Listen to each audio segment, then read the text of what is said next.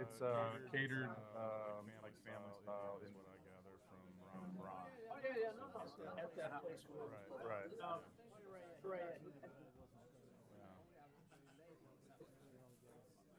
Yeah.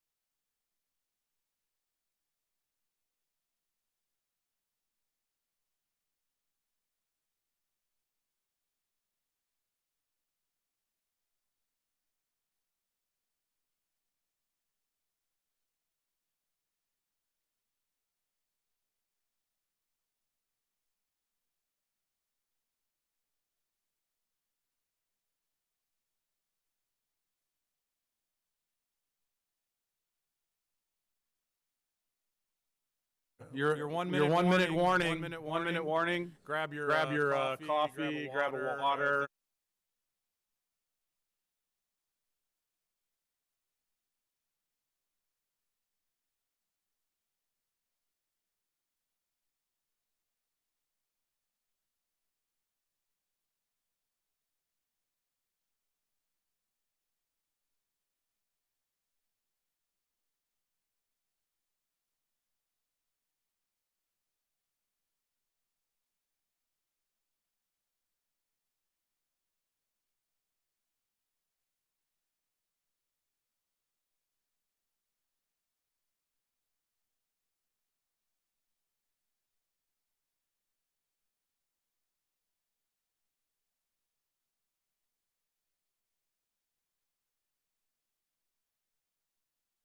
Everyone, good morning and welcome to Podcar City 2023. Good morning, all right? We're ready here. I'm really happy to be here.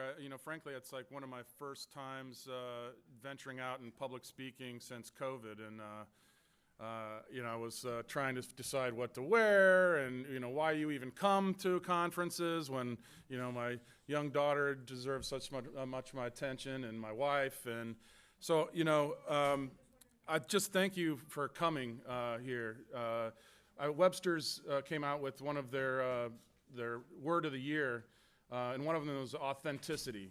And so I've kind of started thinking about, and during my inspiration for this kind of remark and coming to this conference, is authenticity. And so just being authentic with one another, listening to one another, taking a moment to put your phone down and listen to what's happening. Because I think it's real important for this budding, nascent industry. My name is Matthew Lesh, and I've known many of you as friends now over the years, and I've been really looking forward and doubling down on meeting others here today. So I hope to meet all of you at some point throughout the day, and hopefully into dinner. Frankly, what are we here for? Sure, technology is exciting and cool. But if it doesn't solve our real challenge, what is it? One of the things I used to say working at USDOT is it's fine to enhance the vehicle, putting ADAS systems on it and things like that, but we really need to look at how these technologies enhance society. And I think that's why we're here today. We have real challenges. We're talking about climate change, poverty, air quality, and greater accessibility for all.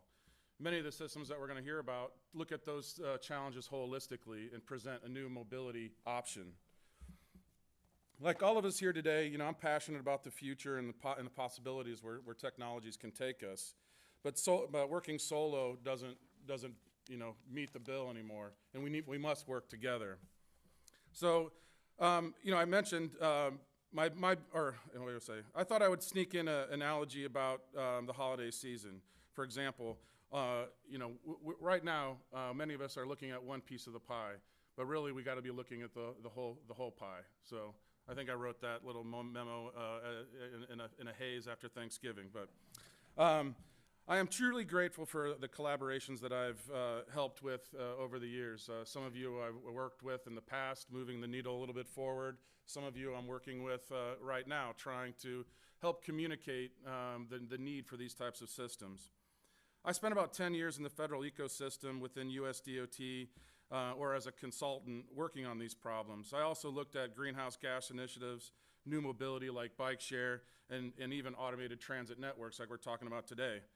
I think it was around the year 2009 when I first met Krister, and it was through a bilateral agreement where the Swedes came to the US and said, we want to look at sustainable transportation, and we understand personal rapid transit is one of those avenues forward. Lo and behold, is when I really started to learn in my own backyard in Morgantown, West Virginia, was the Morgantown PRT that still exists and functions today. And I think I've talked to some of you already, but I contend that we need to meet there in the near future to move this story forward for the Morgantown PRT. It was about this time that I was invited to my first Podcar City. And from there, I've been in Germany and Uppsala and Gävle and many different places to consider to spread this word. Is this anybody else's first Podcar City today? Yeah. And then show of hands, who's been to a Podcar City conference? So we got a little more return customers, and we're really appreciative of the new folks that are here today.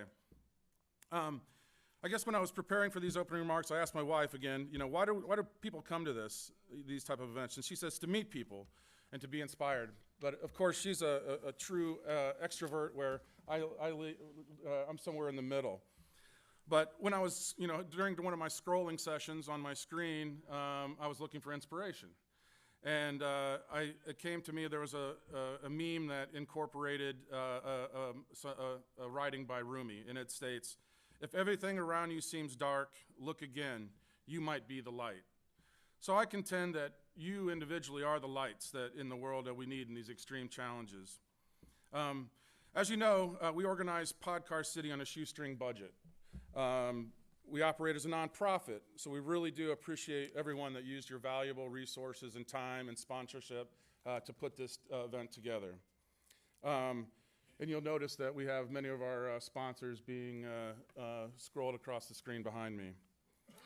I think this is the 15th iteration of Podcar City. Yes. That's correct. And originating in what year, I guess? 2007 in Uppsala. Yeah, because we had some hiccups, obviously around COVID and other things. But it's strived to bring together leaders, academia, industry practitioners, and entrepreneurs together for that many years on this particular topic. I'm happy to say today that I feel once again that we've curated a really nice program for you that should inspire and educate. And I think education is the key component now. I'll be acting as somewhat of a master of ceremonies today, trying to move the conversation along and trying to keep the conversations going. Our program will conclude around 6:30 p.m. Make sure to stay hydrated, drink plenty of coffee at breaks, and meet one another. If you are interested in the dinner and don't have a yellow stripe on your name tag, talk to Ron Swenson. During our time together, I think we're going to hear about exciting new developments in the industry. I encourage you to live in the moment, ask questions. That's why we're here today. And let's just take advantage of being together. A little bit of housekeeping. I think in the case of emergency, we see the exit signs. There's a door right out there to get outside.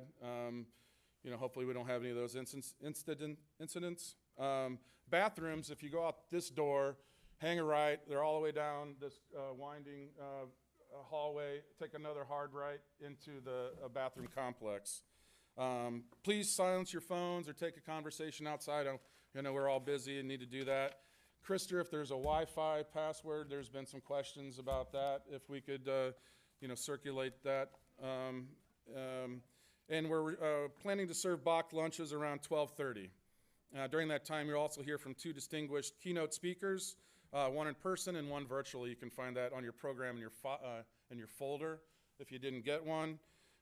So without further ado, I want to just quickly introduce two of my co-organizers here and the chairman, Krister Lindstrom. The first is, Krister goes without an introduction. We've known him. I learned the word didactic when I met Krister.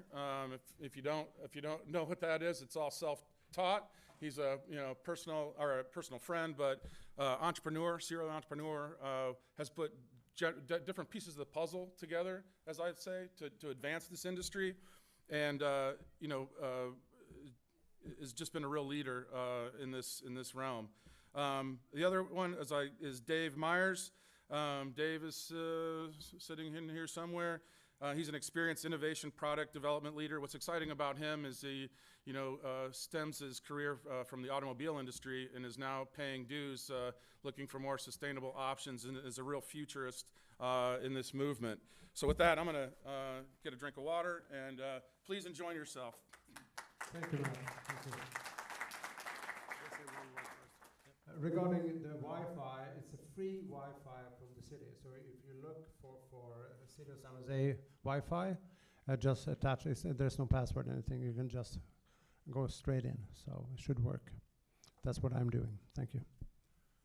All right. Does this one work? You can keep that on. Does this still work? Is it still on? All right. All right. Thank you. Yeah, as Matt mentioned, I come from the automotive world.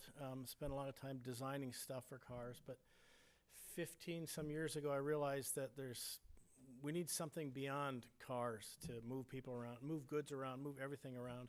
So I've kind of transitioned to this future mobility space, leveraging what I learned and trying to help different industries like everybody here figure out ways of making it desirable and move forward.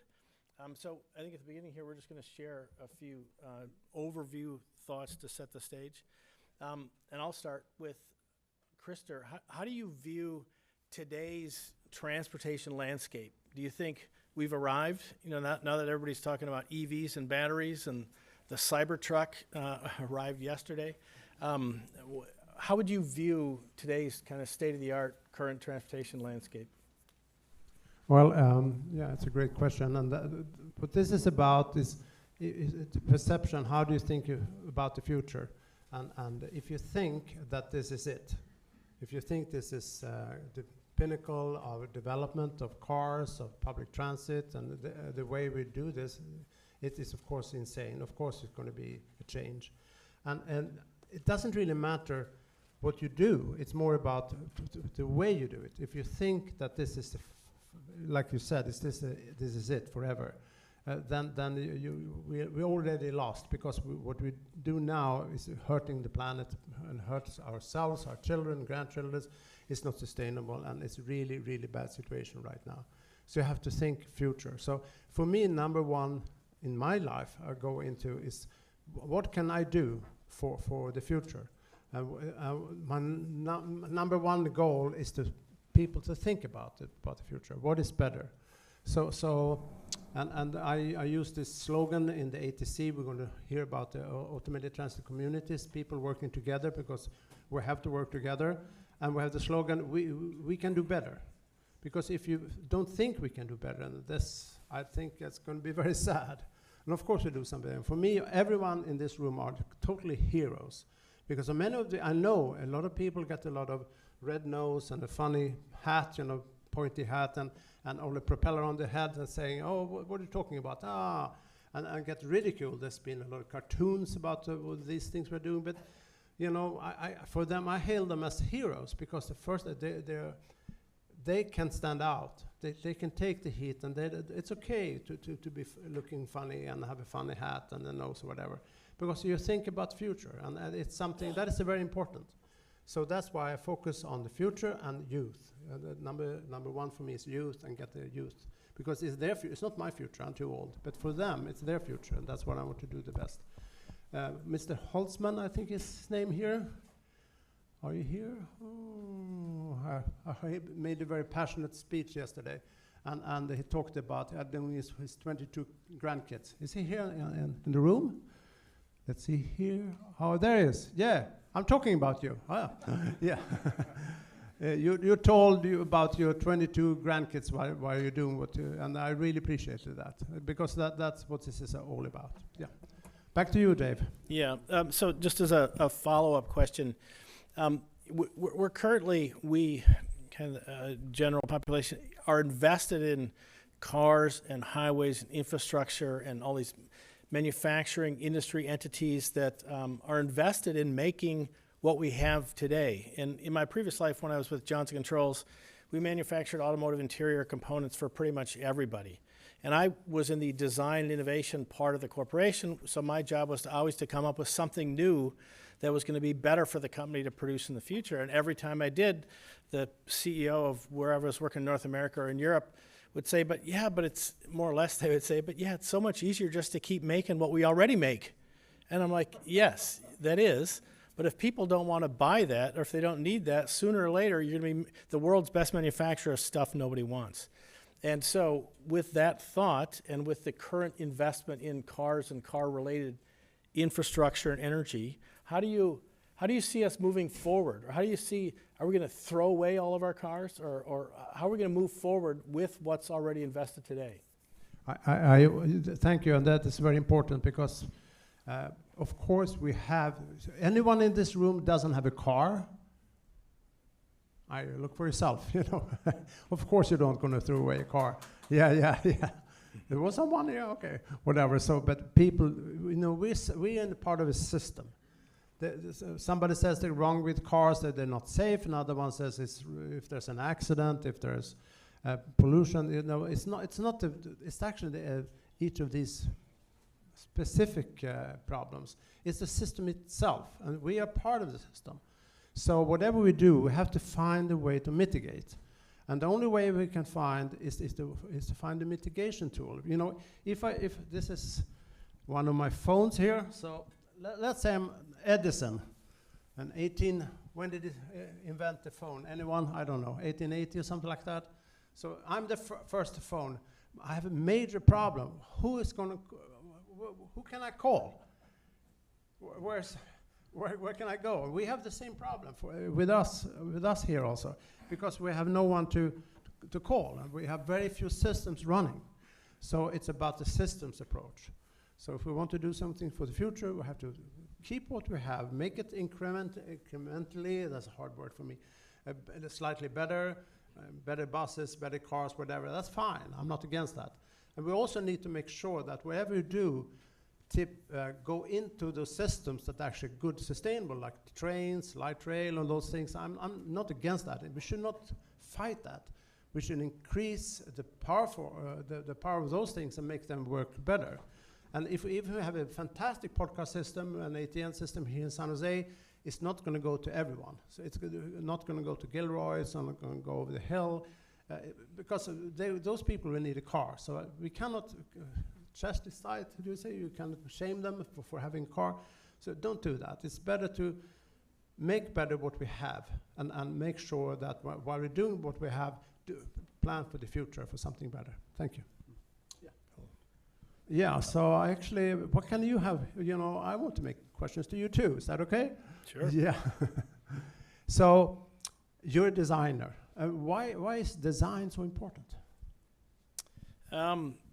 So I'm a designer by trade. I was previously educated in engineering prior, so I have a view of both the technical world and automotive design world. And in the design world, you try to create a holistic solution based on the technical requirements, the business requirements, the location, a bunch of other intangibles to make it desirable for people so that the experience they have with the vehicle, in my case automotive, focused on automotive interiors and the interior experience. Design was used to translate all of that technical requirements, safety requirements, the business model into something that you could sell and people get excited to spend money and time with that particular vehicle and so forth. And I think design can play a key role in whatever comes next in designing future mobility solutions, in my view, and that's kind of my current passion, is designing future solutions that are more desirable than what people have today.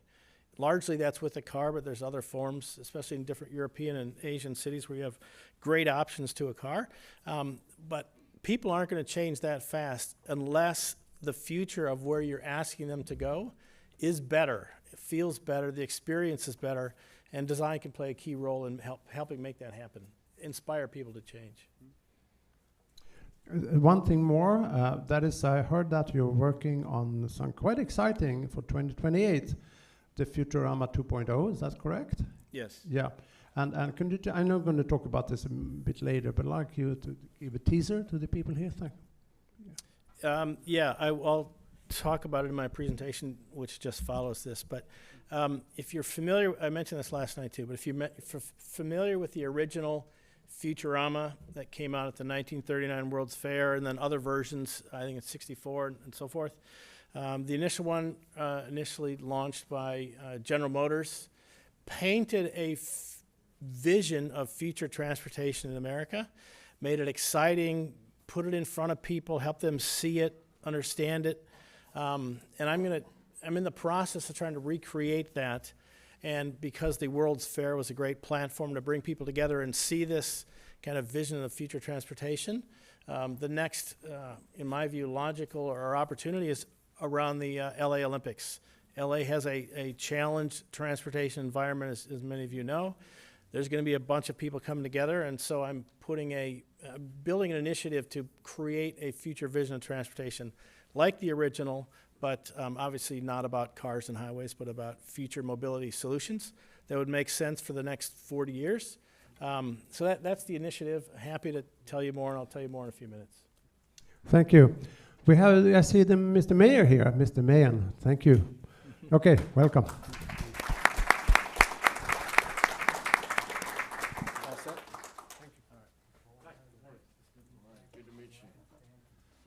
Hi.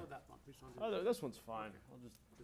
I'm going to be very brief because I have zero expertise in this area, but I am thrilled to welcome you all. And I'm Matt Mahan, Mayor of San Jose. Really appreciate you all being here. We're excited about our partnership with Glideways and working with all of you. And I'll just say this. The reason I'm excited that you're here and that we have the opportunity to learn from you all and collaborate is that I'm convinced that one of the great challenges and opportunities for San Jose and the state of California is figuring out how we create the space and the livable communities for the next 40 million Americans to live here. I know that sounds very ambitious, but over time, that eventually is going to happen. We want to grow and innovate, and to do that, we have to change the way that we move around. We know that. We need cities that can go vertical. We've got to make it easier for people to get around efficiently.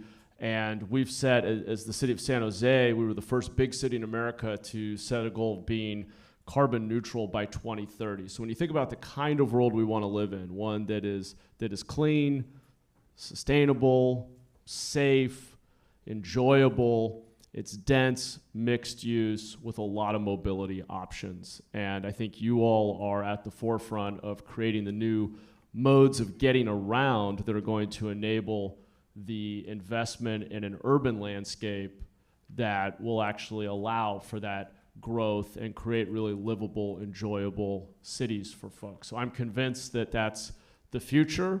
Unfortunately, we're not there yet. Right now, as we grow, and we are still growing, what we're primarily seeing, sadly, is continued building out where it is cheap and flat and greenfield development. We're still seeing far too much building not in our urban cores. We're seeing it happen on the periphery and out in the Central Valley.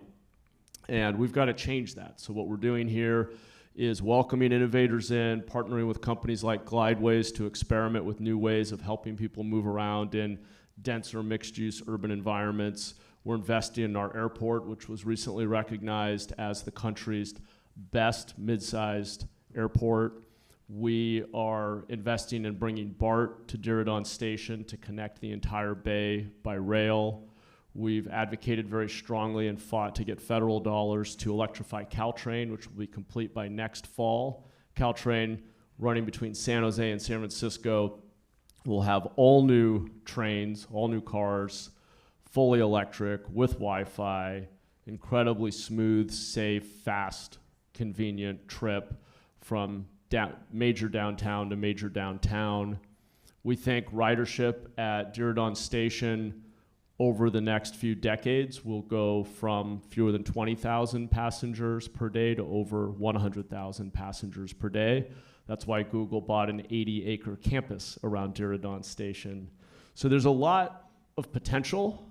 A lot of the building blocks are in place, but we need innovators like all of you to help us figure out how people are going to get around, how to stitch it all together and convince those investing in our future growth that it makes sense to invest in dense mixed-use projects in places like downtown San Jose and not just buy the next farm down in Gilroy.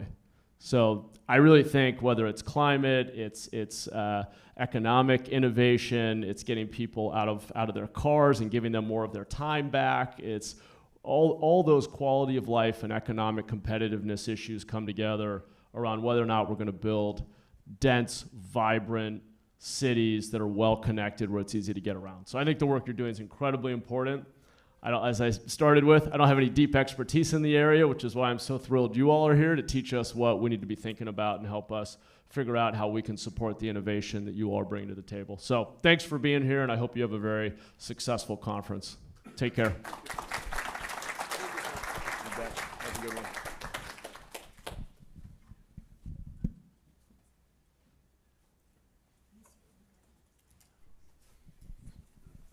I guess we're ahead of schedule. Yeah, A because little bit, right? Yeah.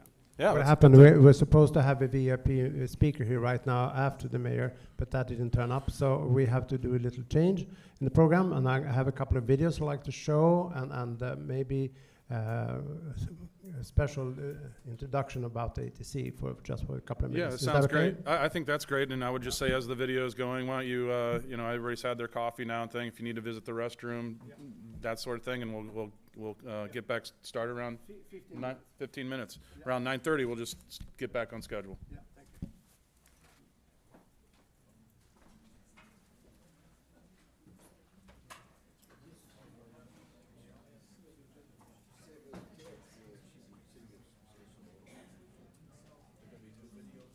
I think so. Yeah, I'm going to talk about it.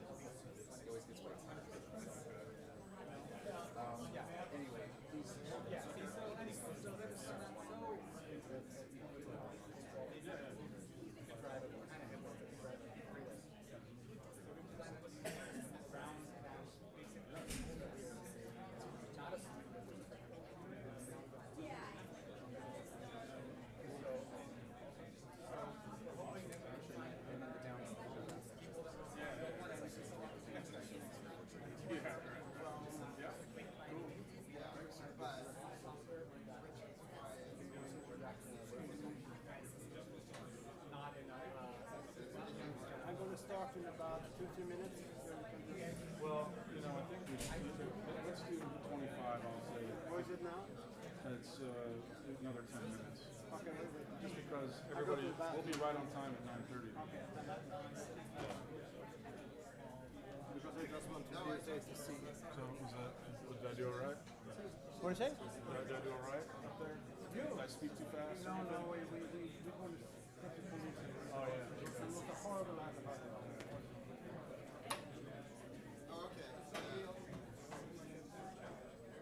I'm looking at my phone.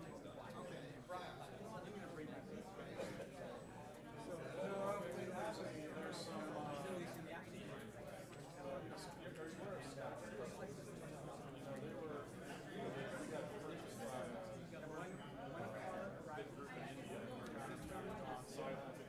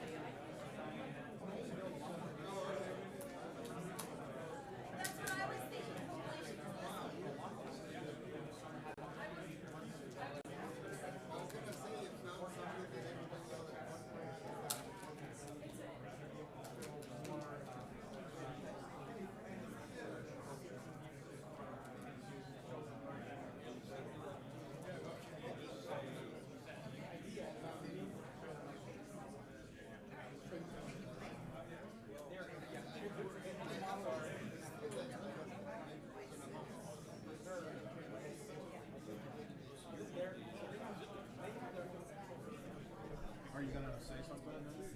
No, yeah, I'm going to say a few words about the ETC.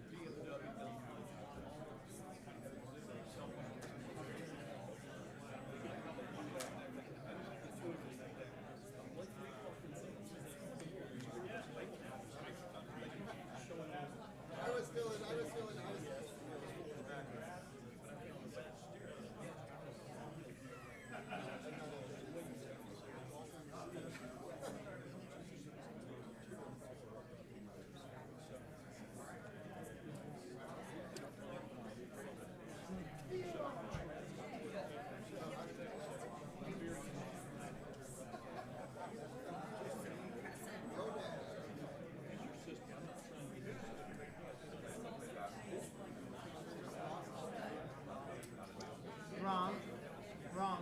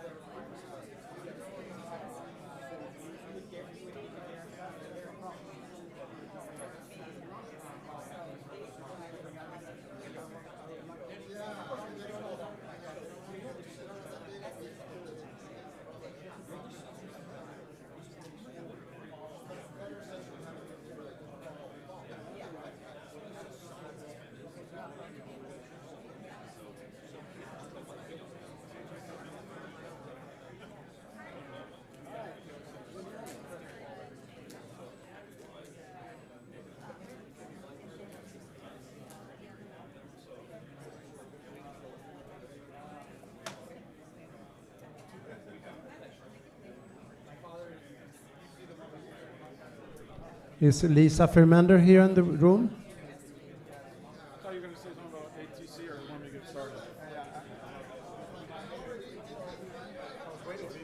Oh, to introduce you? Oh. Oh. Hey, you can start to finish up your conversations, and we're going to get started here in a few minutes. And Krister has some enlightened words for us here at the moment. Excuse me, everyone. Okay. Oh, Lisa, I was waiting for you. Lisa, come here, come here, come here, come here. Come here, I need you. Yeah. Yeah. Yeah. Hi. Perfect timing. I was waiting for you. Yeah. Okay, everyone, taking a seat, please. Alexander, please. Yay. Everyone, please. Okay.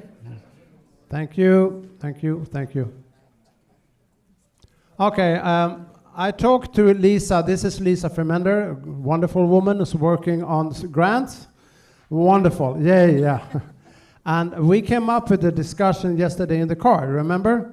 Yes. Getting support for what you're doing. So what I'm going to do this afternoon, after maybe a couple of hours from now, I send out, it's going to be paper on each table here for people. It's going to be, what do you call it? It's a bit... a sample letter of support. Yeah, letter of support, yeah, for the youth projects and the grants. We are going after grants for youth. And I think in this room, I find a better public audience to support us with the youth projects. There's no money involved for you. It's just to support the idea of this, to help people like Professor Furman here, for example, and for anyone here who wants to work with youth projects, that is important to get funding for them. So, and we need your signature that say, yeah, well, that's a good idea. So we get back to you. That's all. You want to say something?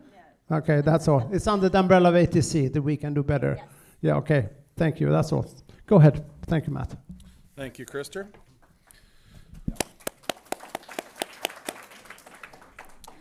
All right, we're going to get started with our first panel session today, a thought leader roundtable discussion. It'll be moderated by Karen Philbrick.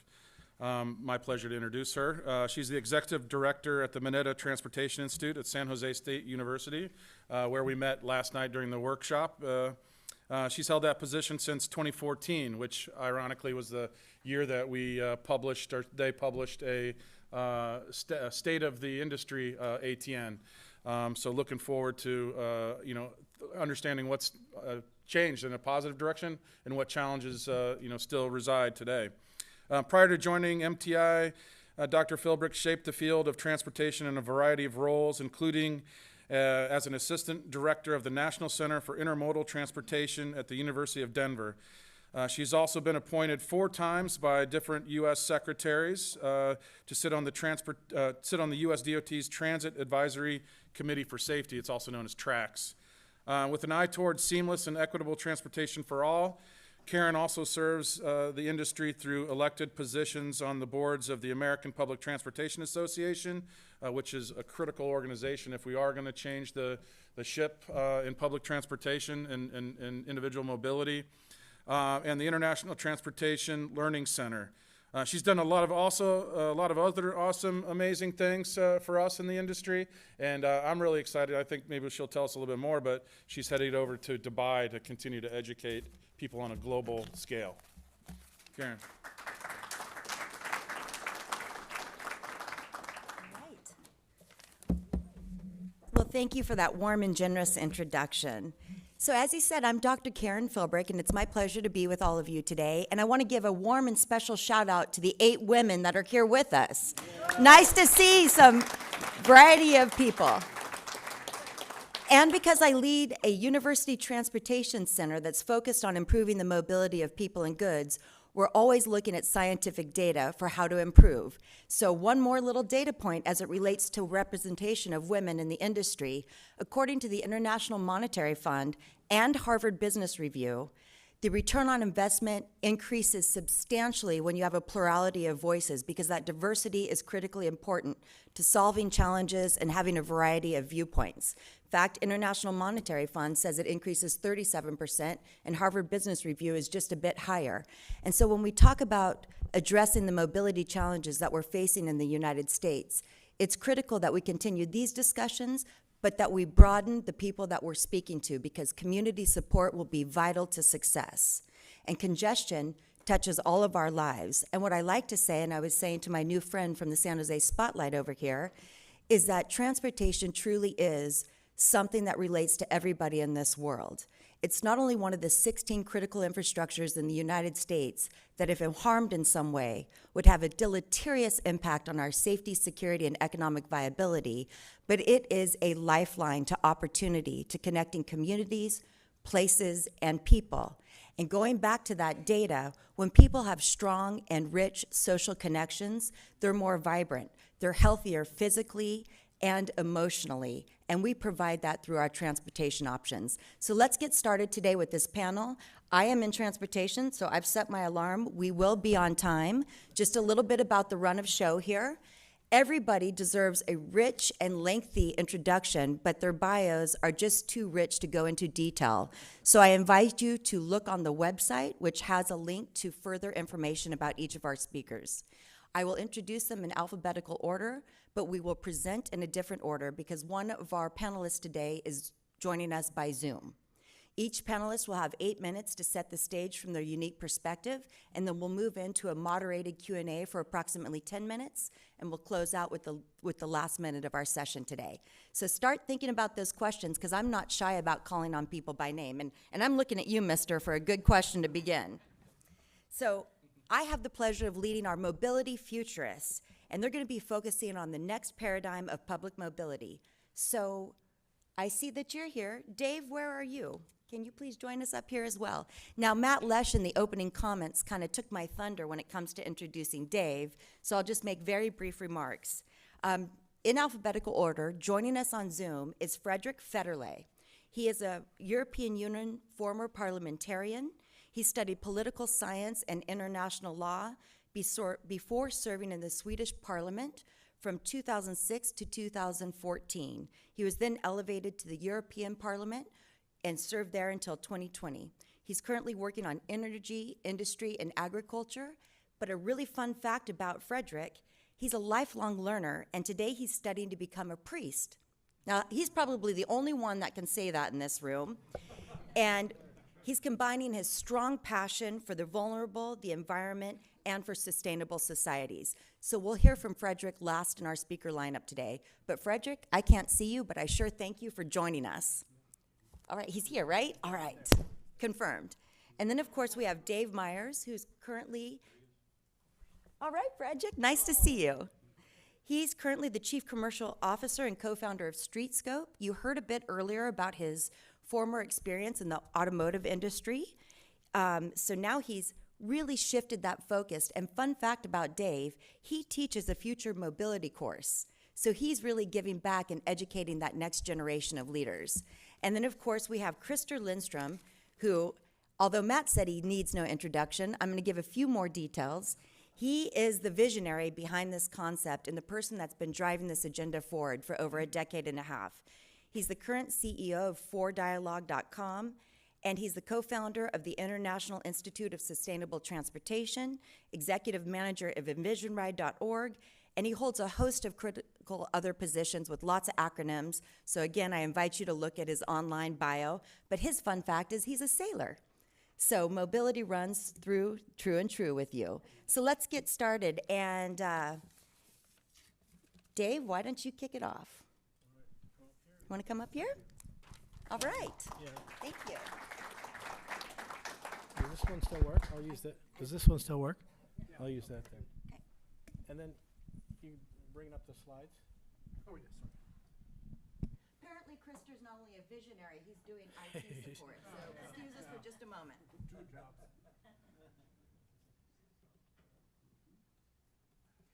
While he's doing that, I forgot to say something I consider kind of funny. Let me have your mic really quick. So that way I can keep this moving while he's pulling this up. So one thing that Krister did that I failed to mention that I thought was truly unique is he served as a board member of the Swedish Center Party in Gävle, Sweden. Now the reason why that could be humorous is I got a tutorial on how to pronounce that and was told that if I pronounced it incorrectly, it's actually the F word in Swedish. So I was being very careful there. All right, are we ready to roll? Once he grabs. I worked really hard on that pronunciation. Thank you. Maybe that'll come in handy later too. There we go.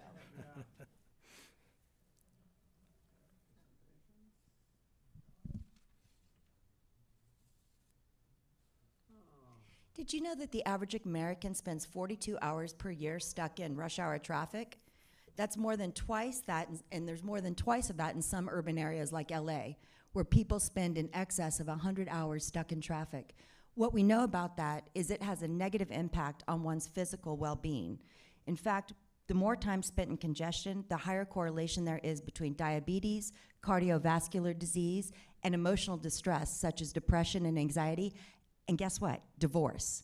So it's incumbent upon us to come up with new solutions. Okay, I'm gonna stop talking because it's ready now. Okay, it's not ready. Give a good story or something.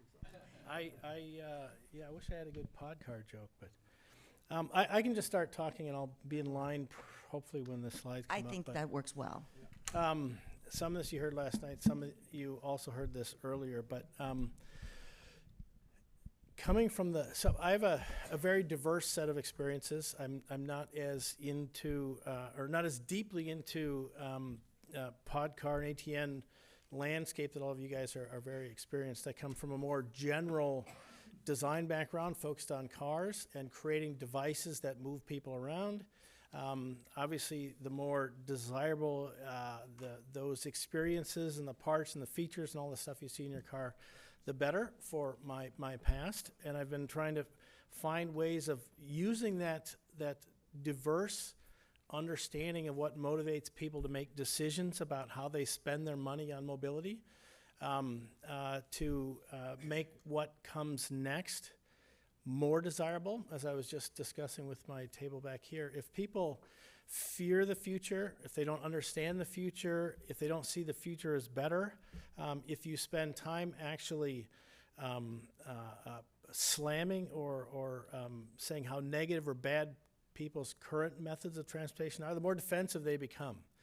That's very true in our political landscape as well right now. But and so if you spend less time saying how bad the current environment is, like for me the car world is, and paint a picture of how desirable what comes next, that's my entire mission and goal. And I have some examples, hopefully, of how that's going to happen in transition, but that's where I'm currently focused. Okay. Does that work now? Almost there. I think what's interesting about what you just said specifically is that your brain believes what you tell it, so you need to be careful of the narrative you weave. If you come with a negative cognitive framework, you're going to interpret everything through that lens. So it's critically important what you're saying to change that self-talk and to change how we perceive things. One story I'll tell while that comes up. I spoke many years ago at the Shanghai Auto Show. I've spoken at many auto shows in the past, but I was telling the group what a great opportunity they have, to these designers, to design future mobility solutions for China, for all the big dense urban environments, Shanghai, Shenzhen, Beijing, etc. Instead of just designing cars. And one of the chief designers said, yes, true, but our marketing managers and our product line guys are telling us we have to design these cars. And I said, but there's, if you guys own and drive cars the same way we do in the U.S. or in Europe, there's no space for them. You'd have cars 8 deep in every street in Shanghai if everybody had a car at the same ratio we do here. So there is no future for cars in cities like that because there's no space for them, no matter what batteries you have inside or whatever. It doesn't matter. There's no space for cars. And one of the studio chiefs got up and said, yeah, but in Shanghai, the car is viewed as a symbol of success, not necessarily as a transportation solution, but it's you've arrived, you've been successful, you've made it. And so it's not always about how efficient the vehicle is, it's what it represents. And that kind of mentality of getting people to, see cars as a BMW brand or whatever, or Tesla, a different view of what is success, what is desirable, what you want to participate, how you want to spend your money. And that's a big part of what motivates me. So, is there a? I don't have a clicker. I'm the clicker. Okay, just keep clicking then, and I'll try to. Oh, it doesn't click. There. Just diverse background, and one thing I do love, I teach future mobility at the 2 leading design schools in the country. One is Art Center College of Design in Pasadena. The other is the Center for Creative Studies in Detroit, and I love interacting with the students and trying to help influence them. Even though they're car design schools, I spend my entire time trying to get them excited about designing other things instead of cars, because we already have enough car designers in the world. Just one story here. Maximize your opportunity to talk to people at events like this. I've been organizing events like this. That's where I first met Krister at this Sustainable Mobility Summit in Pasadena. And got to bring all the diverse thought leaders, not car designers, but all the different types of people that influence. I met a guy by the name of Gabe Klein. Any of you guys know who Gabe Klein is? And so I think he was a DC DOT guy at the time, went on to Chicago. But anyway, he now runs the new joint office between Jennifer and Pete, the new joint office between DOE and DOT. And so you never know who you're going to meet. I mean, he wasn't doing that then, but now he's got a very influential, he's very into the Futurama thing I'm talking about. But so meet people, talk to people, figure out how your story plus their story plus maybe some of the students' stories will help move your ideas forward and help create a better future. But there are just many, like having dinner with the former head of the CAA, people, stuff like that. I enjoy events like this. So go, click. Just quickly, my day job, whatever transportation system we design in the future needs to be safe, regardless of the method or and obviously it needs to be safer than what we have today. That's one of the biggest things holding back autonomous cars right now is people don't perceive that they're safe or safer. Technically they should be, but there's issues, and so if you don't have that perception correct, my startup company has developed the ability to objectively evaluate how safe anything moves on the street using a simple forward-facing camera and a simple near-miss calculation. So instead of waiting for crash statistics and 5 years of that type of data, we look forward and create this objective measure. Happy to tell anybody about that. Next. I won't explain that due to time, but that just explains how it works, so happy to tell you. Go. Can everybody hear him okay? Yeah? You need to be a little higher, yeah. Yeah, this mic isn't as effective as those. So Futurama, just quickly, if you guys aren't familiar with it, as I mentioned, 39 World's Fair, this is a physical model that people move through like on a Disney kind of ride. What I'm trying to do is leverage all the people I've met over the last 30 years, that people that have created really cool car design stuff, entertainment movie stuff. You've seen Minority Report, and a bunch of those type of people are all people I went to school with. We're going to create a vision of future transportation that would debut at or next to the LA Olympics. And inspire people to change. They can actually see it. They're like, I want to be part of that. I want to change to that. How fast can my congressional member make it happen? Can my local city municipalities make it happen? Is there a business model that'll help make that happen? But if they can see it, not fear it, understand it, and want to make it happen faster, change will happen faster, and whatever these new methods are going to come to us faster than if they don't understand it. And I want to create a future vision of what that's going to be like, and we'll debut it 4 years from now. It's hard to see. Just flip through it. I talk too fast, but that's how it worked. You went through it, and you have this model. We'll do it in some type of VR, digital reality type thing. Go ahead. Just as I mentioned, to inspire change. It led to the 56 highway bill. So basically, that vision, that excitement led to congressional group putting together significant funding package to actually enable the highways that we have today. And definitely, it's not going to be about highways and cars. That's just the example. Go. Keep going. Keep going. And I have a little final story and I'll be done. Hopefully I'm not too far off the 8 minutes. Go past that. I've explained that. So you've probably seen this before, but basically if sometimes you feel like you are optimizing that white line, but you realize that that white line is on a highway that nobody wants to use or isn't being used, you're frustrated. And so maybe you need to ask, you can go flip the slide, ask different questions about what part of this whole ATN network and transportation systems you're developing, what part, how it plays a role, who else is going to say yes, how are you going to motivate people. Maybe you have to ask different questions. Keep going. Next. I won't explain this either for a period of time, but I'll just give you the last, what I thought was the last piece. Keep going. Next. This one. Okay, so last story. So a friend of mine is the chief designer for McLaren. You guys know that car company. Oh, yeah. He wanted to debut his car in California. He graduated from the school, so I knew him. He wanted to do it at the school. I said, sure. I mean, how do you say no to that? So we're setting all that up. The press is coming. If you know Jay Leno, whatever, he owns the similar car, whatever. It's a bunch of press, bunch of famous people from LA. I figured what a great way to excite my son about car design and what I do. You know, like every dad would want their son to do what they do. So I figured I'm going to go. This will be exciting. He'll be up close to it. We go to the event, and then they pull the cover off the car, and there's flashes and stuff from the press and media. And I'm like, I'm into it because that's I still like cars, even though I talk this way. But I like cars for entertainment, not cars as transportation solutions, as something you have fun, separate. So pull that off. Sorry, next slide.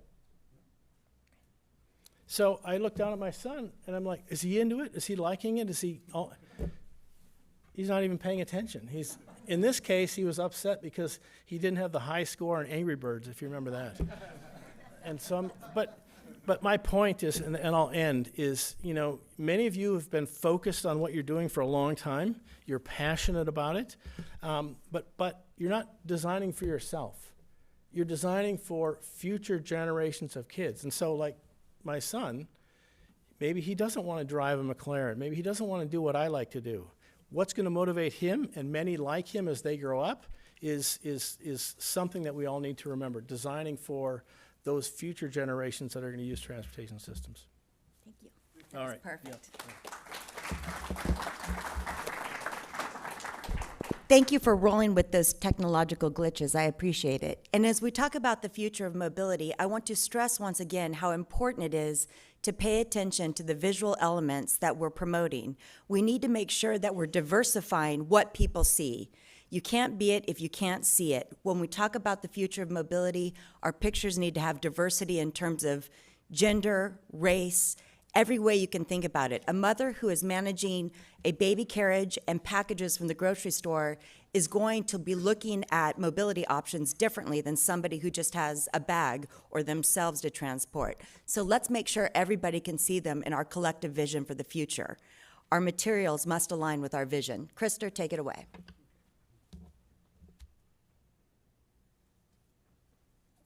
And don't worry, everybody, I'm watching the time, but I've allowed us an extra 3 minutes because of the glitches that we had, but we'll get you to your break. Yeah, thank you. Mm-hmm. So,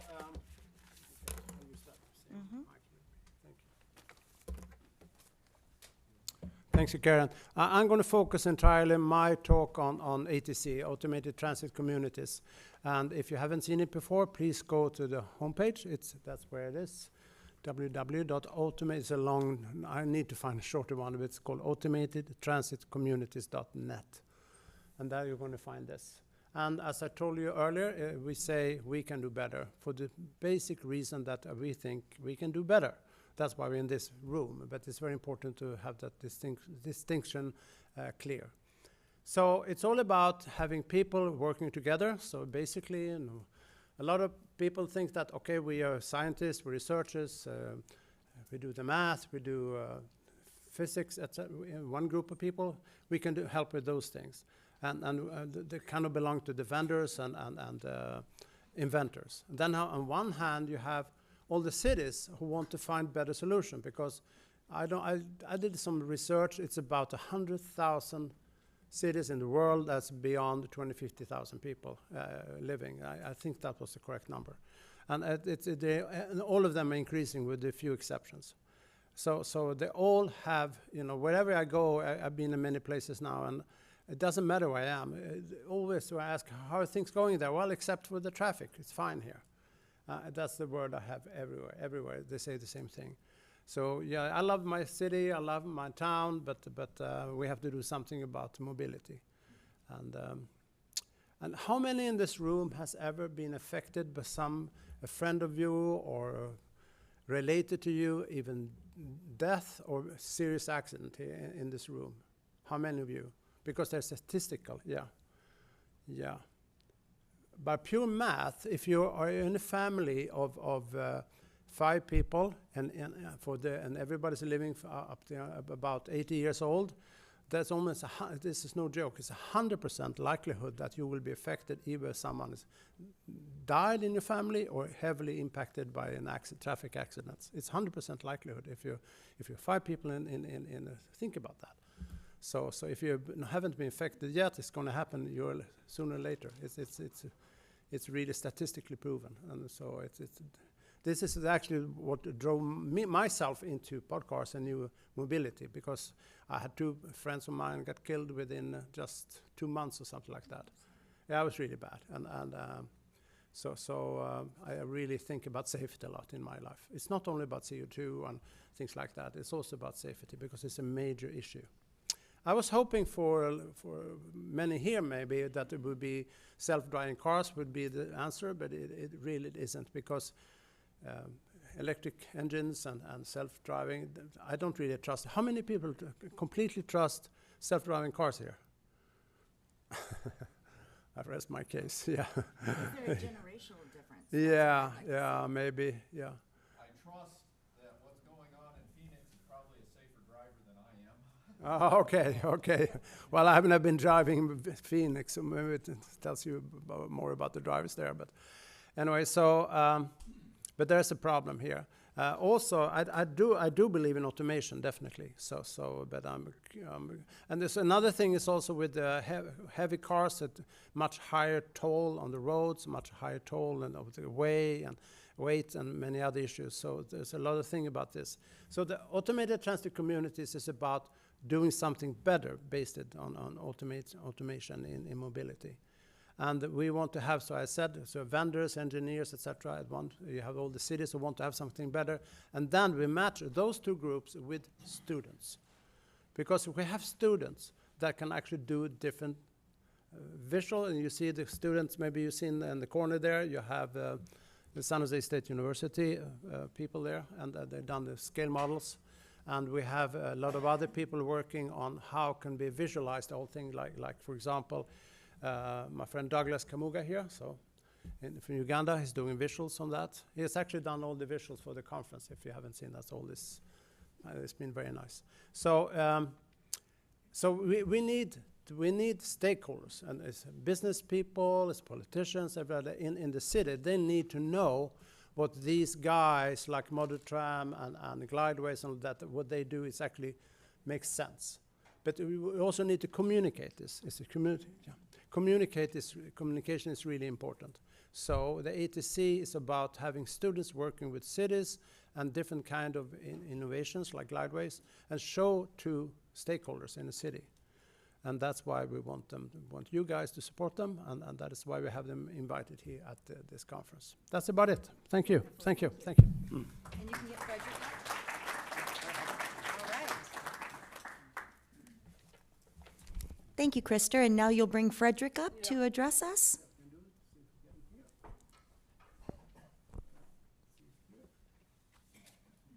Oh, there you are. Okay. Perfect. I don't know who's doing the video for. It's not me, actually. I'm just having here. So, who's the video people? You're the organizer. Where are they at? I don't know. Let's see it.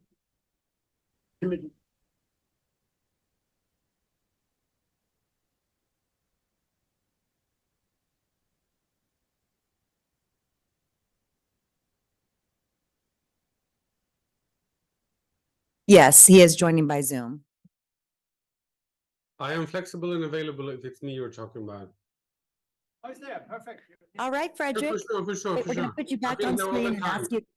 We're going to ask you to start fresh. Okay, when you talk, your video comes up. So, Frederick, I'm going to ask you to take it away. Okay, thank you so much, and nice Thank to you. see you in the flesh, so to say, starting to become a priest. I will give you an overview of what we are handling at the moment. First of all, apologies for the coloring of the light. I have a saltwater aquarium which provides blue light for my corals. When I came home today from work, because it's evening in Sweden, it turns out the contractors who were about to come on Monday to change my heating system arrived today. So they've been changing my whole house at the moment. So I'm actually sitting in the living room at the moment. But it's so nice to hear all of you talking about things that will really, really affect and change the world eventually. I will start by talking about political leadership. We have come from an era where we've been trying to find consensus moving forward. We've been believing in internationalism and a few other things, and that is now being deranged at several ways. We are heading towards a much more difficult political environment throughout the global environment. We have seen us coming from wanting democracy in most of the countries to being challenged on democracy in quite a few of the democratic countries. Still, if we start looking at what's happening in the world with growth of populations in many of the countries, with the knowledge of that we will be many more inhabitants of this earth in the future, and still we are planning our cities to be at large where we have the most fertile lands. We are coming to a crossroads where we need to make a few decisions. So no matter if we talk about climate policies, energy efficiency, biological diversity, economy, and industrial policy, urban planning, rural planning, use of lands, energy transition, housing, or whatever, you end up in mobility as a key issue for the future. We need to take a holistic perspective on this, which means that when we plan our urban environments and also the rural environments, we need to focus on how we use the land most efficiently. Today, we're absolutely not doing that. I personally am driving about 3,500 miles a year for work and for business and for pleasure on my car. Still, it's mostly just parked somewhere, my car. That means that if we're talking about the metals used for it, the technological knowledge on it, the energy efficiency, the payment on the car, and so on and so forth, it's totally waste of all of those kinds of topics. But if we are going to make this change, it means that we are going to challenge the established industries, the established economy. We are going to change the idea of what a comfortable life is. And at the state we are in, people tend to lean on what is and not what could be. And that is the biggest political challenge we have at the moment. We are also facing inflation rates that are very high all across the globe, financial recess in many of the countries, a tougher political climate. We see wars that do affect us, and I say do affect us because there are always wars going on. But at the moment, Ukraine, Russia, Israel, Hamas is really, really the ones affecting, especially the Western world. We can also see that there are some glitches between the European Union and the United States when it comes to politics. It's become better, but when we are not handling all the models for the future between Europe and the United States, that means that we do not get global standards. That causes a lot of excess costs for industry, for security provision, or whatever it might be, from seatbelts in cars or whatever whatever you have. At the next level, you start facing an idea where either the free world, the Europe and the United States, sets the agenda for the future on mobility, or you get China to do it. China is moving ahead in a fast pace, which means that if we are stuck in old pictures while a dictatorship in China can command a change, and then they thereby set the industrial agenda, the industrial future, it means that we do have a huge problem. But looking at all the financial issues we're facing, all the global issues we're facing, that is the time when a good leader steps ahead and sets the agenda for the future. So even if it looks very dark at the moment to come up with any kind of change, if it looks dark when it comes up to changing our urban environments where it's most heavily needed, this is the time to start planning for it. Another point, which is actually troublesome, but also something which is one of our biggest privileges, that is democracy. The short time mandates, which it should be for any kind of politician, is at the moment when people are afraid, something that is causing a situation where no one actually dares to say, this is the way we're going to walk. That is why I'm so happy to hear the mayor of San Jose today say, we are making change, we're going to make change, we're going to do it in several different kind of ways. Because what I see from the European point today is not that people are asking for change. They're just trying to conserve what has been. The wealth they have been gathering, the mobility they've been used to, the way of life they've been used to, that is what they want to preserve. But also making a big change on mobility might provide you for bigger changes towards a better prosperity for the future, and also a better prosperity for the social affairs. So what we come down to is that the US and the European Union needs to be aligned on this project. There has to be political leaders stepping up, saying this is the road that we're going to walk. We cannot lose the youth on this one. Quite many of our young people are feeling depressed at the moment on the development in the world. Some of the other are wanting to change the world and might want to do it too radically. So we are actually at the center of handling this change in a positive way, which do not cause for revolution, which do not cause for deterioration of our societies, but actually make us prevail for tomorrow. And you are the start of this discussion. You're the start of this transition, which we should talk about, and not a revolution. Thank you so much for having me. Thank you, Frederick. All right, who has burning questions for our futurists? Remember, I started by saying I won't be shy about calling on people, but I know there's got to be some questions after those informative presentations. Yes, I had a feeling. So billions of dollars. Do you want a mic? If you could just say your name. Sure. Please. Brian Gettinger, Flatiron Construction. So over the last decade or so, billions of dollars have been invested in onboard vehicle technology to enable autonomous driving. As we've seen in the last 6 months, there's been a lot of challenges for Cruise and Waymo and others, as they've been pushed back from communities they've been operating in.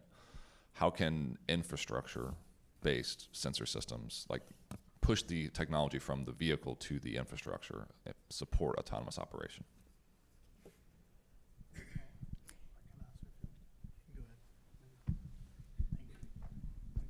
Yeah, Bloomberg had a very interesting article in 6th of October last year, 2022. and they presented the current paradigm of self-driving cars. Investment was above $100 billion so far. And your question is about how you can help with that technology to help with the self-driving cars from the infrastructure perspective. Yeah. Well, what everybody who's in this room, I think, has been working on research on this, we know that as long as you have infrastructure has its own guideway, it's much easier. Or it works much better, and we have less problems, it's faster, and I think you can talk to anyone here in the room that's working on that. If you're looking at rubber on regular roads, I don't think so much you can do. It's you know, you because on the road you have both somebody walking with a stroller and a little kid on the side, and you have a 40-ton rig on the same surface. And it's really hard to handle all these conflicts. And I don't think so much you can do, because as soon as you make a separate guideway, hanging or supported, doesn't matter, then it's much easier to handle the whole thing. So that's from my my perspective, working on this for a long time, is that you have to have your separate guideway if you want it to work. And I don't believe in sharing the road for anything else than what we already have. I don't know if you want, maybe you don't want that answer, but that's what I think. And Frederick, do you have a comment as well? I think I see you raising your hand, so please just start talking. I think that when we start thinking three-dimensional, because we do have a lot of infrastructure in place, roads, for example, they might be used in a certain way, but we might also build above the road in a higher level, making it three-dimensional. Instead of expanding the road, expanding the use of land, we might actually start thinking in a 3D model. I have a friend who she got a brain situation while driving a car. If she would have been in a smart podcar of some kind of way, which is not, of course, saving your medical data and so on, but could actually see what's happening on your pulse or whatever, she could have been saved. So there are actually using smart intelligence together with self-driving vehicles in different kinds of ways. It might also be a help savior, because you do end up in several car crashes with lethal outcome every year, where people are getting some kind of disorder while being behind the wheels, which could be helped and prevented in several ways. Thank you for that comment. And before we get to our last two questions, because again, we are going to go over by 3 minutes, what you just said links very well to what Krister said, which is about safety. In the United States alone last year, over 43,000 people were killed in crashes. They're not accidents. They're crashes or collisions. And millions more were injured. So we're talking about safety, security, mobility, congestion management, everything we need for a future that we want to see right here, right now. Sir, your question? Yeah. So I'm Brett. I have a question for Dave. I'm wondering if the Futurama concept for the LA Olympics, is that going to include an actual functional ATN kind of system? And if so, can you tell us more about it? Thank you. Yep. Actually, everything that's included is still to be determined. It's definitely not going to be like the last one, which is largely highways and cars. And so one of the reasons I'm here, one of the reasons I was excited that Krister asked me to be part of this, is I'm kind of doing an open call for any future mobility technology that would make sense, that can be woven into a future solution.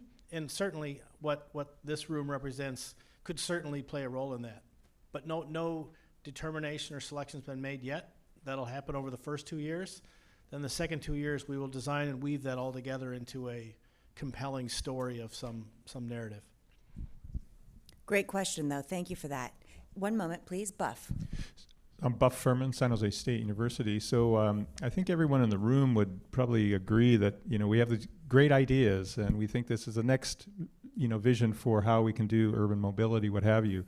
My question more is, how can we move these things forward? So it's just not the technology, but it's how do we get this into play? I think, everyone would benefit from that if we could focus on how we actually make that happen. And that really needs to be a whole group of, the technologists, the cities, the MPOs, lots of players. How do we do that? I have one story related to that, and it's balancing all of the requirements and all the votes and input from the key stakeholders and so forth, so that the complete sum of all of the hurdles necessary to move forward into a reality can take place. And it's not necessarily just the technical side or just a certain regulatory requirement or so forth. And just the story. My day job with the safety group is with a group of systems engineers, and everybody on the team is smarter than me. They're all Jet Propulsion Laboratory, Caltech graduates doing risk mitigation for all of NASA's deep space missions. So in the process of developing putting an SUV on Mars safely, essentially, my job has been to convince them that yes, we could find a safety algorithm that goes out to 15 to 20 decimal points, but the industry is only going to pay us for 2 or 3 decimal points. So you spend all that time solving something technically and then realize that it's something else that's preventing you from being adopted and going into public use. And so maybe if you guys are biased towards a certain technical aspect or a certain regulatory aspect, maybe taking a step back and understanding what the other hurdles are that are preventing adoption of many of the things that you're talking about. Maybe it's worth taking a step back and taking a broader view so that these things do become a reality and you actually do see them being used by your kids and grandkids and so forth. Fred, I see you. I also see your hand, but we are at time and we have one question remaining. And will our panelists stand up here during the break so that people can ask any questions that have not been addressed? Okay. My one-phase answer to that question is... Wait, Fred, I'm not sure I invited you to give an answer. I'm sorry, sir. We've got one last question here, and then if we have time... Okay, Fred, go ahead. Fred, You have to speak in the mic. Apparently West not the Virginia University's been operating a system, a PRT system, for 50 years, 9-mile segment, over 200 million miles traveled, with passenger miles traveled, 0 traffic accidents. If you're looking for safety, there's an example. Excellent. Perhaps, Krista, you can send some information about this to all of the conference registrants so they can learn more. I think almost everyone knows about the Morgantown, but I will send out a lot of stuff that I'm going to be including. Thank you, Karen. Yeah. Last question. As a comment related to the LA event, are you interacting with LAX, because we're watching closely the opening of their landside APM, which will be heavily integrated in moving all the people out from the terminals as quickly as possible on a fully automated system, and then integrating with either parking, TNCs, on-demand transit, and everything else, a significant step forward for airport automated mobility? We're in just the early process of weaving all the different key people in LA and Southern California together and having early discussions with LA Metro, LA DOT, et cetera, but we don't have formal discussions with what you just described, but we're wide open to it. We haven't said no to anything. Obviously, as you know, pulling something like that together involves the people that have to say yes, the people that are going to fund it, people that are going to do all the work, and so we're in the process of weaving that together. So I'd like to talk to you more about that. Okay, please join me in thanking Krister, Dave, and Frederick. And if you have more questions, they'll be available during the break. Thank you so much. I need to go apologize to Fred.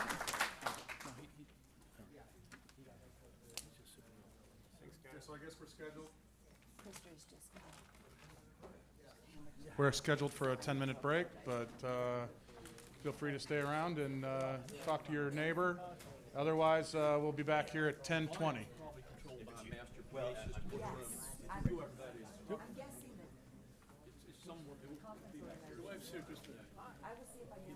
Shall I introduce you, or you already know her? What do you say? Shall I introduce you, or you already know her? I don't know what that. I have no idea what that is.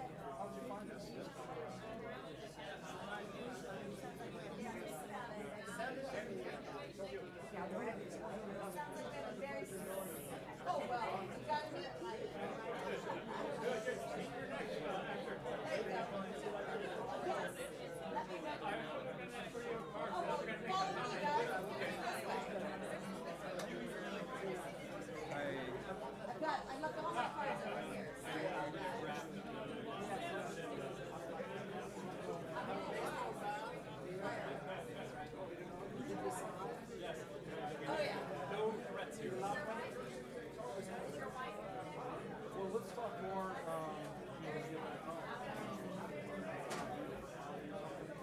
want to talk to the gentleman real quick. Just somebody was saying, is there any way we can ramp up the audio for the online participants? Online for Zoom? Yeah. Maybe this is better than that. I don't know. Or should we have people? The system just seems to capture. Yeah, I mean, these are definitely more.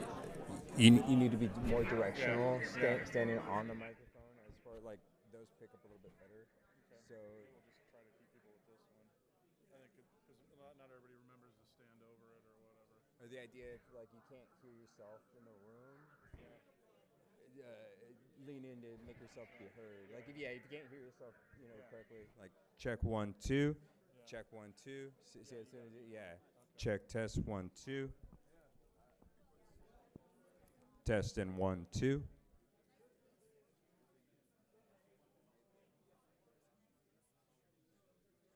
Yeah, I'm sure you would love it. Yeah. Yeah, just sit up here or whatever. Yeah. And there is some volume control. Yeah. Let me see what kind of volume control I have on this, and then I can check it out right now. Yeah, whatever we can do.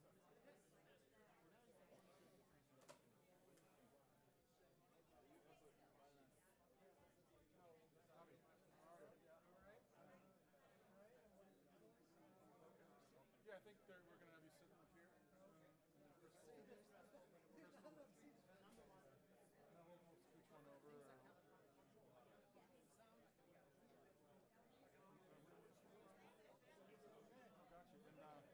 And are you in the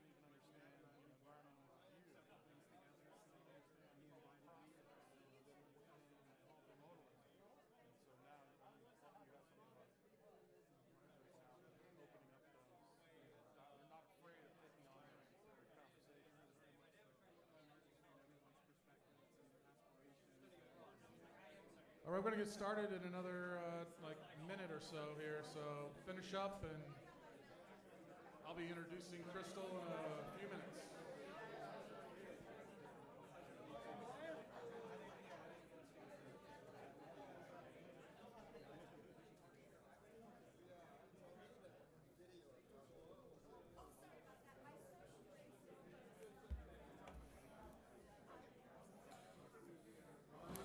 So yes, we're going to get started soon with the automated communities for a new mobility panel. I think the speakers are coming to the discussion area here. 1, 2, 3. Who are we? Miss Stan Young. Are we missing Stan? We'll get Stan up here and get started in a few minutes.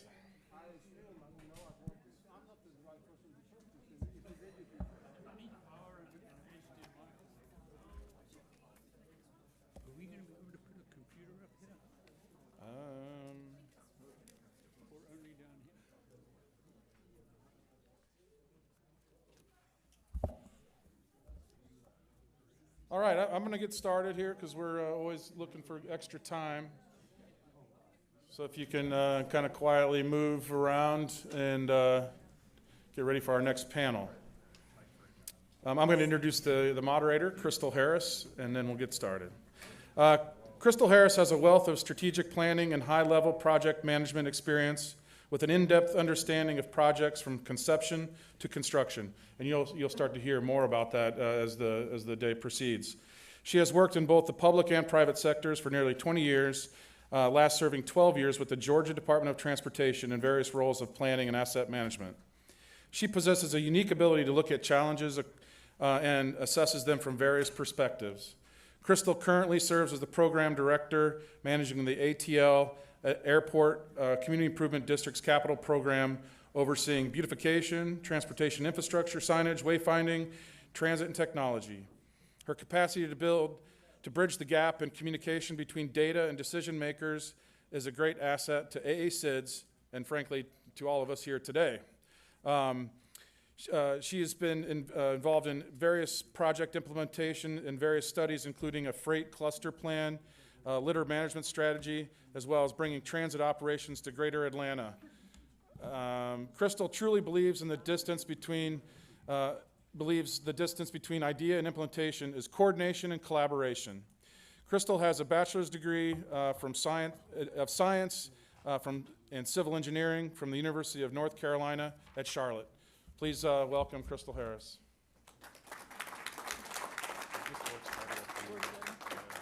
Thank you, Matt. Go ahead and get this other microphone out of the way because I know my voice does not carry. Can you all hear me okay? No, you have to. Is it off? Turn it on. You turned it off? Switch there on it. Push it up. Thank you, Matt. There we go. All right, so how many of you know, real quick question, and the answer should be yes from all of you, that there are 3 basic human needs? Yes. Thank you. That's food, shelter, and clothing. But those 3 things are very hard to attain when you don't have access to jobs. And it's hard to get to a job if you don't have reliable mobility options, correct? Because of that, we know that the need for improving public transit and mobility is extremely urgent. I know in the area that I'm in the Atlanta metro area, there are a lot of transit deserts that exist today. Lots of jobs available, but very few options on getting there. And so today's panel, dynamic panel, let me say it that way, we have the privilege of hearing some stories of projects that are currently underway to help bring that new and improved mobility to areas throughout the U.S. and beyond. Today you will hear their stories and hopefully find what you hear valuable and helpful as you continue on your journeys of inventions, research, and deployment of these new mobility options. So without further ado, I'm actually going to allow each panelist to introduce themselves, just for the interest of time. And as they introduce themselves, they're going to tell you a little bit about their stories. And at the end of each story, not the end of each story, once we get through all the introductions and the stories, we're going to have a couple of questions for myself to make sure that we tie all of that together, because I know that a lot of you are going to have questions after what you hear today. So without further ado, we'll start with Stan. You can add the mic if they want. Yeah. I'll handle this one.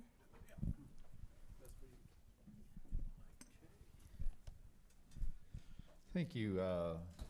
Krista, are we going to bring up slides this time around, or is that? Oh, wow. It's not up there yet. Good. My name is Stan Young. I work with the National Renewable Energy Laboratory out in Golden, Colorado. It's a Department of Energy lab, one of about 20 labs. We're kind of unique in that usually departments of energy labs deal with nuclear type of stuff. Ours is wholly dedicated to renewable energy and energy efficiency.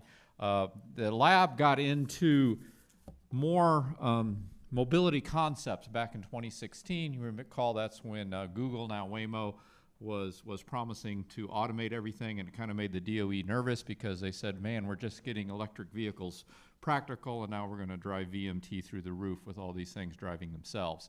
So they started energy efficient mobility systems research. Hey, it's up and going.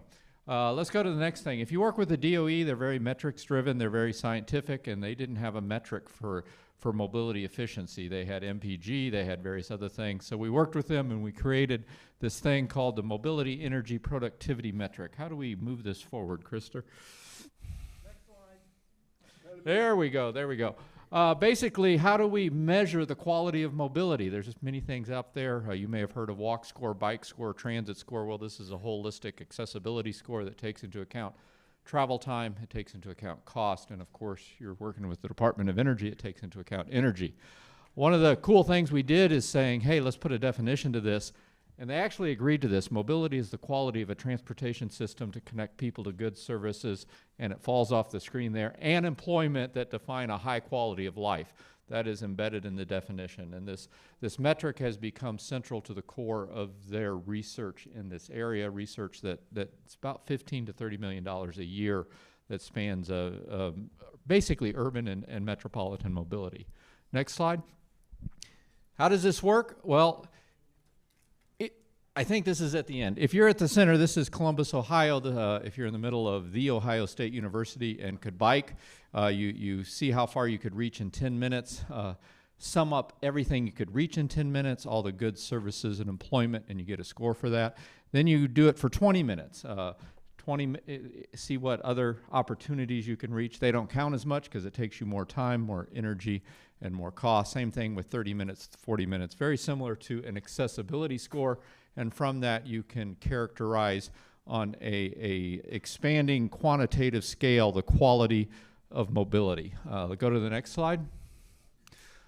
Basically, this is what we get when we're done, and this is the visual. If you're able to drive a vehicle in Columbus, Ohio, and Columbus was pretty much developed during the automobile era, this is what your world looks like to you if you're thinking about accessing a job or applying for a job or getting some goods and services.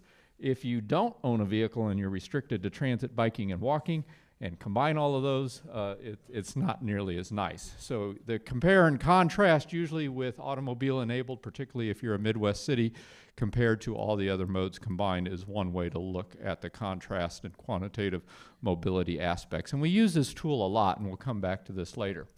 I want to change gears a little bit. At the National Renewable Energy Lab, we've been watching a few things. Next slide, please.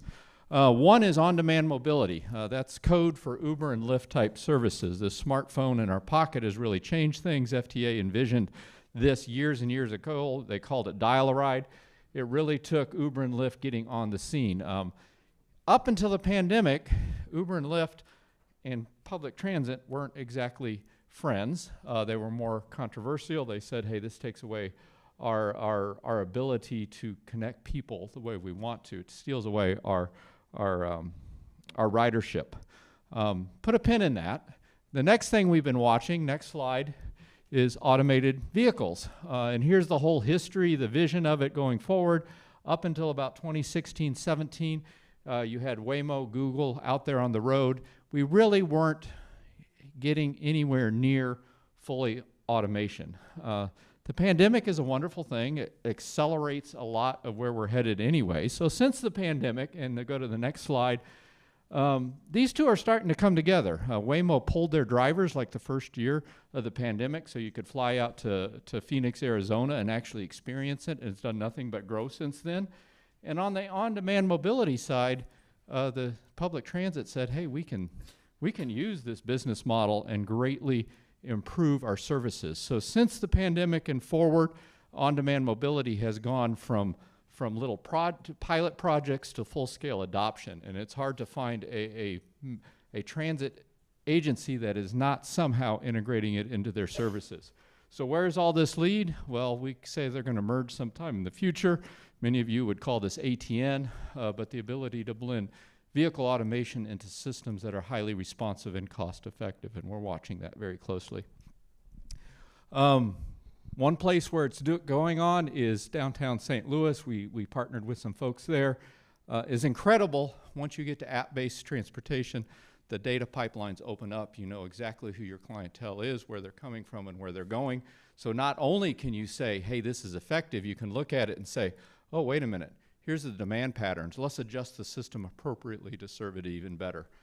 There's a gentleman that tracks all this, the growth of these on-demand systems, both commercial and pilot. We need to give him credit there. It's kind of cut off. But if you could see the timeline, you could see how fast this is catching on, and we're watching this closely. Next slide. The poster child for this is Arlington, Texas. A city, if I get the numbers right, 400,000 people. They voted down public transit 4 decades in a row. About 6-8 years ago, they started fiddling with on-demand mobility. It's grown. They've expanded it to their whole city. They have a fleet of slightly less than 100 minivans, all orchestrated by a commercial software package supported by VIA. It's more or less minivan-based. You have to share the ride, Uber and Lyft service, and it is growing like crazy. If you look at the chart in the upper right, you can see the dip during the pandemic, but even after that, it grows and grows rapidly. So how do you envision this? Arlington, of course, was a transit desert. Dallas, of course, has Dallas Area Rapid Transit. They're also doing something similar and trying to figure out how to integrate it appropriately to their interregional transportation systems. How are we doing on time, Krister? Fine. Okay, last couple slides here, bringing this all back together. What does MEP look like for Arlington, Texas? If you take the before, bike and transit, it's mainly bike, by the way. They have very little transit assets before they brought on their on-demand mobility. That's what it looks like. And if you add their new on-demand transit system, it goes from red to green. A lot of things in there to dive into, but don't have time today, but that's what we're trying to characterize. Next slide. Some thoughts moving forward. I've been following this crowd my entire career, wondering why Morgantown never scaled, wondering why Heathrow Terminal 5 never scaled. You just put something in there. I'm an old highway engineer, so I started thinking about this. And the automation side is coming along, but what are we missing? Well, I started thinking about infrastructure and started thinking about safety. Dedicated infrastructure is expensive. 1 minute. Okay. Most of our ideas of our infrastructure are shared. Maybe we need to think of that with respect to ATN, not a customized guideway, but a public guideway. And if you meet the rules of this new AV world, it's a way to get more use and utility. Safety side, there's a lot of discussion. We have to be at least as safe as human drivers. I don't think that's the standard. One accident shut down Uber's effort. One accident brought Cruise to a halt. There's a lot in there. The safest system we have today is air travel, and a lot of people are afraid to travel by airplane. Well, Morgantown, there you go. It's both a statistical thing we have to pay attention to, but it's also a human security feeling of comfort, and cracking that one is going to be difficult. I think that's all I had, unless there's another slide. We'll save the thought experiments for a beer. Oh yeah, and if you look forward, we're going to skip this. We'll save this for the next panel, kind of looking forward and what automated transit networks may look like in the future.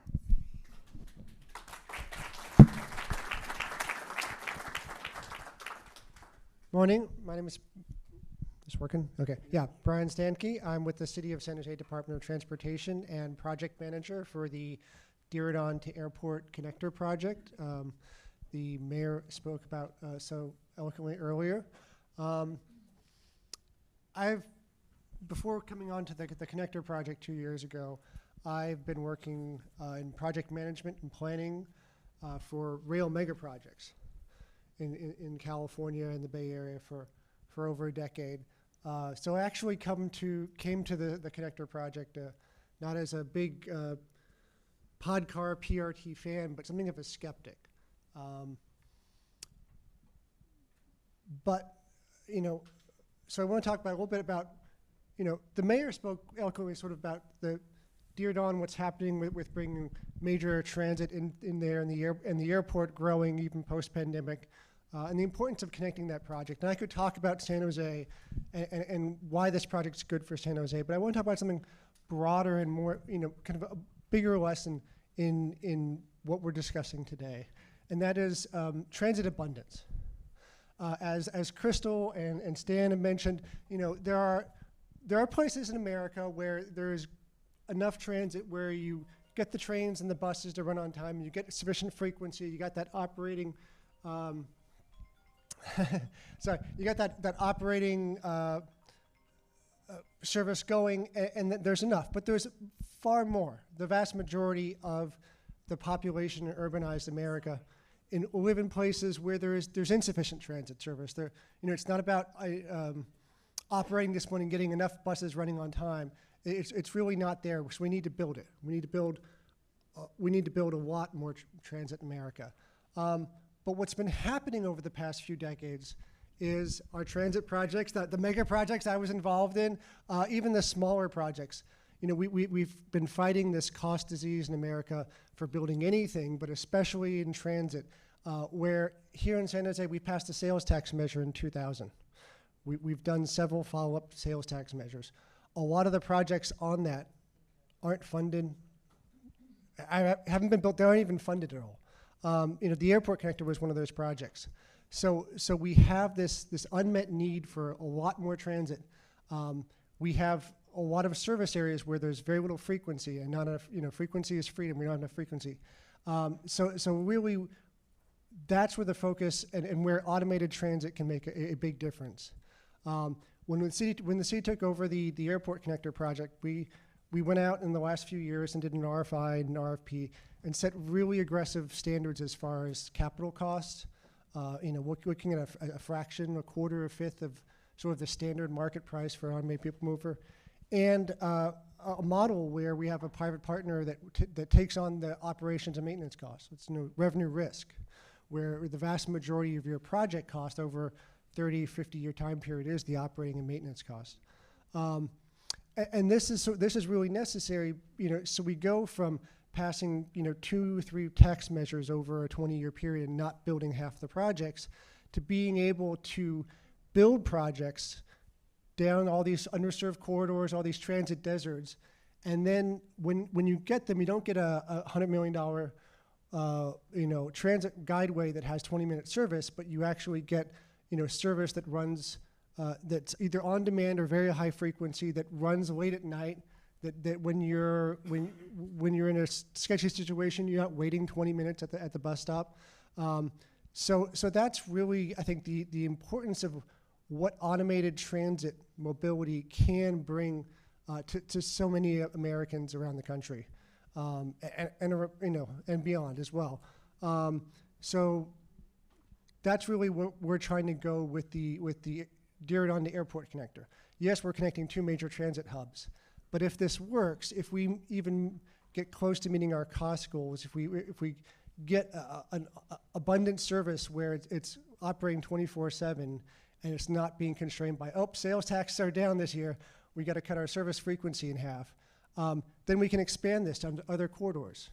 You know, whether it's Stevens Creek, whether it's going down to the lower income parts of San Jose and East San Jose, that, you know, going to the south, it's providing that additional service. And I think, you know, why automated transit can kind of break through these barriers of capital cost and service frequency is another thing we need to kind of recognize is, you know, I came from like, we got big trains, you know, BART train, 800 people, high-speed rail, 1,000 people going 200 miles an hour. That's real transit, right?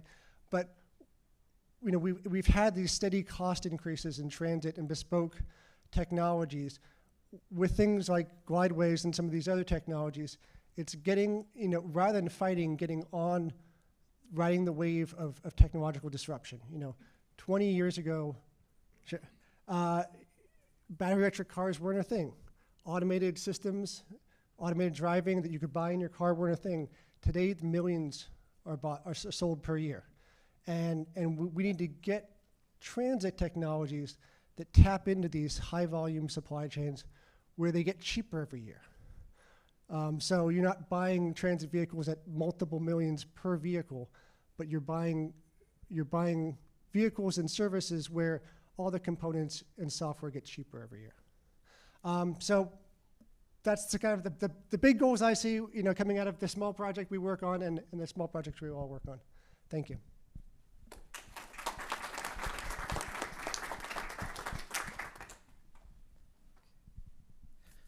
Hi, everyone. Thanks for letting me be a part of this. I'm Steve Ruger. I am the city manager of a small town in Colorado called Trinidad. Let me give you just a little background on me. Local government is my life. I have a bachelor's in sociology and a master's in public administration from the University of Kansas. And I love local government. In the political climate we're in now, it's a lot harder than it used to be, but I guess that makes it fun as well. So a little bit about Trinidad, Colorado. We're a tiny town, only 8,300 people, but the history there is tremendous. Labor rights were born out of our coal mines, so modern union rights were born out of there. Modern day fire codes, a lot of that stemmed from our historic theater that was built by a prominent architectural team, the Rapp brothers, who also designed many historic buildings in Santa Fe, New Mexico. Our entire downtown is in a National Historic District, and it's been that way since 1972. I really feel strongly that our architect is unparalleled. It is absolutely beautiful. We haven't historically been an affluent community because of the boom and bust of the coal industry, but what that means is there wasn't really a lot of money for downtown redevelopment, which fortunately today I think is a godsend for us to have these beautiful structures preserved. We're eligible for the highest amount of historic tax credits really in the nation. So tremendous place. But so I have several things that I wanted to quickly touch on. So a couple other things about Trinidad just from a transportation history. One of my favorite buildings in town is the Yellow Cab building that's no longer operational. But for a town of 8,300 people back in the day, robust taxi service. We had cable cars that went down our main street, and then we have a subsidiary to Main Street called Commercial Street, which for any other small town would be their main street. So public transportation was to the fore back in the day before the automobiles arrived. Fun fact, Al Capone lived in Trinidad for about 14 years. I've heard there are old mafia tunnels underneath our downtown buildings, but I haven't been invited to go crawl around in them yet. Hoping to do that someday. So the project, I'm not going to get into too much about the details, but Peter Muller from VUBA hit us up about an opportunity to apply for some federal grant money to build an ATN that's basically an on-demand system that Peter will talk to you more about later on. It's huge for us. So there's so many things that it could really help us out as a small town, and I'm hoping that as a quasi-demonstration project, if we're successful, it'll be a great benchmark for how even in urban areas you could create localized transportation networks that may be specific towards a certain area of town's needs, that type of thing. So really, really excited about this. One of the things I wanted to mention, there's a few of us here from Colorado. Our governor right now, maybe taking some of the lead from the California governor, is very focused on housing. So last year, through the legislative process, Senate Bill 213 proposed sweeping changes where the state would really kind of take over much of local government's land use rights. And what it required, a couple of things. It basically gave any homeowner a use by right to add an accessory dwelling unit. It also amended we have a department in Colorado called the Department of Local Government Affairs, DOLA. Traditionally, they've been a support agency for local governments. It would have changed that agency into a regulatory agency over local governments. But a couple of tenets of the bill on the transportation side that I think are really important, it required high-density development anywhere there was a transportation hub. And then beyond that, of course, the accessory dwelling units. From a local government perspective, what that does for us is it sets us up in a situation, okay, now you're gonna have twice the vehicles at every household. And already I think, some of us see the people who have 6 kids and 20 cars parked out in front of their house. So it's a nightmare from that standpoint. I think this is gonna be the future though, as far as legislation's concerned. And so these transportation networks and coming up with solutions, really, I think we're about 50 years out of date on having these conversations, but I'm glad we're having them now. The next thing I wanted to talk about was Trinidad's community needs specifically. So we have an older population. We have families that have lived in our community generationally for 150 years plus. Lots of little old ladies, little old men who live independently, but maybe are past the point where they can drive, but they still require access to services. And I don't think we can discount the importance of aging in place. That's something our country doesn't really do well. But what an opportunity for Trinidad if we were to build a robust transportation system that might give people not only independence, but the opportunity to stay home. To live where they want to live and to be part of a community that they love and have a vast history in. One of the things that we've been dealing with, Trinidad is not unique to homelessness. We have a sizable homeless population. And right now, most of you probably know, maybe not, I think it was about 2010, the Supreme Court of the United States banned municipalities from removing homeless people from public spaces unless there's an alternative location for them to go.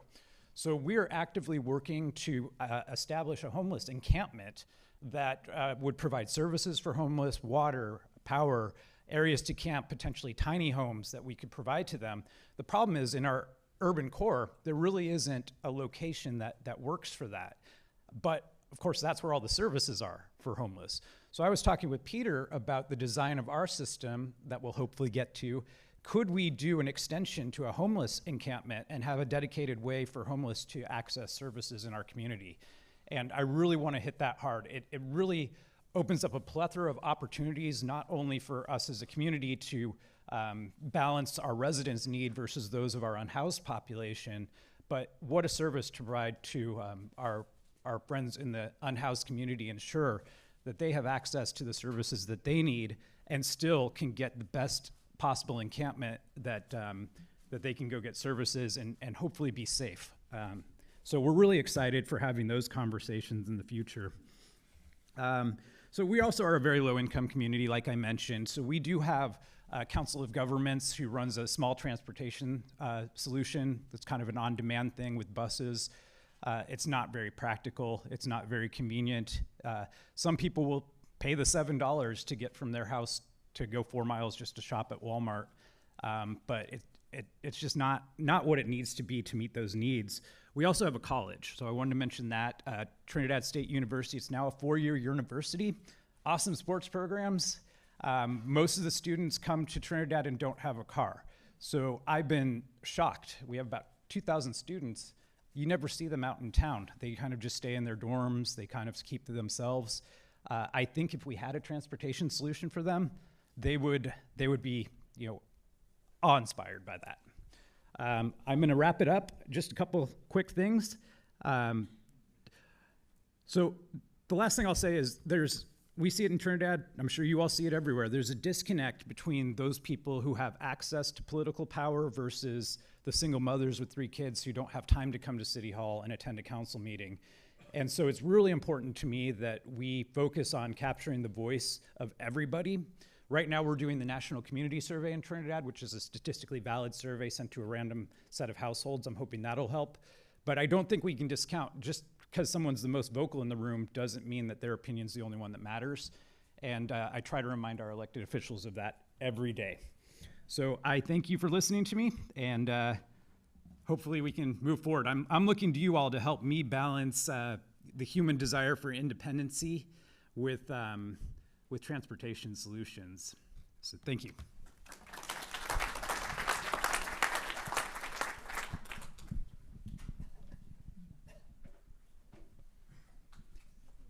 Good morning, everybody. My name is Kit Din. I work at the Jacksonville Transportation Authority, And I'm actually recent to Jacksonville. I've been there for a little bit less than 2 months now. So a little bit about Jacksonville. So we actually have a really bold, ambitious program called the Ultimate Urban Circulator. So in total, that would be approximately 10 miles of autonomous vehicle transit service across 3 different phases of this program. And so phase 1 is actually federally grant funded through the US DOT build grant, better utilizing investments to leverage development. And as you might know, previously it was known as a Tiger Grant. I believe now it's known as the RAISE Grant. So phase 1 basically is approximately a 3.2 mile autonomous vehicle transit service. It's a circulator that connects our urban core downtown in the western side of downtown to the eastern side of our sports and entertainment complex. And that's where Jacksonville Jaguars football stadium is. There's also an arena there and also a minor league baseball stadium. So the overall objective of this particular phase 1 is to provide more accessible, equitable, and more frequent service to connect these 2 parts of our downtown, which there aren't as many good options currently to provide that frequent service. Phase 2 is a little bit more of an ambitious kind of look at introducing autonomous transit vehicles. Basically, in the late 1980s, the JTA actually commissioned a 2.5 mile Skyway train service. So I don't have as much history and background there, but however, that system is a little bit antiquated now, and it was never extended or extended. So phase 2 is basically looking at modernizing and leveraging that infrastructure that was put in place and transforming that into an elevated roadway for connected and automated vehicles. So phase 2 would actually connect at above grade down to street level and vice versa to phase 1.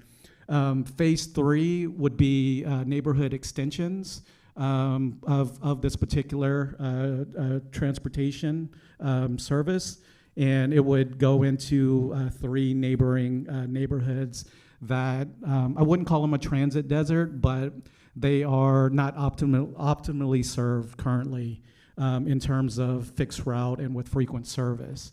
So the overall vision of the JTA is a thriving and connected Northeast Florida, region-wide, powered by seamless mobility. So we really view autonomous vehicle transit service as a really important tool within the toolkit of providing that seamless mobility.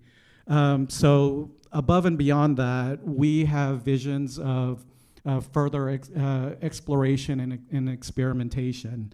As Crystal mentioned, there's still a lot of transit deserts where folks are not optimally served.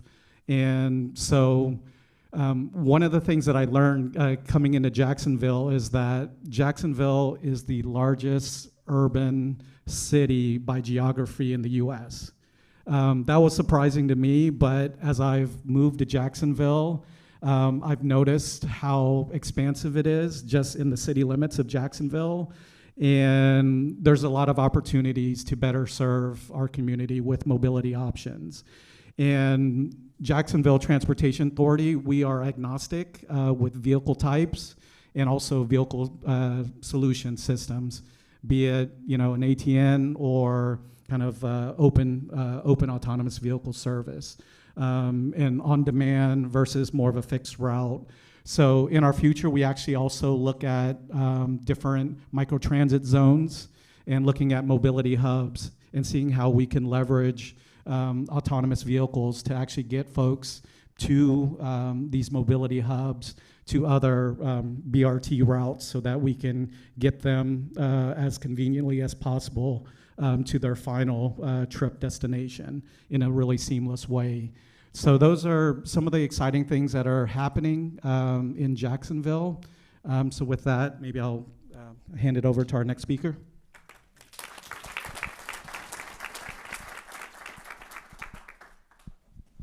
Oh, thank you very much. My name is Jim Davis. A little bit about my history. I was a law enforcement officer for 38 years. You can sort of tell by my lapel pin. And I'm going to be moving around a lot because one of the things I learned in law enforcement is you don't want to be a stationary target. And I don't necessarily like microphones either because I have a very large and loud voice, and I have been proven this because you'll have a discussion with your wife or significant other, and there'll be a little spike in the conversation, and you're smart, you walk away before you start the fire. And I've been in my bedroom at one end of the house, and my wife has been in the kitchen at the other end of the house, and I'll mutter something, she says, "I heard that." So I'll put up with a microphone because this is a very large room, and I want to make sure that everybody hears what I might have to say. A little bit of, back to my history. I have an Associate of Science degree in criminal justice. I have a Bachelor of Arts degree in political science, and I have a master's degree in political science, so that keeps me into the political field, which is something that is important to the issue of podcars and transportation. Because as we look at these different venues of transportation, they all have something to do in one respect or another with public councils and our political system.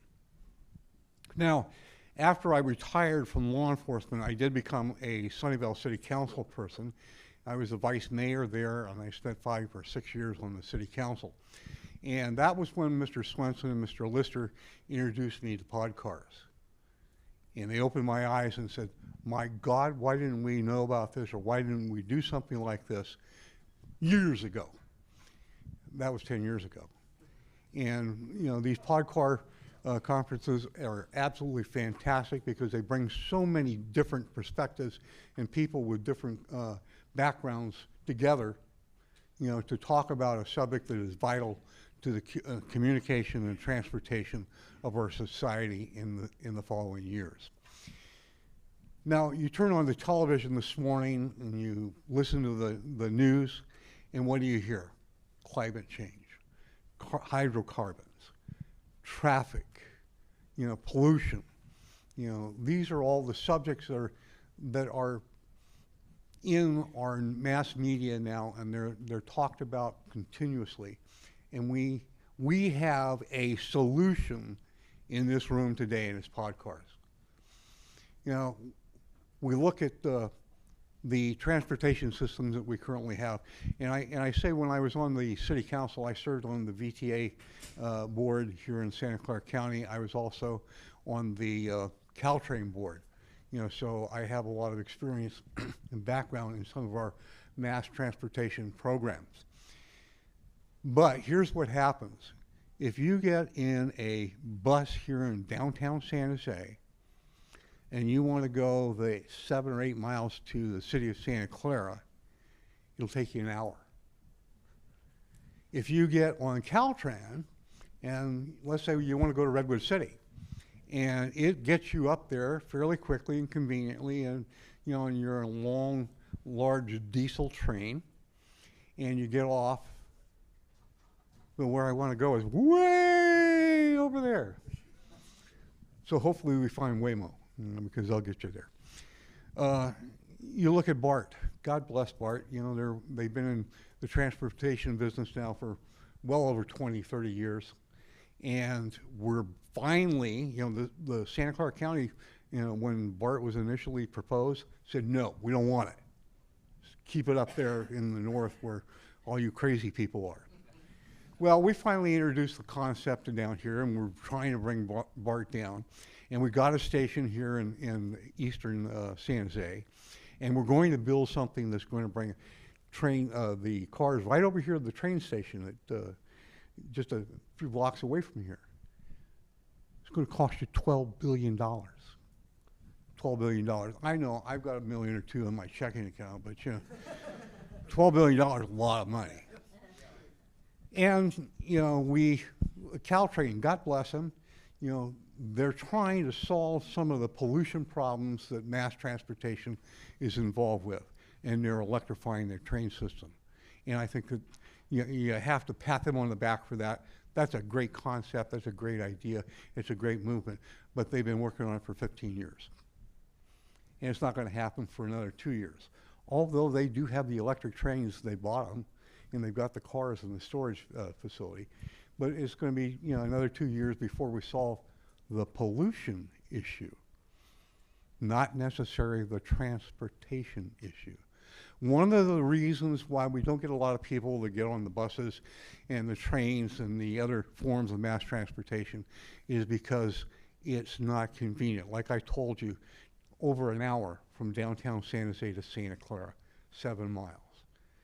You know, we get on the bus and it stops at every corner. And how often do you want to really get involved in that kind of transportation? You don't.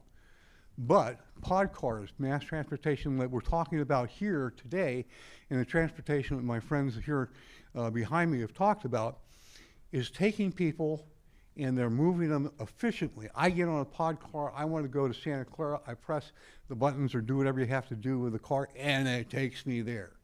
I don't have to stop every place. It also solves some of the emission problems that we currently have. You know, a lot of our buses are hydrogen powered, they're diesel powered. You know, we don't have any gasoline powered buses anymore. But there's still the combustion of hydrocarbons in our atmosphere, something that we have to address. Well, Podcars are addressing that. They're, you know, we're doing it by electricity, and we're doing it with solar electricity. So we're not using energy that is contributing to the downfall of our environment. And we're doing these in building Podcars, or building systems like this are so much cheaper than BART. Because it takes millions of dollars to move that system from 1 mile to 2 miles. It takes millions of dollars to upgrade the system for our train system. I don't know if we're ever going to solve the problem with buses. But Podcars, you know, we can install these systems at a much cheaper rate per mile construction than any of the other transportation systems. It's going to be more convenient for the people who are going to use it, who are going to ride it. And it's going to be something that is going to be very beneficial to our community.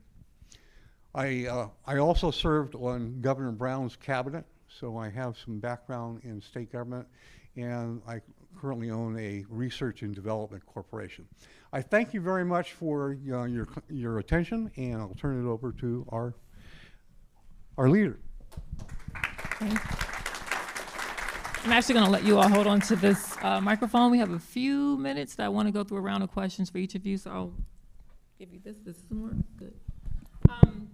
So I heard a lot about, again, trying to close a lot of the transit deserts, trying to create more options for mobility for those trying to get to and from work, school.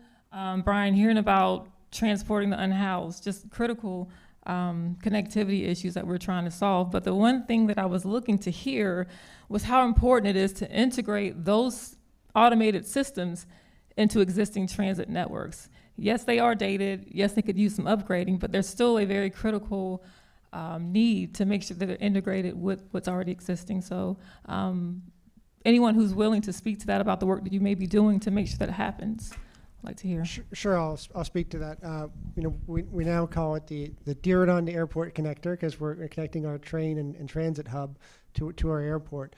As part of our procurement process for that project, we made clear that in our pre-development agreement with our private party that once we get through the planning and the design and the construction, the system does need to integrate either with the Bay Area transit fare system or the statewide the Cal ITP system, so that transit integration and then also being included in the region-wide low-income fare discount program are expectations we're putting out there right up front, because really the way we see this is this is a way to provide more transit to more places with that high frequency,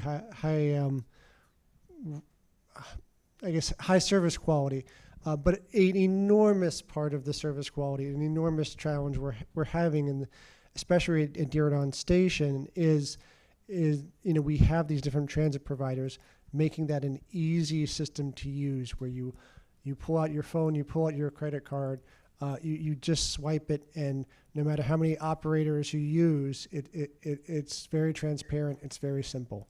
So that's something we're struggling with in Bay Area. We're making slow progress on, but we wrote that right into our procurement, that this is something we expect them to do.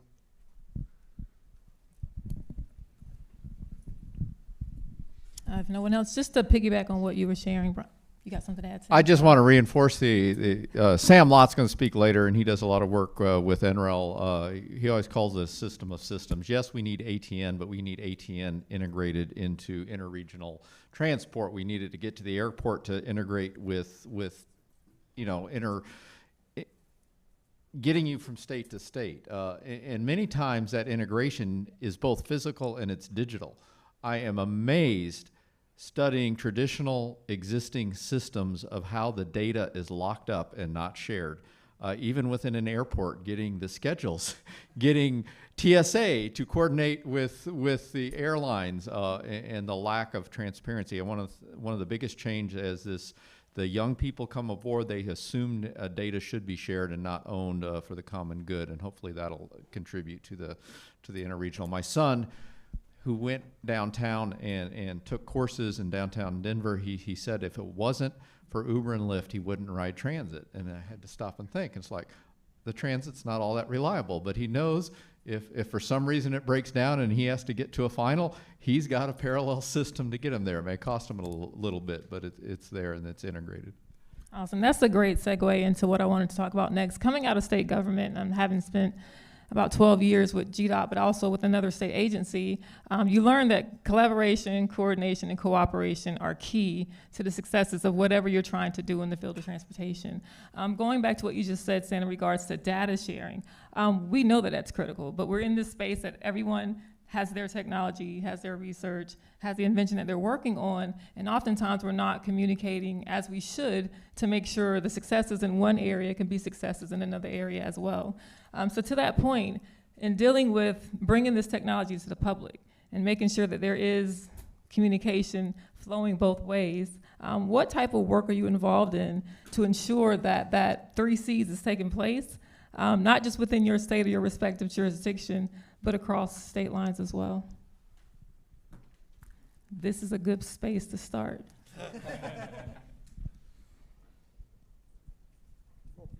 Sure, I'll just say, with regard to collaboration across state lines, the city of San Jose, we're part of an informal group.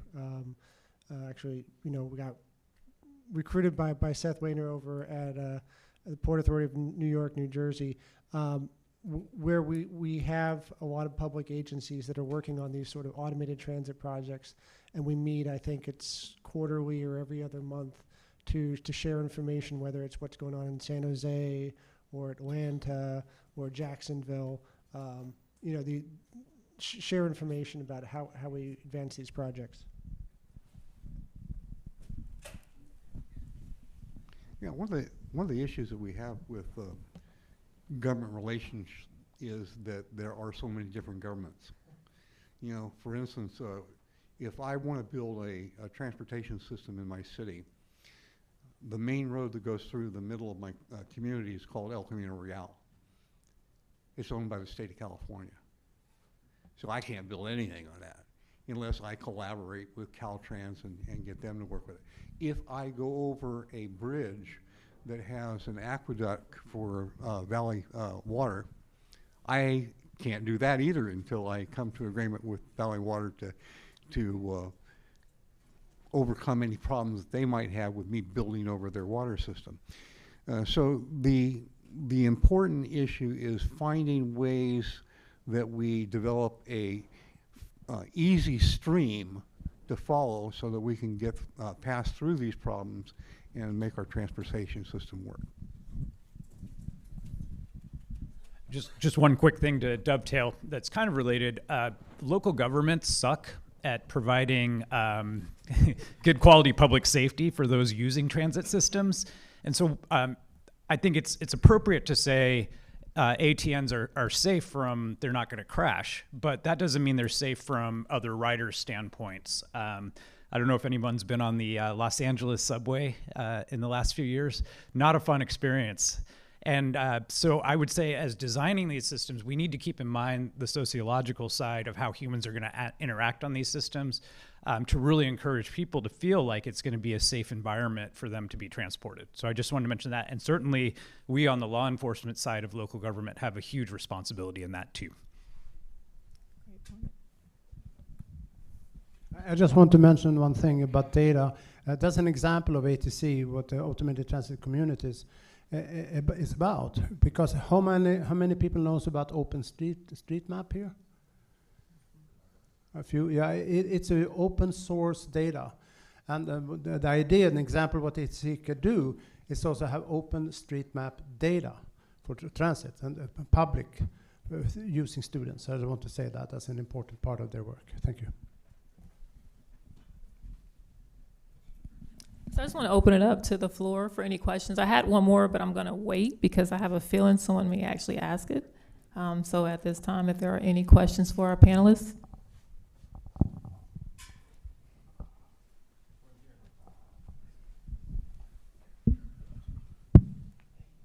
Crystal, this is a question for you personally, but also for Stan.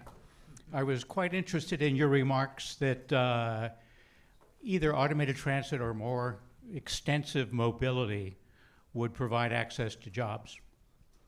We have, I think, a very serious problem in access to jobs for people that are low income and concentrated in certain areas of urban settings. Why aren't the organizations that have a vested interest in moving access to those jobs, why aren't they in the forefront of transportation solutions? So I'm not going to steal the thunder of my executive director because you're going to hear more about the work that's actually occurring in Atlanta. But I can say proudly that our public transit agency that is the biggest service provider in Atlanta Metro is actually very much in support of the work that we do. As a community improvement district, we're just uniquely set up that we're not having to deal with a lot of the bureaucratic red tape that local government deals with. So sometimes when you're dealing with those agencies who have to pull in federal funding, the federal funding policy and the regulations we know are extremely strict, and it makes it very difficult for them to push this type of innovation forward. So working with the CID like ourselves, and we have many CIDs in the state of Georgia, again, we have the support of the largest transit provider within our state as well as local government, and we're working even with our state government. Our Georgia DOT is very much in support of the work that we do. So they're at the forefront, but we're leading the charge because of who we are and how we can operate as a CID. We've done a couple of studies that relate to the efficiency of connecting disadvantaged communities to major employment hubs.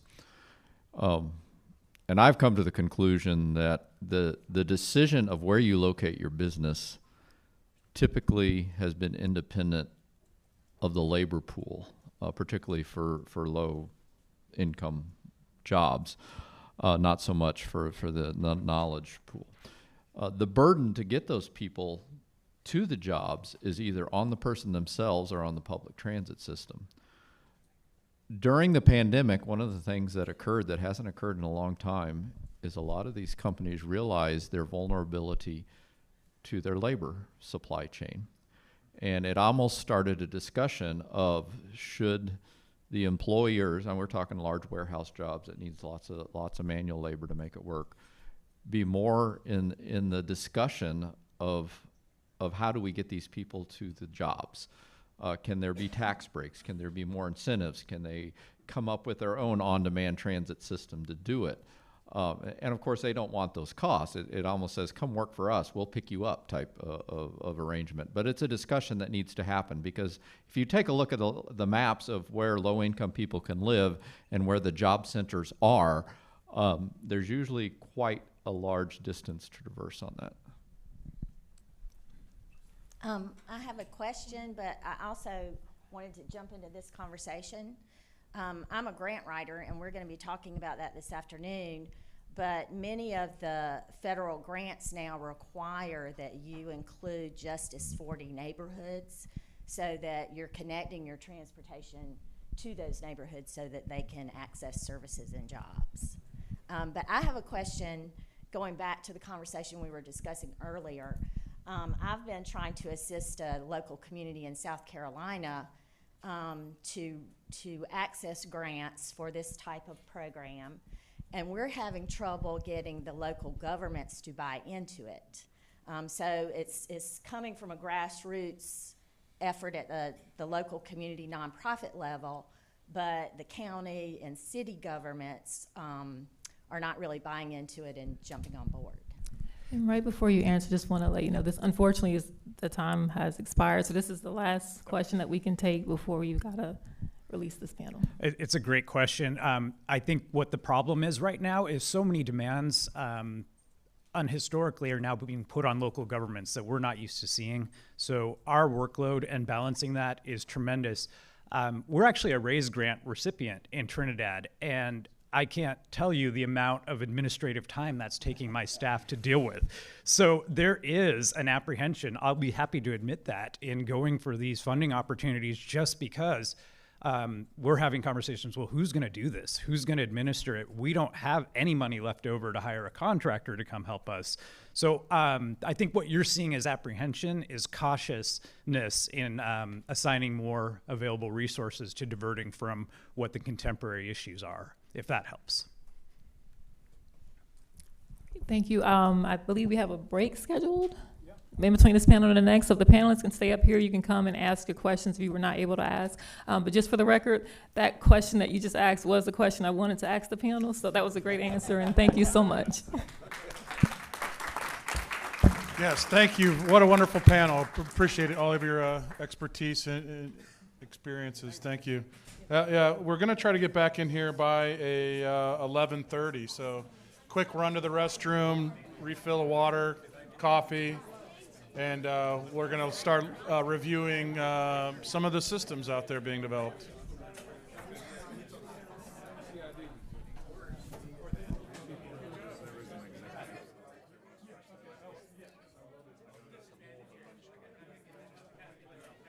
Hey, I also wanted to let everybody know that Glideways is set up out front in the plaza, and there's going to be plenty of time at lunch to do that. But if you need to stretch your legs, get some fresh air, they're out there and ready to show their vehicle.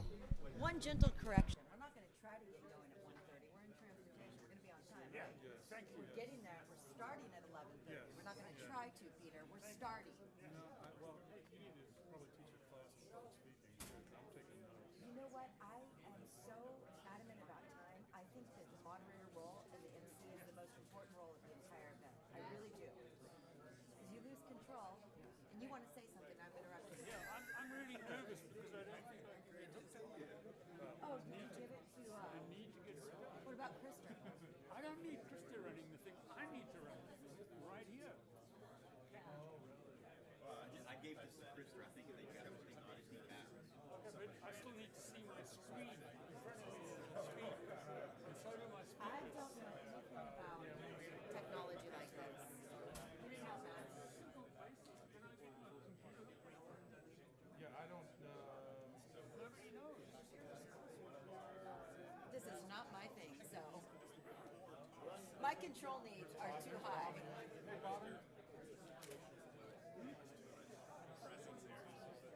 there any way you could help hook this computer up to? Can I hook this computer up? If you log into the Zoom, then it will show on here. Okay. If you have the Zoom number, you can make No, it. I don't have the Zoom number. Can you give that to me? Let me get it. Sorry. Hey, Krister, can you come up to the front, Krister, if you're around?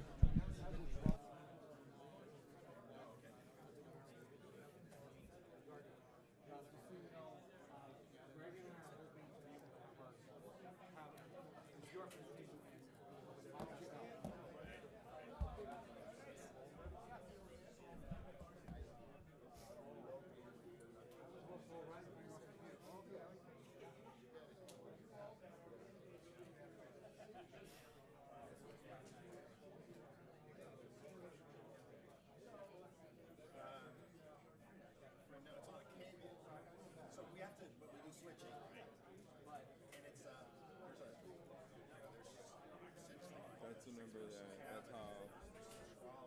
Can you email that to me or something? I mean, Just this number right here. If you log in, if you go to Zoom.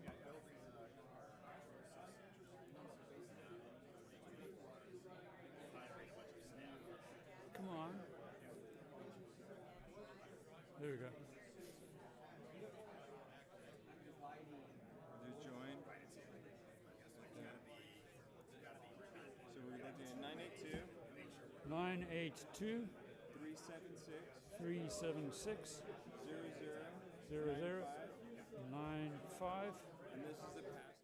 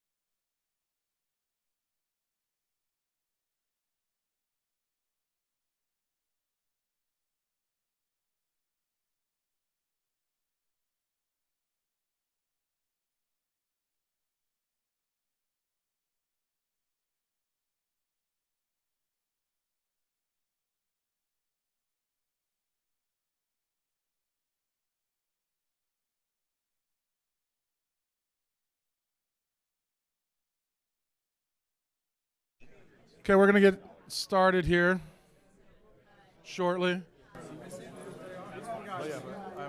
Do you have all the presentations now? Yeah, he's got it. Okay. And you know how to send it to him so he can get it? I haven't logged in to the Zoom meeting now and I admitted him. Oh, here's power. Yeah, I just don't have another ready for him. No problem. I figure I saw people needed extra.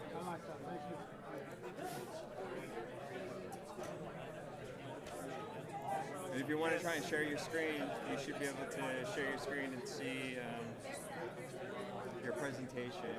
Yeah, I just need to get all these PowerPoints uploaded first.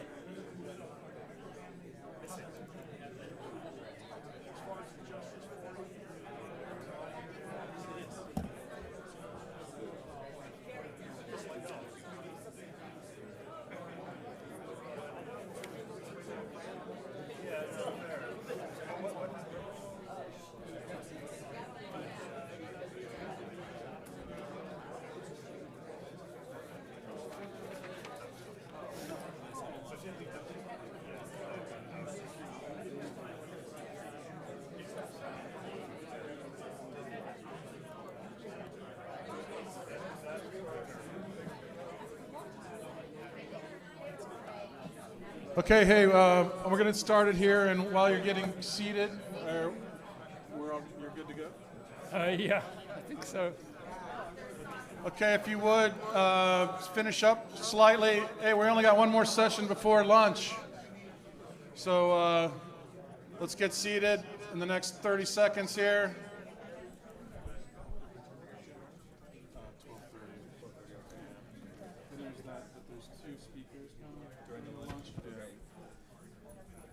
So we're going to take like the first 30 minutes. First 30 minutes, get your box lunch. Yeah, exactly. Okay.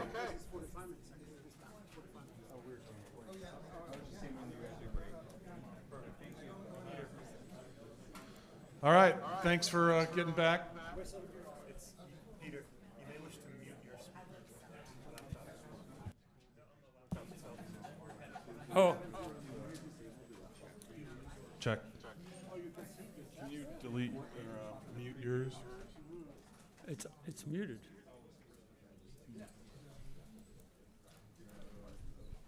Why don't you speak and see what happens? Check, check. Check, check.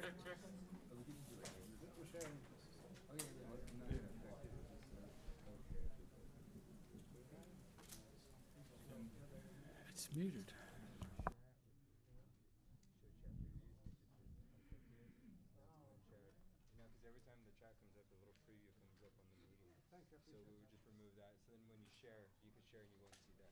We might have one more challenge here. We got a reverb. I don't know. It's muted here, but it's still coming through. You've got to mute the speaker on your laptop and pull the volume all the way down. Okay. I know what to do now. Okay.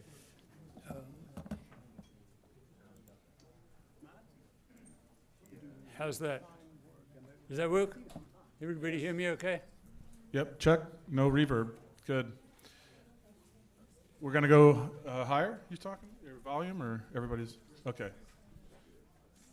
You can hear? Oh, I don't know.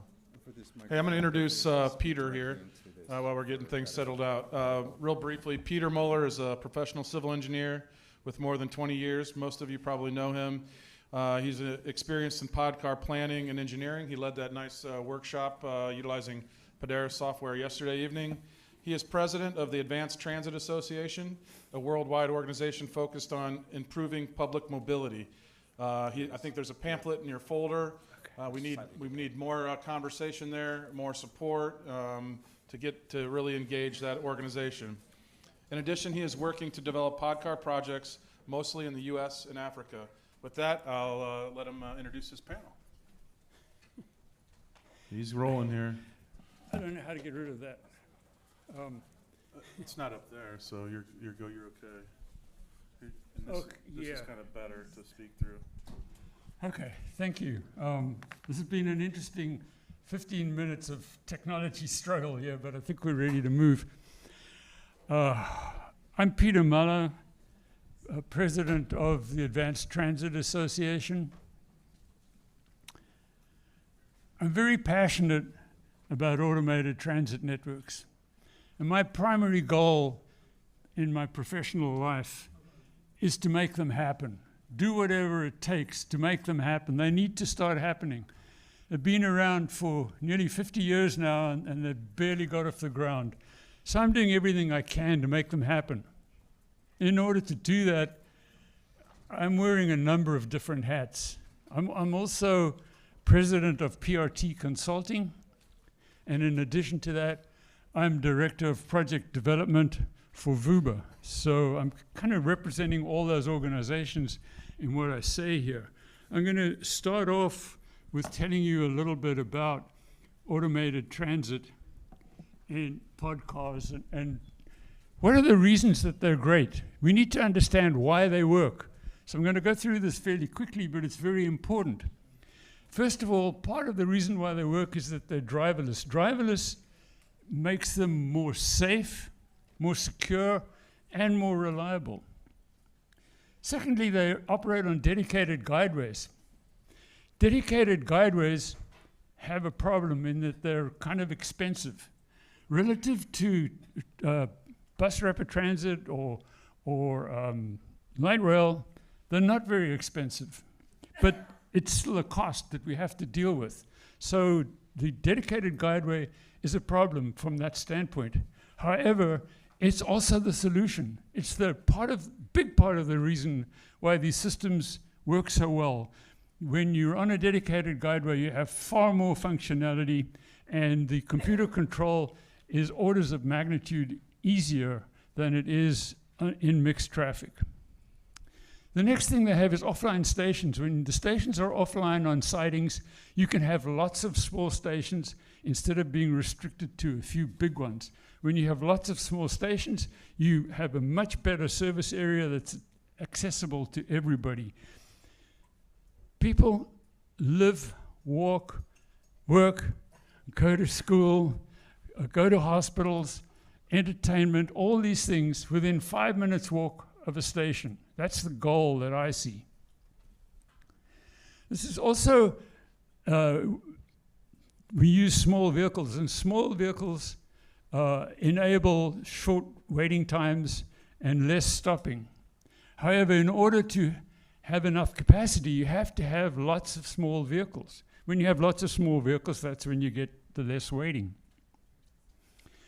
Onboard switching is a key differentiator between these systems and other systems like light rail and automated people movers. When you have onboard switching, the vehicles can be very close to each other. And that enables us to have similar or greater capacity than big vehicles that have rail switching. And finally, another advantage of the guideway is if we elevate it, the dedicated guideway, then we can have a very small footprint, and we can easily retrofit into existing communities.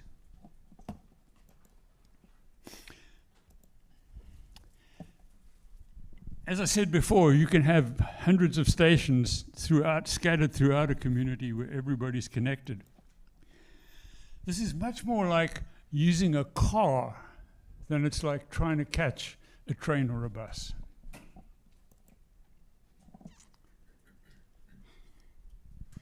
So I want to quickly demonstrate how stations work. This is a small downtown at-grade station. And as you can see, the station, the guideways, and everything fits behind the sidewalk in an existing downtown environment. Notice that the vehicle floor, the platform, and the sidewalk are all at the same grade, at same elevation, so it's roll on, roll off with wheelchairs and strollers. Vehicles coming to the station come down into the station, vehicles bypassing it go by above. What we're seeing here is a small station that is accommodating about 1,000 boardings in an hour. That would take 20 large buses to do the same job. But here, passengers come and go in a constant stream through the station. It's like sending water through a hose, as opposed to passengers collecting into large groups to get on large vehicles like buses, which is more like moving water in large buckets. So I want to quickly explain the network effect. This causes revenues to rise faster than costs as we add stations. So when you have 2 stations, you only have 2 options. You can either go there or you can come back. But if you double the number of stations to 4, all of a sudden you've got 12 options. So the connectivity of the network increases approximately as a square of the number of stations that you have. So this means, so that means that the larger the system is, the more efficient it is. And when it gets large enough, it has the potential to cover not only its own operating costs, but its own capital costs as well. Now I want to talk about a project we're calling Reconnect Trinidad and demonstrating ATN. This is as Steve mentioned, Trinidad is divided and it lacks connectivity and good transit, and it has a lot of people with persistent poverty. But the fundamental problem is way bigger than Trinidad. What we're trying to solve is the fact that not very many people use transit. It's not very good. So ATN has 3 problems that need to be addressed. It's pretty much unknown. People who know about it tend not to understand it. And even then, it's not well proven. These are 3 issues that we think need to be addressed in order to get ATN off the ground. And the way to address that is to build a demonstration system and prove that it works and show the world that it really does what it can do. And that's going to cost about $1 billion to build a 100-station demonstration system. And the problem with that is it's a lot of money to get, even from the federal government. It's a lot of money to get, and the problem is it's difficult to find a city that wants to build a 100-station demonstration system. Nobody wants to be first or take that risk. So what we could do is just build a test track, and some systems here have already built test tracks, and they do prove some things, but they don't prove integration into the urban environment, and they don't prove public use and acceptance. So we need something that does all of these things. And we think we can accomplish that for about $150 million. Still a lot of money, but now it's reasonable. You can probably get grants for most or all of that. And then we can show the technology really works, and we can prove that it's scalable using hardware-in-the-loop methodology, which I don't have time to go into now. We can prove and calibrate the network effect. We can prove the ridership. We can prove public acceptance and integration into the urban environment. And we can probably get funding for this. We've applied for a SMART grant to get started. And working in a small community, this can be done very quickly, as opposed to, as you heard, in any bigger city, you've got all kinds of bureaucracy and things like that that you have to deal with. So this is the project that we're proposing in Trinidad, and it would be built in 2 phases, and we'll be open to accepting bids from any supplier. This is technology agnostic. Sorry, that went back. So what we think the results of this will be is that Trinidad really becomes a 15-minute city. We prove the technology. We prove the scalability. It quickly accelerates the acceptance of ATN and its emergence. And we think that that will then lead to many projects being built. And I'm almost done. And that this will significantly increase transit mode share. Thank you.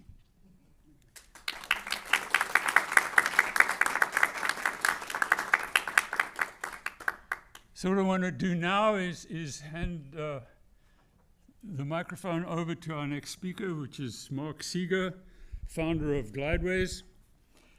He's trained as an engineer, has spent much of his career as a consumer product, climate innovator, and entrepreneur, finding ways to offer better product experiences at lower costs and carbon footprint.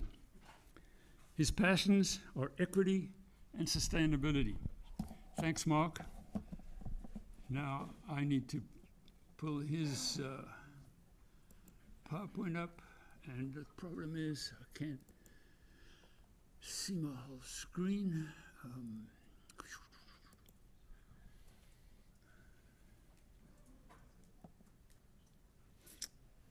I can't see how to minimize my screen.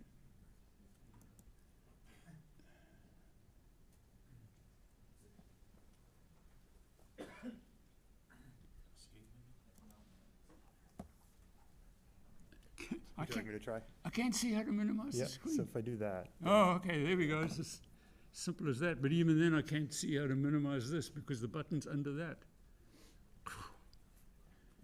So I believe you can move that toolbar just by dragging it down. There you go. Ah, there we go. Okay. So minimize this. Yours is a PowerPoint.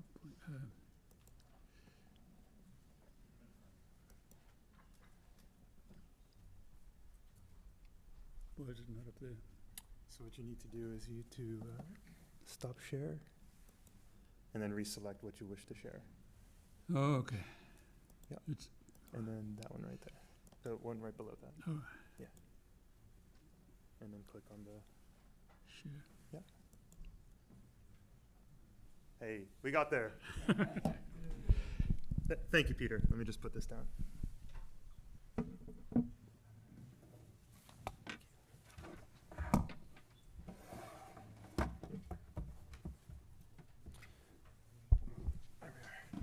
All right, well, good morning, everyone. It is just awesome to be here. I feel like I've come home. I've been on this journey of PRT, personal rapid transit, mass transit, new technologies for a very long time. But being in a room with so many people who have been thinking about this problem so much longer than I have is just extraordinary. So first of all, thank you all for being here. Peter, thank you for setting this up. Krister, thank you for your contribution here as well. My name is Mark Seeger. I'm the founder of a company called Glideways. Our big idea is as counterintuitive as it is paradoxical to combine the terms scalable and mass transit together. But my hope today is to show you how we have achieved this, or at least how we think we have. Okay, let's see.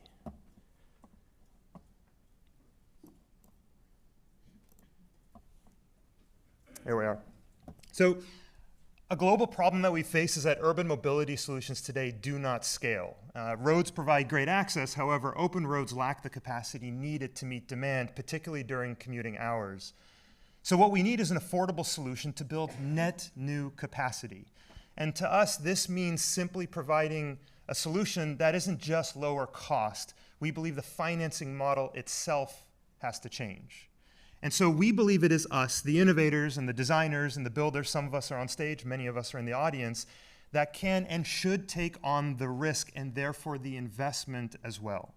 And so to us, the term affordable means financial sustainability, or specifically that the entire CapEx and ongoing operations can be funded entirely through fare box revenue. Now, this simple idea, we have found, attracts private capital as well, and that, we believe, leads to a highly scalable solution.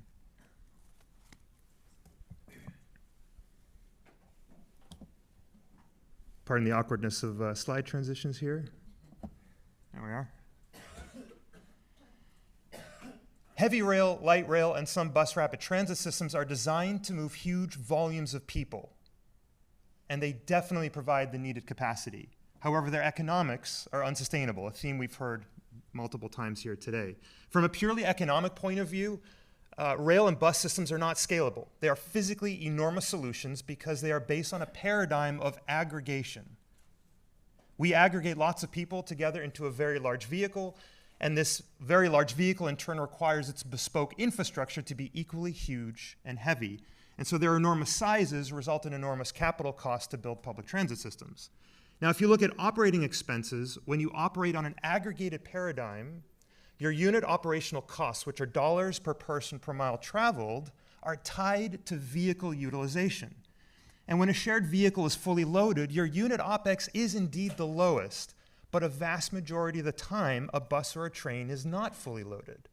Except for a few hours in the morning and the evening, on weekdays, buses and trains are largely underutilized. And this leads to many public transit, rail, and bus systems with fare box recoveries typically around 20 or 30%. If you're lucky. Yes, I'm trying to be polite. So when you have high cost to build and you operate in the red, there's simply a limit to how much you can buy or afford to build. And so you can't scale these solutions to provide the needed net new capacity. There we are. So glideways represent a paradigm shift from aggregation to disaggregation and the business model that this change empowers. We like to think of our solution as ride-hailing at a fraction of the cost and a fraction of the travel time. At the heart of our solution is the concept of equity, a solution we believe that is aligned with the future of urban living.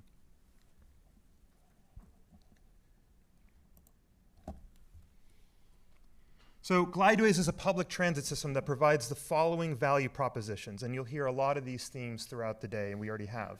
In terms of capacity, we can move around 10,000 people per hour in a tiny 6-foot wide, 2-meter wide lane. That's equivalent to a 5-lane highway in the space of a bike lane. On our system, it costs around 30 to 35 cents per person per mile traveled at those high capacities. And that is true regardless of utilization. And that is what allows us to operate 24/7. This cost allows us to offer fares at today's transit prices and have a margin left over, which is what enables a unique P3 business model that unlocks private financing for our projects. And we can do all of this with a very low energy footprint. So how do we do this? We deploy battery electric autonomous vehicles on dedicated glideways. We disaggregate people into their own vehicle. Every passenger gets their own vehicle, and each vehicle holds up to about 4 people, has room for a fully mechanized wheelchair or a double-wide baby stroller, and has a bike slot built right into the seat. It's big, but it's for one party only. You hail a vehicle with a phone app, just like Uber, or with a kiosk, and vehicles are accessible through what we call access points. That's the name of our station. 1 minute, got it. We'll speak very, very fast. What we do then is to keep these access points offline so that our trunk lanes can operate continuously and you separate the embarkation activity from the flow of the system around it. And what that allows you to do is decouple the density of access points from the concept of high capacity, meaning adding access points, adding stations does not reduce capacity or add stops for other people.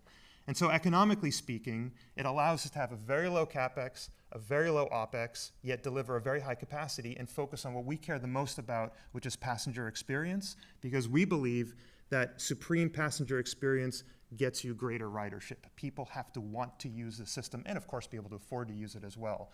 And so we have a maniacal focus at our company to start with the passenger experience design first, before we bring in engineering to figure out how to solve it.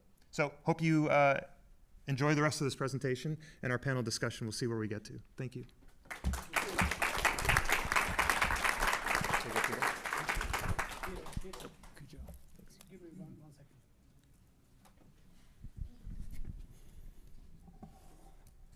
I see a couple of people are holding up the phone to recording. Just so you know, this entire event is being recorded and be published on YouTube. That's what I want to say. Thank you.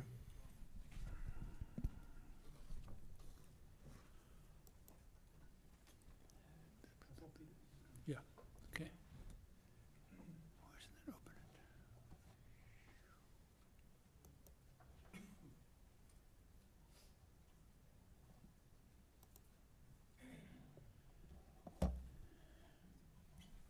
So the next speaker is Alex Kilman from Mojitram. Let's see, can you hear me okay? He's the founder and CEO of Mojitram, graduated from Rice University and got his master's degree in electrical engineering from Stanford.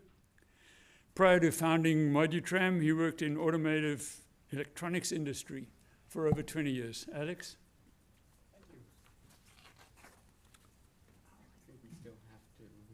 Oh. Share screen. Yeah. You share.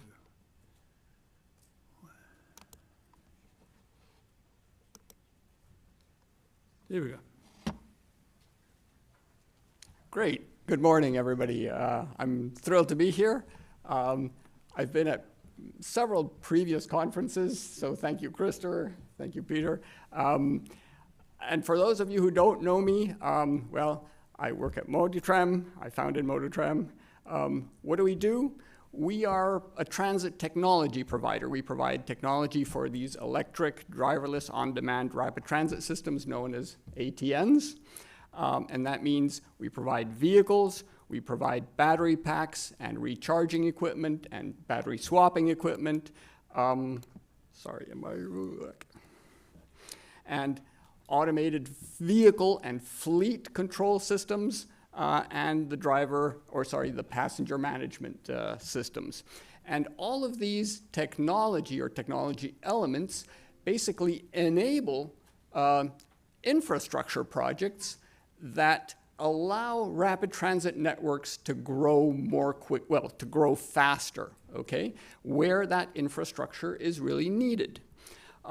We've been around since 2009, and since then we've worked with a lot of governments and received a lot of feedback also from many governments.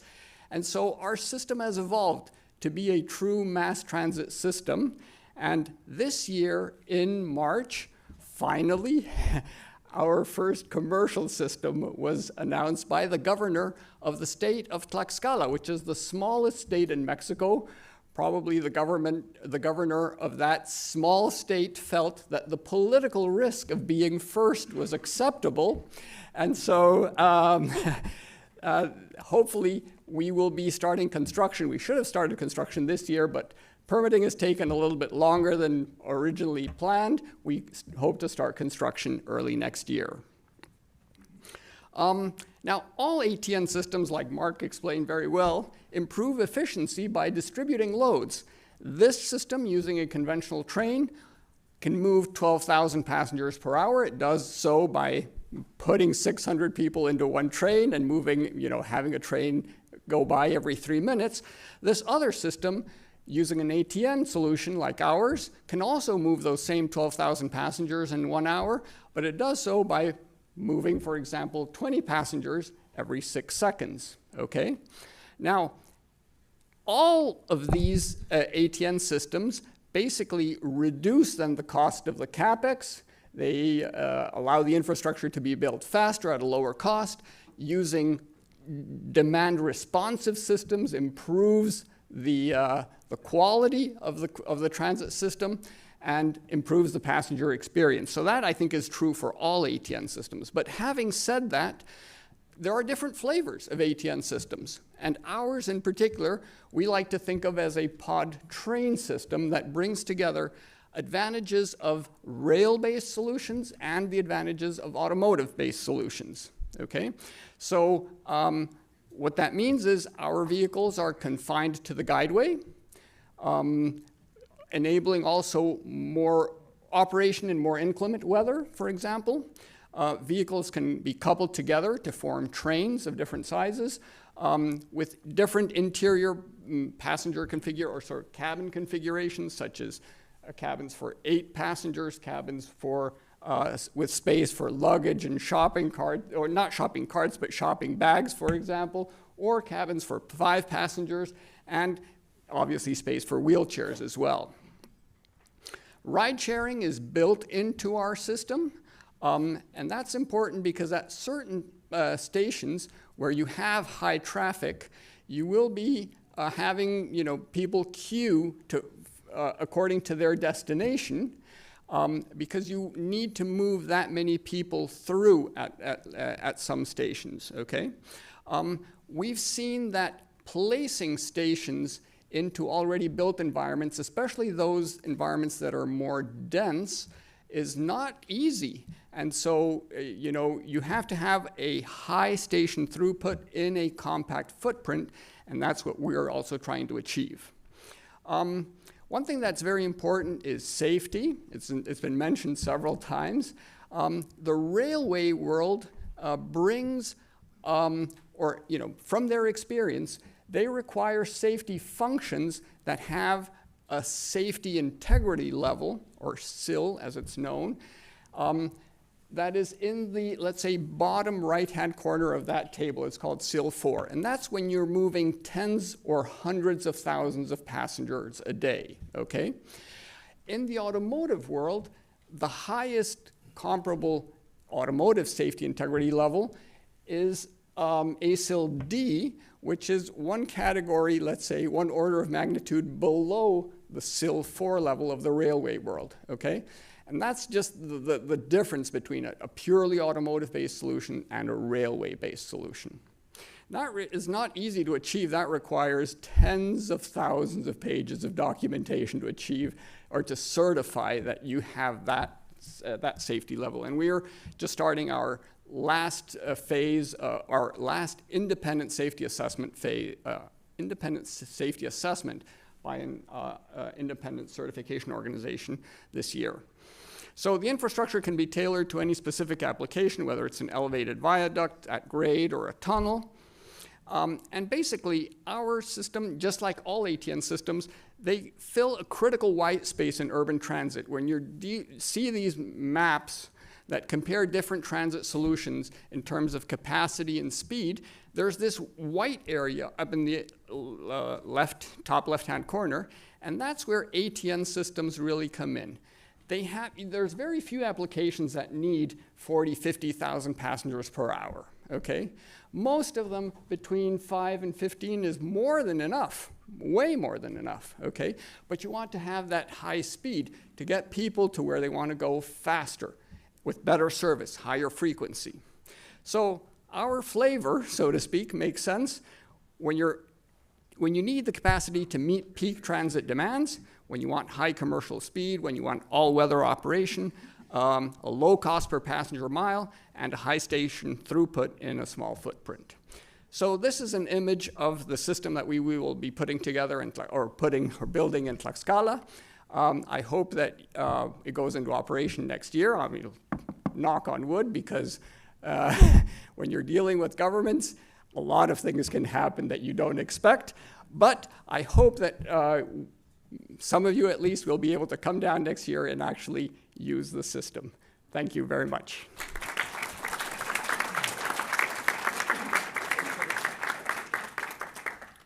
Thanks, Alex. We'll try to move on to the next speaker, which is Gerald Posky. Just let me figure out how to do this again.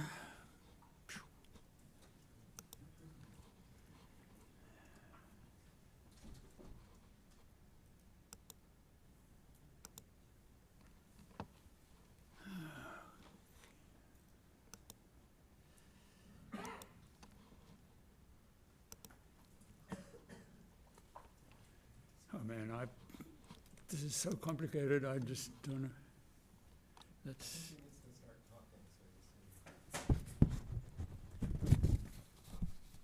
There we go.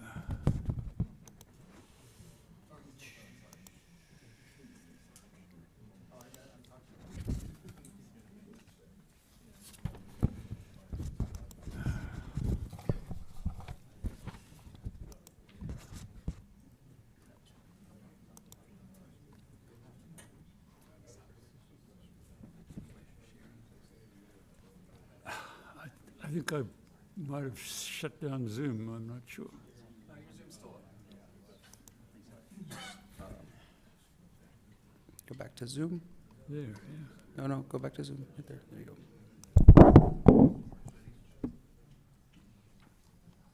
Yeah. Oh, you have the mouse. Yeah, there you go. So now share screen again.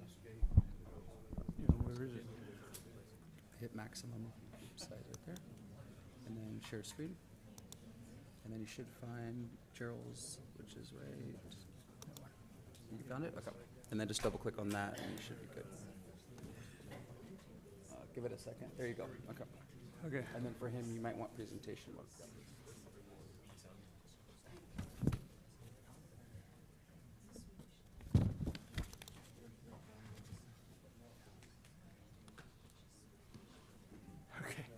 Okay, so Gerald is the founder and CEO of Swift Cities. He's a former project executive for transportation planning and real estate development at Google. He's also one of my predecessors as president of ATRA. Go ahead, Gerald. Your record keeping is good, Peter. So thank you and Christopher for this conference. Luckily, I think I can avoid repeating many of the things that were, by going third, I don't have to repeat what it is and why we're all in this room. But I'm going to explain what brought me to this. I'd been in this field before, but I took a break from transportation and went into real estate. And that brought me a new perspective as being on the other side of the table for the first time. I was in Google's real estate division when we realized that our employees, these sort of best and brightest employees, did not want to anymore live 20 miles away from work. They did not want the Google shuttles, which were famous and successful. They didn't even want to be on those. They wanted to live shorter commutes, more interesting environments, and they were fine with a live, work, play lifestyle. And that's when Google re-envisioned. We have millions of square feet of campus space just in the Bay Area, and these were all being re-envisioned. Mountain View, Sunnyvale, San Jose, into spaces like this. Office, yes. Housing, yes.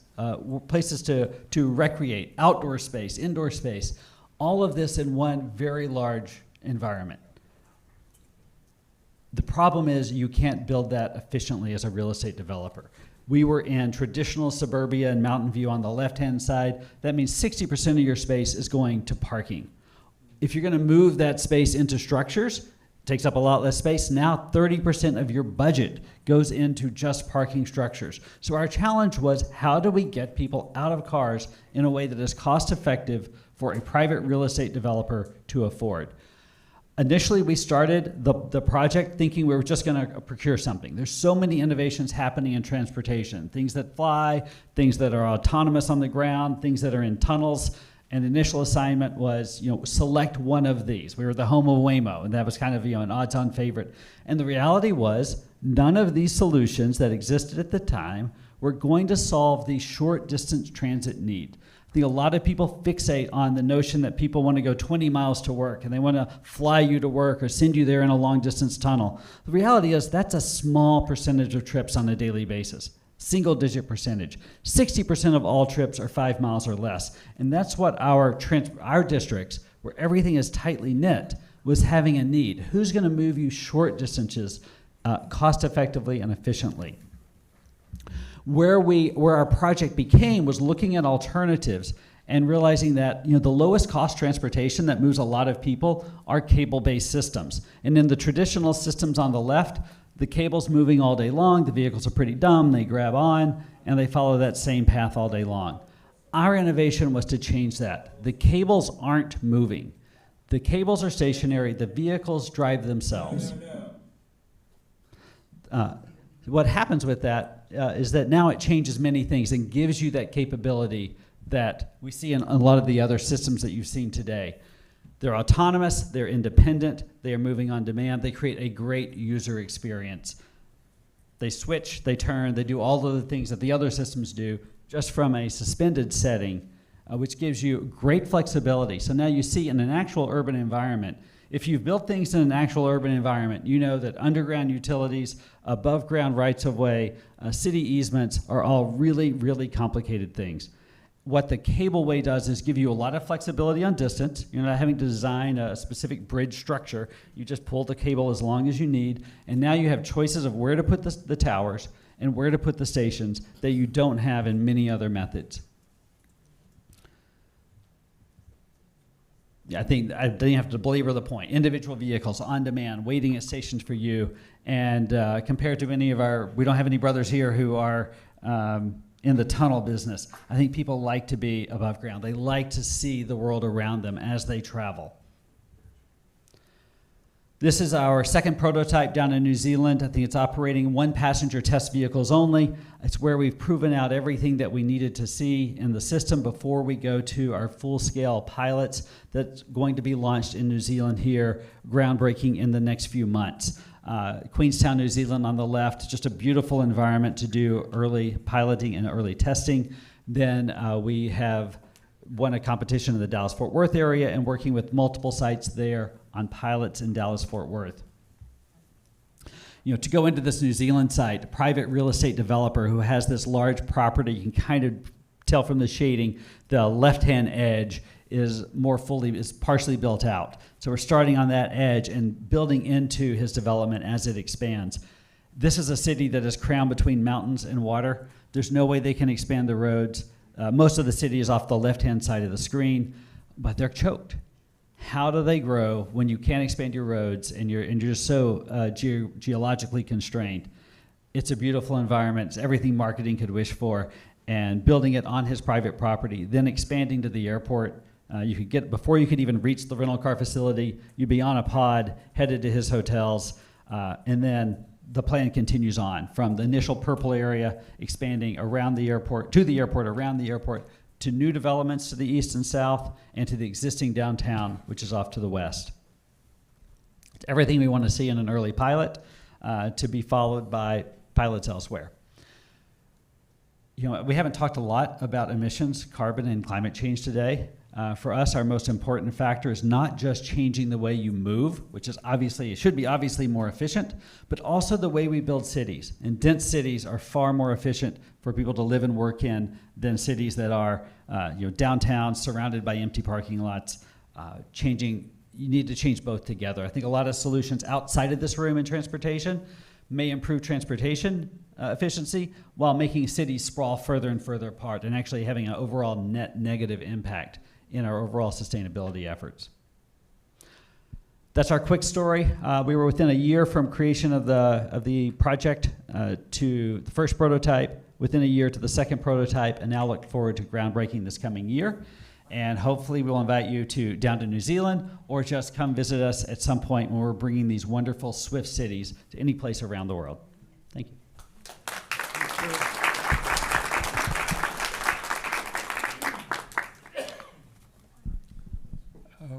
Our next speaker is Kil Classing, but you're going to have to give me a minute. And maybe I'll figure out how to do this a little better this time.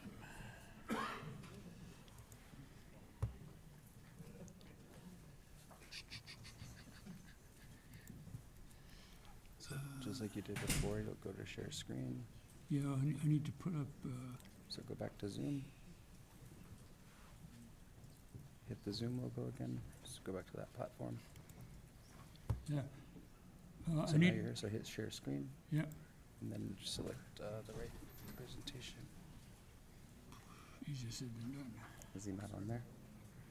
Monitor Transit Glideways, Swift Cities, ATM panel. Yeah. Oh, scroll maybe. Scroll down, might be just below these guys. No, I don't think so. Let me just go here and put it up.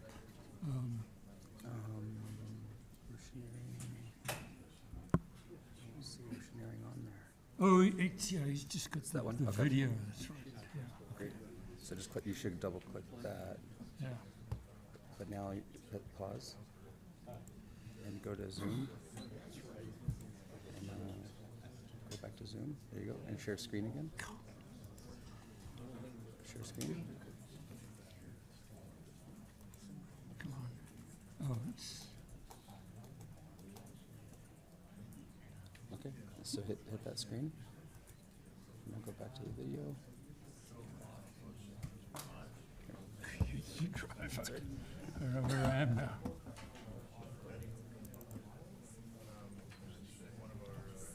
Okay. Okay. And hold on. Come back to the beginning. Yeah. Okay, so let me introduce Kil. He leads business development with Oceaneering's Mobility Solutions Division, providing automated transit networks to customers worldwide in partnership with ZF. Keel? Do you want to show your video now? Or? Sure, that's great. So when you're ready, you'll find the play button on there. Yep. Thank you, Peter. Thank you to Krista and Matt for the opportunity to speak here.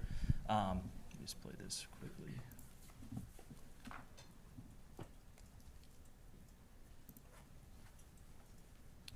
Doesn't look like it's wanting to play. I'm not the only one who has this.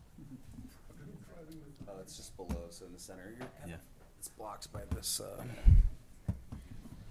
Excellent. No, no, All right, awesome. So thank you, everybody. My name is Kyle Classing. I'm with Oceaneering. I think our fellow panelists talked a lot about the benefits of ATNs, and just want to touch on briefly what we do that's a little different. I think it's interesting that we each have similar solutions, but in maybe different flavors, different applications might have different pros and cons. So I just want to talk through what we do that's a little bit different, and some of the use cases and some of the benefits. So Oceaneering has a long partnership with To Get There and ZF, about 25 years developing this technology for different applications, from moving cargo to people in theme park environments to transit applications, containers, different things. And this particular vehicle that you see here is operational in Rotterdam, just outside of Amsterdam. It's been running for about a year. It's the third generation of the Rivian Park Shuttle that many of you are probably familiar with. This doesn't want to seem to repeat. So basically, it's about a mile bidirectional pinch loop through a downtown environment, has multiple at-grade intersections, which is kind of unique in the ATN world. And it's really ideal for demand from very low on-demand use cases, say 100 passengers an hour, up to about 1,000. So it's pretty scalable in that regard. This kind of system, we can do upwards of 15,000 ppHPD with platooning and larger fleet sizes. But this is just an example of some of the systems that we can deploy and build in the US. Excuse me. So Oceaneering is a transit vehicle manufacturer with the FTA, and we build vehicles in Orlando, Florida for these applications in the US as well as internationally. So this is just one of the examples just want to share briefly, and happy to address any questions anybody has. That was kind of the short and sweet wrap up at the end here. So, thank you very much.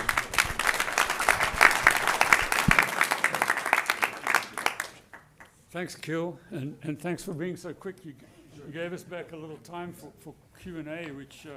13 minutes for Q&A. 13 minutes for Yeah, Q&A. yeah.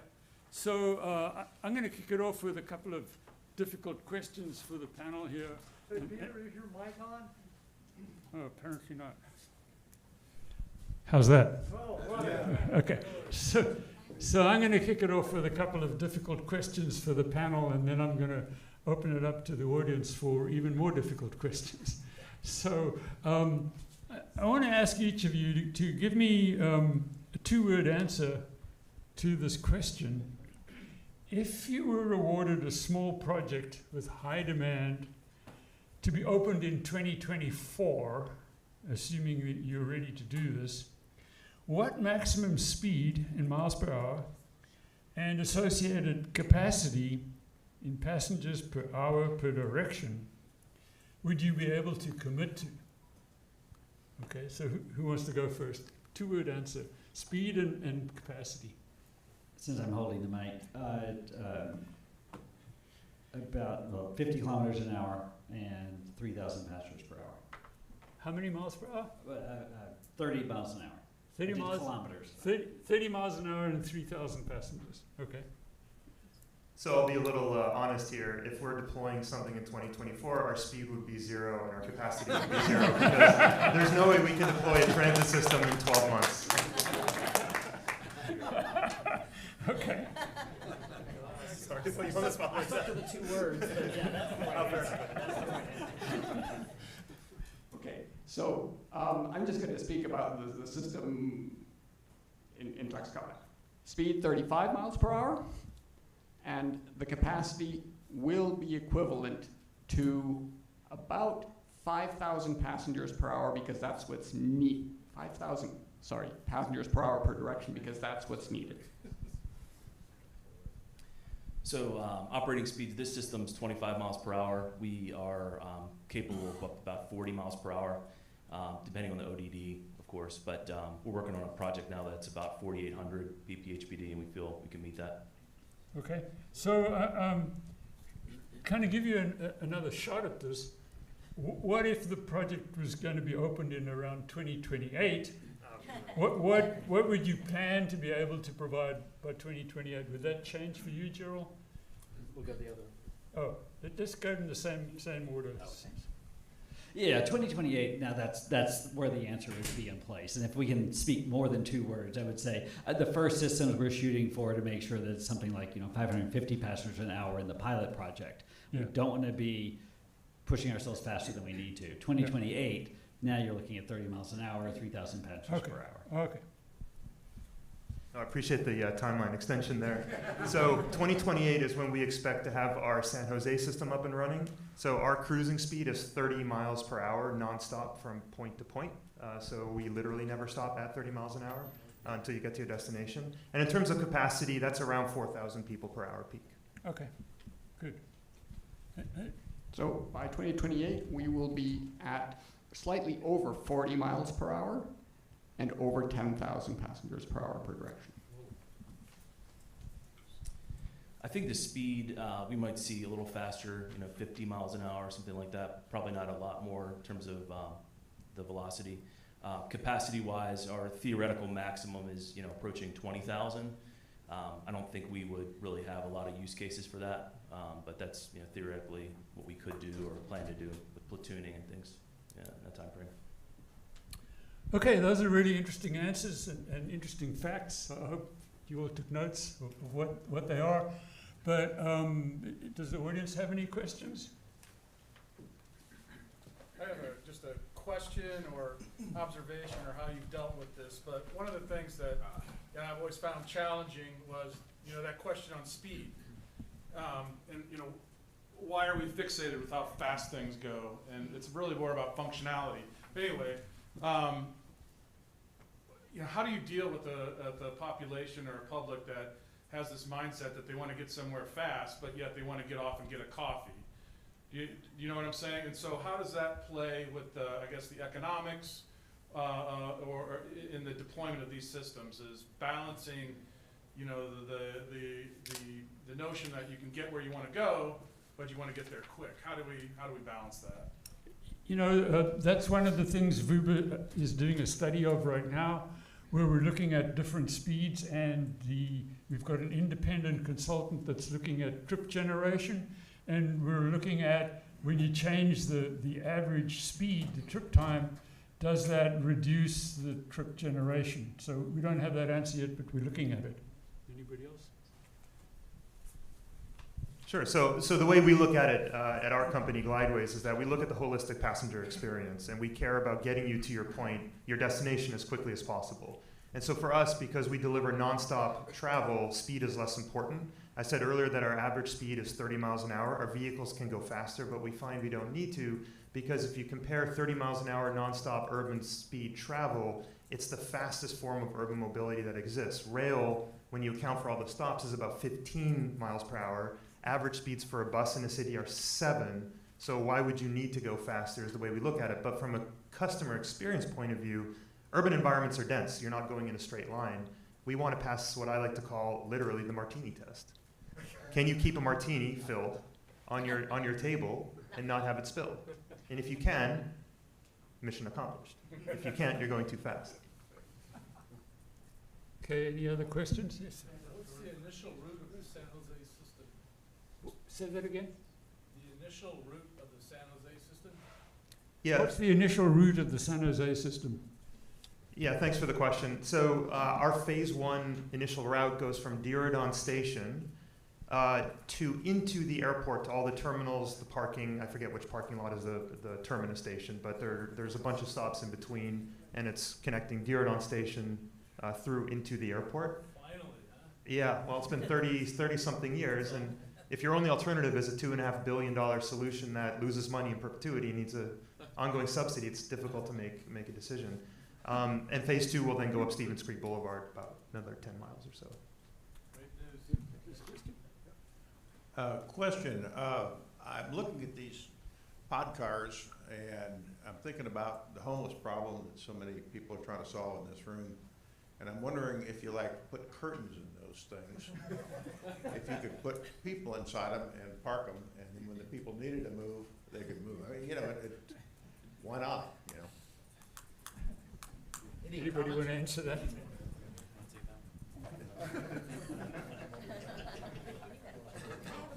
So I'll take that one, but I'm going to answer it in a slightly different way, which is that in our experience, access to mobility, however it's done, is access to economic opportunity, right? Access to mobility is access to affordable housing, access to employment, access to education, care, commerce, visiting grandma, et cetera. And so we believe that the more access to mobility, the more you equitize access to opportunity.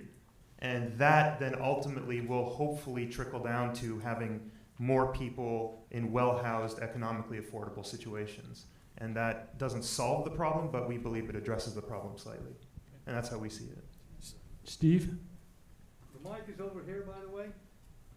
Oh. I've got the mic.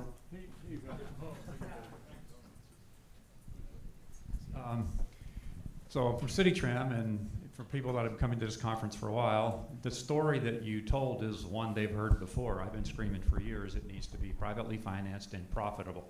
So nice to have you on board. I'm glad you're moving forward so much. But your numbers confuse me because I've been looking at that problem for a while. So you say you can build it for $50,000 a mile and you can privately finance it and make it profitable. 50 million. That must mean that either your fare is really high or you're modeling expecting very high ridership. So can you fill us in on some of those details for how this actually works? Sure, we're 50 million a mile, not 50,000, though I hope we asymptotically get to 50,000 a mile at some point. Look, our thesis is that experience or ridership experience drives demand. That's fundamentally how we look at the problem, right? Transit ridership, at least in the United States, has been declining 5 to 7% per year even before COVID, and of course COVID flatlined those numbers even further. And we believe that a large reason for that is experience-based. Safety-based, you can roll that up all into experience. And so if we have a passenger experience that goes beyond the basics of on-demand, private, nonstop point-to-point, but it's something that actually delights at a cost people are willing to pay, that you can then attract significant ridership. And as we've talked about, other people before me have talked far more eloquently than I can about the network effect, about ridership driving scale, scale driving economics, economics driving a lower cost structure and a lower fare structure. Then you can get into, indeed, a much more lower cost structure, both for the CapEx and for the OpEx. So you have some idea what your break-even point is for ridership that makes you profitable? Yeah, and it depends on the routes. I'm happy to take that offline and give you some of the more details because it depends on CapEx, it depends on how many stops, it depends on the ridership estimate, which we hope goes up every year and so forth. And we're starting in 2028, as we discussed earlier. So I'd like to follow up that question. You answered that your capital cost, I believe, was about 50 million per mile. Well, so we're tri-modal, right? So we can go on the ground at grade, which is... Yeah, well, let's assume an elevated guideway, 1 mile long, with 2 stations, so a station every half a mile. What would your capital cost be, roughly? Yeah, you got it right, around 50. 50 for one way? 2 ways. 2 ways, okay. So 25 for one way, roughly. Sure, we would never do one way because people need to go home. Well, yeah, I would argue. I would argue with that, but let's ask everybody on the panel roughly what is your cost for one-way guideway with 2 stations? Elevated. Yeah, even more than it depends on a lot of things. Yes, but the pilot project is starting at 5 million for the miles, and then goes up from there. Okay, Alex. So I can speak only to costs in Mexico right now, and the cost of the systems that we are, working on in Mexico is about 10 million per mile. Okay. Yeah, again, I think it's difficult to answer when you look at the right of way and land use and things like that. Well, we're comparing elevated guideways. Yeah. Sure. Yeah. 20 to 50 million probably at the lower end. Okay. And up from there. Thank you. Sorry, I want to correct. It was 10 million per kilometer, so 16 million per mile. So you're saying 10 million per kilometer? Okay. Okay, so I think we'll wrap it up a couple minute or two. And then Yeah. So one last question. Sue. Karen. Okay, yeah. thank you. I have a burning question, so I'm really excited that you got to me. So when we talk about mobility, you're exactly right, Mark. It is a lifeline to economic opportunity, but there is a place for multiple players, and public transit is not dead. It is used historically by mostly black and brown riders, and it performs an essential service to the United States. But in terms of this new innovation in mobility, I have a question for you specifically, Mark, because I've had the pleasure of touring your system, which is incredible. But in the panel prior to you, Steve Ruger, the Trinidad city manager, brought up security issues and said that they still pertain even with this new modality. But I think you might have a different part of the conversation to share, because you're talking about those being on demand for people up to 4 and traveling in close proximity with those you are with or by yourself. Can you talk about the security implications of your system? Yeah, thank you for that question. It is so important, particularly when we talk about children and our family members in these vehicles, not just ourselves. So again, you'll hear me say the same thing that I said before, which is that to us it all starts with the passenger experience. And a big part of the passenger experience, from our point of view, and there's many points of view here, is to have chain of custody control of your vehicle from the moment the doors close to the moment the doors open.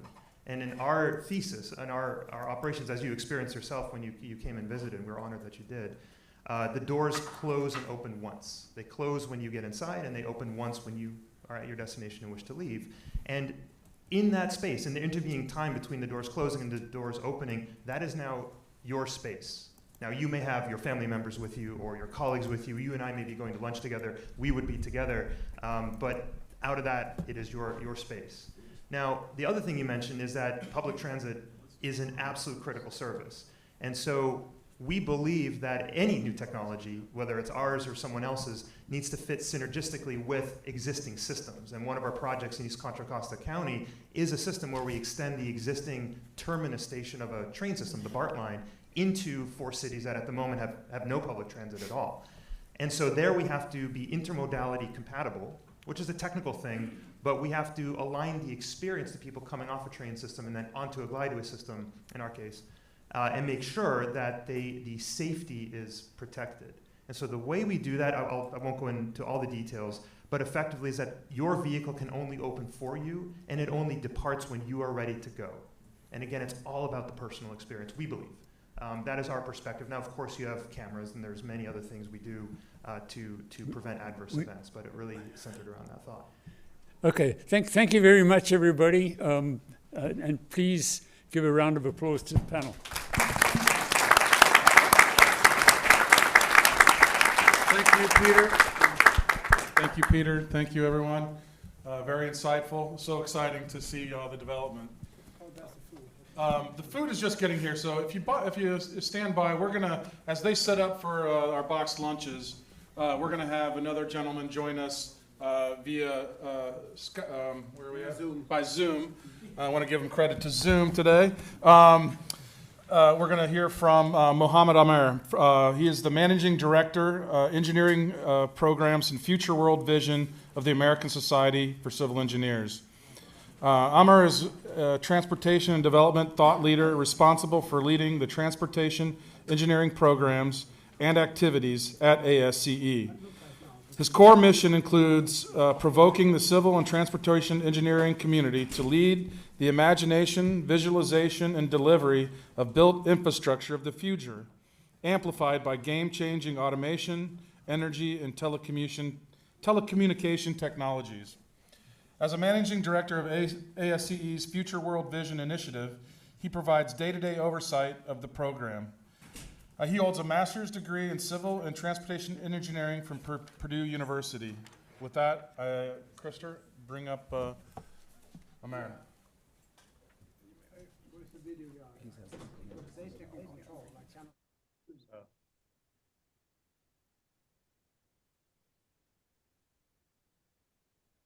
Thank you, Matt, and thank you all for the opportunity to talk to you over lunch. I just wanted to do a quick check to make sure that you can hear me okay and you can see the slide that I have on screen. Is that a positive? You say so. Hang on. Right. Matt, checking to see if you can see this slide and can hear me okay? Speak up. Yes, we hear you. Okay, excellent. So again, thank you for your time. I understand I have about... If you can be any louder, or Okay. if you can get closer to the mic, or if our AV guys can amplify you, that'd be helpful. Sounds good. So I am speaking into my laptop as close as I can be, and I hope you can hear me okay.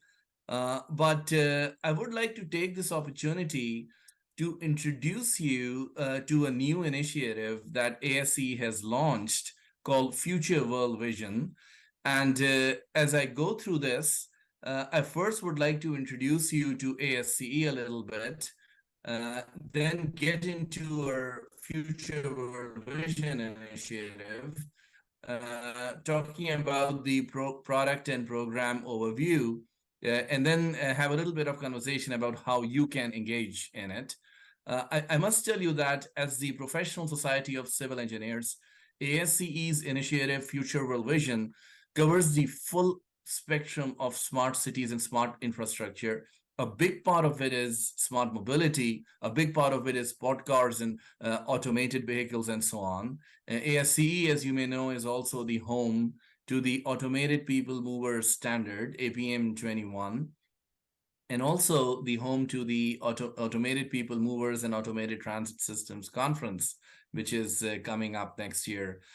So with that, again, just 3 sections that I will cover very quickly at a very high level.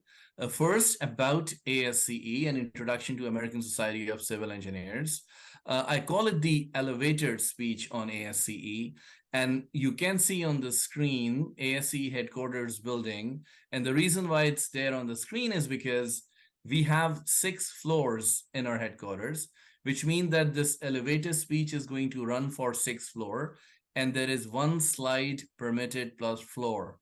So there are going to be 6 slides that you're going to see on ASCE first floor, introduction to ASCE. The 2 key points that I want to make here is that we are geographically, globally organized to a large number of members across the world, 150,000 members in 177 countries. You can see at the bottom of the screen the way we are organized into sections and branches, both in US, Canada, and Mexico, and also globally outside of those regions. Floor number 2, before we proceed, this is most critical to define how we look at the profession, how we see the profession, right? So this is our definition of the civil engineering profession, which is a profession that plans, designs, constructs, and operates society's economic and social engine, the built environment, while protecting and restoring the natural environment. Elevator is on floor number 3. And this is where you can see how ASCE is organized technically in various technical groups. You will see various sub-entities within ASCE at the bottom. These are what we call the institutes of ASCE, where we have divided ourselves into these sub-disciplines, sub-specialties within civil engineering to cater to those markets, to cater to the interests of those members. As you can see, everything from architectural engineering to ports, all the way to construction and engineering mechanics and water and structures and geotechnical and transportation and utilities. All of it is covered. I have the honor to represent the Transportation and Development Institute of ASCE, and I'm also leading the Utility Engineering and Surveying Institute, in addition to the Future World Vision Initiative of ASCE, which I'll be getting into in a minute. Fourth floor are products. As you may know, ASCE is the world's leading publisher of civil engineering content. If you look at the bottom of the screen, some numbers starting from the left on our publications, but also in the center, we are continuing education providers, and some 2022 numbers, these are post-COVID last year. We delivered 600 courses in different areas, a lot of them in transportation, to over 10,000 participants. We also attract over 10,000 participants. This number fluctuates from 10 to 15,000. I've listed the number for 2022 at our conferences, and we have separate conferences in our different areas for structures, for transportation, for environment. For 2027, which is our 175th anniversary, we are bringing them all together into one mega convention center for a 10 to 15,000 person conference. And then we plan to continue that model going forward so that we have everything related to the built infrastructure happening under the same roof. Fifth floor, an important area of what we do is government relations and advocacy. And you may have heard of the ASCE infrastructure report card. It often gets quoted in congressional debates. It gets quoted in the State of the Union address. The president brings it up. It was a big part in the conversation on the infrastructure bill. It is essentially where we grade infrastructure on a GPA scale, and has become a very effective way of communicating the infrastructure needs. There are supplemental products associated with that. ASCE has 173 policy statements, and this is a big part of what we do, which is government relations and advocacy. And finally, we are on the top floor, the sixth floor. A very critical part is outreach and communication. I overemphasize this because if you look at the numbers, it shows the reach that we have across the globe through social media and through other traditional communications. I mean, over 340 followers on Facebook, 340,000 followers on Facebook. And you look at LinkedIn and X and the newer ones that we just started are YouTube channels and Instagram. We also, our communications group is responsible for K-12, pre-college and college outreach, and then broader communication. An important part of what we did, this is back in 2017, we actually reached out to the public through the IMAX platform and released a movie called Dream Big, Engineering Our World, which was extremely successful. I have some information on it later in the presentation. So with that, I will move on to the next section, which is the Future World Vision Initiative, right? So this initiative got into planning in 2018, and the question becomes why ASCE got into the Future World Vision Initiative. What was the purpose? Why were we sitting around the table and thinking of doing something big that impacts us as engineers and planners and also the general public in a big way, right? So you look at some of the questions that I'm displaying on the screen. These were the core reasons why we wanted to move in this direction. The idea was to conduct deep research into how cities will look in the future, and then create a virtual reality city, a city in virtual reality where we could actually walk in and touch and feel and see what's there, and then question what we see and debate what we see, have had discussions around it. And in the process, stretch our imaginations not only to what has been researched, but what is missing. What are the future challenges? What are the possibilities? It's an entire process that we followed based on visualization of research and generating ideas and stretching our imagination from that. That was one big purpose from that. The other big purpose, of course, was that throughout we have been using as engineers extrapolation. We have been using the rear view mirror approach to projecting what is coming next. What Future World Visions approach allows us to do is to actually present a future, a deeply researched, one plausible scenario of the future, and then thread back from that into where we are today. So it's basically scenario-based planning, if you will. So I will play a short video just as an overview of the overall initiative. It has many, it's in this short time, it's not possible to cover that. Typically, there are 90-minute sessions that we run on it just on a promo for this. But this is a short 3-minute video that I will play. I hope that the sound comes on clearly.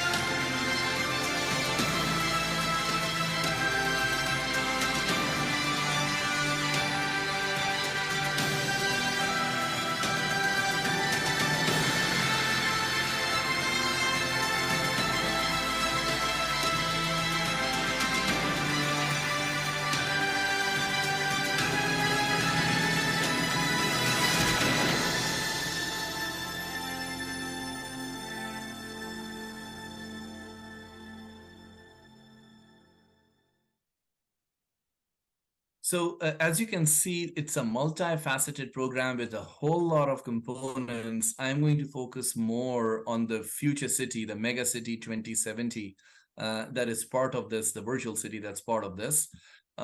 Again, the impact that we see is ranging from advanced cross-disciplinary strategic thinking all the way to creating the next generation and influencing the next generation of engineers.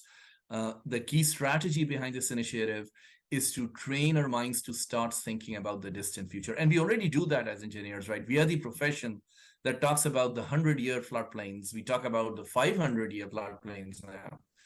We live on infrastructure. We built infrastructure, our national interstate system in the 1950s that we are still using almost 75 years later, right? So to think about megacity 2070 is not very far-fetched, except that we need to do that scenario planning and take into account all of the disruptions that are coming into our way, and then also convey that to the general public.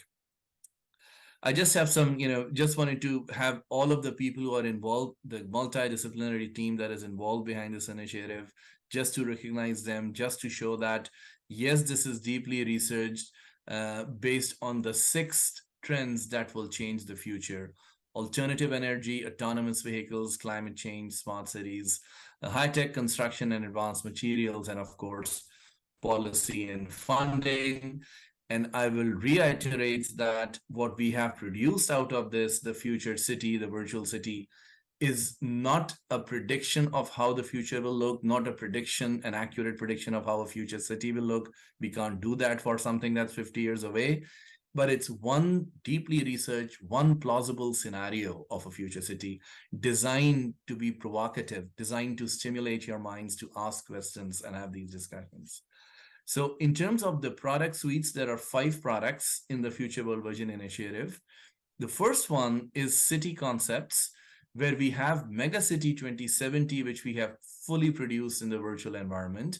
But we also have concept papers for a floating city, rural city, which is an oxymoron, but that is something that we see down the line, a frozen city for the polar regions, and also an off-planet city. And there is work that has started on that now. So again, the first one, Megacity 2070, is what we have fully developed.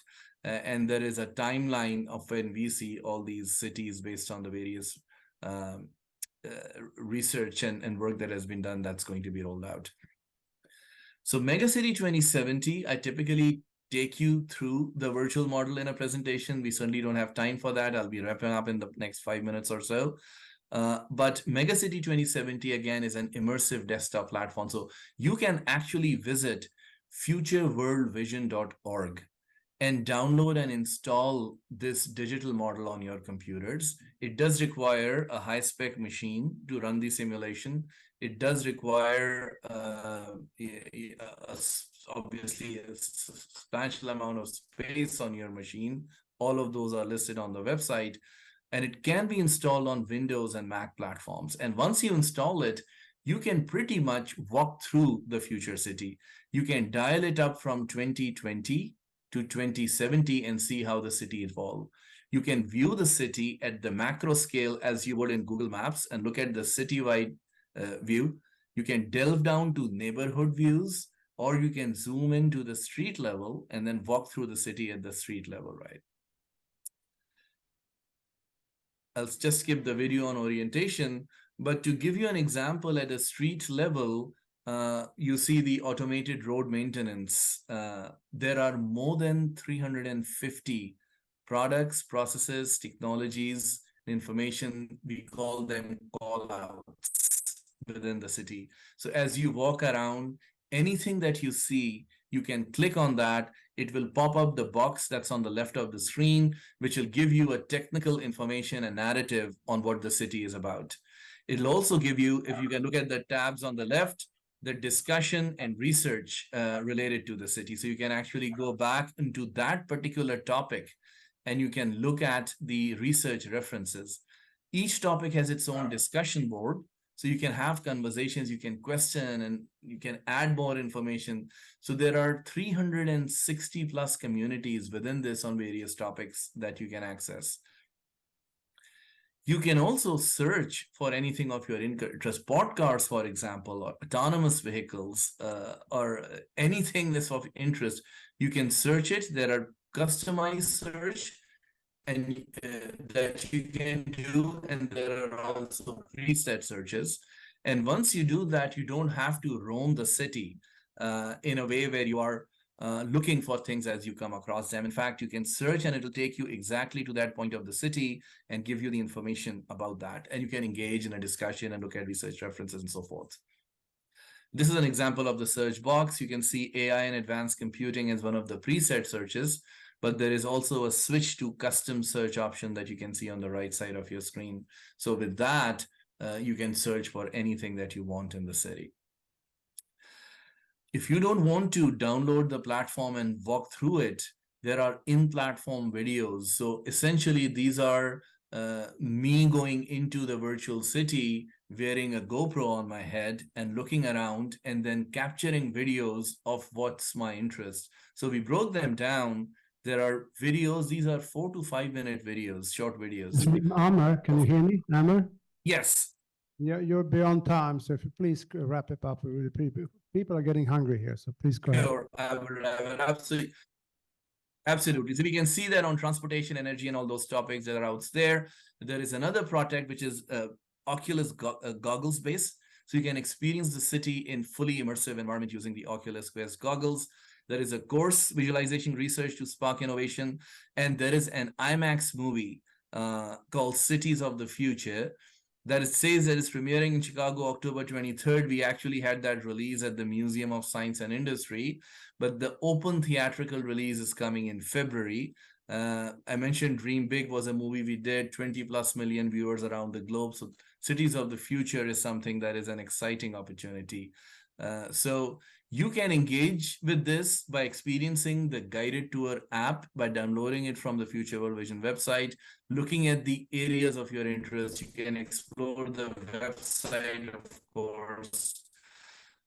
You can sign up as a Future World Visionary. You can download the desktop app, and you can take the course on visualizing research to spark innovation. All of these are free from our website, except for number 5, which is the course. So I strongly encourage you to visit futureworldvision.org. Of course, there is our conference that is coming up. That is the last slide, apmconference.org, where there will be a lot of content of your interest.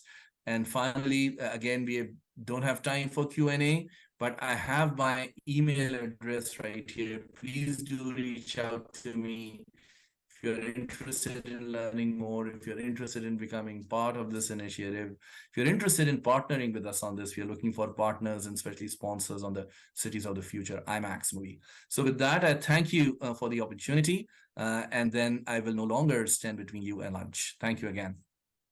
Thank you, Michael. Good work. Thank you.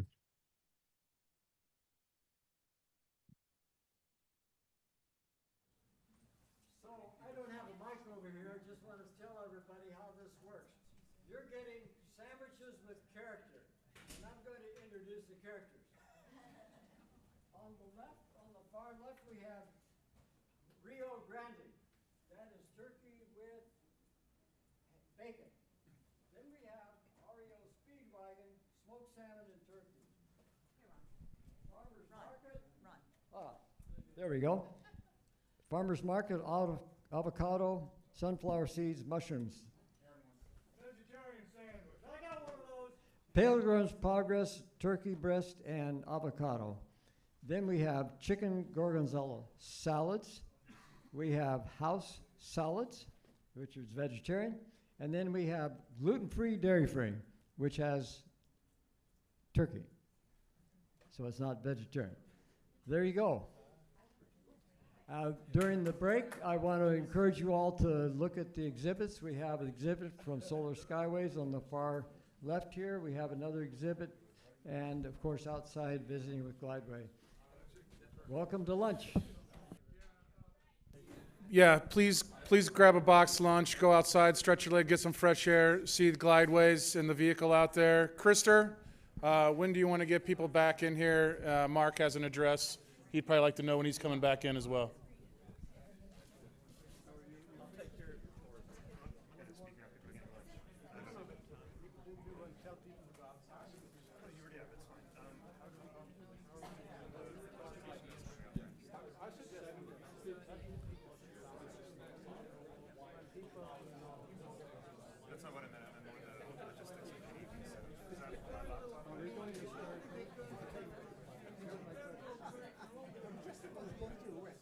Aren't you doing a keynote? Are we going to start?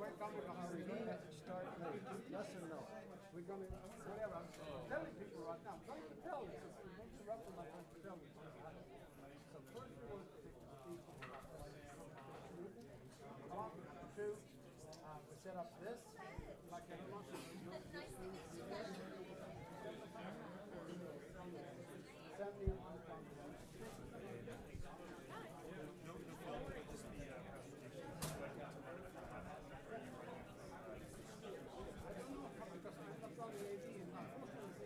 I'll take care of that, but I want to know.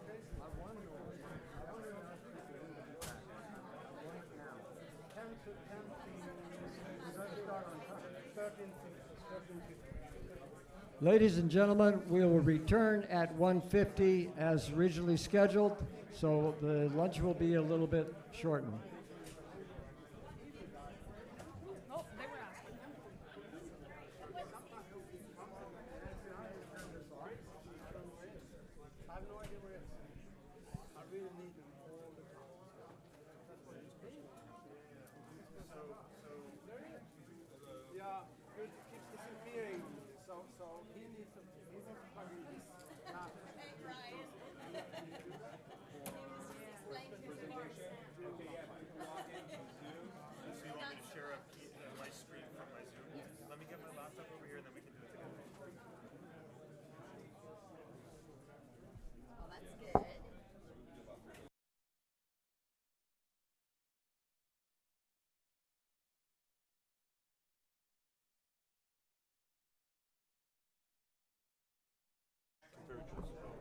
Check 1 2, test 1 2.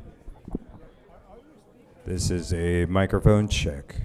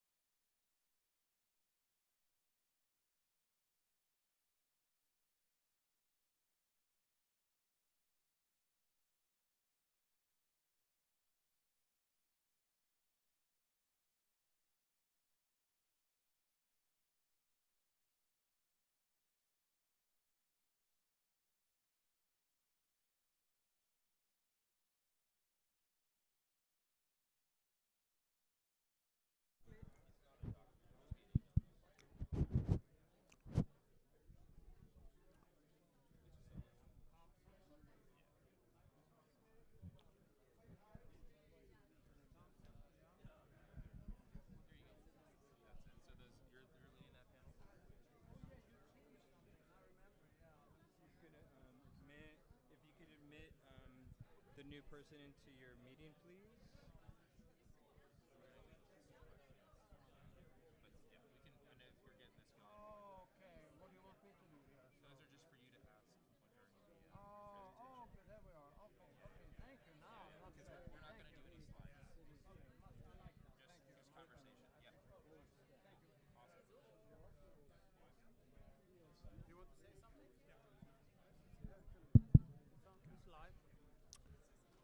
Hi, Todd Folsom at University of Washington.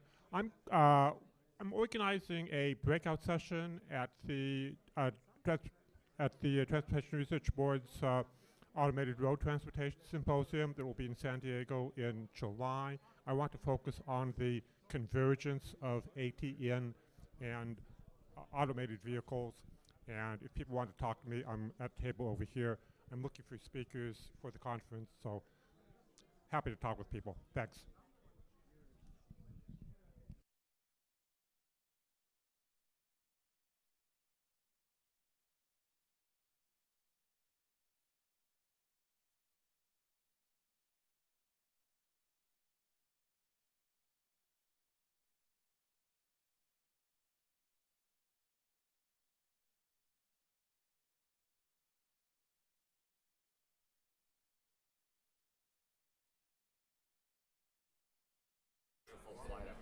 have to sit back there and control it. Oh, that's why. Yeah. Oh, you got it. I think so.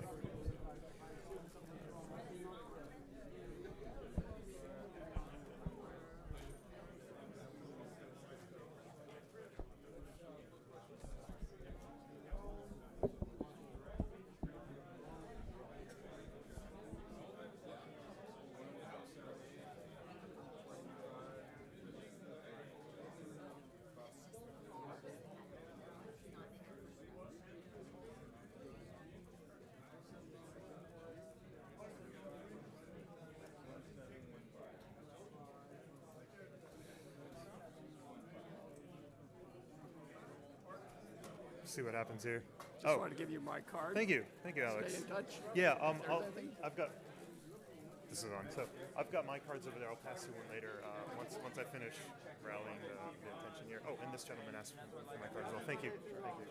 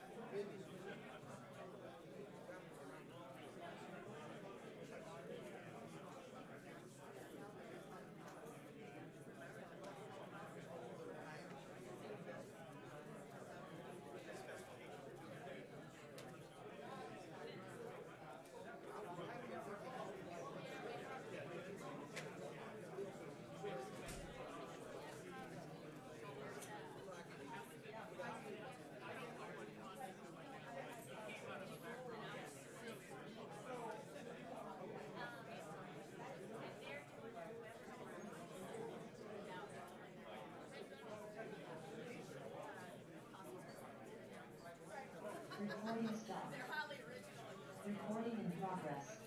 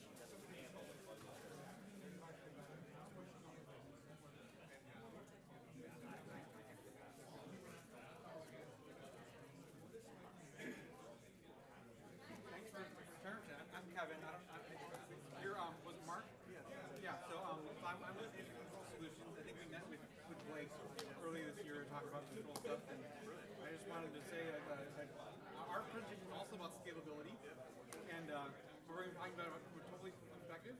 And so, anyway, I thought it was a great.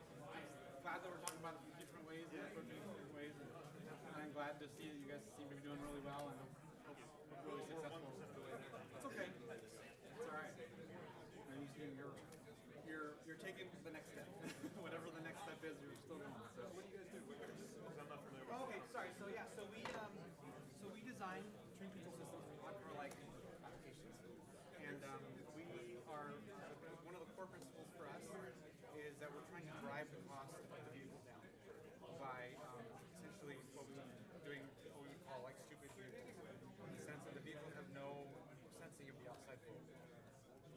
So it's a wayside centric system, and when the car leaves the station, it knows everything it needs to know about how to get to the next station. In the scale models we built, we've done it all with just an odometer. I think probably within the full scale, we probably want to have at least one other source of knowledge, so probably commercial or something. But we're trying to keep the cost of the hardware down, both the sensor hardware as well as the software development part of the cost. I think people always think of how much is the hardware cost. They don't think about how many engineer hours they put into designing the control algorithms. Oh yeah, sorry. Have you been done any speech yet, or you're just waiting? I went out to the great. I've been in this business for 25 years. Yeah. Thank you. Thank you. I'm trying to pitch it. Well, I think we're 1% of the way there. We have a lot to learn. Oh yeah. Getting people to use our prototype system. We do rent a crowd. We just rent normal people, 88 people, so forth. And we've learned so much. Where our assumptions was this, built an alpha system, completely. Completely. And our second generation vehicle and system should be ready in March. And that's the one I have the most confidence in, because now it's starting to match the reality and not just the. You have to keep somebody you do the software development, you be careful to survive them. The people need to You've actually crossed the chasm. Still a few more to go. Yeah, no, thank you. So we're excited. We have a couple projects in the U.S. now, San Jose and East West County, a lot of stuff. And the next 5 years, that's the proof point. Oh yeah. Will they work or will they not? Will people like it? Yeah. Will people not? One thing is I'd like you to think about something that when it's not procurement, because I want to have another facility a month ago. Where should we go? It has to be somewhere where we can get students. I'd like to invite somebody to say, let's invite, because 10 years from now, half of the people you see, yeah. I won't go that far. No, but no, I'm thinking, you get my thoughts. They don't need to have the same energy. So I like to do something. Some students, especially the rock students and Ron has been working, and fantastic. Yeah. I want to get 500 students in the room. Well, let me think about that in the next half hour. That's something like no, but think about that, because I think it's a fantastic idea. Yeah. It's a good question. So, quick question. Are we having anything else going on during the lunch week? I want to announce. I can do. He's going to do his speech. That's a keynote address, but I can keep it short if you need to. No, I don't have any opinion from the room. I just want to understand what's scheduled. What time is it? It's about 1:25. So, yeah, if you're going to reach in about 5 minutes or so. Starting at 5 minutes? Yeah. 15? Okay. Yeah, the target is 30, but I could have done it. Because at 10 minutes to 2, then we start the next kilometer. Yeah, go ahead. I'm going to introduce you. You technically CEO of Glideways? Second? Technically, you're the founder or a CEO of both? I'm just the founder. I was CEO. I hired someone much better than me this Oh, year. yeah, so yeah. I'm the Good way to founder. do it. I've been there, done that. Yeah. Okay, just a second, everyone. Hello, just for 1 second, 2 seconds maybe. Okay, 5 then. Okay, so I was just going to give the microphone here to Mark here for 15 minutes we negotiated. We'll do 15. 15, the founder of Glideways. And they are kind of special this year, so because they are actually going real systems here at San Jose and other places around. And I think it's especially interesting to hear from you. So please go ahead. There you are. Oh, thank you, everyone. Is this microphone working? It is amazing. All right, so I was asked to give a keynote address for about 30 minutes. I'm going to truncate it, and luckily that's easy for me to do because everyone has been saying effectively the same things, and I introduced myself earlier. But just to remind everyone, my name is Mark Seeger. I'm the founder of a company called Glideways. We're a PRT company. We're deploying here in San Jose and a couple other cities. We have a pavilion outside where I think we have one of our vehicles there. You can come see it. What I wanted to do, though, was skip my presentation beyond the basics of talking about roads being congested, a novel concept that no one has talked about today, that existing solutions aren't scalable, predominantly because of economics, though other reasons as well, that we need something people want to actually use, and we need net new capacity for, and that our solution is really designed around economics, capacity, and experience. Because we come at it from the point of view of a transit system is only good if people want to use it. And we want to drive a lot of ridership. And to us, that's a thesis based on experience. So I'll skip that and actually talk a little bit about how we do it. That's where I left off earlier. And then a little bit about our projects. I've got 2 projects that I have in my presentation I wanted to take you through. And then a little bit of reflection on how we got here, because I think that informs a little bit of the future. So just a little bit of a recap, how we have a high capacity system at a very low cost, both to build and to operate, and how we are able to attract private financing such that the city either pays very little or nothing at all, and that we fund the CapEx and the OpEx through fare box revenue, is that we deploy battery electric autonomous vehicles, not a new concept. The difference for us in approach, though, is that we disaggregate people entirely, or we packetize people, we quantize people, a lot of different vernacular to explain the fact that we don't do ride sharing. It's one party, one person or one party per vehicle. That's number one. And number two, we have our stations, which we call access points, offline from the main trunk line, so that we separate the embarkation activity from the flow of the system. And then number three, we deploy technology that allows us to have continuous flow on our trunk line, such that when a vehicle's on the trunk line, it literally never stops until it gets to your chosen destination. And that gives us both high capacity, relatively low CapEx, I said relatively, and we think a great experience. You hail vehicles with an app like Uber. In that sense, it's very, very similar. We have kiosks, of course, at our access points.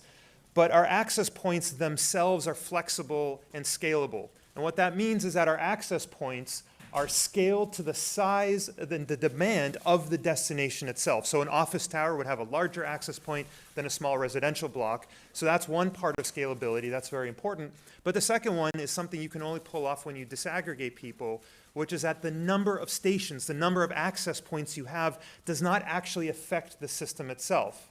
If you aggregate people like a bus or a train, the more stops you add, the slower the journey, the lower the capacity. So you have this tension between accessibility and throughput. When you disaggregate, you actually don't have that. And we have that system as well. The most important thing, though, I'll say from an economic point of view, is none of those things. Yes, CapEx is lower for all the discussions we've had, both myself and some of the predecessors here today. It's 2 things. Number one, continuous flow drops OpEx, because when you don't restart a stopped vehicle, your energy consumption drops significantly, number one. And number two, when you have continuous flow, top speed is less important, and so you don't have to expend as much energy pushing air out of the way, making up for the fact that you're constantly stopping, which is what trains do. Trains go very fast interstitially because they have to stop a lot, and you're making up the difference. If you don't stop at all, continuous flow, average speeds are now suddenly less important relative to top speed. So your energy consumption goes down. But the most important is something we call demand responsiveness.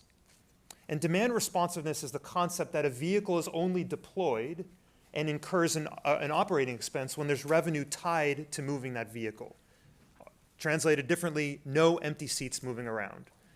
The issues with buses and trains or aggregated solutions is that you're paying for moving empty seats in one way or another, and those vehicles are not fully loaded most of the time. If you could somehow scale or have a high dynamic range of capacity, then you would solve that problem. And there's other reasons too, but when you disaggregate fully like we have, then you are inherently demand responsive. Only occupied vehicles move, meaning you're only incurring operating expenses that are offset by revenue. So just a little bit of simple stuff. When you do all of that though, when you collapse it, you come up with a novel idea, economically speaking, which is that you charge a fare, you subtract from that fare your operating expenses, you subtract from that fare servicing the debt and the equity return necessary to pay for the system, and you have a margin left over. And that is a novel idea that transit hasn't seen in about 100 years, roughly.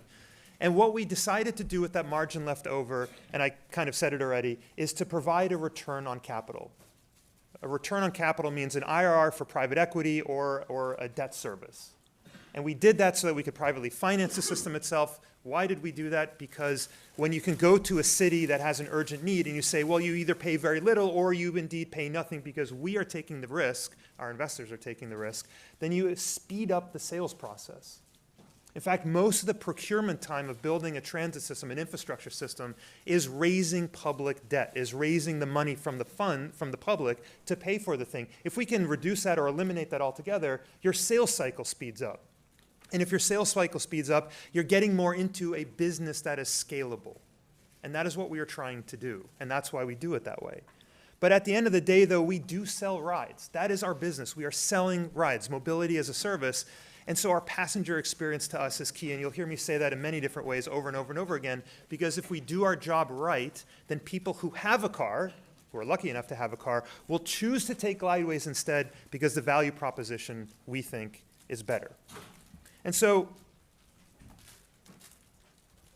this is actually working. This is fantastic.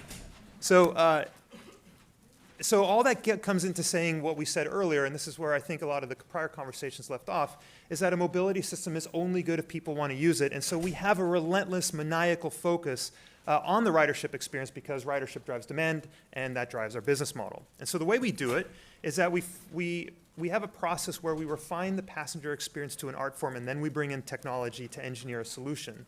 And honestly, the starting points are pretty easy. We ask passengers, would you rather have a private ride or a shared ride with strangers? Easy answer.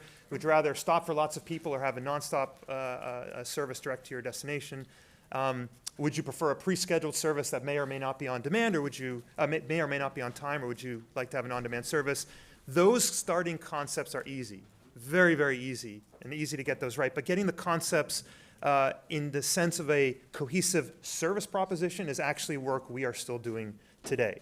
But at the end of the day, we do believe that a great experience at a great price equals great ridership, and we think we can generate a lot of demand for that.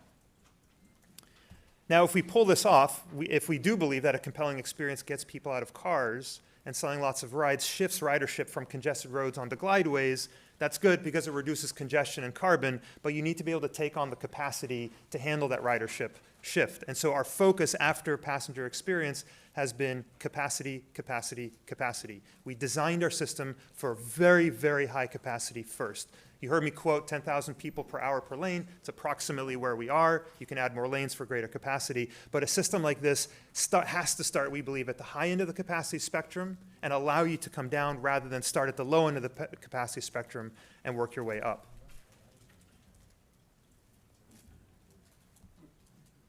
So let me take you through a few examples of recent project wins. I'll just talk about two today, but we can talk about others as well. Because I want to highlight the value propositions I've been talking about and an inflection point we believe we're witnessing in the market today. And the first project that has been mentioned before is actually right here in San Jose. And this city, the 10th or 11th or 12th largest city in America, depending on which publication likes to use which number, is like many cities in America and indeed all over the world, which is that at times it has crushing traffic congestion that it has to solve, but it's been unable to deploy a mass transit solution for due to costs. And so for 30 years, this particular project, yep, there it is, this particular project in San Jose they have been trying to connect the Mineta International Airport to the Diridon Transit Station and many points in between. There's a stadium, you've heard about the Google campus before, retail centers, And they knew that building more roads wouldn't solve the problem, and their only option had been rail, which they couldn't afford. And so a little over a year ago, something quite remarkable happened. The city released a request for proposal. I think you heard that earlier. But in that proposal, they had a requirement, and that requirement was stated up front, that the capital cost of the system be no more than $500 million. Now that's tough. And that automatically locks out many of the incumbents, as you can imagine. And we see this as a signal that the market is asking for something new, something different. Yes, a multimodal link that supports existing transit systems, but also a new way of doing business. And we've now seen this happen several times with several additional cities, both as a direct result of our instigation, but also cities calling us and other companies, many of them are here in this room, and cities around the country that are expected to do the same over the next year. But let me give another example, because this is quite interesting. Also here in the Bay Area, this is East Contra Costa County, because it highlights a slightly different use case that I think is fantastic, and we're really excited about this system. So here we have 4 cities in East Bay. This is Contra Costa County. It's about an hour, hour and a half from here by car if there's no congestion. If there is, it's probably about a 3-hour ride. But those cities are Pittsburgh, Brentwood, Antioch, and Oakley. And those 4 cities are geographically adjacent. The regional train system we have here is the BART, as I'm sure many of you know. It stops at the periphery of only one of those cities. And while they're not far away in miles, the commute times from those cities where people live, where the affordable housing is, to the Bay Area where the jobs are, can be over 2 hours each way, making it impossible to live there where the affordable housing is and work where the jobs are. It is a complete catastrophe for a lot of people. And so the reason why the BART terminates in one of those cities, at the periphery of one of those cities, is the obvious problem. They couldn't afford to expand the BART service.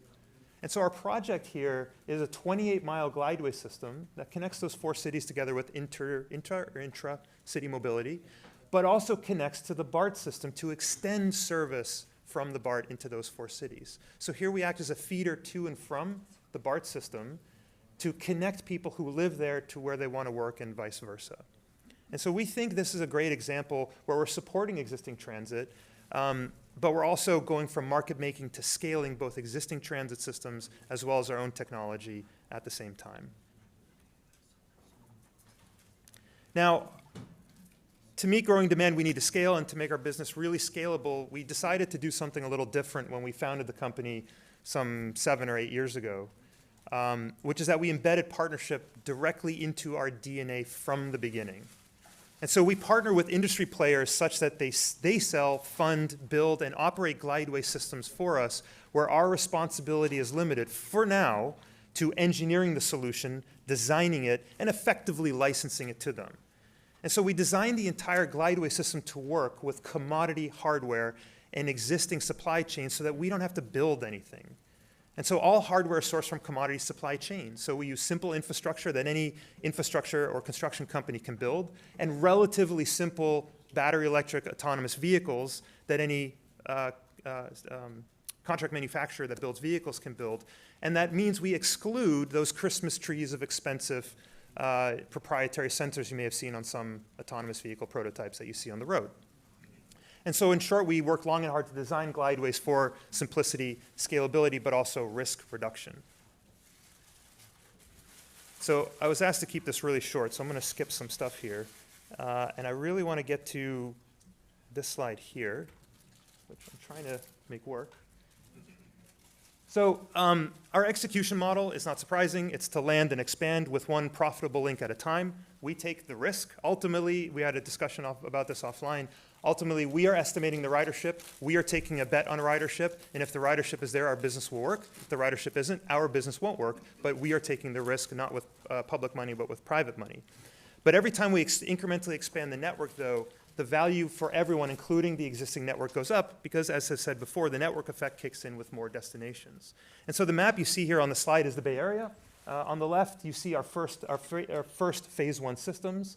You see in the middle image in the second and third phases of those system expansions. But what you see on the right over there with San Jose at the bottom is what we believe can be the largest regional transit system ever conceived, where you can get on and off the network anywhere you want. Nothing new. It's how the internet was built, but it's our vision of public transit. And I've gotten the signal to speed up a little bit, so I'll skip some more stuff here. We're grade flexible. Being small, lightweight vehicles, we can grade transition easily, which means we can be on the ground, above ground, or below ground as is necessary. And we can grade transition relatively easily, which allows us to stay within the public right-of-way all the time, which is different than some systems where you have to procure land rights, which again speeds up deployment. And so I think the flag in the upper left-hand corner of this screen is really where I wanted to end. To pull this off, I got to acknowledge that we do stand on the shoulders of giants. The concept of PRT, Personal Rapid Transit, has been worked on for many decades by many brilliant people, many of which are in this room. And I'd like to thank everyone in the transit community for their work and support in getting us this far, in particular Mr. Lindstrom, Mr. Mueller, and others for setting this up so that we can share, discuss, challenge, question, and work much better and increment our way forward to a much better and urgently needed brighter future. But I wanted to close with a little bit of an expression of who we are, because it's one thing to talk slides, it's another thing to bring in a vehicle, which I believe we've done. But I think, if there's one thing I could leave you guys with, it's really who we are and why we do what we do. And I think I wanted to make a point that at Glideways, we love what we do. And I see an audience here with everyone here, and based on some of the questions and discussions we've had, of people here who love what they do. But change by innovation is disruptive and exceptionally difficult. And I think one of the hardest things to do when you're trying to affect change is embrace the fact that the naysayers are right some of the time. I'm sure there are reasons not to change. And I'm sure you can make the case that even demonstrates reasons not to change the way we do some things in the context of moving people and moving people better. But the hardest thing for us is to figure out how does change fit into a cohesive, larger vision that is going to allow you to build hundreds or thousands or even tens of thousands of new mobility infrastructure in America and indeed the entire world. And one of the things I found is that you've got to start with the customer experience first. You've got to work backwards to the technology. You can't start with the tech and then figure out a way to sell it. And as we've tried to come up with a strategy and a vision for Glideways back in 2016, that's when we came into the picture, it all started with what incredible benefits can we give the customer? And where can we take the customer with less friction and more delight? Not let's sit down with the engineers and figure out a new way to move people with some new awesome technology. And we think that's the right path to take. And I remember a few years ago when I took my first ride on a prototype Glideway system. This is about, I think, 3 years ago. I booked my ride on an app. I think I used a kiosk or an app, I can't remember. I walked up to a glide car, the doors opened automatically, it invited me inside, the doors closed. The vehicle zipped me right to my chosen destination, quietly, and I was by myself. And I thought to myself, this is awesome. We can sell this experience. This is something that makes people go, whoa. And this is a better version of your daily commute if you could have it. And that's what we're trying to bring out. And it's about getting people to say, whoa, and be excited about something that is treated as a commodity, as a daily experience, that has us working really, really hard, burning the midnight oil and doing our best to bring a whoa experience to everyone, everywhere. And we are going to make mistakes. We have made a bunch of them already. And we won't get everything right. But we think that our version of public transit and mass transit is better than the way things are today, and we think it'll make lives better for people in the future. And so our values are that we honor people. And at best, we're talking about people who can get to work, who need to go to school, who need to visit grandma, buy food for their family. And at best, we can be lucky enough to ask them to make us a small part of their day, multiple times a day, hopefully. And that opportunity for us is sacred, and that's what we are about. We're about connecting people in the best way we know how, in the most equitable manner we know how. But at the end of the day, though, we do stand on the shoulders of giants, and the people here in this room are who got us here. And so for that, I will stop now because I'm being told to multiple times. I do want to thank everyone here because we would not be here if it wasn't for all the work and the decades of dedication the people in this room have put towards this. So thank you guys very much.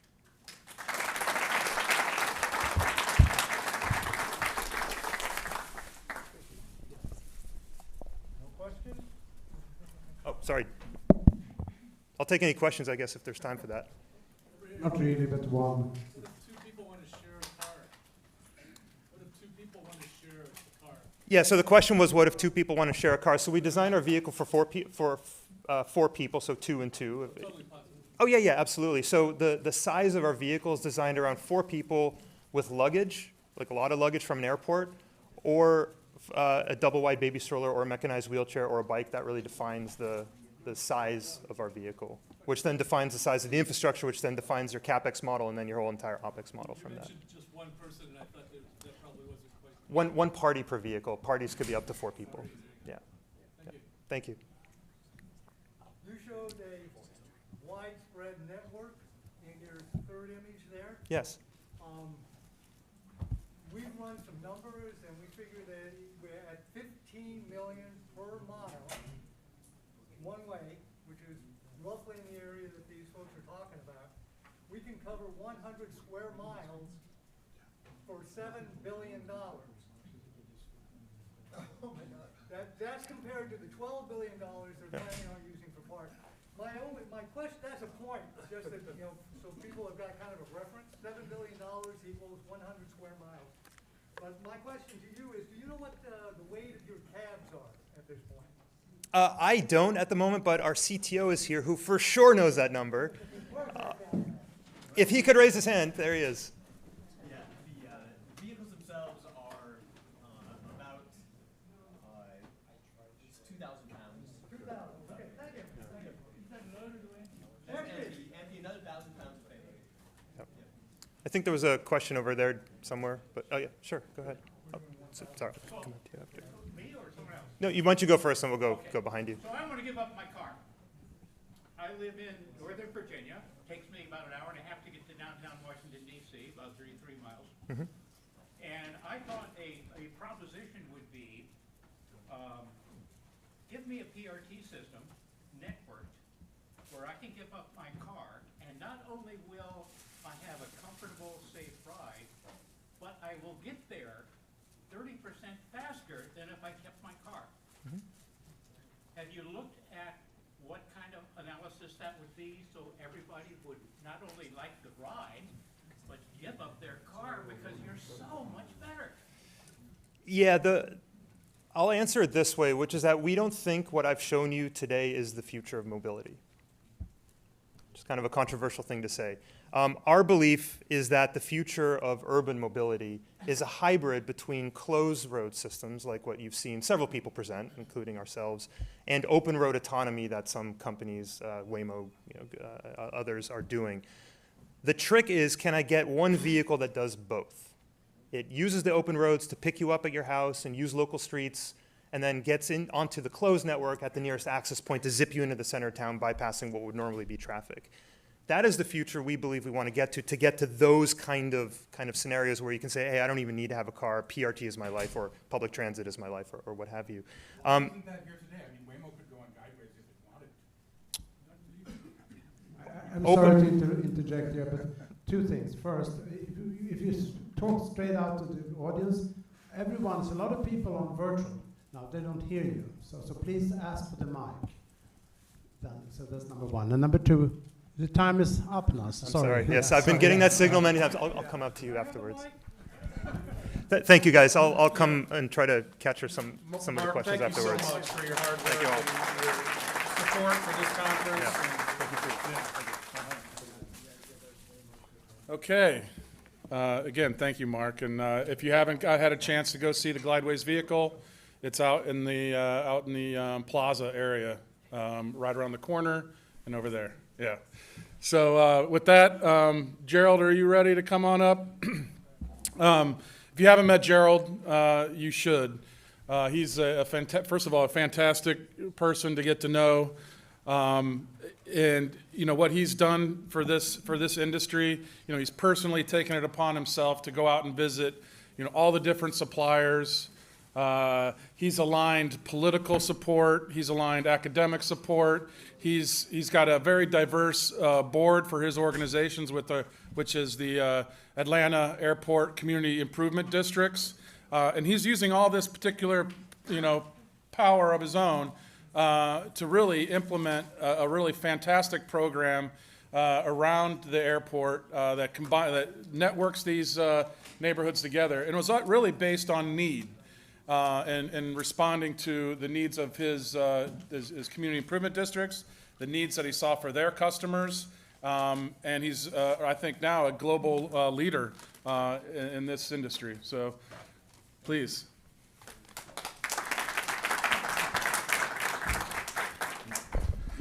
I wasn't nervous before you said all that.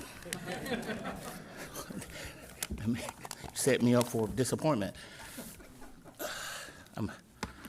Good afternoon to everyone.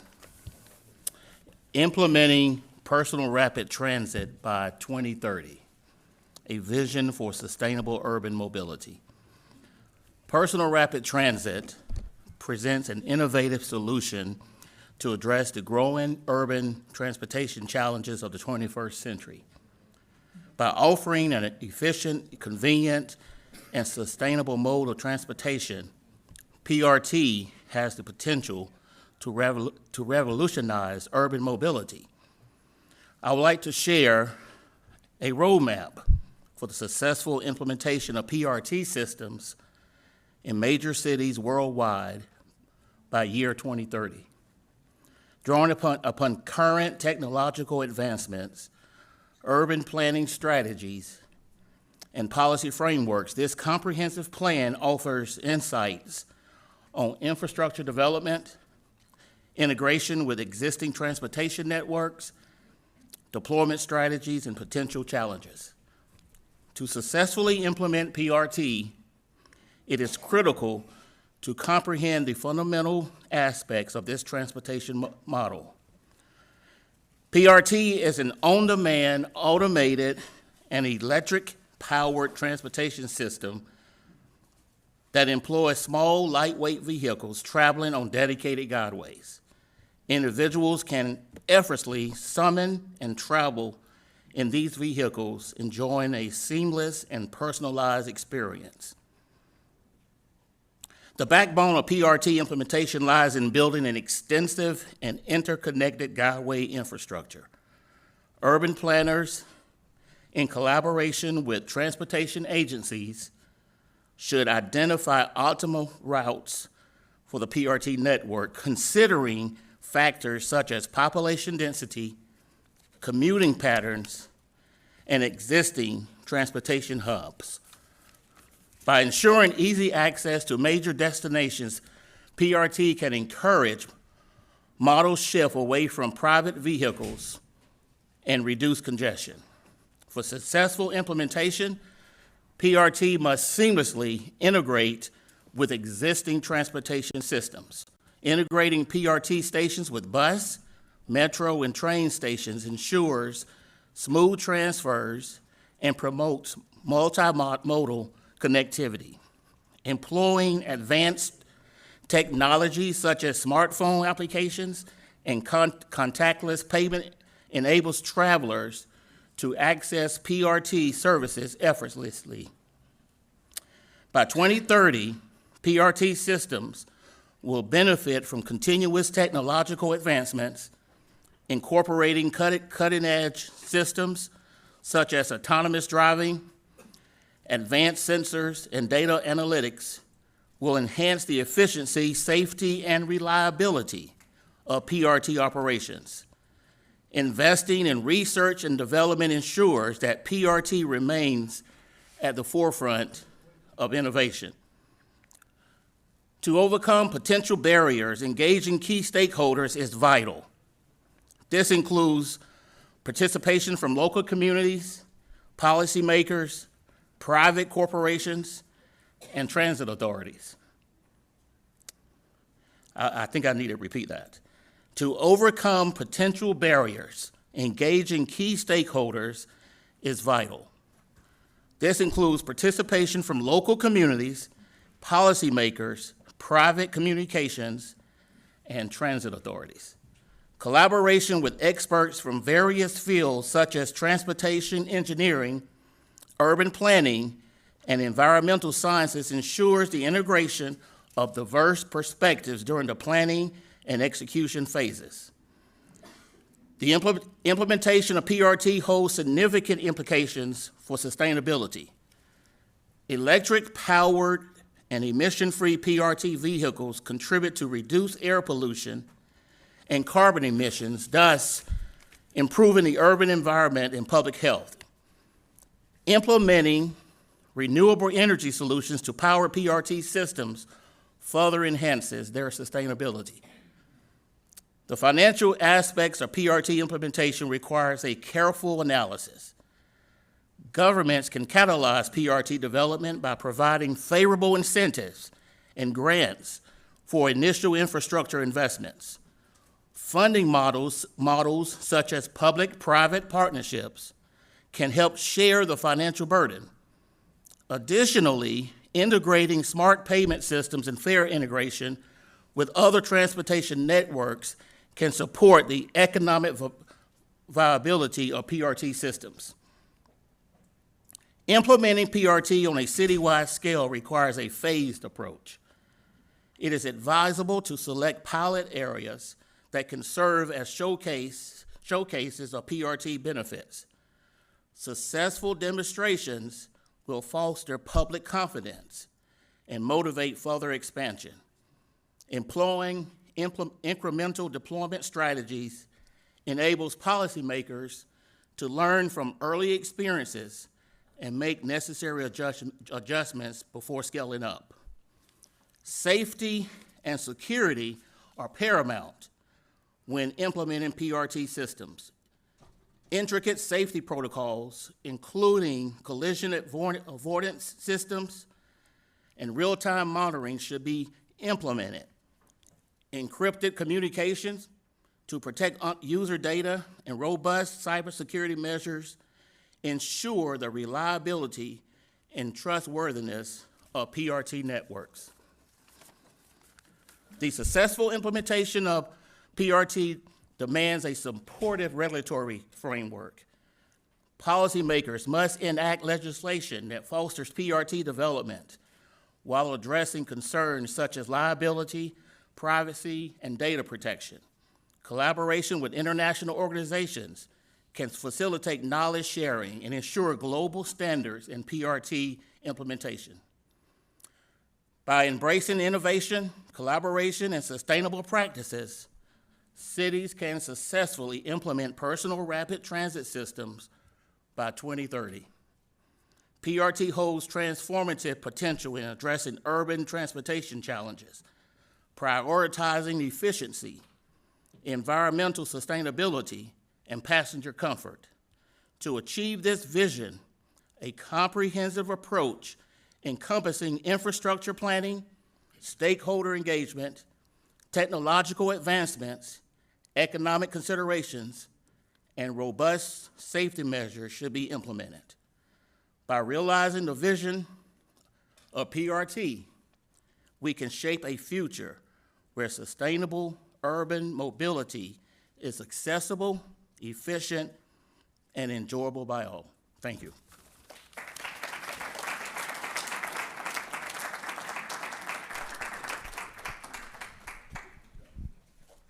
One thing I have to say that thank you very much for the lunch, and it was sponsored by Gerald and AZ.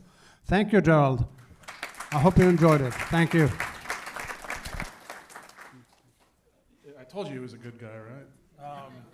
One other thing about the lunch is we're trying to minimize some of our waste and capacity in the trash can there. So we've been asked if you can unload the internal aspects of the box, kind of fold it down, and then there's a opportunity below to recycle some of that. So we're all here for sustainability. So we'll try a little piece of that right now. We're a little ahead of schedule. Should we go forward? I think we're at I forgot my notes here, but we're at the 12:15 mark. What that will do is, if we can get started, if everyone's here, Iris, we can do that and get a longer break to go out and see the Glideways vehicle, if that works for everyone. 5 more minutes? Okay. Take a 5-minute break and we'll get started.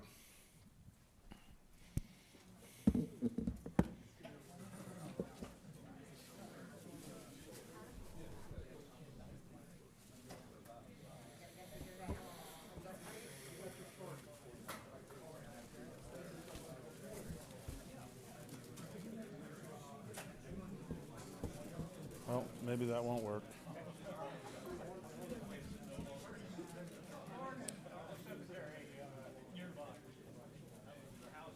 This is from 51 years ago.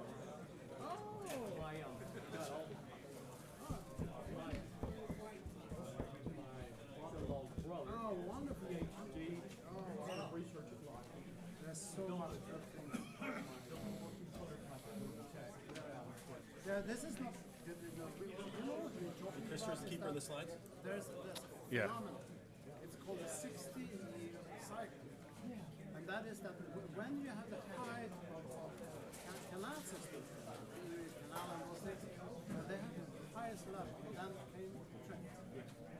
Yeah, I mean the train was at the height, came the cars, etc. And then came the, this interesting cycle.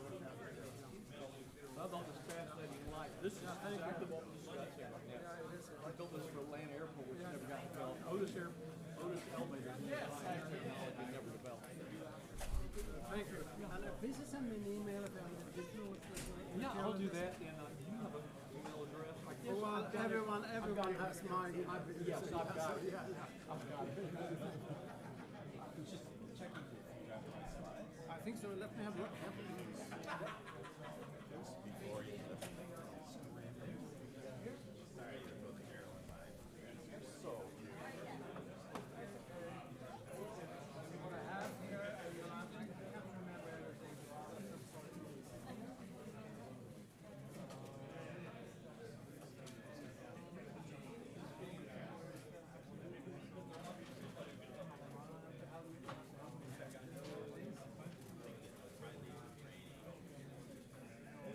Chance to know how we could get on the Zoom later.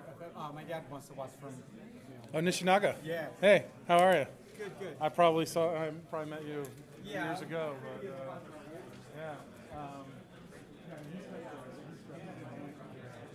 How's everything going? How's your day? Good. Really disappointing to be here today, but my mom had already booked a vacation for this week in Argentina, so there was no way. He left like the after Thanksgiving. He hasn't coming back till mid next week. Okay. He's gone. We had a great time in texting him throughout the days. Yeah. So, well, we'll have to. I think we're starting to get some more momentum after this again.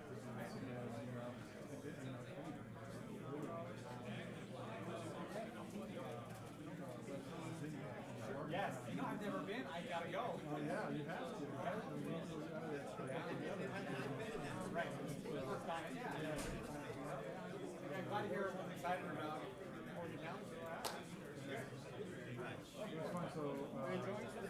Yeah, very much so. It's really good to get the scoop.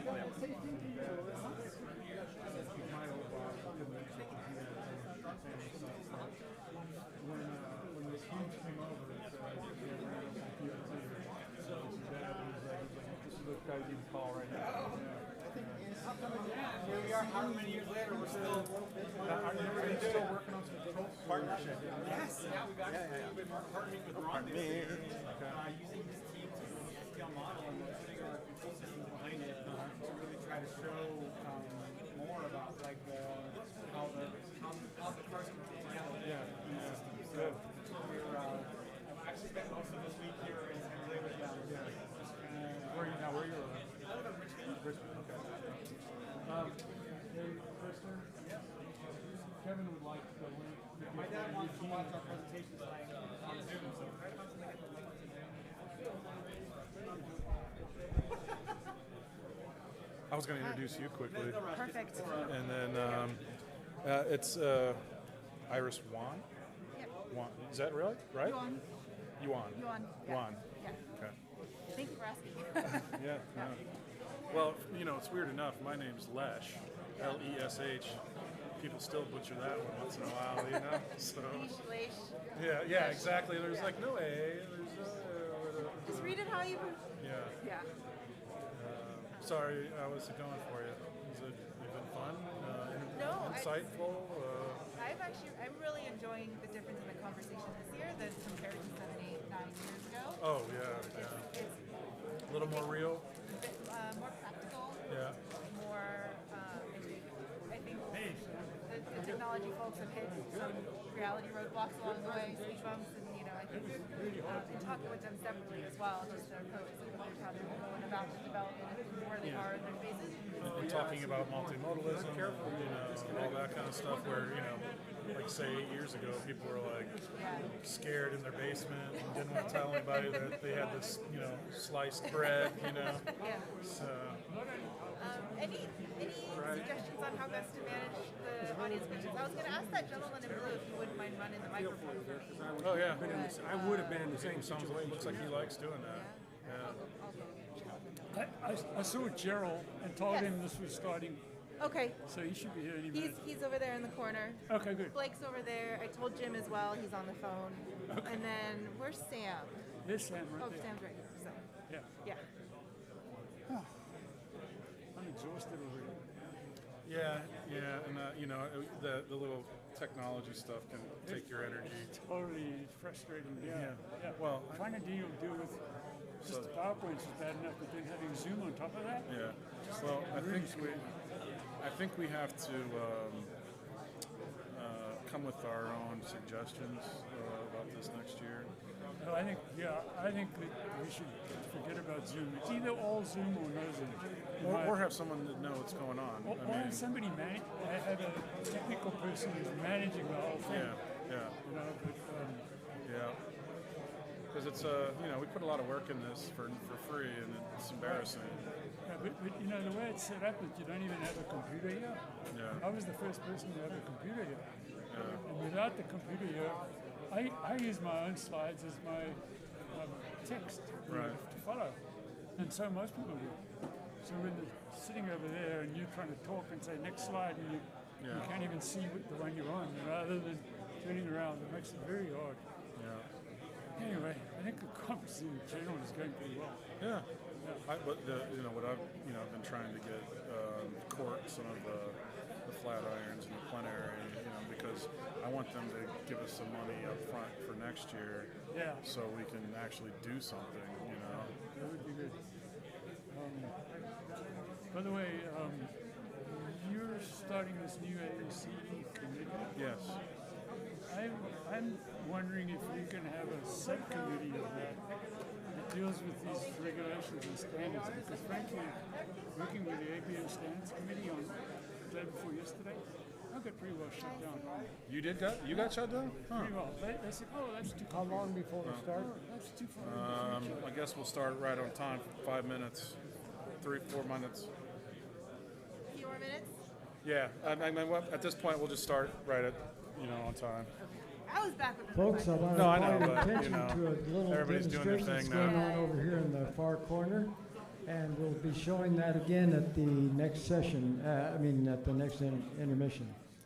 The Skyways They just told me demonstration over in the far we right have to corner. wait on there. that until the next edition, which is in 5 years. Oh, yeah. Oh, no, it's a good idea. That's too futuristic, Yeah. It's too complicated. Well, I think that we can have our own Yeah. standard that is just a bunch of edits to the APM standards. And we can reference the APM standards. Sam was saying something similar. Ready.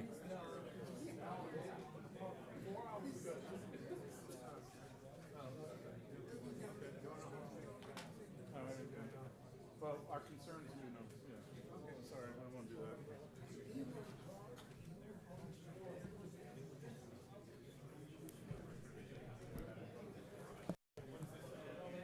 Was it from our friends or?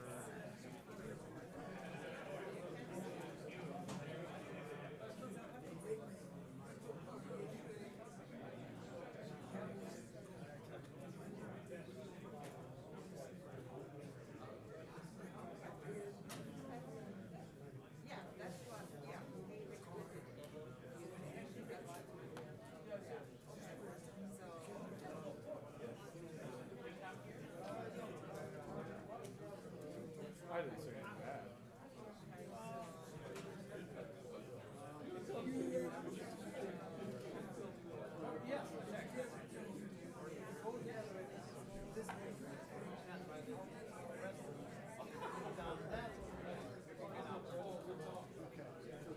The problem is the building's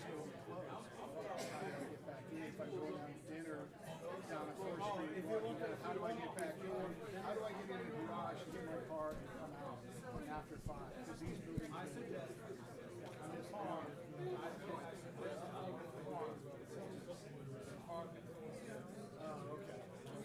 Yeah, he was suggesting you move it as free parking. Okay. I also want to make sure everybody else here knows that, they won't be able to get back in this building. And if they're going to the dinner too, they need to move their parking. Yeah. So I would tell them 10 minutes. But yeah, they suggest we move all our cars because we won't be able to get back into any of the buildings. Well, if we're sitting here, that's fine, but then we have to, I guess we have to walk around. Yeah. Where should we sit? I got something I'm very happy about. You're gonna sit up here too, I'm going to tell you I'll about stand it. behind the podium. I didn't realize it until I got I'd to like to stand kind of bring you guys forward. Yeah, no, do this. I'll tell you. Okay, we're going to get started here in another minute.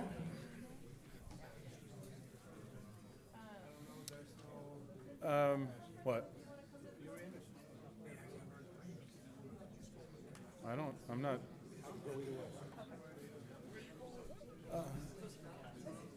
I see our panelists are starting to convene up here. One thing I wanted to mention, before or during lunch, we heard from Mohammed Amer from ASCE, American Society for Civil Engineers. I wanted to let you know, prior to this panel, that Sam Lott and I have worked through the bureaucracy of ASCE, and we've recently formed a committee on automated transit systems. So we're looking for, new blood, new ASC membership. We'll be pulling from other membership, but we hope to address during this committee, some of the low-hanging fruit or low-hanging standards, if you will, that we could bring to the table together as a continuation of Podcar, City and these efforts, especially in light of, some of the amazing developments that's been happening in the industry. How do we work together to advance, these systems moving forward? So Sam will discuss a little bit of that, and then we'll also, take any of your interests or inquiries, offline as well. So with that, our next, we're going to be talking about regulatory issues and surrounding topics around that. We have Iris Yuan, Senior Associate, who will be leading the discussion as a moderator. She is with Lee Elliott and has 20 years of transit planning experience, specializing in automated transit systems. She seems like she should be a great candidate for our committee. She brings extensive experience to the unique, specific considerations and requirements for automated systems. She has been responsible for multidisciplinary and interagency coordination during the planning, design, and implementation of multiple automated transit projects, both within the U.S. and internationally. So please give it up for Iris.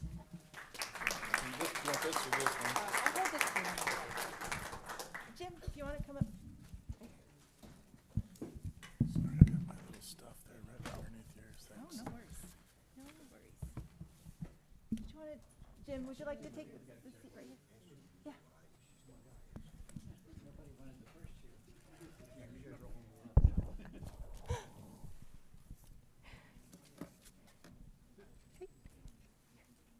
Did you want to?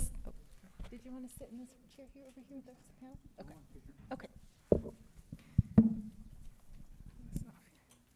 Hi, thank you. I hope everyone's excited to talk about regulatory implementation considerations with your belly full of delicious lunch. So get your questions ready.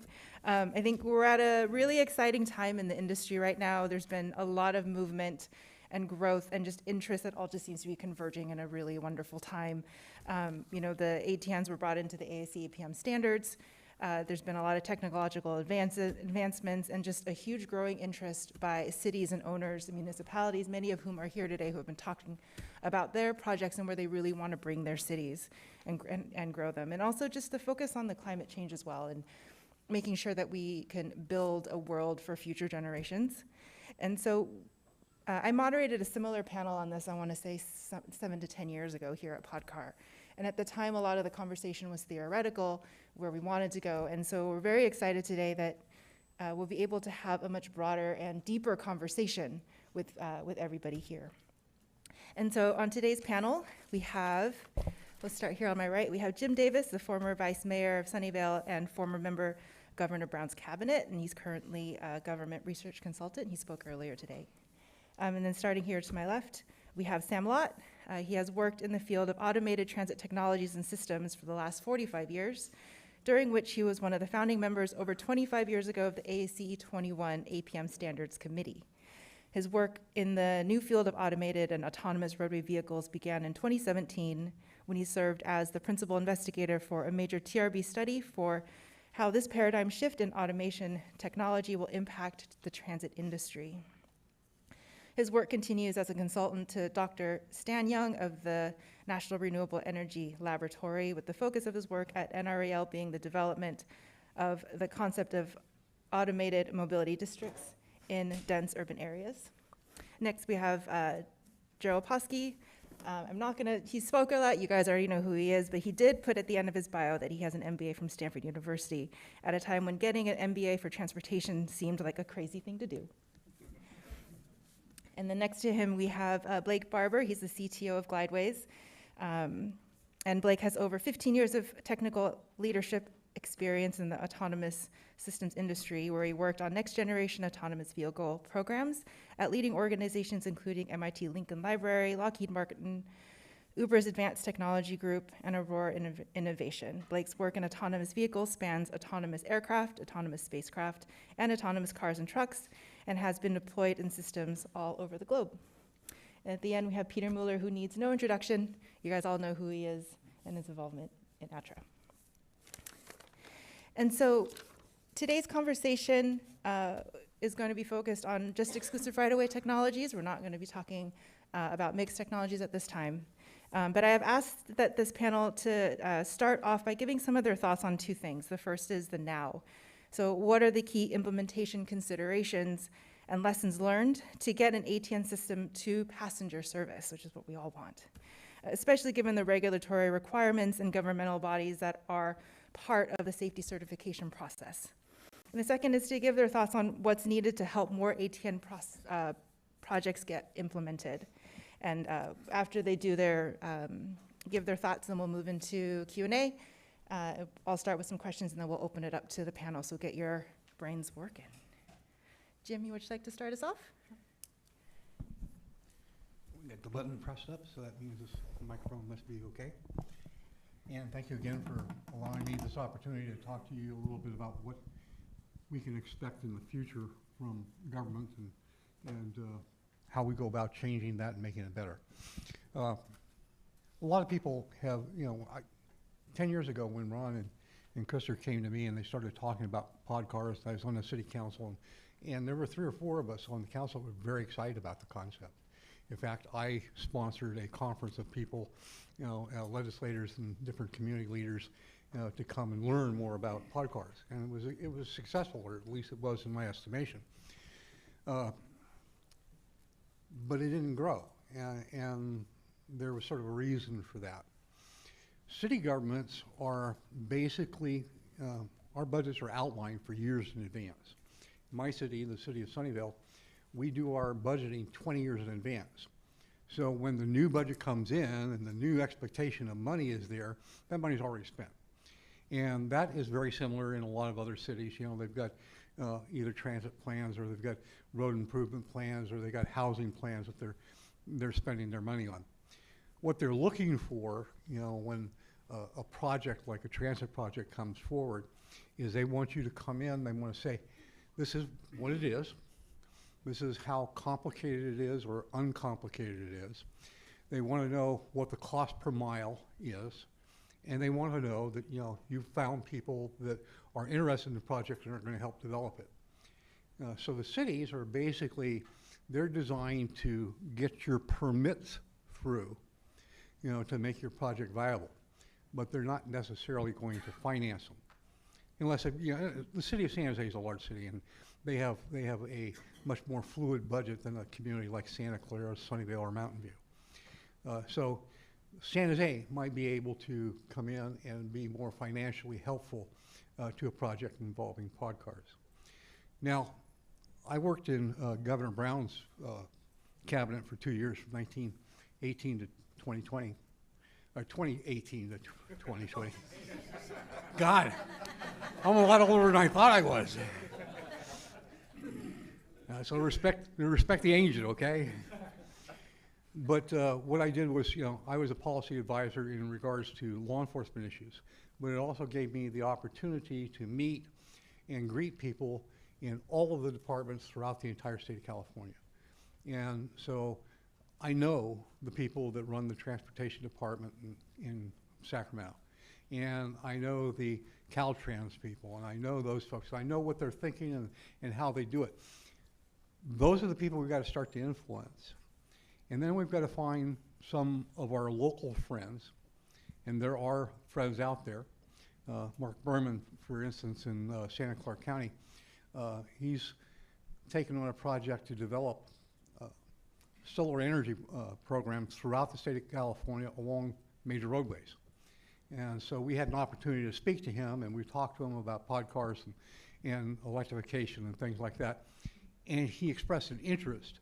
And he said there might be some room in a bill that he had on the assembly floor that was going to go over, and it was going to be looked at again in January. So hopefully we'll contact him again. But those are the people that are actually going to help us make a difference and find the funding, because not only will they find local funding, they'll find federal funding for you. So you don't have to go out and start digging through the federal government, and oh my God, you don't want to do that. That's no fun. But they'll go out, they'll find people that have knowledge about federal spending and priorities for spending and ways to invigorate budgets so that we can accomplish the tasks that we're talking about here today. And I think that we all recognize and we all appreciate how important the subject matter is, as we go forward. And like I said earlier, all you have to do is turn on the television, dial in the local news. You don't even have to dial in Fox News. Fox News will tell you more. But you can listen to the local news, and a lot of the discussion is about transportation and our energy and our climate. And that's what we're talking about. So those are my words of wisdom. And please remember, I've been in business since 1918. And I appreciate your attention, and have a very nice afternoon. I look for more conversation.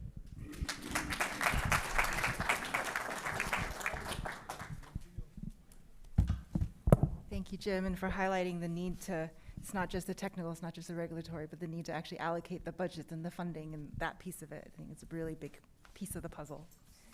Sam, would you like to do next? Let me stand up here. Sure.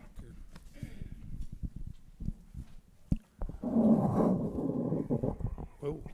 I don't normally speak to notes, but to try and keep it concise, I'm going to speak to a few notes, and then in the panel discussion, I can expand on them a little bit. Can you hear me all right back there? Yeah. Okay.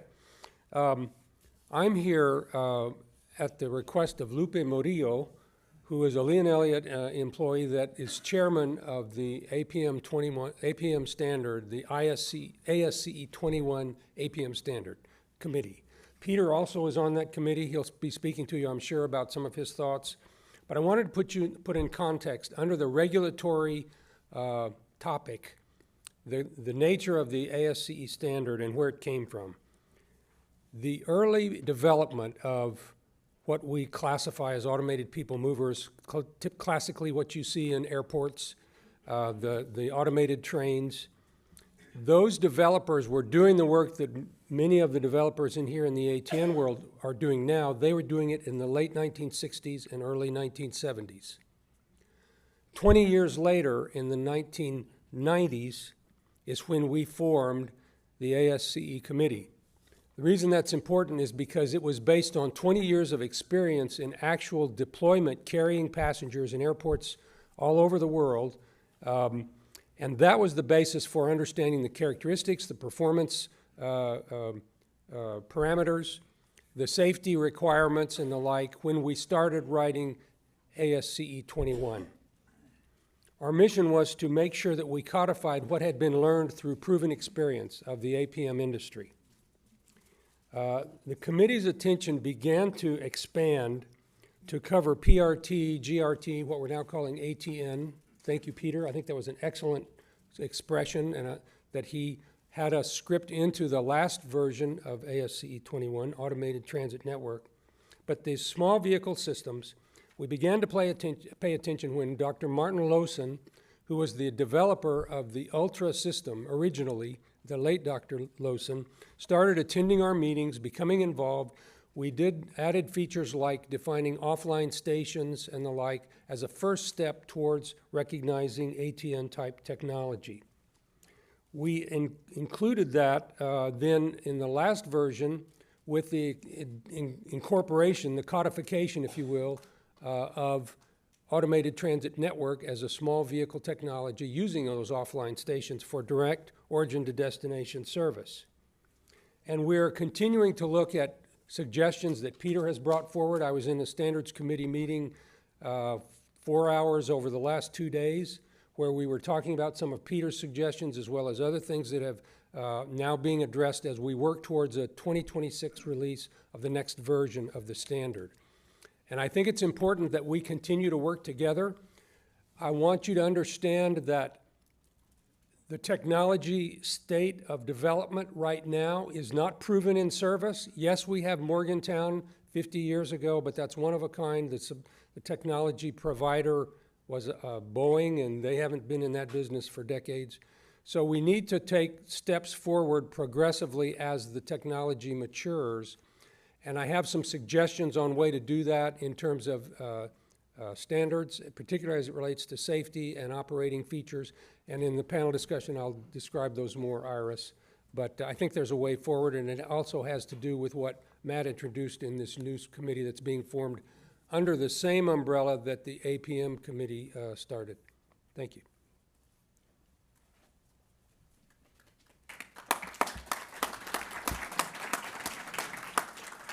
Thank you, Sam. Also highlighting the importance of incremental improvements, or the process of incremental improvements to bring it all in and to incorporate the ATNs. Gerald, would you like to be up here, or would you like to sit?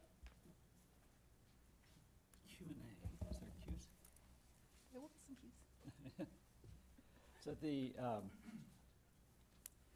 I'll speak briefly just on Iris's initial comment and question on regulation and one that may be coming on what is it like and what are the regulatory environments. We've seen, I think, Alex from ModuTram had some great graphic on some of the regulations that are at play. The ASCE APM standards very much in play.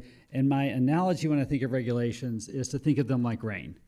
And when I say that, you're thinking dreary, something that ruins your day, washes out your picnic, and you think that until you don't have enough rain, until the rain's not there that you really need. And that's where we're approaching that. We're very happy that ASCE APM 21 standards are there. The ANSI, for us, we have the cableway system. The ANSI B77 ropeway standards are there. And so very much satisfied that the regulations are good today. I'm glad they're there. They're things that we now aim to work from.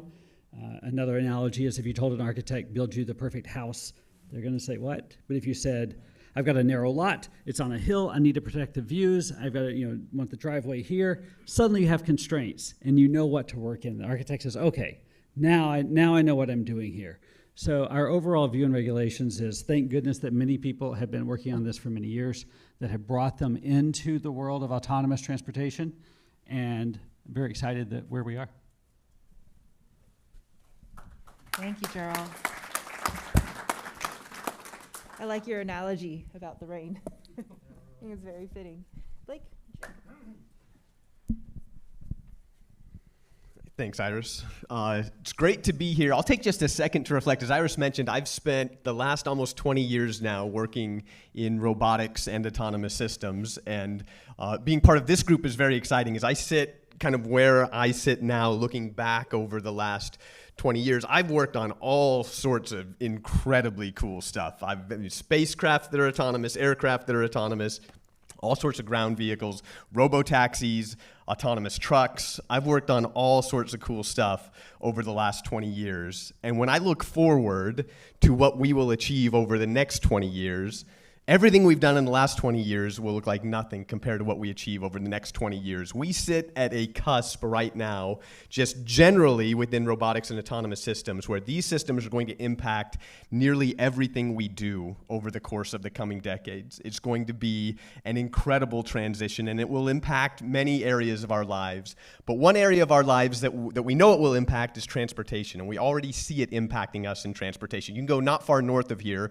and see Waymo vehicles. You can catch a ride in a Waymo vehicle, entirely autonomous, driving you around San Francisco. It is incredible. And this revolution will continue, and it will continue in transportation. And I think within this room, there's a large group of us that have known, and we've known collectively, this is not new, we've known since the late 1960s at least, what transportation is going to look like in the future.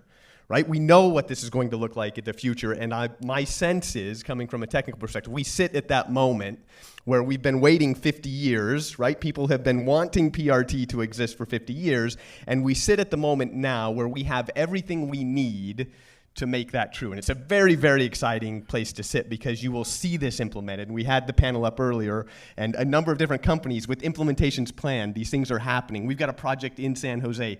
This is happening. We finally sit at that moment where we gain that traction and this pushes forward and really revolutionizes the way that we do urban transportation. And so this is a big, exciting moment within robotics, within autonomous systems, within transportation, with all of these things coming together. So I'm very excited, but one of the key elements of this is we need the regulatory environment to exist. We need the correct regulations in place to make all of this happen. And I'll echo Gerald's comments, which we are in an excellent position with respect to this topic. And I spent the last 6 or 7 years within the autonomous vehicle industry. And regulations are not well defined for open road autonomous vehicles. It varies widely from place to place, and these regulations are maturing in step with that technology. There's not a clear path in many of these instances, and that path is changing as regulations catch up to the technology. And that's a very uncertain place to be. One of the things that was refreshing leaving that space and coming into this space is we have here a very clear regulatory framework within which to work. We're initiating a first project in California. We know exactly California General Order 164E, and it outlines a very clear regulatory process and tells us to point to the appropriate standards, and we can go to ASCE 21, and there is a very clear standard that we can apply to this process. And Stan, as you mentioned, not only do we have a standard, but this is atypical for standards in some degree.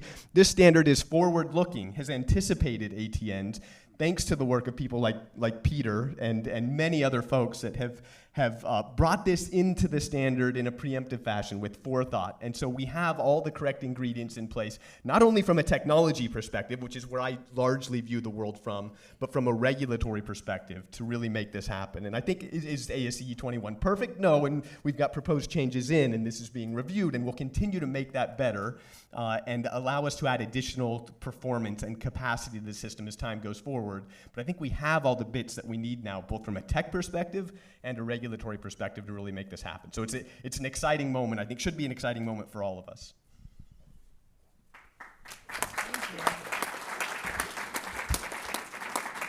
And thank you for recognizing the efforts of a lot of the people in this room to really do have a forward-looking and getting all of the standards in place in time for this exciting moment. Thank you. I've worked with the ASCE Standards Committee for, I'm not sure, going on 10 years or so, but around 2015-16, we started working on changes for the 2021 edition. When I say we, I mean ATRA and ATRA's members, and made one at least tremendous advance to the standards that people like Dr. Martin Lawson, who you mentioned, who was a good friend of mine. In fact, I think the last time I saw him was in San Jose. No, it was at a Podcar City conference. But anyway, he never thought we could accomplish this for 20 years, and we got it done. And that was to change the brick wall stop requirement. And I don't know if you know what the brick wall stop requirement is, but if you've got two vehicles traveling along together, the back one has to be able to stop before it hits the first one if the first one stops suddenly. Well, a vehicle can't really stop suddenly, but it can stop quite suddenly. So the standards say, well, we don't know how to define how suddenly a vehicle can stop, so we're going to make it the worst possible case, and we're going to assume that a vehicle can turn instantaneously into a brick wall. So it can instantaneously stop, and the vehicle behind must not hit it. And that's okay for systems with stations that are online, because the stations kind of define the capacity of the system. But when the stations are offline, the distance between the vehicles defines the capacity of the system. And so if you have to assume a brick wall stop, and I'll use rough numbers here, and you've got a system like Modutram or Glideways that does about 30, 35 miles an hour, and you're on rubber tires on pavement, you're going to end up with about 6 seconds between vehicles. Maybe you can get that down to 3 or 4 seconds between vehicles. But if you do away with the brick wall stop, and you can guarantee that the vehicle in front doesn't stop completely instantaneously, but gradually, then you can potentially get that headway down to 1 second. The difference between 6 seconds and 1 second is 6 times more capacity. The difference between 3 seconds and 1 second is 3 times more capacity. So this was an extremely significant improvement that we got approved in the last go-around. It hasn't yet been fully implemented, although my understanding is that Modutram is safety certifying without compliance with the brick wall stop. So they're using the ATN exception that's allowed for in the 2021 edition. We've got some other things done in 2021 also, which we're quite proud of, but they're not as significant.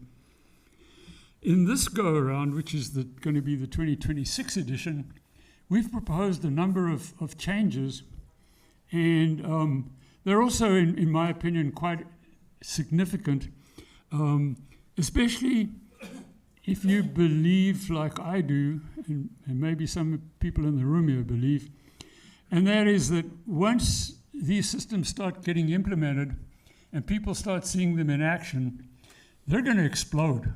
We have the situation where in the next 5 years, we certainly have the potential for people to start planning and implementing systems with hundreds of stations, not just with 5 or 10 stations. And the APM standards were developed around systems with just a few stations because they were planned to be in airports and places like that where there's very concentrated travel over short distances with a few stations.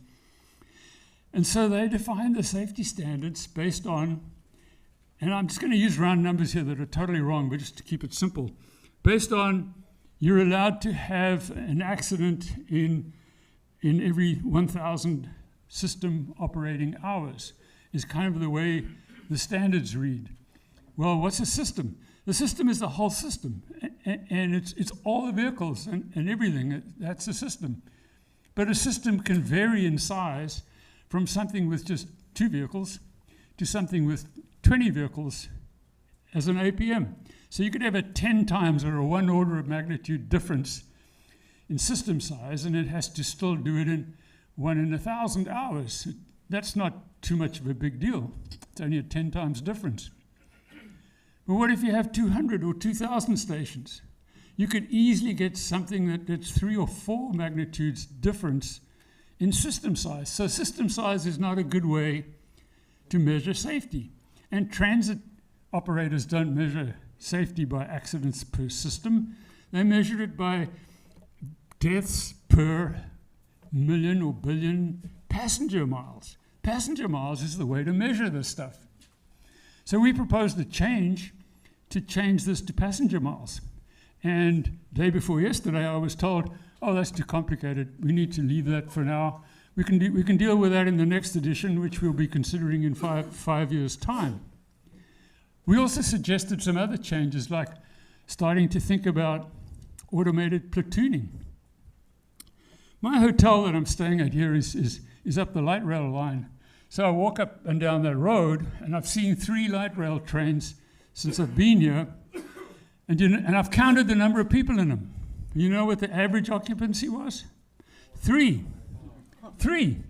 Average occupancy, and these trains have I forget, 3 or 4 cars. And part of the trouble with those trains is they can't easily couple and decouple. So they run the big train around all day long, it seems like.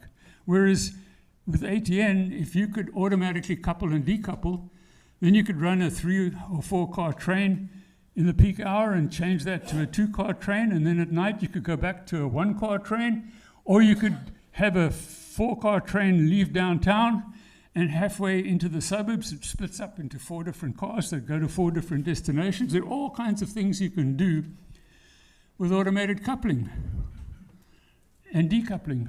And they said, meh, let's leave that till later. So I think we have a little bit of a problem to work through here, and I'm looking forward to talking to people and getting a group together that has a little more horsepower than just ATRA, and let's see what we do about this. Thank you.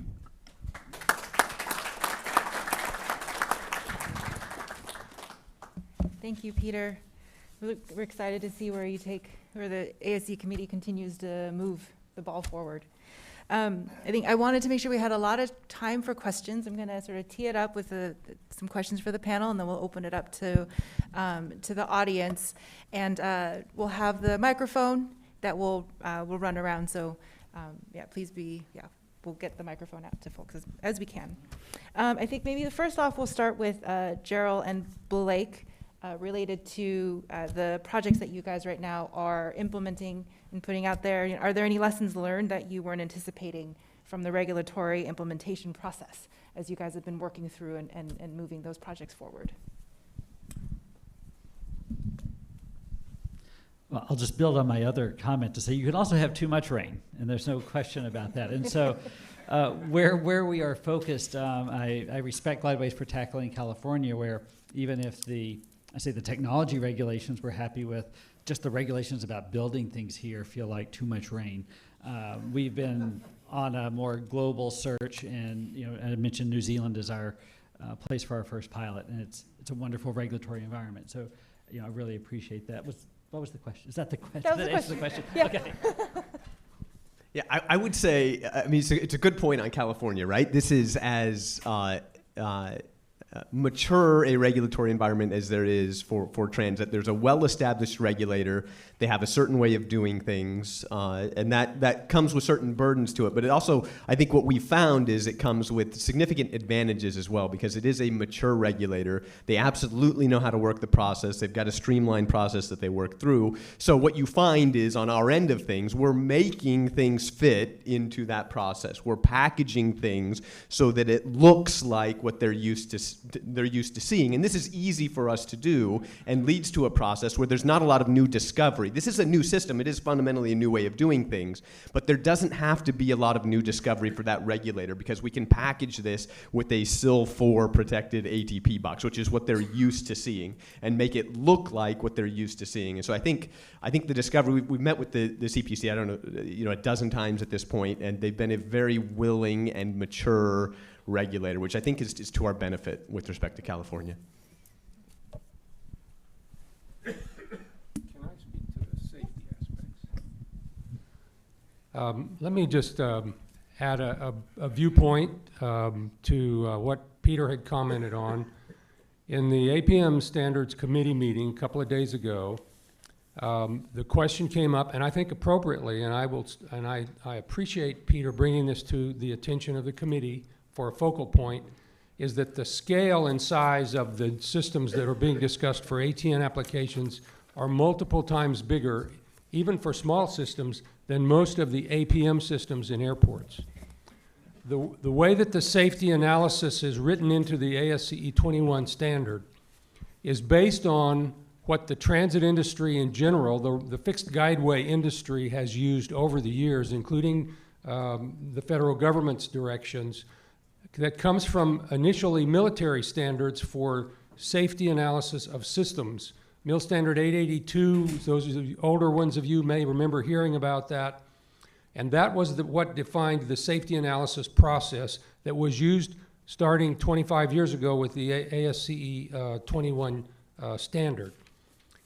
It involves calculating failure rates for every subsystem, even sometimes down to the component, failure rates of how frequently it would fail, and then you do an analysis to see if it fails, is it failing in an unsafe way for the system, and are there redundancies to compensate for that? But you build up from the component subsystem level up to the system level to determine how frequently an unsafe failure would occur for the whole system. And then you calculate from that mean time between hazardous event.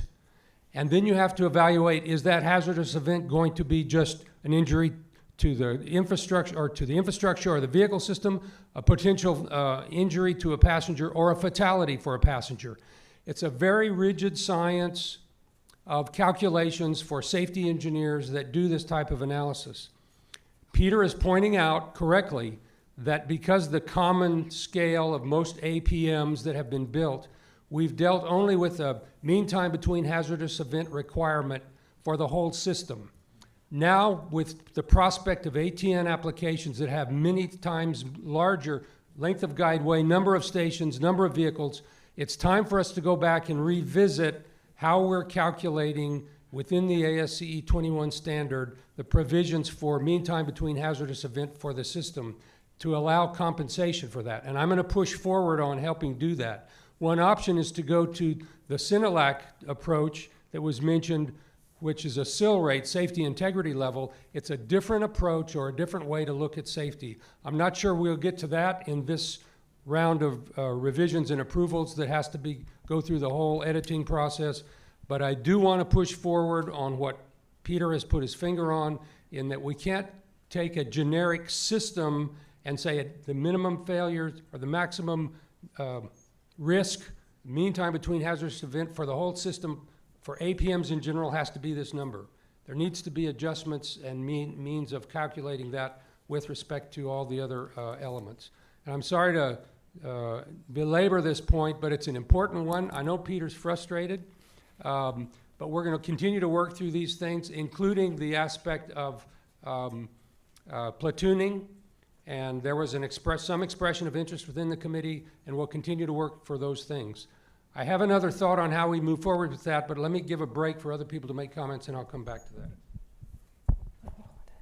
I think building off of that question for Peter, in addition to the work that you guys are doing for the ATN standards, is how else do you think the industry consultant suppliers, what else can we do to really help pave the way for successful implementation and getting to passenger service? So to help pave the way for what? I didn't quite catch that. So what else can the industry do in addition to the work that you guys are doing on the standards to help pave the way to help get more projects to passenger service? That's an excellent question, and I'll try and keep this brief, but in 2000, I was chairman of the Airport Consultants Council, and I knew all the airport consultants in this country. In 2005, Heathrow bought the PRT system, and I thought that airport consultants would be interested in considering PRT in all their airport master plans from them on out, because airport master plans have to look 25 years into the future. So I started PRT consulting, thinking that all my airport consultants friends would be coming to me and saying, help us figure out how to plan for the airport of the future, and to look at, if we put PRT in, what does it do? If we don't put PRT in, what does it do? You know how long it took before the first consultant came to me with that question? It was 2017. The only two airports in this country that I know of that are considering PRT in their airports is that one that I worked on in 2017, that was Austin, and the other one is in South Carolina. Greenville-Spartanburg Airport is considering PRT. And yet it's been running at Heathrow since 2011. So part of the problem that we need is for consultants to consider it, to think about it, and to think about it in a way that makes sense. We see consultants doing things like comparing APM with PRT on the basis of top speed. Oh, the APM does 55, the PRT only does 25. Throw the PRT away. when you look at the result of that study, the APM did 11 miles an hour average speed, and the PRT would have done 13 miles an hour average speed, but they'd already discontinued, disconsidered PRT. Consultants need to understand the technology, and when they do analysis, they need to analyze the right factors. Those are some of the things we could do. Thank you, Peter, and I wholeheartedly support and 100% behind what Peter was saying, needing to find the right solutions and looking at PRT in the best way for our clients. I just had one final question for Jim before we move on to the group. He's got a question on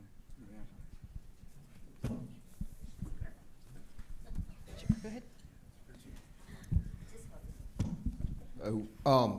I have two questions. One is maybe for Gerald, and that is, you have just worked with North Central Texas COG, and they have a program they call CERT. I'm not sure what it stands for, but certification of your program, so that cities in the community can use it. The council's given an overview. I think it'd be helpful for everybody to understand what's involved in that process. And the other one, I'm not sure who to address it to, but if you're a city and you're trying to decide where do we put routes, where does the county or the city already own right of way, and how do we get easements and approvals? Do you do payments for the use of the right of way, that kind of thing? So if somebody would comment on that.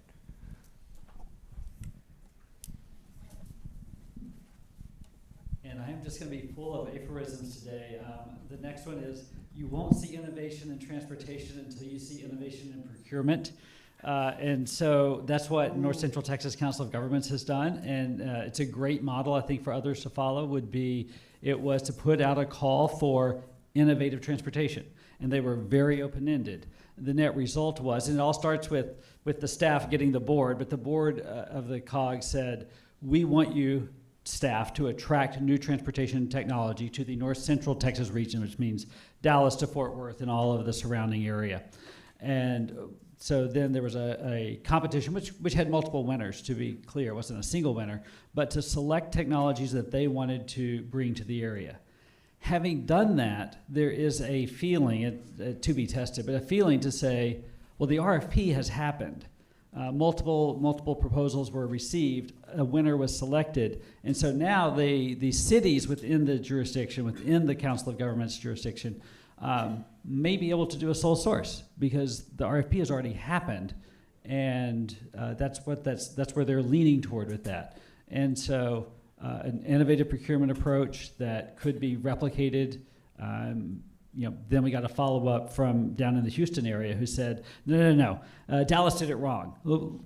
Come down here, we're going to show you how to do it better. So I'd love to see the cities doing this competition, finding new ways to do things. I think San Diego did a system called the Request for Innovative Concepts, which was a bit similar, but they had 3 winners of that one. LA has an unsolicited proposal process. So if you're in the public sector, be aware that there's new ideas coming out there, and there's a lot of innovation to happen in order to make the other innovation happen. Yeah, I would just add a little bit to that. So I think that's absolutely right. And you mentioned a specific approach to trying to get an innovative solution into transit, which was to explicitly say, I want an innovative solution, right? I'm gonna issue a process looking for an innovation solution. But I think you don't even have to go that far and say that I want innovation. You don't even have to want innovation. You just have to want the implications of innovation. So if I point to the San Jose acquisition process, they didn't say I need something that's innovative. They said, I need to solve a real transit need, and I need to do it for this amount of money. So if you can solve a real transit need for this amount of money, I want the implication of innovation, which is I can now go do the thing that I need to do. And I think we want to see more of that, people saying, I need the implication of innovation, and I will implement an innovative solution because it allows me to achieve the thing that I need to achieve.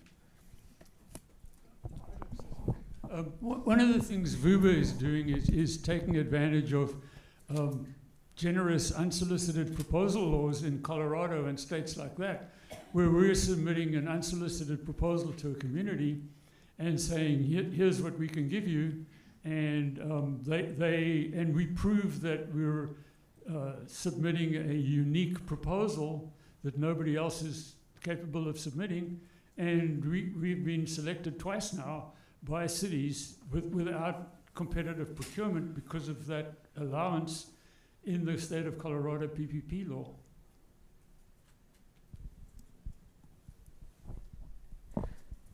Question over here.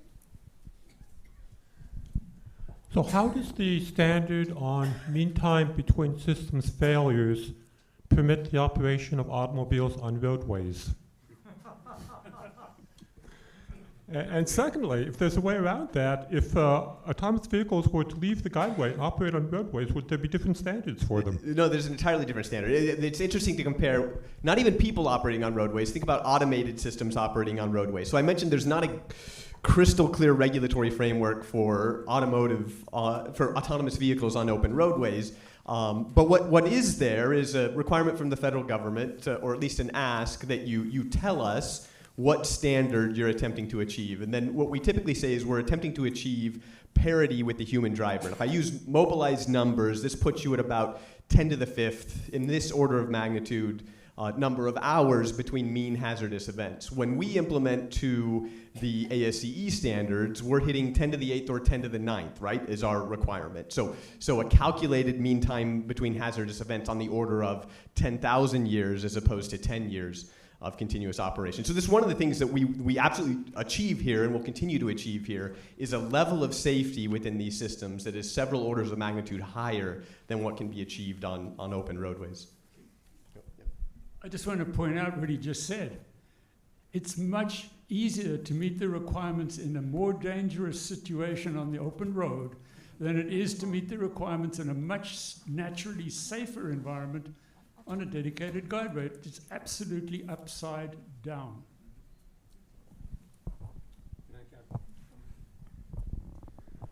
These discussions are why I'm going to make a proposal.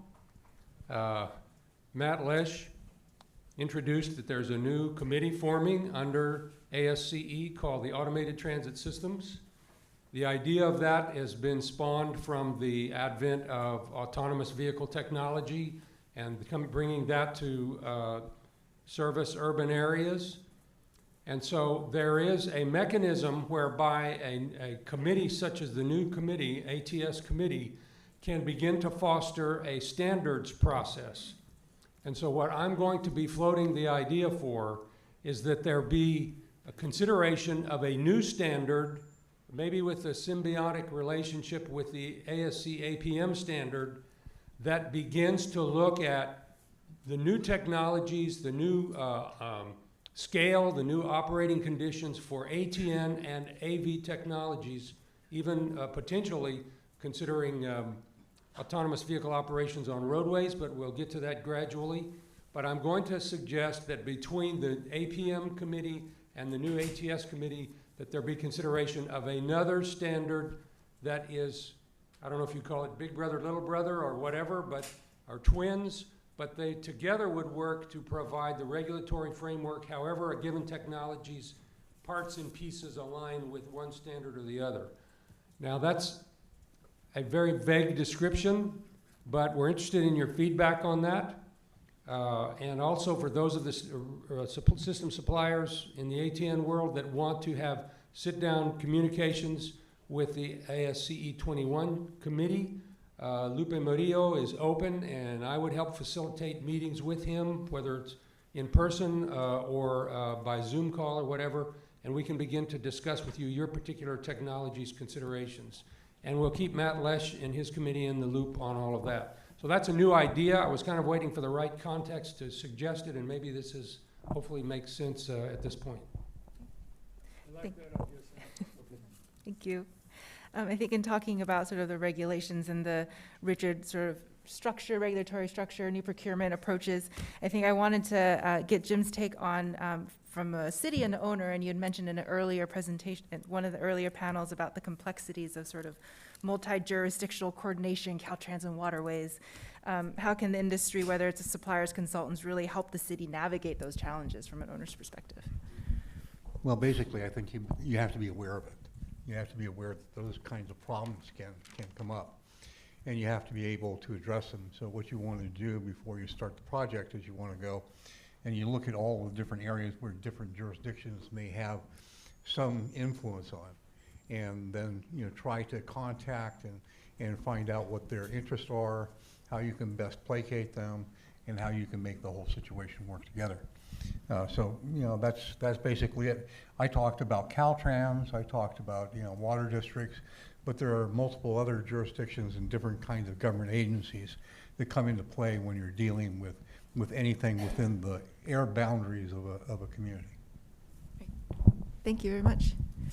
Any other questions from the audience? There's a hand over there. Oh, well, you, Jennifer, and then we'll get you next.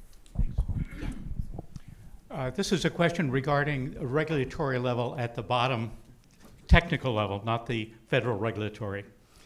I remember one of the Podcar conferences in Uppsala, visiting the Vectis demonstration area, and I talked to one of the key leaders of that particular effort, and he said one of the huge problems they had is getting the system certified in Sweden, and they had to look towards the Swedish rail system as the measurements by which their demonstration had to be certified.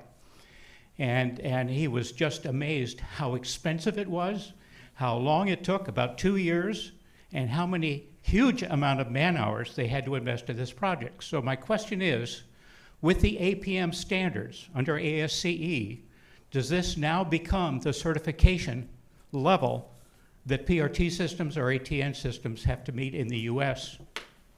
And secondly, do we have third-party consultants, at least 10, that can be used to certify a PRT or ATN system?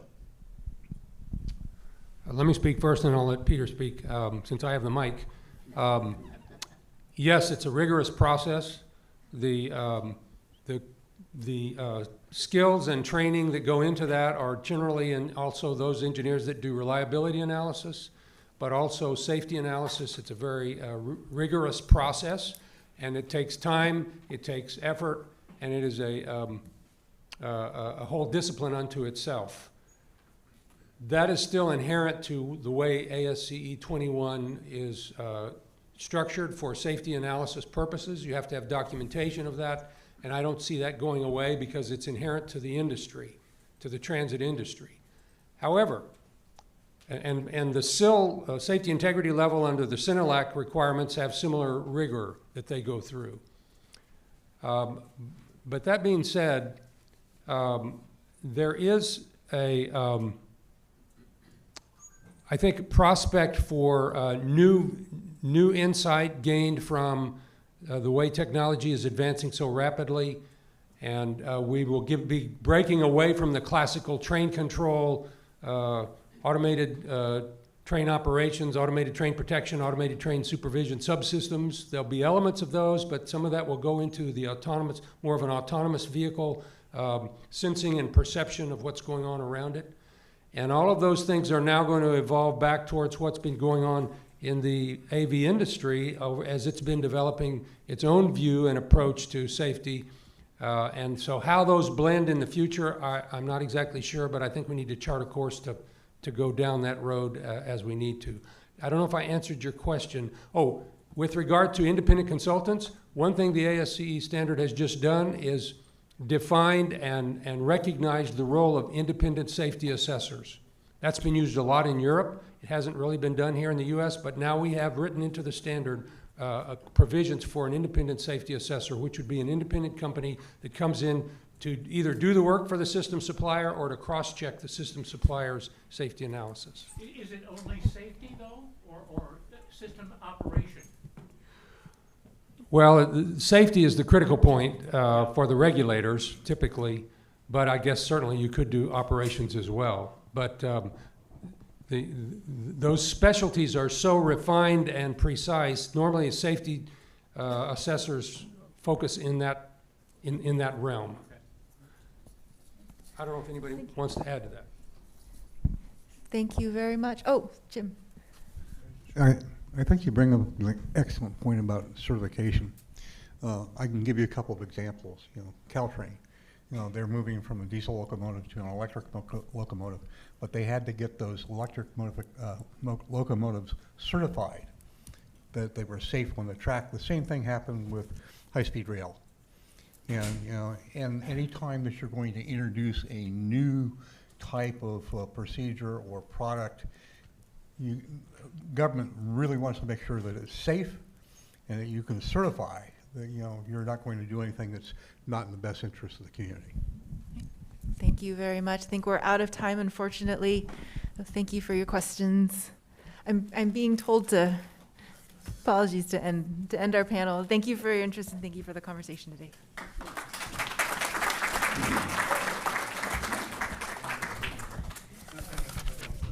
Hello. A very important announcement. Everybody who has their car in the garage underneath here. Anyone have the car underneath this this one? And yeah, okay. So you can't get out. You can get out after 5, but if you go out, you cannot come in again before 5 just until 5. So make sure you get the car out of the garage. You're going to go to the dinner because you can't come back in.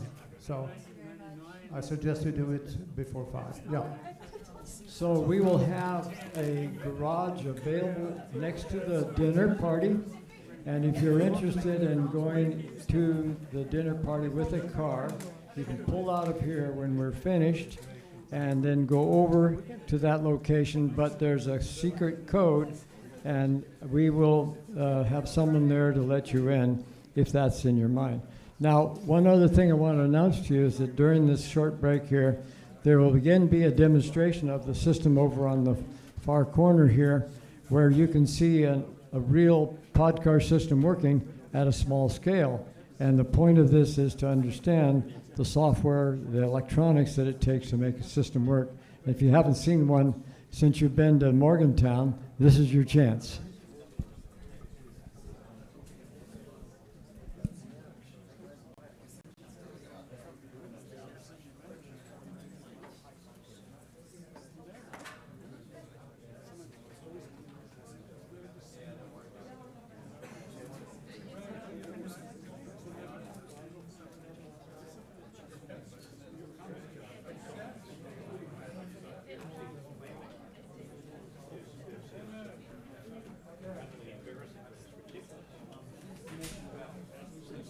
Late 60s, early 70s. My father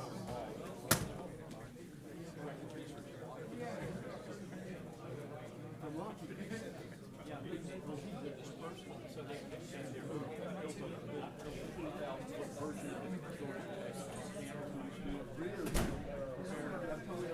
So it's interesting, at the same time, in 1972, there would have been major efforts, right? So the Bounty Railroad was just commissioned by major efforts. You're okay with that. Major efforts in terms of major efforts. This was, for everyone that didn't hear, if you haven't seen the Glideways vehicle, feel free. It's out just outside the rotunda here. We're going to actually close up and take the vehicles out probably in about 20 or 30 minutes. So please make your way out there sooner than later. And it's getting cold, by the way. Thank you.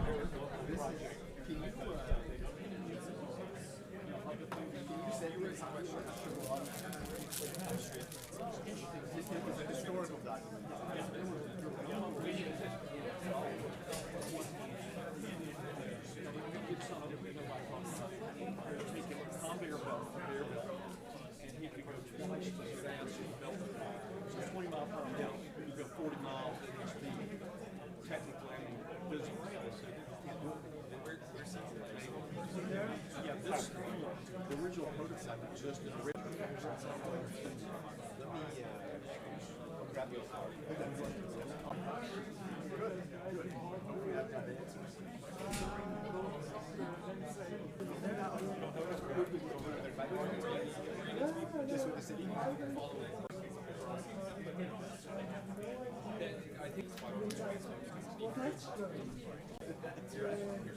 Wait, what did I say?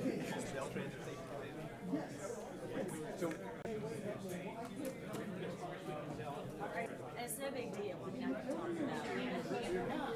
It's really so people don't have to scare me.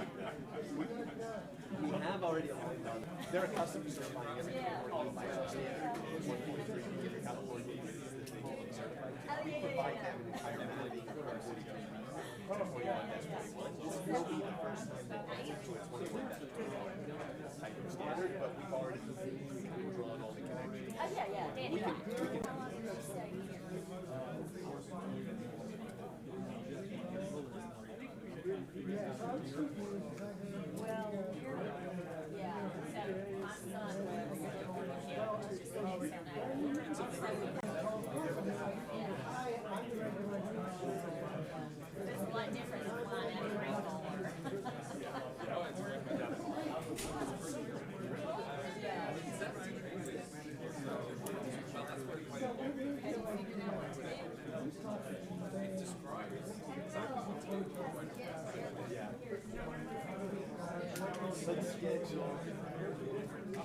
we are going to have to do this. But we can schedule a bed all aligned. So I think this true. They're going to use there as that point of interface, but I think we can help steer them in the right direction in terms of. No, they're not going to confirm that with the lawyers. You're just going to teach them that, pre-talking to the lawyers, this is the chunk. And we've had that conversation. It's been a pleasure. It's nothing new, but we'll just have to bring it back on the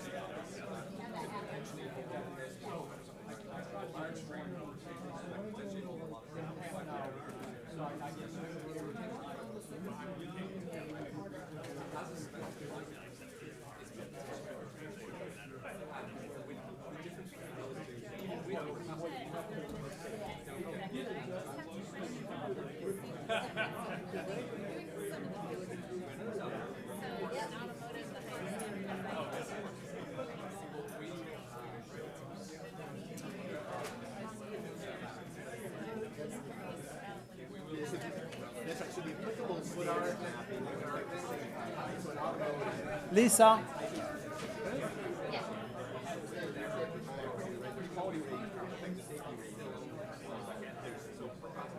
There's a root functional safety standard, which is IEC 61508, and then there are many. I know this way too well. And then there are many standards that provide functional safety standards to provide a specific domain. So within automotive, ISO 26262 is the derivative standard. Okay, this is 61508, but for automotive. And then there's 5012X, 5018, 5019, a bunch of 5012X standards that are rail safety standards. And this is just, they're both derived from 61508. This one's saying, look, it's rail, here's how you so we have been interested in the regulatory regime allows switches. The regulatory regime basically says what you need to do is you can bring us a certification. In that plan, tell us the actual emergency. And then you provide some performance checks. You say, here's the safety relevant concept. Here's the standard. So California regulation allows us to choose which standard applies to each of these. So this goes back to the comment that I made, which is we want this to look at the building of your rail. So we choose the 501 in the list, but our supply chain, and this goes to the comment you made, our supply chain is the automotive supply chain because they produce at mass quantity, bring the cost of these things down, and allow us to realize this is the cost. And they have, and that's right, when they spec for safety, they spec in terms of police, not civil.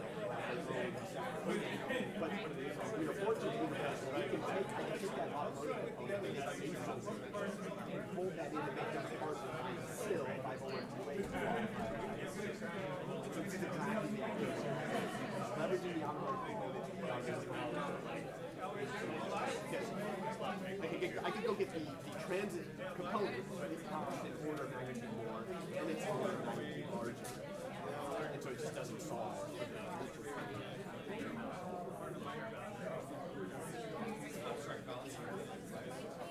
Yeah, we do a lot of, we got a whole team working on our supply chain. We've got a number of good partners. But most of our supply, we have IT supply chains as well. On the vehicle side, it is all sourced through tier 1. Suppliers will have significant information. ISO will be able to check how long they think is supported. and also quality levels, so better for electronics components, and then safety right? So automotive steering is also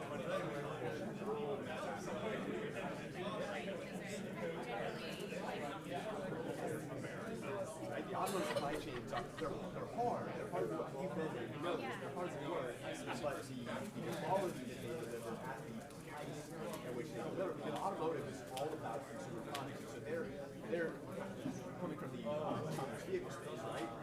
The automotive folks that we're meeting with, and I want sensors from my vehicle. We shaved all that functionality off and saved $20 on the components. Like, no. Like, I don't care about the $20. And they're like, that's all. No,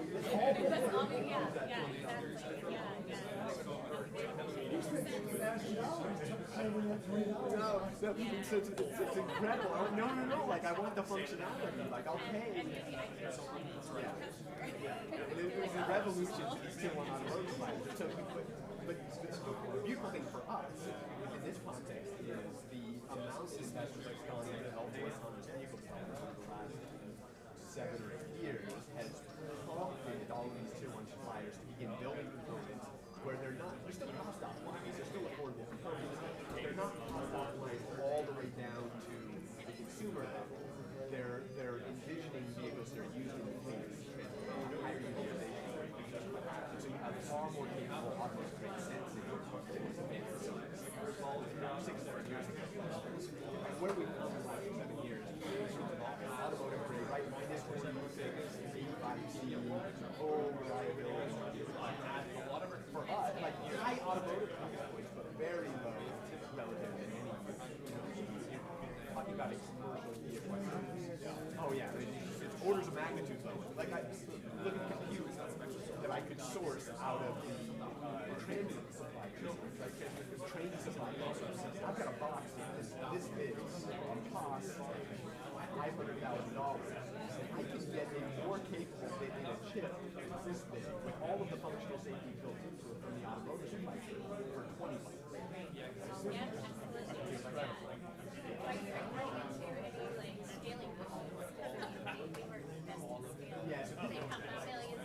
This is the problem, right? So this is exactly the problem, right? Which is that this incredible component, incredible price, they're used to engaging with promoters.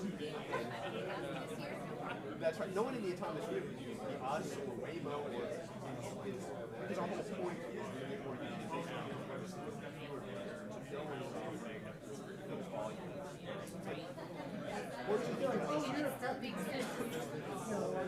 So you only want 30,000, right? Yeah, that's right. But the fortunate thing is most of these companies have set up businesses that are focused on this. They appreciate there's lower volumes there at the moment, but they're all kind of building towards that volume to go up. So it's not easy anymore, but it's highly practical.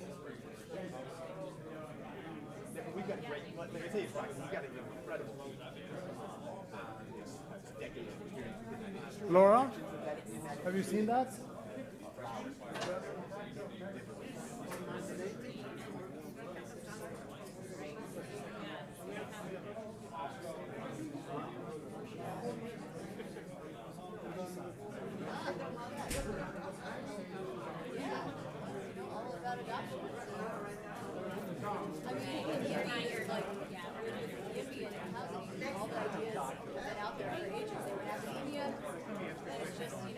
How do you make it for the public? Yeah, I mean, Brian's the guy to ask about this. I'm wondering if there's a way to influence that so that in fact got into it and for favor the low-cost PRT and I would love to see. I would love to see the federal government express something to the fact that basically do what Brian did with this procurement. If you issue a procurement where you specify a cost cap, it is a significant haircut on typical. Okay, please, we're going to have the next panel now. Preferential Thank you, Lisa. Great, Mark. Yeah, yeah. Yep.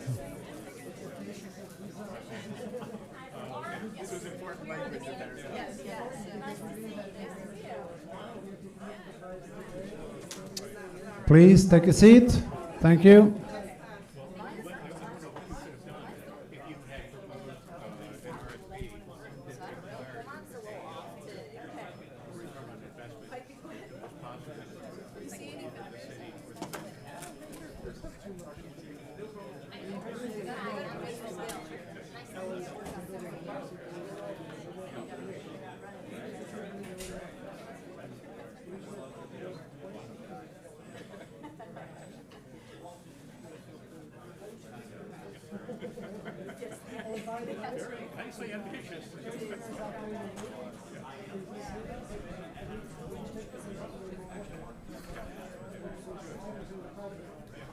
Okay, please have a seat.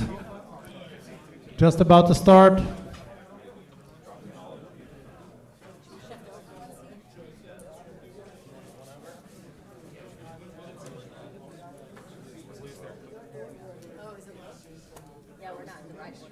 Are we all? Yeah, we're all five, yeah.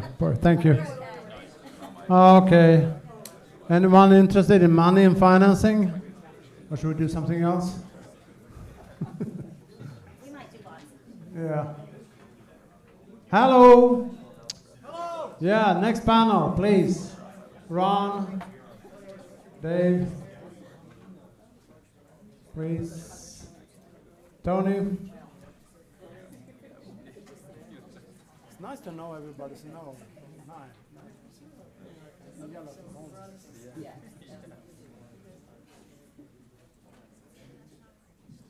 Okay, so let's get ahead. It's actually my time to do moderation. Before I do anything, I want you to show this video on the screen here.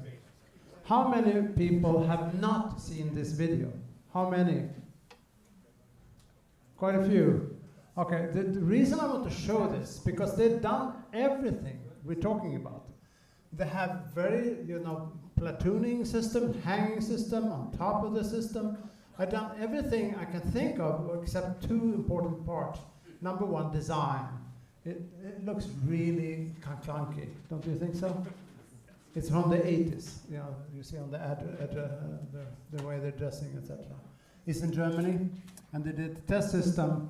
It was all financed and everything. And somebody asked you, what happened? Why was it cancelled?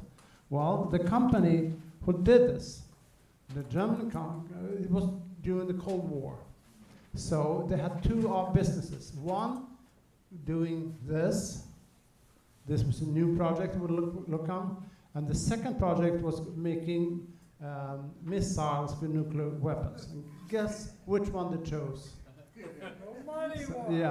Yeah, the money one. So yeah, so money is kind of important. So it's a real system, and it's actually worked very well. So anyway, I'm going to switch here. So hang on a second.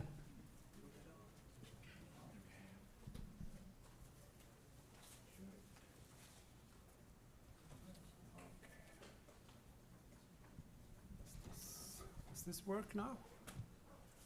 Or is it my? No, there we are. Okay. So I'll be very brief about this panel. Is about how to come around with financing at different stages. It's also about how to plan for implementation for different kind of systems. So I'm not going to introduce myself or the panelists. I would like them to introduce themselves. So I'm going to give them microphone. So please go ahead, please. I guess I get to go first.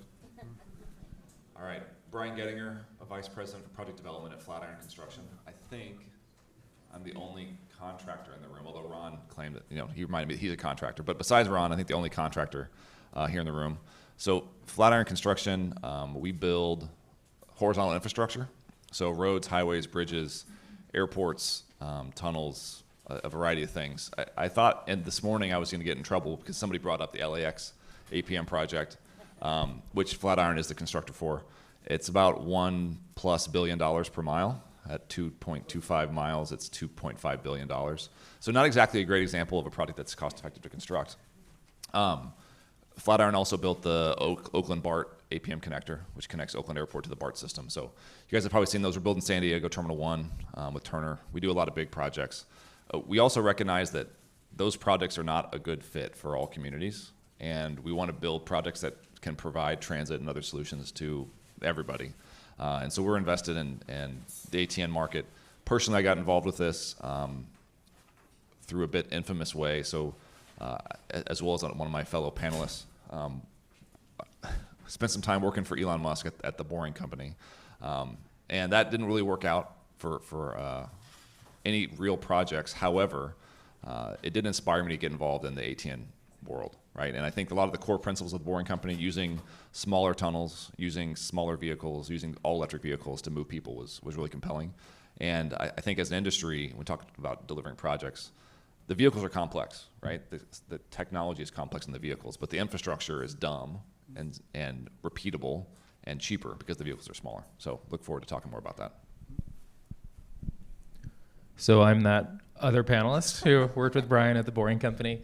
And I think similarly, while Brian was chasing down leads for new projects, I was in Vegas implementing the first non-automated transit network, not yet automated for them. But through that process, was working very closely with the city of San Jose, exploring the project that you've heard much about today and what brings us all here. And now, in the last few months, switched over to Plenary Americas, who is the developer, investor, and long-term operator of many projects, including that project. Working with the city of San Jose in delivering that project. Plenary is involved in San Jose, and really our background is as a P3, public-private partnership investor, initially in kind of social infrastructure, affordable housing, hospitals, airports. But we see a tremendous upside in the future of transit, and are working currently on 3 innovative transit projects, not just San Jose, but also the East Contra Costa project that Mark Seeger mentioned earlier, and Greenville Airport in South Carolina, partnered with Oceaneering. So we are we're all in on what we're talking about here today, and see the value add of being a developer and an equity provider in this role in what we're doing. Hi, everyone. I'm Laura Fingal-Surma, founder of Urbanist Ventures. Buckle up, this is kind of wild. So I'm a startup advisor and angel investor based in San Francisco. My background's in the building industry, so I come at all of this from a built environment angle. My claim to fame is that I built the machine powering YIMBY chapters across the country. If you haven't heard, YIMBY stands for Yes in My Backyard, a political movement fighting to increase the supply of housing and dense, vibrant, walkable communities. Specifically, I went from founding board member to board chair to COO of an organization called YIMBY Action, and co-founded its affiliated 501c3 nonprofit. The New York Times has called YIMBY one of the most important movements in American politics today. We're actually winning so much now, which is just insane, that someone tweeted yesterday that YIMBY would become boring within 5 years. And so I knew that was coming. And so now I'm building a new machine that builds on the success of YIMBY. It's called Urbanist Ventures. And the mission of Urbanist Ventures is to accelerate a future of proximity and abundance. Specifically, we grow and support urbanist startups, especially what I call urbanist moonshots. We have a couple of those in the room today.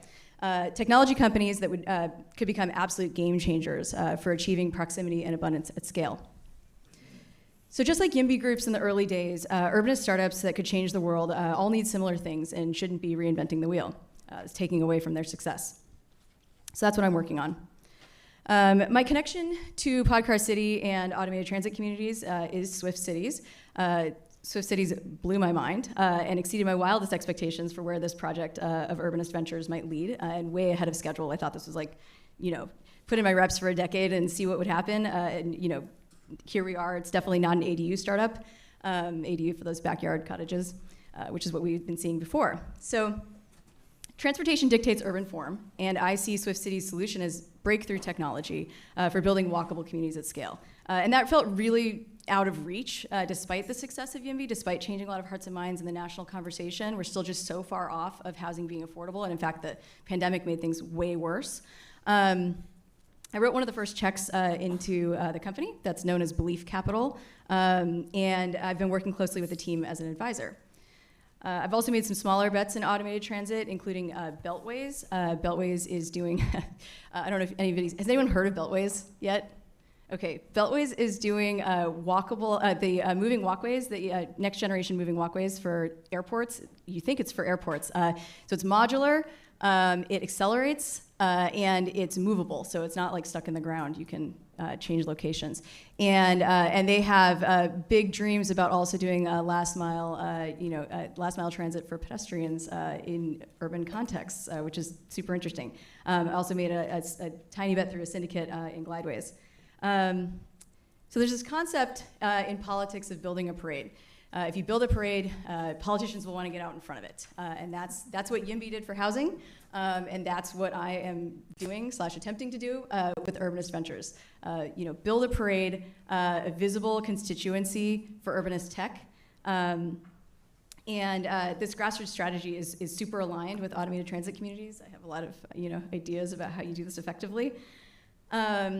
So I would say, bottom line, there's no easy answers when it comes to venture capital for automated transit companies, not projects, but the companies themselves. I think, there's really fast timelines that are expected. In venture capital, people want returns, within 7 to 10 years, which means, a liquidity event of some kind. There are some more, forward-thinking venture capitalists out there that are willing to consider longer timelines, but it's hard to kind of meet their requirements. But I do think that grassroots organizing can be a breakthrough strategy. And build a parade, and the money will follow. But you do have to do the hard work of building the parade. Thank you. Should I just do my slides? Yeah, you can do. Just do that real quick intro.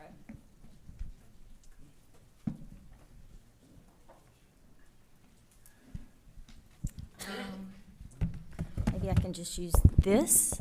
That works. My name is Lisa Fermenter. Can I hold? Absolutely. And I am with Mobility and Social Health Solutions. My business is a grant consulting and business consulting firm. I chose my name because my background was in public transportation and nonprofits serving senior citizens and people with disabilities. So when I thought about the types of grants that I wanted to write and that I would be writing, it made sense to me that there was an intersect between mobility and the social determinants of health. If people can't access health care, healthy food, good work opportunities, then there are disadvantages to those people. So I'm here to talk to you about one piece of financing. For your projects, grants are typically not going to be able to fund the entire project. But this can be a very good tool to help you get started and to help leverage your funding. And so I'm specifically talking about federal funding and public funding. So communities across the United States have an unprecedented opportunity to leverage dollars right now in this moment, thanks to the passage of the Bipartisan Infrastructure Law and the Reinvestment Act. Next slide, please.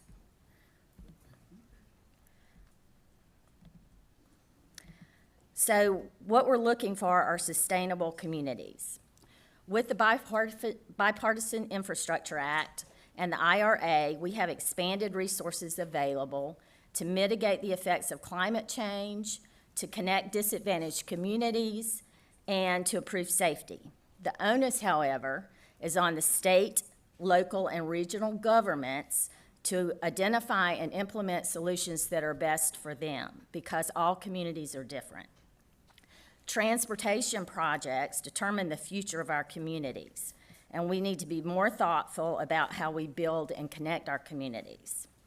Many times, people are either living in housing that they can't afford so that they can have access to work opportunities, or they live in housing that they can afford, but then they have no easy access to those work opportunities because of the ways our communities have been built. Could you advance it for me, please? So this, and please don't take this as any kind of political thing. I don't think my pictures are coming up for some reason. This should be a picture of Pete Buttigieg meeting with us in my small rural community. And he is with my husband, who's in the audience, and with me. He came as then presidential candidate in 2019 and met with our seniors. He played bingo. He had the opportunity to talk to us about transportation problems. And even then, he understood that accessible transportation and a person's ability to flourish in America were connected. Next slide, please. So the federal government, under his leadership, has made it a goal, we talked about this earlier, that 40% of the overall benefits of certain federal investments flow to disadvantaged communities. So they're calling it the Justice 40 Initiative, and it's to serve marginalized and underserved and overburdened communities, and it presents an opportunity for communities who are looking to implement innovative clean transportation projects. The Justice 40 Initiative includes climate change, clean transit, sustainable and affordable housing, and training and workforce development. And that's not just tied to DOT funding, but it's tied to many agencies that provide funding now. The Department of Energy, for example, can provide funding for clean transportation projects. Next slide, please. Part of what you have to do is show that you are serving disadvantaged communities for many of these new grant opportunities. So they've come up with this screening tool. It's called the Climate and Economic Justice Screening Tool. And it's also not coming up for some reason. Can you click on that little picture, maybe? If you, never mind, just forget it. If you Google Justice 40, it will bring up this map that is a screening tool, and it's very user-friendly, and it drills down to the neighborhood level. So if you're writing a grant in your community, you can use this tool to determine if the areas that you want to serve are going to fit under the Justice 40 initiative. Mm-hmm. Okay, sorry. Grant funding is like, searching for appropriate grants for your project can be like going through a rabbit hole. You can find yourself spending hours and hours looking for grants. So my advice, if you're looking for grants, is to think creatively when you're doing search topics. There are over 900 federal grants that offer offered by 26 different agencies. You can find these at grants.gov, but you want to put in information when you're searching so that it will help you find your grants despite it being transportation. You want to put in clean energy, you want to put in innovation, you want to put in transportation, public transportation. There's also a US DOT dashboard that is a good place to look for grants. A grant consultant can do the research for you and determine which grants best suit your project and which grants you'll be most competitive for receiving. And I'm not going to go through the sample grants, just some do's and don'ts of grant writing. Don't try to make your project fit a specific grant. Make sure that you are actually fit under what the funder's area of interest is. Do read the notice of funding over and over, because most grants get thrown out because you haven't followed the instructions. Give yourself plenty of time to complete a grant. It's not something that can be done quickly. A federal grant, research shows, takes between 80 to 200 hours. A federal grant can take easily up to 8 weeks. Your grant application should be data-driven. In the past, funders wanted you to tell a story. Now they want you to tell your story with data. Apply for more than one grant. Statistics show that agencies that apply for one grant have a 75% chance of getting funding. 3 to 5 grants, you have up to a 94% chance of getting some funding. And 6 to 8 grants, you shoot up to 98% chance of having funding. Make sure that you have your community support from your city, your county, your regional planning commissions, and any stakeholders prior to starting your grant. That's not something that you can do late in the process. And remember that grant writing is a team process. You can't just hand it over to a grant writer or to somebody on your staff and expect to have a good quality grant that's going to be approved. The CEO, program managers, consultants, stakeholders from the community all need to have buy-in. And if it shows up, the last slide should be my contact information if it shows up. Here, I think they are. Yeah. Okay, thank you.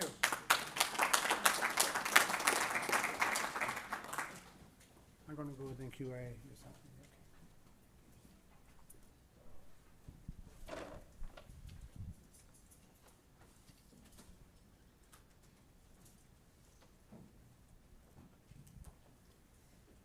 Okay.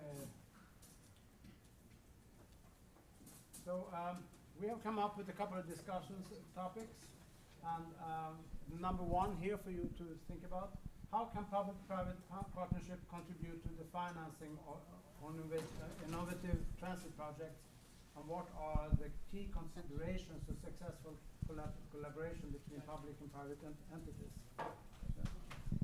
Sorry, maybe it didn't come up here, so I'll take it again. Okay, sorry. So how can public-private partnerships contribute to the financing of innovative transit projects, and what are the key considerations for successful collaboration between public and private entities? Anyone?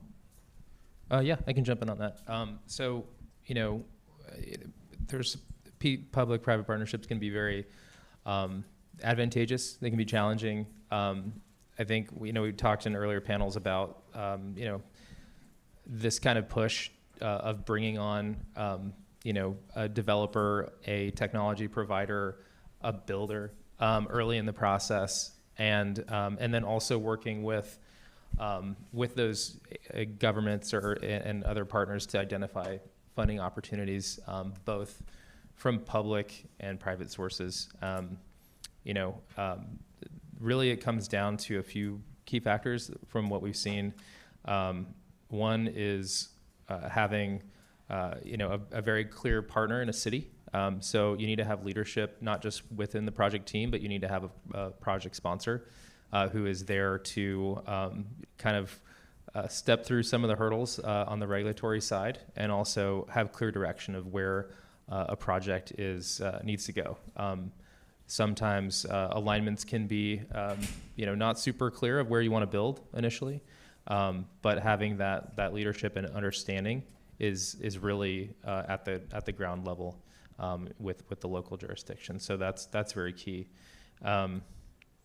Other than that, it's always good to see skin in the game while there is more of a front loading of risk and dollars from private organizations in that sort of setting.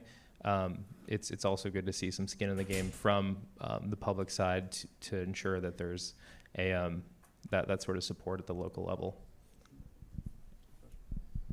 Yeah, thanks, Mike. I would concur with what Mike said, and want to add that that even the P3 process as traditionally delivered is pretty transactional for the groups.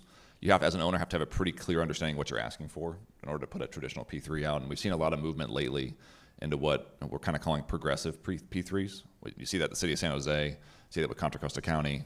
Kudos to those organizations for being willing to take on a more collaborative model. And in those cases, they acquired one throat to choke, right? They've got a consolidated, integrated team, which allows the project to proceed much quicker. It avoids multiple procurements having to happen. It also, we have a ton of respect for the ATN providers here, but engaging a provider like Plenary or other financing partners ensures that if something happens with that technology provider, that they've got a financing partner there that'll operate the system for the term, right? I hope that all the ATN providers here are going to be here for 30, 40, 50 years, but as a startup company, that's not guaranteed, right? So that having the P3 backing, the development program backing, I think gives the owner a lot more surety that things are going to move forward successfully. And the progressive model helps everyone get things figured out collaboratively as part of the project. instead of having to have it all figured out on day one, which is a lot of effort on the front end, which a lot of construction companies, engineers aren't able to do or aren't willing to do in this current market, it brings everybody in to develop a project, to find money for grants as part of that. And then the owner has the opportunity, if it doesn't come together, they have an off-ramp. Right? They don't have to take the project into financial close or to construction, but everyone's working together, and it aligns interests. The estimating from the construction side is open book, right? We can see why things cost what they cost. We can real-time innovate on what the solution looks like because we have that open book estimate. And we've seen a lot of benefits from that, both on non-P3, and I think as it comes into the P3 side, we'll see more things going that way. Please go ahead. I'll just add a quick point that the fact that project finance was figured out is what makes these the companies investable from a venture perspective. So I'm learning from you guys today, but that's a exciting point of progress. So. Okay, another question. This is kind of personal to me also because I've been working on this issue before. What are the greatest risks to financing and delivering ATN projects, and how can those risks be mitigated? This is actually one of the main questions I've been asked in Sweden for the last 10 years. I'll start and you can follow up this time. So we talked about yes in my backyard people.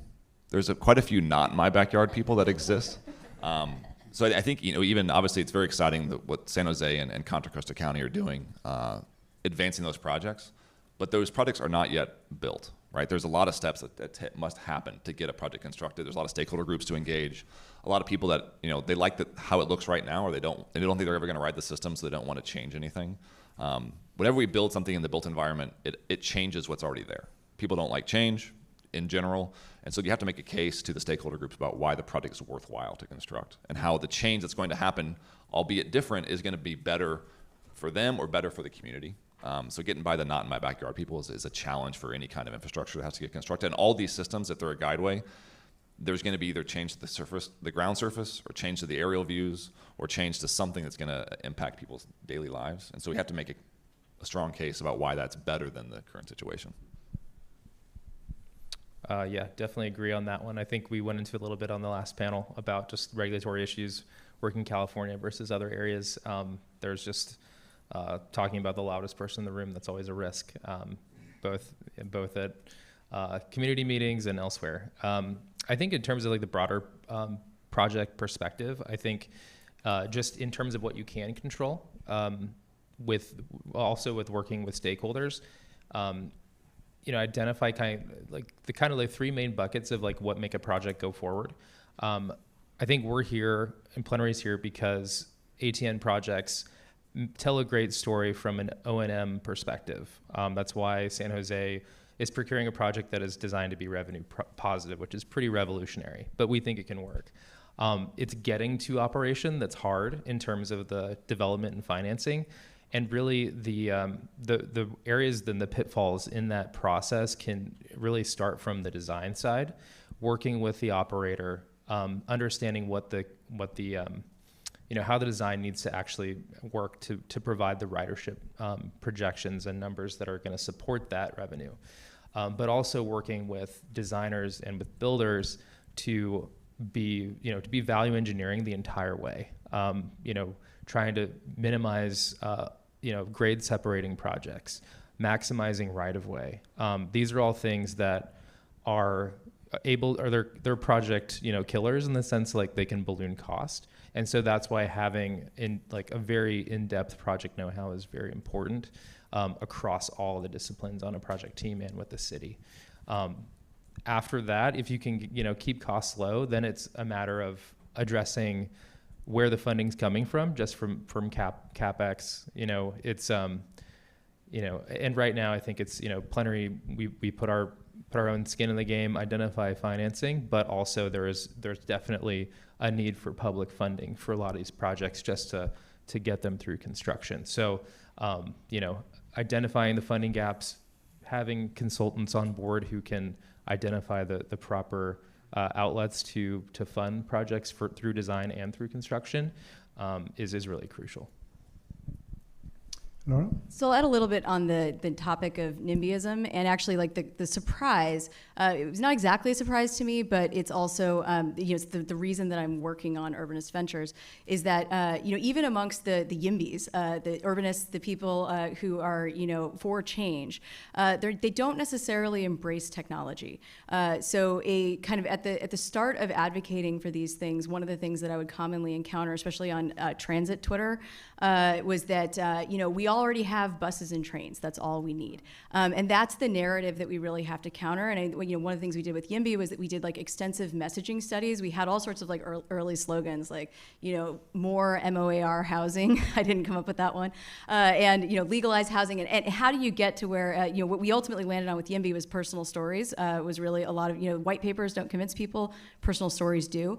And so I really, am getting out in front of that and, trying to build basically a club of people, we're not going to convene in the way that YIMBYs do, but a club of people who can be relied on to be more futurist minded, right? And normalize, just kind of move the Overton window, right? Of like what we consider to be normal. And like, I've already seen that in 18 months that, just the huge difference by figuring out, it's a lot of times it's there's stakeholders, and then there's also like who kind of dictates the conversation. There's actually like not that many people you have to be able to reach and convince because they then convince others. So that's what we really saw in YIMBY is that, all of the kind of discourse on YIMBY is really kind of set by probably 200 to 500 people who are identifiable. And, I can literally one-on-one with every single one of them, so. I think one of the challenges is the fact that these projects take so long. So you may start out with an administration and with stakeholders that you're working well with, but when there are changes in the political climate or changes in organizations, that can certainly sometimes have a negative effect on projects. I'd add one last thing around project definition. Talking about startups, what's the minimum viable product, right? And I think that it's easy and exciting to talk about hunting elephants when we talk about transit networks because the benefit is maximized the more nodes that exist, right? We get a 100-node system that, as Peter talked about earlier, that's the maximum benefit scenario. So like, let's go kill that elephant. Let's get authorization to build a 100-node system, and that's just not realistic on day one. But the investment of capital would be too great. So how do we plant a seed that's useful, right? That demonstrates efficacy, that demonstrates that the system is going to have the potential to expand, and that we don't want to build a bridge to nowhere, right? We don't have the Alaskan analogy. We're building a bridge to nowhere because that becomes an albatross that'll sink not only potentially that project, but it hurts the industry as a whole. So what's the minimum viable project that connects 2, 3, 4 useful things that doesn't cost too much? I'm thinking these systems are usually a couple miles, 2 miles or less. I think the San Jose example is kind of a special one because you have 2 such strong nodes of transportation that's worthwhile being a little bit longer. But even San Jose is thinking about a bigger system, right? But they didn't go all in on the 20-mile system to start with. So when we think about laying a first system out, you've got to have a couple nodes at least that are really critical to connect, and then you can expand the system from there. Thank you. One issue is about what you've done in the past. One of the major issue for transit agencies that they've been involved in light rail systems, bus rapid transit systems, and heavy rail, whatever. There's been a lot of things going on. It's kind of sunk cost. So whatever you want to propose, at least in my country, is that you want to make sure it supports what's already been done. So if you already want to improve, like here in California, high-speed rail project, for example, I think it's very important to enhance the use of that system. So you want to have feeder systems and things like that. And what do you think, from your perspective, regarding improve the collaboration between transit agencies, sunk cost of old systems, and what you do for ATN? Yeah, I'll start on this one. So it's really easy to be ideological here and say, oh, the rail line has 3 people riding it, so we should just get rid of that thing, right? And at Boring Company, we had a lot of those conversations about how all the existing systems are not very good, and we could do a whole lot better with different stuff. It may be true, right? But it's politically a suicidal effort to do that because there's massive sunk cost in these systems. I will full disclosure, Flatiron is building a portion of California high-speed rail. I apologize for the cost increases. It's not all our fault. Stuff costs a lot of money. And so agencies have massive debt service on existing systems. The way that these systems can benefit those systems is to drive more people to transit by making those systems more accessible, either from where they're going or to where they're trying to get to. So oftentimes a good initial node is connecting to existing transit. San Jose was a great example, Diridon Station. Right now, trying to get from Diridon Station to the airport takes like an hour, I think, on existing transit. With the new system, it's going to take 5 minutes, right? That's a massive improvement of what's going to happen. But trying to directly assault the existing, not only project and the debt service, but the consultants and politicians and lobbyists that have been ingrained in this industry for 100 years, building traditional transit is suicidal, unfortunately. And so I think the industry has learned from that, and you see a lot of projects right now that are complementary, that'll increase ridership on the existing systems, which will increase their fare box recovery, which will make them more useful, which is therefore attractive for agencies like MARTA or Cap Metro or WMATA or other LA Metro to invest in non-traditional assets that cost less that make their other systems more useful. Yeah, totally agree. And I think especially, you kind of have two options, I think, as a pilot project to get these going. I enjoyed, I think it was Peter's workshop yesterday showing the crossover point at where you become net revenue positive on an ATN system. That's around 30 stations, and that's awesome. Especially with limited resources and time and the time it takes to build these projects, you got to start somewhere, and you got to start generally pretty small. I agree on the kind of the 1 to 3 mile length. And so the great opportunities are where you have these obvious, logical termini connecting two key places or maybe 3 or 4. But if you don't have those, you have, especially tying in the funding conversation, you have an opportunity to provide that equitable transit connection to people who may be a little too far away to otherwise get to where they're going to then connect to, say, BART or, to commute into work. So I think that, especially connecting to disadvantaged communities, that allows for also, public funding opportunities, and also just, making the case for why these are great systems that can help the public. So I'll point out there's not just danger in threatening traditional transit, but there's also danger in threatening, any progress made toward expanding bike lanes. If you don't have the transit enthusiasts on your side, if you don't have the bike community on your side, you're not going to have very many people left on your side. So that's something you really have to be mindful of in all of this. And in terms of federal funding and more foundation funding, they are now requiring collaborations between transit agencies, between nonprofit agencies, and governmental agencies. So unless you can, and they're not taking your word for it, you have to have it documented. Not just that, oh, I support this project, but here's how I'm going to collaborate with this project. So it's being encouraged for you to get the funding from the federal level. So basically, they want to hear that you have your skin in the game, basically. Yeah, okay, that makes sense. Okay, so something I've been thinking about, I mentioned when we had the talk a couple of weeks ago, that is the way if you want to buy a car now, if you want to buy an electric car, you have to do a deposit. And correct me if I'm wrong, I don't know exactly because I'm not from here, but wasn't it true that if you wanted a Tesla, you have to pay even it wasn't even produced yet? Basically 5 years, something like that. I think it was 2,000 for a Model 3. Yeah, more yeah, for a something like that. And why can't we do that for public transit? You know what? Yeah, come on. I would definitely be willing to give $1,000 to know that there will be a better transit system for me in 3 years from now. It's not there, but I'll encourage. Do you think that could help? I don't know. Maybe a stupid idea. I don't know. Yeah, I mean, investors want to see revenue. So this is one of my favorite topics because I'm an angel investor with Hustle Fund as well, and they have this angel squad. One of the general partners at Hustle Fund talks a lot about pre-sales and basically says you can sell almost anything before you're actually building it. I don't know that we've seen it as much in our industry, but it's a good model. And she specifically says, like, if you can't pre-sell, it's a bad sign. It means your product isn't very good. And so, that's kind of testament to like why was Tesla able to do something different. I did do a little bit of research too, and I think that was refundable deposits, which isn't quite as good as money that you can keep. But I know in the example of Swift Cities, it's been helpful as we brought investors on board to be able to show revenue from paid customer studies. That shows some real commitment on the part of these customers. So.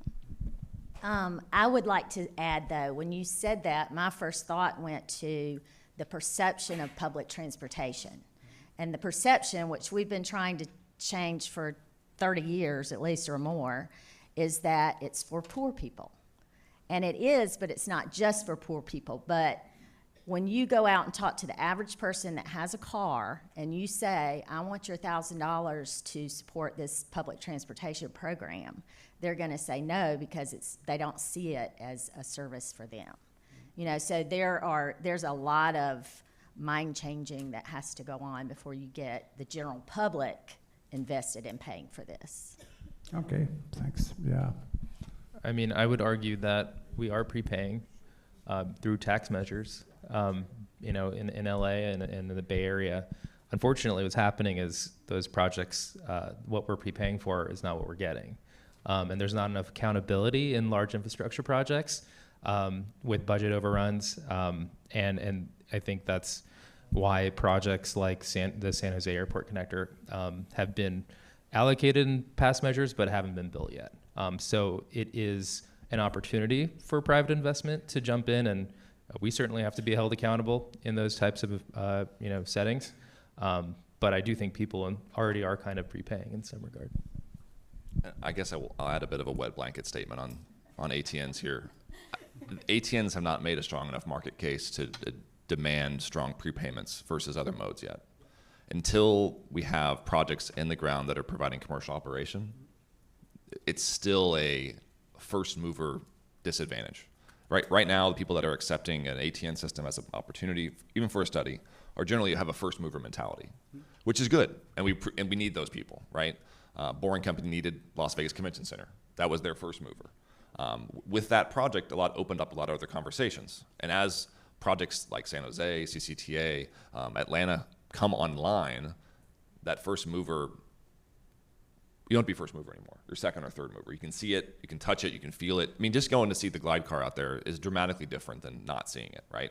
People that hadn't seen it before. So part of it, to demand a deposit, you have to create demand, right? And we haven't quite gotten over the hump to create that demand yet. I think we're close. We're on the precipice of it with the success that I've seen over the last couple of years. But once that demand's created, then I think there certainly is a point where can the industry provide the projects as fast as they're needed? In which case you have a demand scenario, which you can demand prepayment, and that's a very positive thing for the market. Okay, a couple of questions from the audience. So somebody help me with the microphone here, please. Go ahead. Thank you. Where's the other mic? This one here. Hello. Hello, this is Jeff. I have a question about development potential.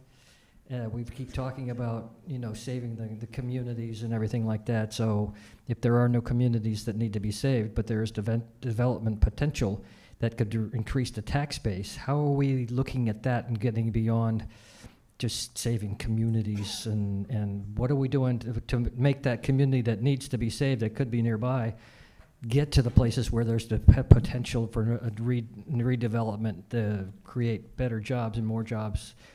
We don't seem to cover that at all in any of our analysis.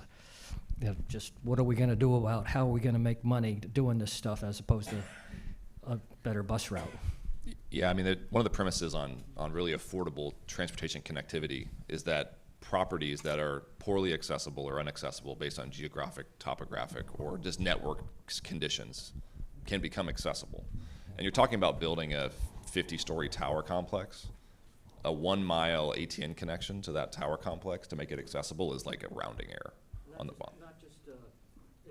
You have to please mic because Commercial development, not just another apartment, not just another apartment. Sure, and I think this applies to any kind of major transit-oriented development opportunity. That ATN systems, when developed, provide a substantial real estate opportunity for mixed use just like you see around the BART stations in the Bay Area, right? It's all mixed use because that node is really useful to live around. I think the ATN system creates nodes and much more frequent nodes that can be accessible, and because it's lower cost to deploy per mile, those nodes can even be further away from that core system.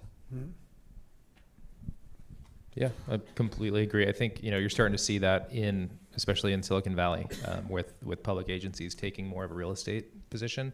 I'd like to see it more in private investment and other transit development, but that really can be the what turns a balance sheet red to black in terms of the possibilities for building these systems.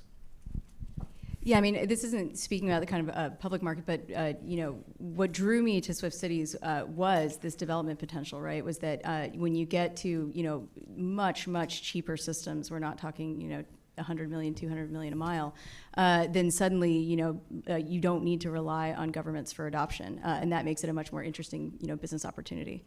So. I mean, functionally, the perfect owner for a project owns 1,000 acres. And they have full rights to develop it, and they just want to build your system on it, and you don't have to ask for permission from anybody else, right? That's the ideal client. Yeah. Yeah. Okay, I think we're done here. There's another panel in about 8 to 10 minutes with Todor here. So until then, thank you very much for the panel. Everybody. Yeah. Thank you.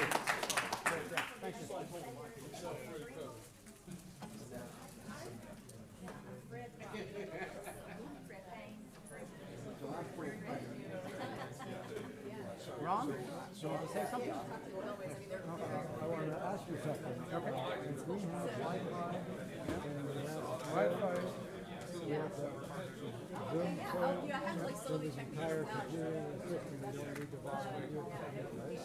If I set up here with it somewhere, Yes, you can. then I have Connect your microphone. and then you have to prove it. Yes, yeah. Maybe. I'm not talking about being a part. It's off. No, seriously, that's the way to do it. I'll send you my code on WhatsApp, okay? I have the code. Okay, done. For the next panel, I never received a bio or anything for Toder. I had the total panel. Yeah, so you just introducing them, or? Okay, maybe. Or should I introduce myself? Are you, what's your name?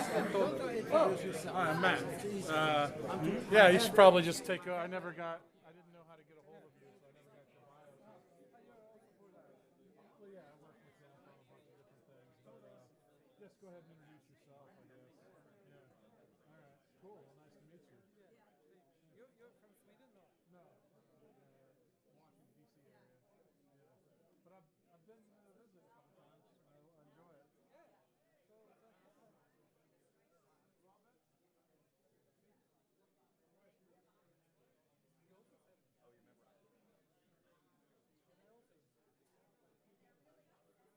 So Robert is here, but I did not make the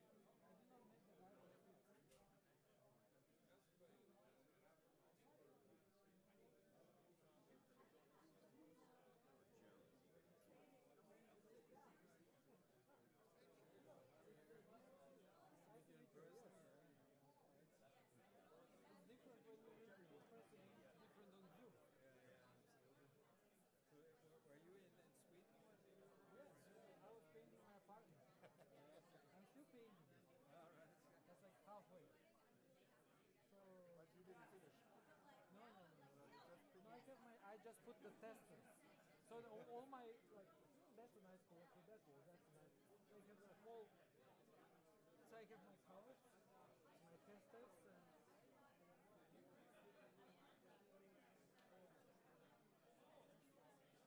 and microphone in my hands. So you're doing the new design for Google, yes? Yeah. For Google? No. Huh? No, I'm not doing it. For Swift.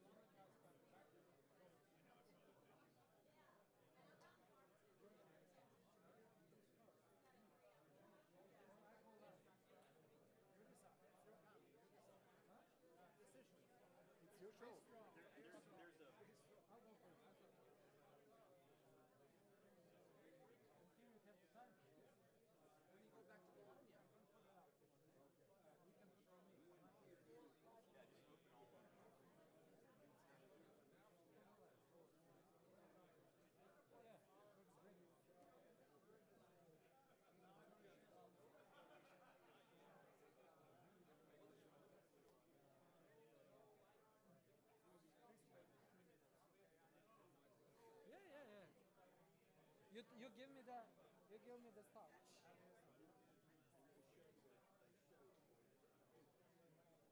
But we have.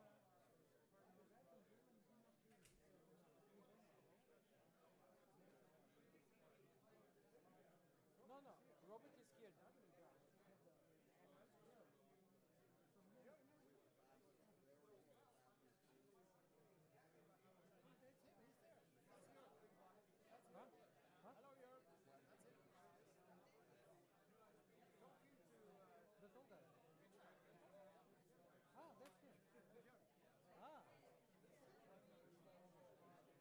So you're gonna go first? Yeah. Yeah. I'll give a. You'll be happy. Huh? You don't I look have happy. a crazy. So I have. I'll. It's on. You can just start. Should I tell you? No, it does not. Did you come over?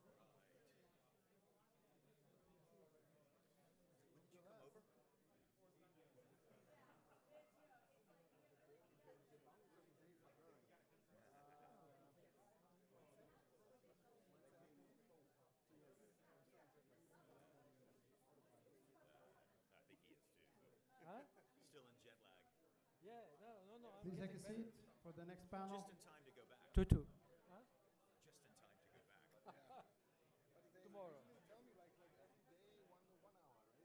So for Yeah, exactly. 9 hours, it's like 9 days. So I'm fine.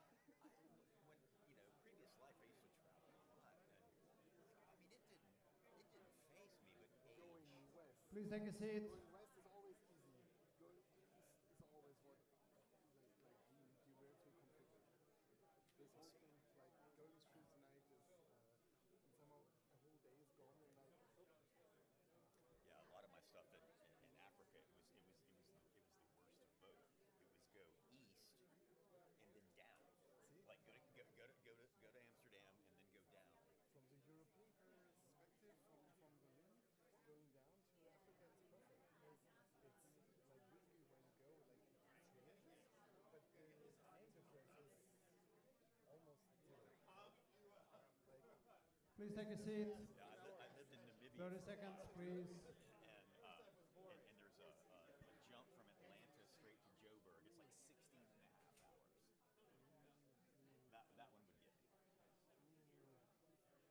No, I was just doing a sumo project in Madagascar for their main capital, Antananarivo, and yeah, it's a long flight, but it's the same time zone as Italy. So, should we like?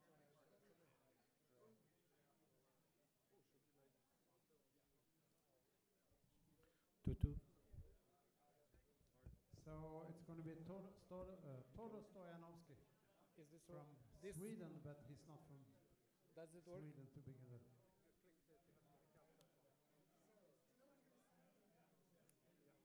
Hello. Fantastic.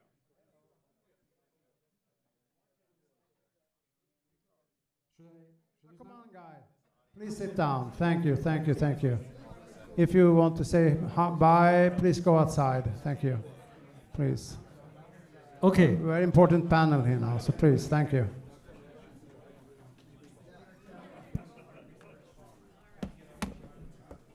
Okay. Nice to be here. We have an exciting panel also, but I'm gonna start with something completely different. Yeah. So I'm not a native English speaker, and I'm architect. So and I like to create coinage, is a strange word. And if you see, I'm very much a colorful hipster with a man bun and retro pants and stuff. Because I'm architect, so we like to be in the center of attention, and we show 500 slides in 2 minutes. So hold on. So as I said, I work with something which is called urban morphology, the perceptual part of it, and I like to work. I work with. I'm really a public transport teacher. I work with transit-oriented development, how to integrate cities with transportation systems, and in a context of mobilities. And as I said, I like to combine these words into kind of morphabilities. I also came to Sweden to study sustainable architecture, green architecture, and how you kind of work with cities to integrate green stuff. And I'm deep space enthusiast, and I think the potential of Podcar's really in space, but we're going to talk about that on this panel too. So my talk is really focused on three things. One is about sustainable mobility as a new paradigm.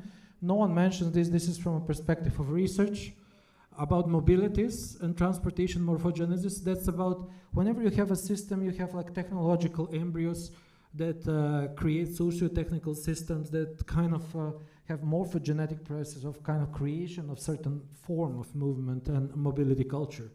And also about envisioning future mobility. So we have one talk about that. And it's basically about redesigning automobility as cities and as culture. It's not an easy process because we are different. John Ury, very interesting guy that I work.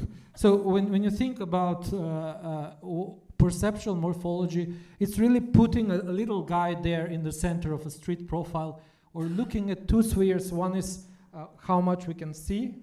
And you know, if you count American football and European soccer, it's 100-meter field because we cannot see the striker over that distance. And when you hear a person, it's around 30 meters.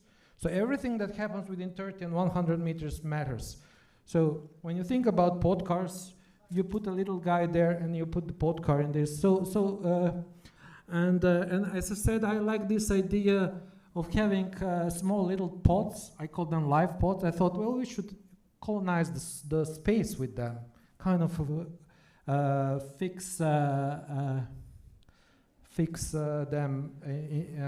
work with them in space and then return. So when you think about today, all of the Podcar research almost is in this cyberspace where you kind of create some kind of virtual reality or mixed reality, and then you're in that mixed reality and you look at how small little pods move there. And if you want to put them in the physical city, that's historical architect, that's really to change. And it's been a century of cars who've been designing city. So there is a potential in this kind of robo-city off-world where you want to think colonies. So I like to see. And what is the cool thing when you think people don't think so much about it? It's about how you understand the Podcars as spaces.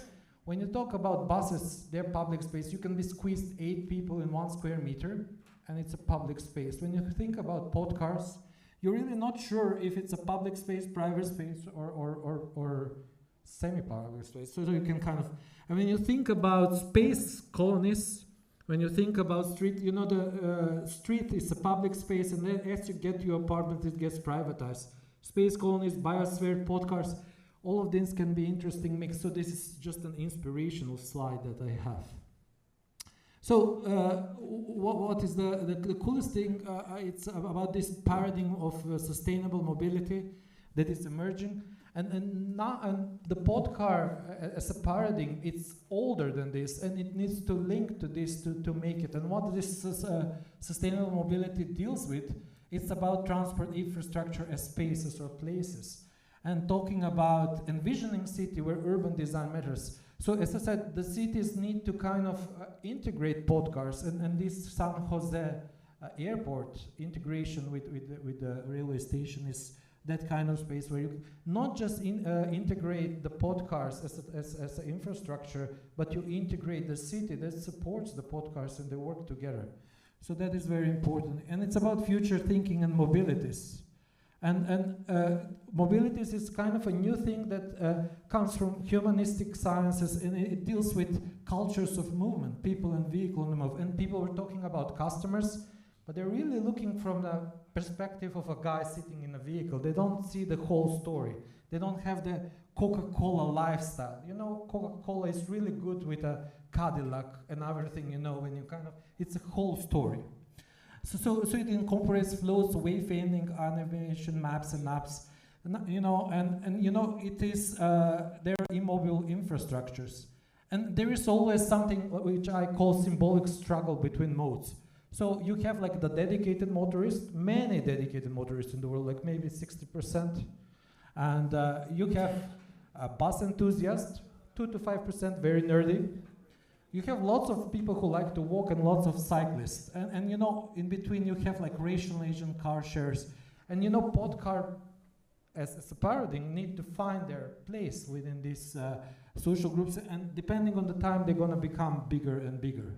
What they mean in cities, when you have Copenhagen, it's like a cycle or die. And when you see Copenhagen, you think this blue part of the streets, that's dedicated for bikes in Copenhagen. Entire Copenhagen is with blue tracks.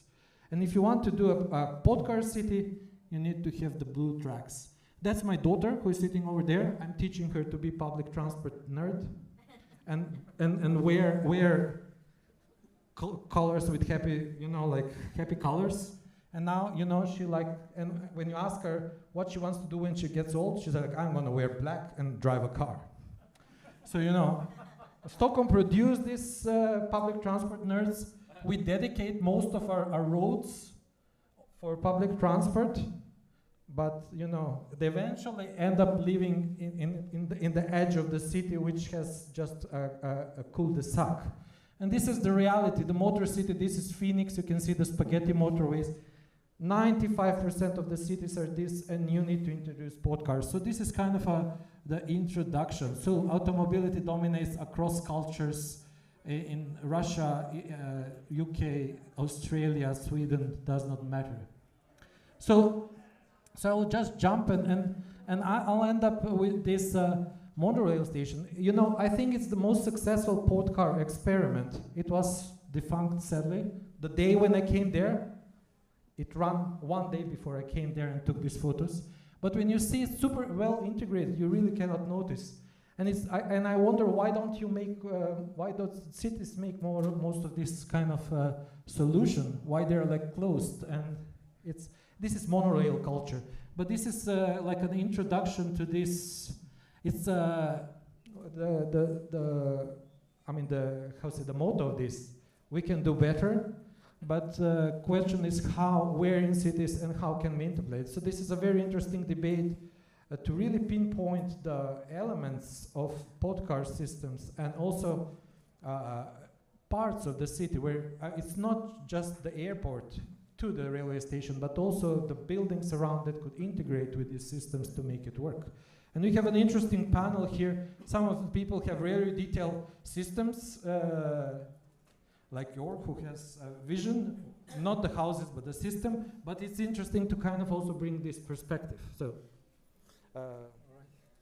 please introduce yourselves, all of you. Thank you. Yeah, my name is Jörg Schwarzer. I'm researcher at the University of Bologna, Italy. And okay, let's run the slideshow.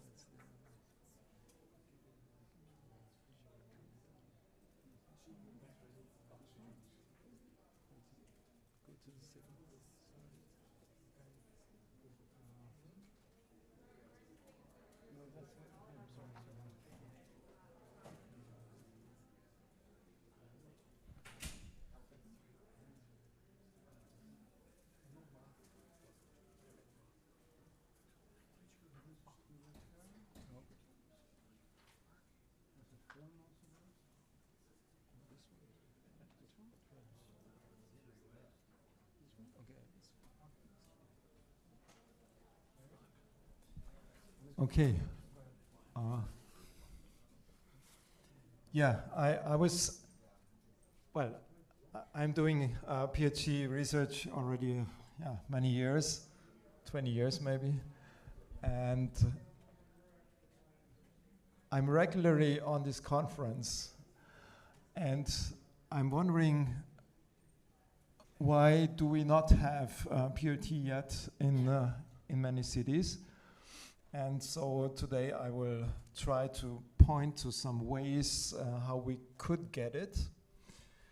And I will follow two thoughts.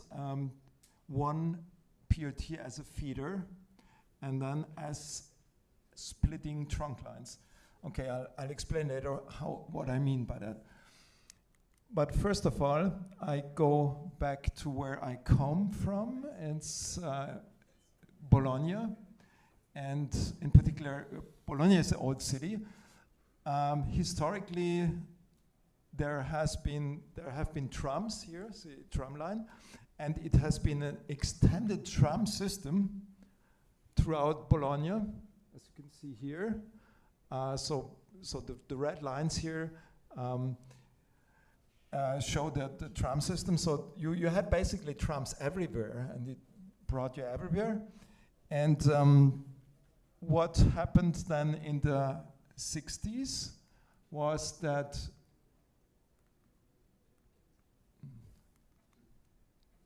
they ripped off the rails and replaced them by buses. Yeah.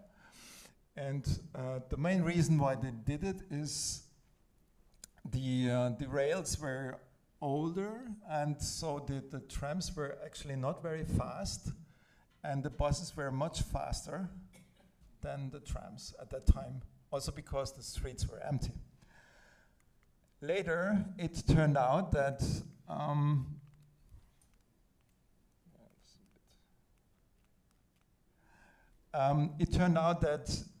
the bus lines actually got congested. And what you can see here, the red dots are bus stops with a bus each 2 minutes and below. So you can imagine that Bologna is at the moment is very congested with buses, and they're operating at the limit and are very, the service is very irregular because there are too many buses. And so the city of Bologna thought, oh, what can we do to improve that? We need something new. And it cannot be a metro, because Bologna is only 400,000 inhabitants, so metro is too expensive, and they had to put it under the Roman relics and so on. So it was very expensive. And so what else could we have to resolve the capacity problems of the buses? What do you think that they come up with? Longer buses. Huh? Bigger buses. Longer buses. No, they have already many buses everywhere. So what do you think they thought? Trams. Yes, right. So they come up with a tram system and said, okay, we're gonna build that. Right? And see, for the first line that is under construction, so it's no joke really, 500 million euros, okay, for the first tram line. So these are 30 million euros per kilometer. Yeah, it's a bit like 25 million dollars for 1 kilometer. Bidirectional, so it's this line here. It's this red line here, okay? So about 5 kilometers. So why do they not put in a POT line with the same capacity? Yeah, so this was just my introduction. And now I'm talking about these two ways to introduce a POT.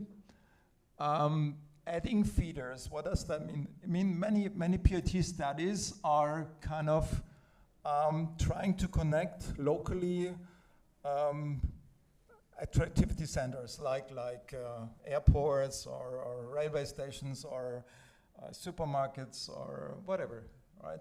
And then the idea is how to cover an entire urban area is to add more of these small feeders, and then you cover finally an entire area. The problem with this is that initially when you go back here, the dimension is very small actually, and this will not attract car drivers because car trips are beyond that that limit. Yeah, but still you can do that. But at the end, if you eventually attract these car drivers, then you may run into capacity problems because initially your network was not designed for a high capacity. So you have these problems. And on the other side, there is the second approach is the trunk line. The trunk line is more aggressive, where you say, okay, we go for the center first, okay, for the center, for the red part, and serve a very high frequency line with loads of customers. And then from there, we branch and split this initial trunk line into smaller lines, and then from there we cover an entire city. So these are two fundamental approaches, and I want to show you two examples to illustrate this. And one of them has been actually a small study that we did in cooperation with the University of Munich. So it's a part of Munich here. It's not yet built, so it's in the building phase, and they were looking at the so this would be a typical feeder system where you have two rail stations on north and south part, and in between an industrial center, residential center. So this would be a typical local network. Yeah, and okay, these were actually students doing that, so it was a nice student project. And they did really a good job also in analyzing the network. So here you see the network with the stations and also the costs. So you had all your CPACs and OPEX here. And eventually they found that assuming certain costs, which are those, let's say, indicated by ATRA, which are maybe a bit optimistic, let's say, but still, they could recover the investments, and let's say the willingness to pay 50 cents is higher than the total social costs. Right. Another approach is the trunk line approach, where you're trying to go right through the center. This is actually Bologna, and say, okay, we want to serve the center, and from there we branch then. Okay, this is just schematically we have detailed that. Actually, what you see in green here are so-called super blocks. So these are blocks where, let's say, they can be made car-free, and you can move around with micro-mobility, and just to have some ideas how to place the stations. And okay, so you see here the stations. And you see here the area that is covered by the first phase. And now I show you how to phase in, or how we thought to phase in the PRT lines here. So this first phase is covering the center, and then from there we expand them to also the periphery. And right. This is just one image of this trunk line, and here you can see that let's say, overhead structures are difficult.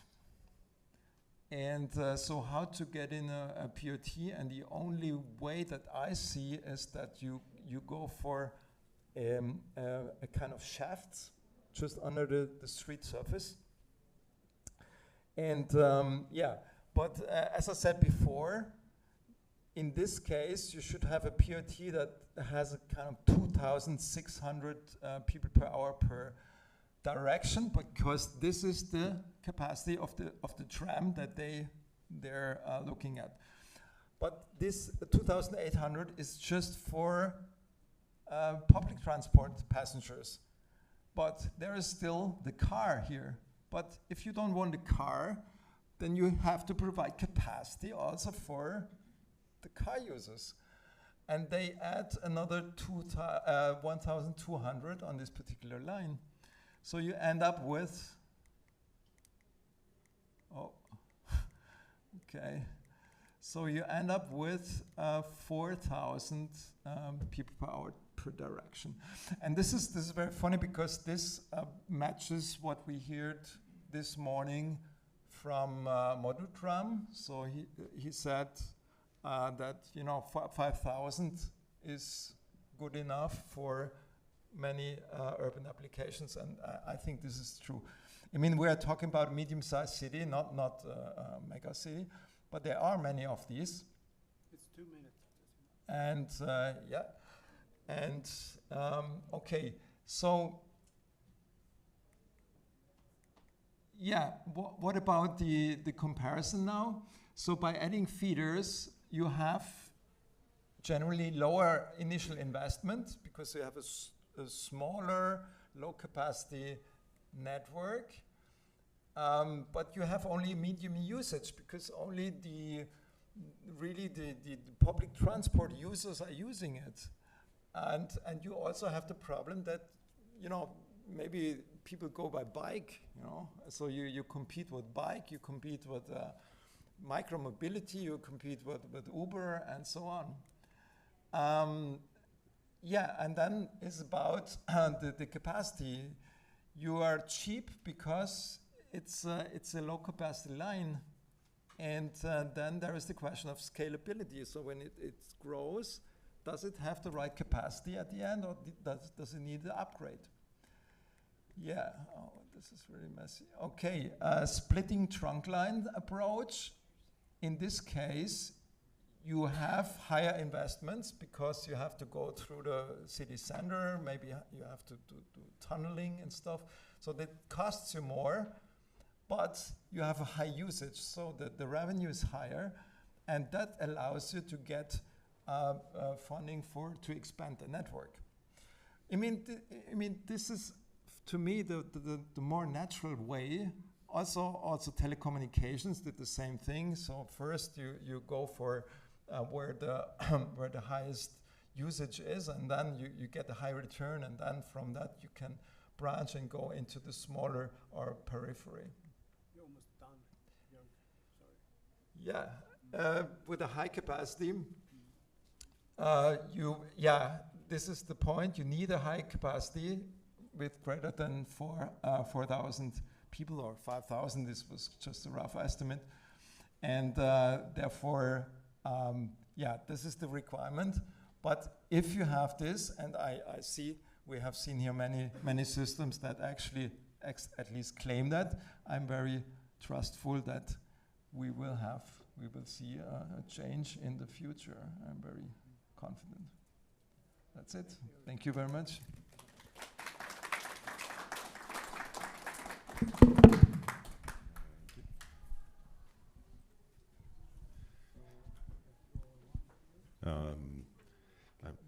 Your slides. Yeah. Okay.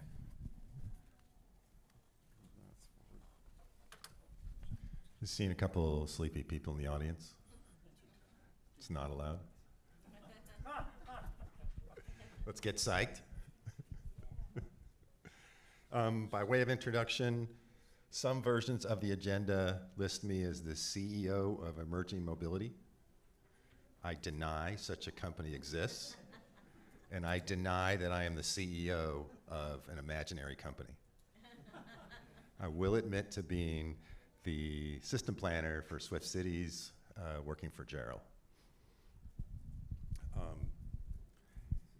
As Krista is looking for this, let's weave in a couple of the concepts we heard previously. So Krista talks about automated transit communities, and I'm going to talk about mega TOD, so a flavor of an automated transit community.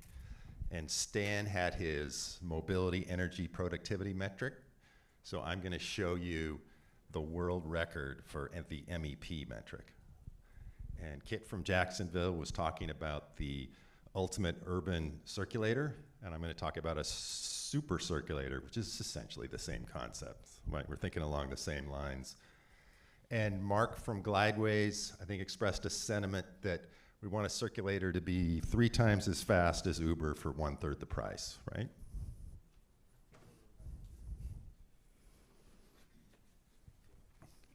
Yes, thank you so much, Krista.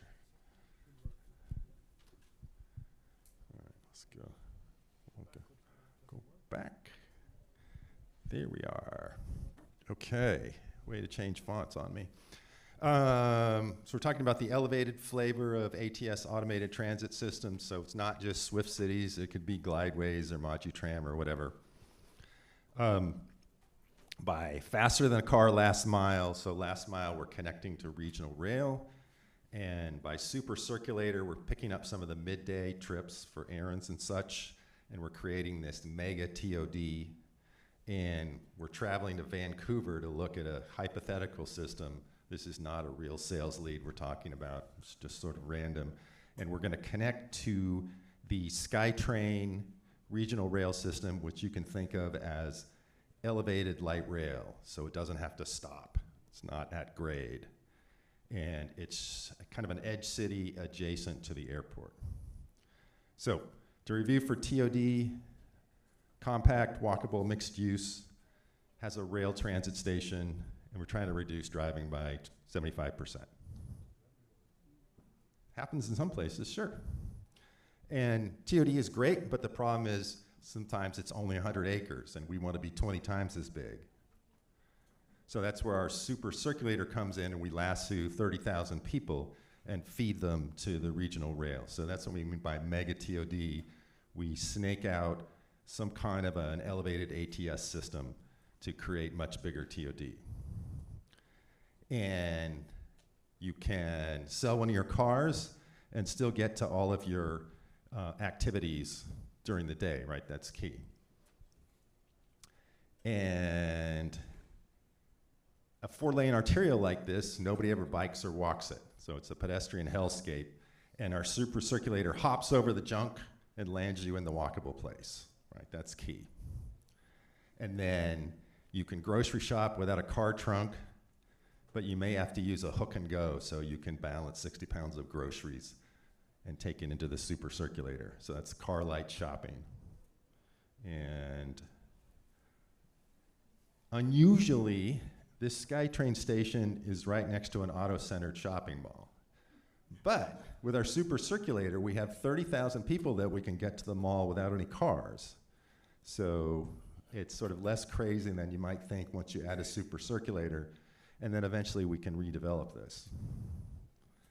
And for that MEP score, we want to have fuel efficiency that's closer to an e-bike at 500 mpg rather than a lowly Tesla. Okay, and why would you ever wait for an Uber when you can be at your destination already with a super circulator, right? So 3 times as fast as Uber for 1/3 the cost.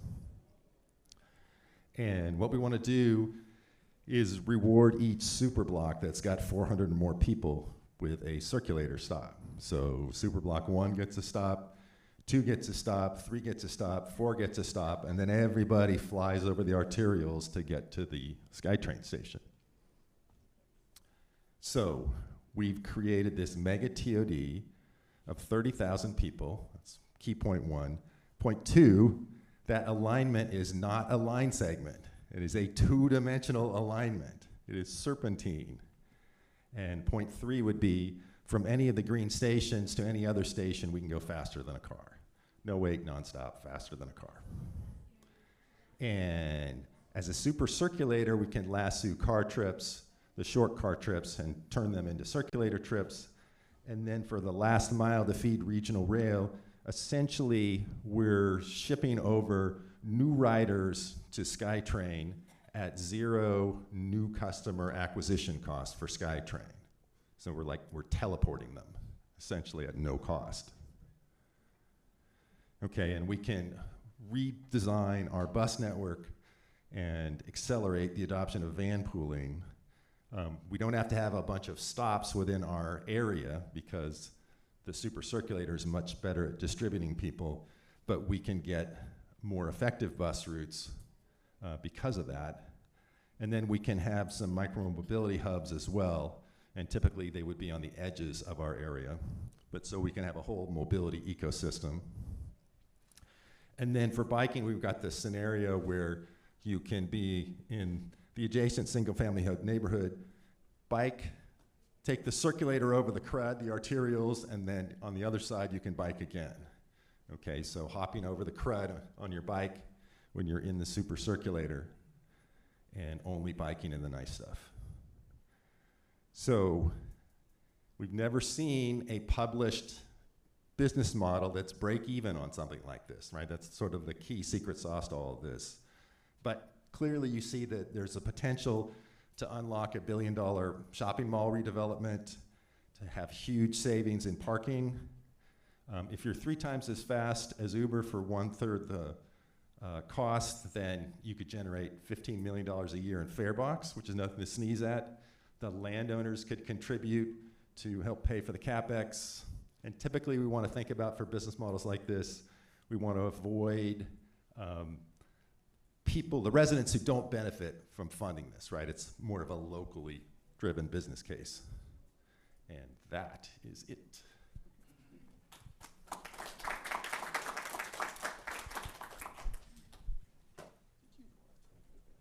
No, I do not want an advancer. I shall put the advancer here. Thank you, Steve. Well, I'm going to share with you what my last slide was this morning that I didn't go over, and I'm getting ready for a research pitch to the National Renewable Energy Lab on Monday, and you guys are the test audience, okay? Listening to all of this, and some of this thought originated from Sam Lott, who's been working on this. You think about the automation or the mobility of the future, we call it automated mobility districts, which is just another twist on the same concept. And we always thought it's going to be a system of systems, or a network of networks. I'm an old road engineer. We got the local roads feeding into the collectors, feeding into the arterials, feeding into the interstate system, and then back down. Imagine that on a grand scale, but across all mode types. Throw in air travel, throw in your traditional mass transit, your micromobility, your Uber, Lyft, your pedestrians, your on-demand transit, your AVs, and then your ATNs. How is this all going to work together? There are no silver bullets, is one way to think of it. This all has to be integrated. I shared the comment before that my son made, if it worked for Uber and Lyft, he wouldn't ride transit. They're complementary, they're redundancy, things like that. Shifting modes a little bit, how do we get forward? We're all concentrating on ATN systems, we're all talking about that, but automation is the key. Automation is great. However, it doesn't really solve our urban mobility crisis, at least not alone. Every concept here today that I have heard had another incredible element, which is grade separation of these systems to get them off the ground or under the ground or something like that. So that's what I was wanting to think about. How many people surveyed have been to Phoenix, San Francisco, and rode Waymo or Cruise while it was operating? How many? Okay, you all have an assignment. Get yourself to Phoenix, get yourself to San Francisco. Waymo's still operating. The main thing is vehicle automation, at least in its first initial generation, is here today. And it's worth the trip. It's worth getting there. Your first ride, you'll be awed by the automation. Your second ride, you're going, hey, there's no driver to have a conversation with. This is kind of unusual. But the point is, we have automation, or it's in its infancy, it's budding, it's not going to go away, but how do we harness it? How do we get grade separation? Pardon? Cruise kind of trip. Waymo's still going forward. Yeah. This grade separation, do we need it everywhere? If you go to Phoenix, Waymo works pretty good in the suburbs. Why? Because there's not congestion.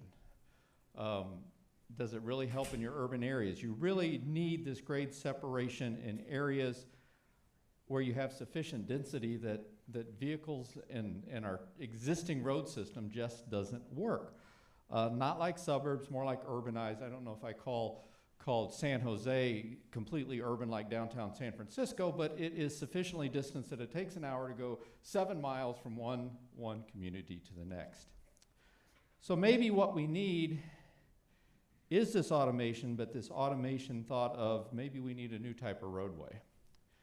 Maybe we need a roadway that is for automated vehicles only. What are the new rules of this roadway? What is the full digitalization or digital governance? What are the required machine-to-machine interfaces and comms so that a glideway or a Waymo or a Cruise, if it was operating, or anything else that's coming along can make better use of what public puts into a shared infrastructure. And that is what I'm beginning to think about or proposing. Any AVs that comply to these new rules of the road, whether it be a public transit system that attains ATN status, or a freight distribution system in the middle of the night, anything like that. When automobiles came along and it really took the interstate highway system to show what the potential was there, it has a minimum speed. That got rid of the horse. That got rid of the Model Ts and really set things going. What would infrastructure look like if it was only automated vehicles? A professor from the University of Minnesota says, you know what a bridge could look like if it was only AVs? And he drew a mental picture of 2 strips of steel going through the sky and says, an automated vehicle can drive that, a human can't. And every time after that, every time I cross the bridge, I imagine what it would feel like without guardrails, and it scares me to death. In other words, you don't have to outlaw human manual driving. You have to set a spec that only computer controls and AVs can do. Being an old road engineer, I know how much money goes into building a road. Much of it is making it such that when you crash, you have a high probability of not killing yourself.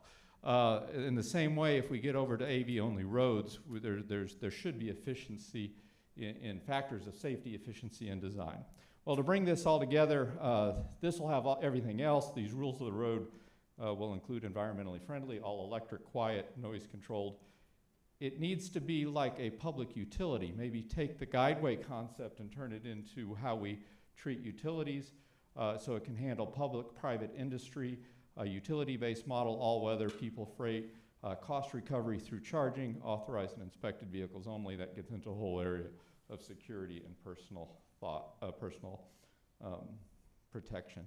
Well, I throw that out there. If you have thoughts on that, I need some material to pitch this on Monday mid-afternoon, so I'd appreciate it. So. Thank you. Thank you, Stan. Thank you, Stan. I guess crossing bridges now will never be the same. Hi, my name is Robert. I'm from Germany. I'm working with the German Aerospace Center. We're based in Berlin, and we're one of the largest research organizations in Germany. And despite our name, we're not just trying to build a base on the moon. We're also doing research on ground-based transportation and traffic management. And yes, my institute is based in Berlin. And let's see, yes. And we're also looking at ways on how to move people in the future. And for this purpose, we're not only looking at vehicle concepts, as you've seen outside, we call our concept U-Shift. So we're looking at how to connect these vehicles, right? Because we believe that automated mobility will require, for the foreseeable future, support from the infrastructure to actually make it safe, to make it certifiable. Therefore, we will always need some form of the infrastructure support, probably in the shape of 5G communication to facilitate that. Moreover, we also believe that you rarely have the opportunities to start with a greenfield project. And therefore, you need to make sure that somehow your projects, your innovations, they somehow align with what's happening in the real world now. Because every morning, people have to go to work, and you can't just tell them, oh no, we have this research thing here for 2 weeks, you need to stop moving, you need to live at home. No, these things really have to work. And it's really hard to have a disruptive change here. Therefore, you need to understand how your new system, how your innovation actually works with the real world out there. And in order to understand that, to predict how your system is going to behave in this world, you need to have a model. And so we needed to have some digital model of how basically a city works. And we call this SUMO. It's a simulator. It's a simulation of urban mobility. And the idea here is really to make it possible to simulate the movement of everything that moves in a city. People, bicycles, cars, trains, light rail systems, even ships, buses, basically everything that moves. And the idea really is, once you get this system running, you can really have a look at your or at your city and your system to see how these systems interact with each other. How does it look like? Yeah, you can basically really I don't know, I bet a lot of you had these model trains. So SUMO looks like looking at these model trains from the top basically, and you can see this is just one crossing, but they're you can have the entire city running on your laptop. So we have Berlin with the size of 4 million people running on my regular Dell laptop. Oh yeah, this was a bit quick. Fun thing is, we also did personal rapid transit projects with SUMO. So we were really able to see or to basically plan the movement, to train artificial intelligence, to optimize all this empty vehicle management. Because we could really see how does it actually work with the remaining public transit system. So SUMO is really good for that. Fortunately, we made it into the newspapers. Unfortunately, we learned the very hard way that the public opinion is not easily swayed, even with scientific facts. Yeah, and that's it. So yeah, but you can try. SUMO is open source. It doesn't cost you anything. You can easily download it, use it. Yes. Okay, that's it. Thanks. Thank you.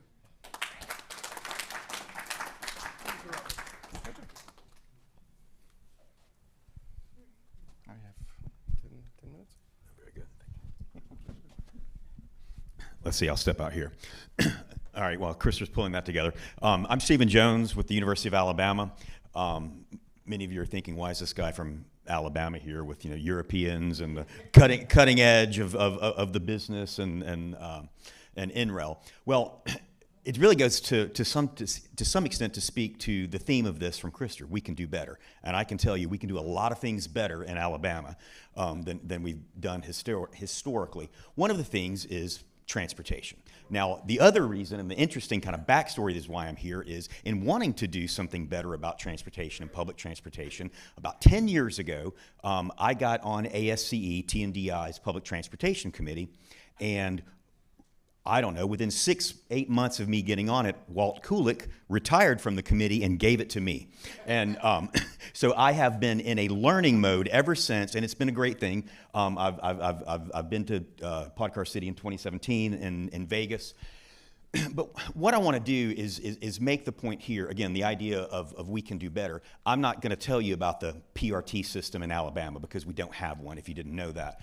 But there is a latent demand, to use a term in our industry, for new transportation, and it's happening all over the country. And ASE talked about the mega cities and that sort of thing. And here, certainly in American politics, we talk about all these small towns and rural areas that have been left behind. I was so jazzed to see the guy from Trinidad talking earlier today, and to see this sort of thing happening, right? Let's see, I may be out of range.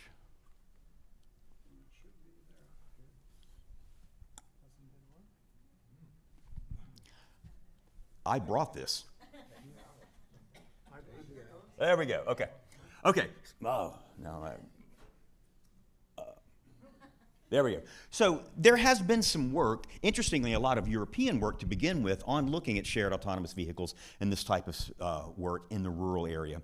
There is more happening in the States. We are now part of a university transportation center, a regional one that is anchored at North Carolina Agricultural and Technical University. And again, these are largely rural southern states, and we're not working in Atlanta, we're not working in Nashville, we're working in the smaller communities, and we're focusing on those, looking at issues like integrating the emerging technologies, looking at reliability, looking at equity, and all of these type of things. We also just recently joined USDOT, just released a new mobility center of excellence. It's led by UCLA, Carnegie Mellon, Stan's group at NREL, and the University of Alabama are on it, and we're here to bring that perspective of the small towns and the rural areas and that sort of thing. So this is happening, and we're getting involved and we're getting engaged. So one of the things that we've been doing, and when I say we, I mean the young professors and graduate students whose names come before mine, because anyway, a couple years ago I crossed over to the dark side of administration, and in selling my soul to do that, I don't have to code any more simulation models ever again.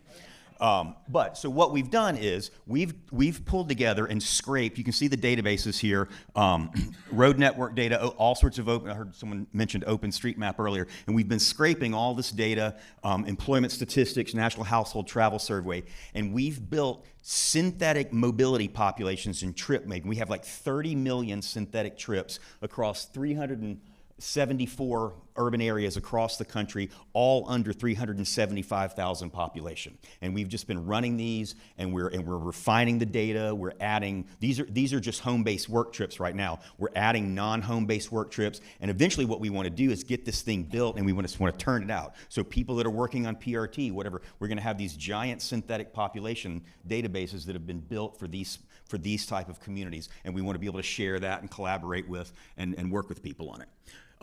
Now, what we've been doing with this, and don't focus on the numbers, but you're looking at, the size of SAV fleets for an average tolerable waiting time of 5 minutes or 10 minutes. And you can see here across all the 374 municipalities, we've got the mean wait times, the percent empty, and all those things. The point here is not to focus on the numbers. We're still working through the data. We're running all kind of sensitivity analysis. But what we're trying to do is get to the point where people can do this type of analysis. And the kind of things that we're learning are some interesting things, based on what we've done now. There are places, there are cities where, based on the road network, based on different things, cities that have physical constraints like mountains and rivers and things, they're more problematic, we're finding. So we're exploring, when would these things work, how would they work, what kind of deployments, and we're in the process of just building and continuing to explore this. Let's see. The other thing is we are out there and we're actually trying to do this and engage communities. So Troy, Alabama is a small town of 25,000 people in the southeastern portion of the state. It's largely African-American, very underserved city. And we did not get this USDOT SMART grant, but we worked with them. It was a good proposal. It was a little rushed, as academic proposals can be sometimes. But what I'll tell you is amazing that came out of it. Not that we didn't get the project, but we got the mayor, the city council, the school board, all of these people and leaders in Troy, Alabama, this tiny little town, engaged in a project to pilot shared autonomous vehicles in underserved communities, largely serving school trips for kids who have an enormous truancy issue. You're talking about the school that can be at 50% during inclement weather days. Right? And so to get folks like this engaged and excited about this, we didn't get that project, but we did get with Birmingham, if you're generous with the boundaries, I like to be generous because I live there, it's 1 million. It's not 1 million, but I like to say it's 1 million, but it's a much bigger area. We did get a SMART grant through with them, and this is one we're working with our transit authority. We're working with the VIA, the on-demand transit that they've recently rolled out there. We have a BRT-ish system now, and so we did get a SMART grant, and so as we continue to roll through this is the kind of thing that, we're talking about, feeder services and all for PRT. I don't know that PRT is coming to Alabama anytime soon, but I think there is more of a demand for this type of thing and this type of thinking in other parts of the country that aren't getting attention for these type of things. And so we want to continue pushing that and continue collaborating. I actually have a project with Tador where it's the KTH Royal Institute of Technology and the University of Alabama, funded by the Swedish Innovation Agency. Krista's on the project as well. So it's really cool to be able to plug our students and our constituents and take this stuff, because I'm still in the learning mode, and I take information from here and I take it back and we build on it. Thank you. Thank you. We'll be back to that later. Thank you. Okay, thank you. We have a few minutes for questions. Yes. First, is there a question from the audience, maybe? Or?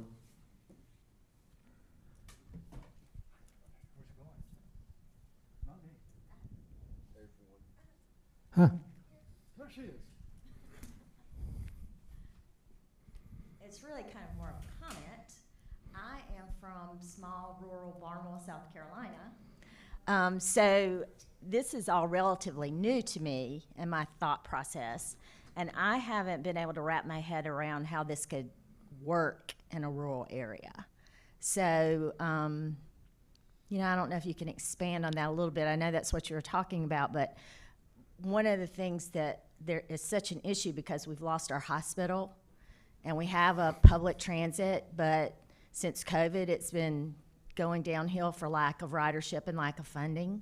So, if there's some way that this translates to rural areas, I find that extremely interesting.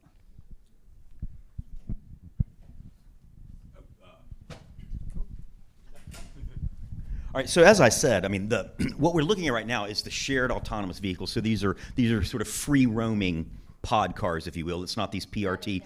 Yeah, these aren't the guided systems. It's not that scale of thing. And precisely what we're trying to do is figure out where this might work, right?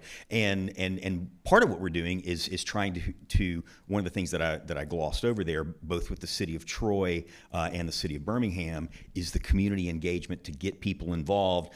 And it was really interesting to go into this community of Troy, and I, as an academic researcher, in some of the initial meetings, I was talking about how, hey, this would be a great opportunity. You can be part of a pilot, and I had one of the community leaders stand up, and we're not far from Tuskegee, Alabama, stand up and say, we don't want to be experimented on. This is not, these are really deep running issues, right?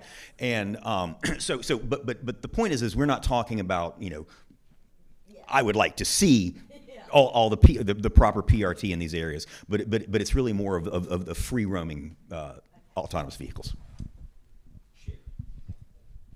I was going to comment on that. That's where a lot of this on-demand transit, not automated, but using the Uber Lyft model. Innisfil, Canada, a small town about 60 miles out of Toronto, says we need to move people that can't drive, and I think I can't verify it. I think they were responsible for Uber developing its public transit system, because they went to Uber and says, we have this idea, can you help us make it happen?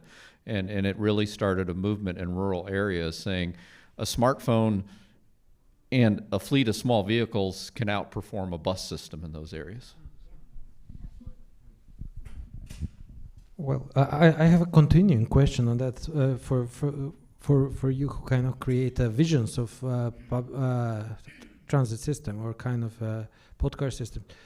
is the city urban form wrong or right? And if you want to put, for example, certain investment in the system, would the city kind of put investment in development and they kind of compensate for each other? What is your idea? Like the context. If you have this nice system of super connectors, can it work in a very small city? And what's the prerequisite for it or something like that? So. Oh, well, I mean, Is the city right or wrong? Or which city is right? yeah, and which city is dense cities have the ridership you're looking for, right? You're trying to have stations that are productive. And so you're looking for a specific scale. And then we're always looking to create the feasibility study analysis. And there's this magic spreadsheet that needs to either break even or show a profit, right? And that's what we're always working towards. So, you know, you're sort of looking for low-hanging fruit, which is the dense places first. So no, I mean, Waymo in rural areas makes more sense. Yeah, very context specific. Early on in the AV days, it was great listening to conversations at the early AV context, because you'd have somebody from rural Alabama with somebody from New York City with someone from a Midwest context, and they were all envisioning AVs within their own unique context. And they weren't wrong. None of them were wrong. They're arguing with each other. It's just that the automobile culture has so homogenized our thought on transportation that we kind of forget that every particular city size density has its own needs, and you got to be very mindful of them. So.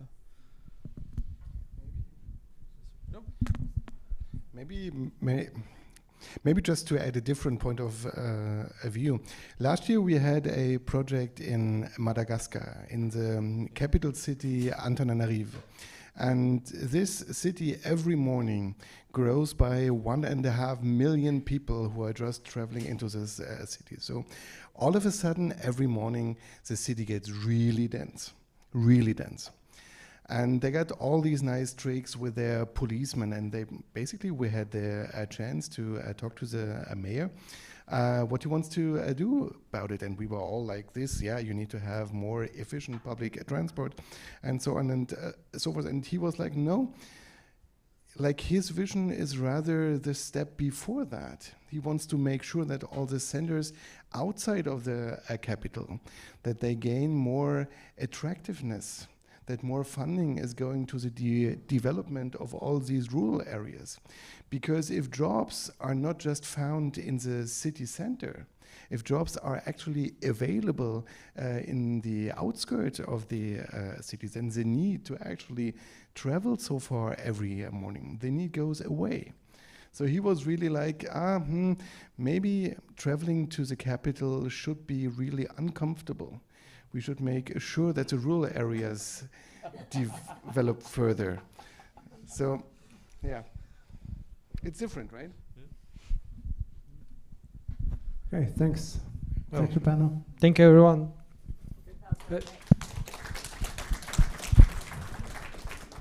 Okay, before we go into the last panel, it's about youth and the projects. And Ron, where are you? There you are. Great, yeah. Before we start, I just want to make a short, brief announcement for everyone. At the dinner, we're going to have a team of people talking about automated transit communities. And the whole idea is work together. And I think several people said that this morning we have to work more together, and that's all about. And so we will have meetings. So I would like to people who stand up, who's involved. So Gerald, please, you could stand up. Ron, please. Involved in it, automated transit. Peter, of course. Matt, of course. And who else? Who's here? I missed here. Lisa, of course. You're a part of it, yeah. So these people are part of them. This idea is to start. Oh, Fred, of course. Fred, drop your stone. Get up, please. Yeah. So these people are involved in believing that we can work together, and the idea with automated transit communities, we call it the ATC. And we have the dinner, we're going to have a room. Is that possible, Ron? Where are you? Yeah, we can do that. Okay, so we have a separate side. And anyone who wants to volunteer, and help to create this organization together. Because this conference is not the end of anything. This is just beginning of something. And the idea with ATC is to run, so actually NIST is going to transfer the Podcar that I've been working with since 2007. I'm transferring the whole intellectual capital and everything is done into the ATC from 2024. So this whole conference will not be run by me, it's going to be run by ATC. I'll probably be involved myself inside the ATC, but I'm giving over that right, that trademark into ATC. And there are a couple of other things going on also. We'll be pushing a lot of youth project and Vision Ride, and some of the work with Ron and other things going into the ATC. And so, so we're trying to create a much stronger institution for this, because I think it's time. Don't you think we need more people, more young people doing this, more city planners? What do you think, and engineers? Anyone? Oh, nobody's happy about that. Okay, I hope so. Yeah. We need a lot of more people involved in this. And the number one is youth, because it's not going to be me who's going to be involved in this. It's going to be young. Do this for these guys. It's very important. And to support them for the future. Okay, that's all. Where is dinner tonight? Oh, the dinner is at 4th Street. Yeah, Ron can explain. Come here, Ron. 210 4th Street. That's Minetta. Yeah, it's the same. So, of the people who are going to dinner tonight, how many of you were at the event yesterday afternoon? Fred? Follow those people. I was not there. Would everybody please hold their hands up again? This time, look around your room, Fred. Follow one of those people. You don't even have to think. Just go with them. We have a short break now? Yeah, I'm just going to, yeah, we have 5 minutes. And then we start. So 5-minute break?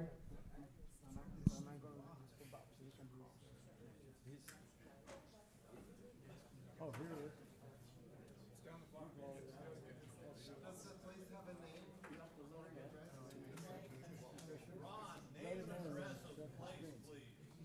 Does the place have a name or an address? 4th Street is rather general. 210 4th Street, North 4th Street, yes. It's not a restaurant. Can you explain that?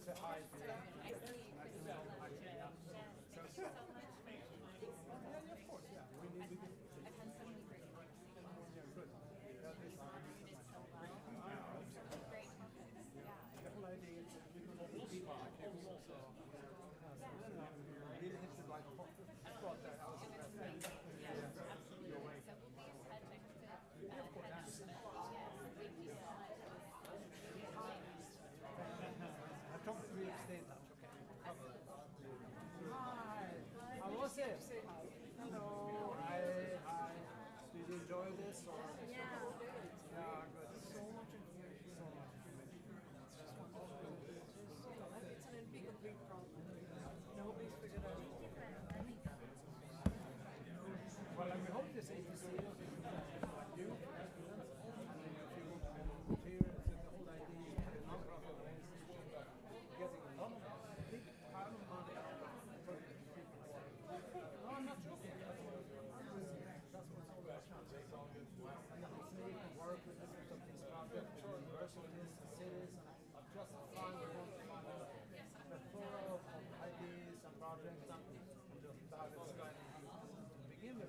Because we need to find which are the best ones. So we need people to vote. Completely abusing the youth. Sure, you understand. Basically, because it's a lot of ideas out there. Some of them work, some don't.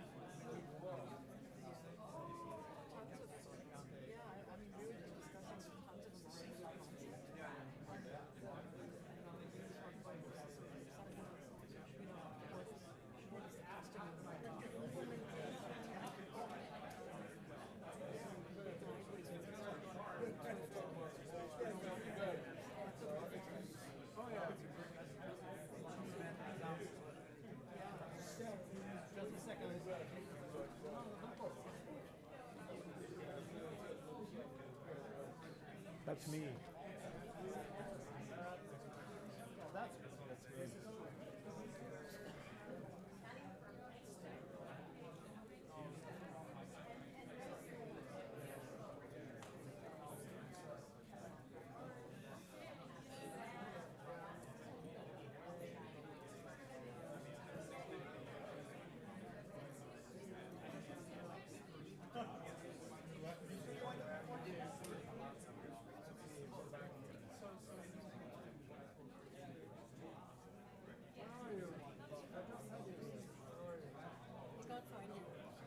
What do you mean you can't find me?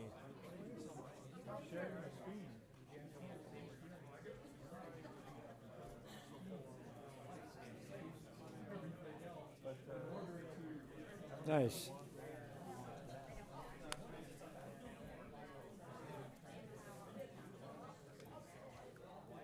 So Could, our presentations could are all on you bus computer- are give me a all blank running through sheet bus at the thing end? too, right? A blank blank page? sheet? Blank, At blank, the end. just a. Do you want a blank? I want to put a title on the last page. With the last page of what? The whole presentation at the very end. At the very end. I want to put a phone number. This is everybody, right? This is everybody. Nice. Extras, wait a minute. Hold it. You want it at the end of their presentation. Right. There. So now we need to go here. And we need to go new slide. Oh, sorry, blank slide. That's weird. Here. That works. That works? Okay. Okay. Double tap. 831. 831. Hey, one other thing. It seems to be there's some confusion about dinner still. If you have any questions, Ron is around. It is not at a restaurant, but it's catered, and I believe it is a Indian catered meal. And all the fixing, Ron knows how to sniff out a good restaurant, good family, good deals, and it should be delicious. And so if you need a ticket or you need entrance, Ron's your man. It's not at a restaurant, 210 North 4th Street. It's like 2 blocks straight down, right? That way. That way. Yeah. All right. Uh, Hey, and let me just introduce Ron. If you, Greg? so Kevin? before we get You wanna sit going, over there? I'll do this. You've probably seen Ron. He has a huge heart. He's very passionate, and he's given a lot of effort to bringing Podcar City together over the years. He develops technologies to advance sustainability, and that's the core of his beliefs. Building on his experience in solar car racing and commercial solar systems with graceful solar canopies, he co-founded Spartan Superway, a university-based program to achieve 100% solar-powered automated rapid transit elevated networks. He's also helped start the nonprofit NIST, hosting international Podcar City conferences and sponsoring sustainable transportation initiatives and solar skyways, a suite of Podcar technologies to establish solar-powered mobility solutions for the world and beyond oil. So with that, I'll turn it back over to Ron wherever he went. There he comes. Buff. Are you on or are you logged on? He's on. I'm on. I don't see you. We see you. We see ourselves. Okay, first of all, since we're wrapping things up here, there are a few little comments I'd like to make. First of all, I want to thank again our sponsors, Glideways, InRel, the folks at ACIDS, which is Gerald McDowell, and thank you again for lunch, for those sandwiches and salads with character from Eric's Deli Cafe.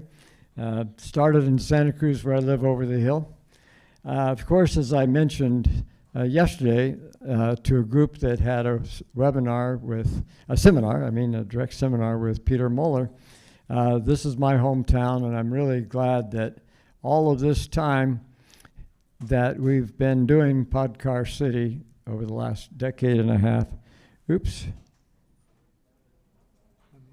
I think you can leave it muted. Oh, well, Will that give an echo? Yeah, I thought so. I got it.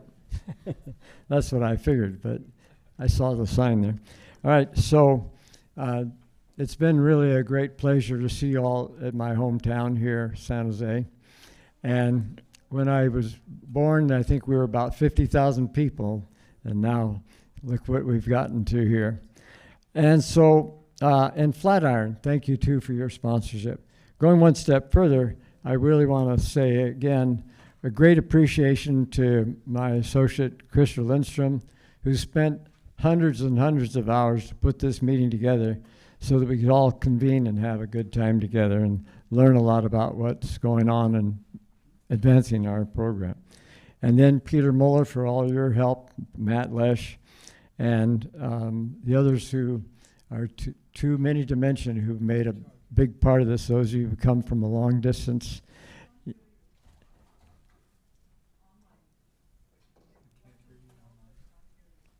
Oh.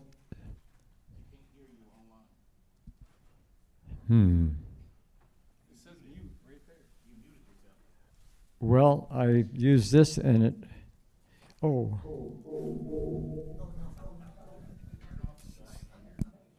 Now maybe. Yeah, I'll continue this mic until someone from AV comes and tells me to do otherwise. I think I did it, but I think it was me, sorry. Shall I change it again? No, it just kicked me out of the picture. So Okay. All right. So now, dinner.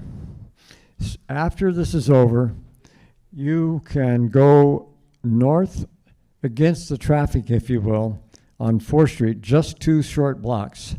And if you want to drive, I'll give you a phone number at the end you can call to put your car in a parking garage on 4th Street as you go in. But if you're walking, before you get to the building, you turn to the right along the sidewalk there on St. James Street and go in the side entrance. And there'll be others who, like I said, have been there so you can find your way.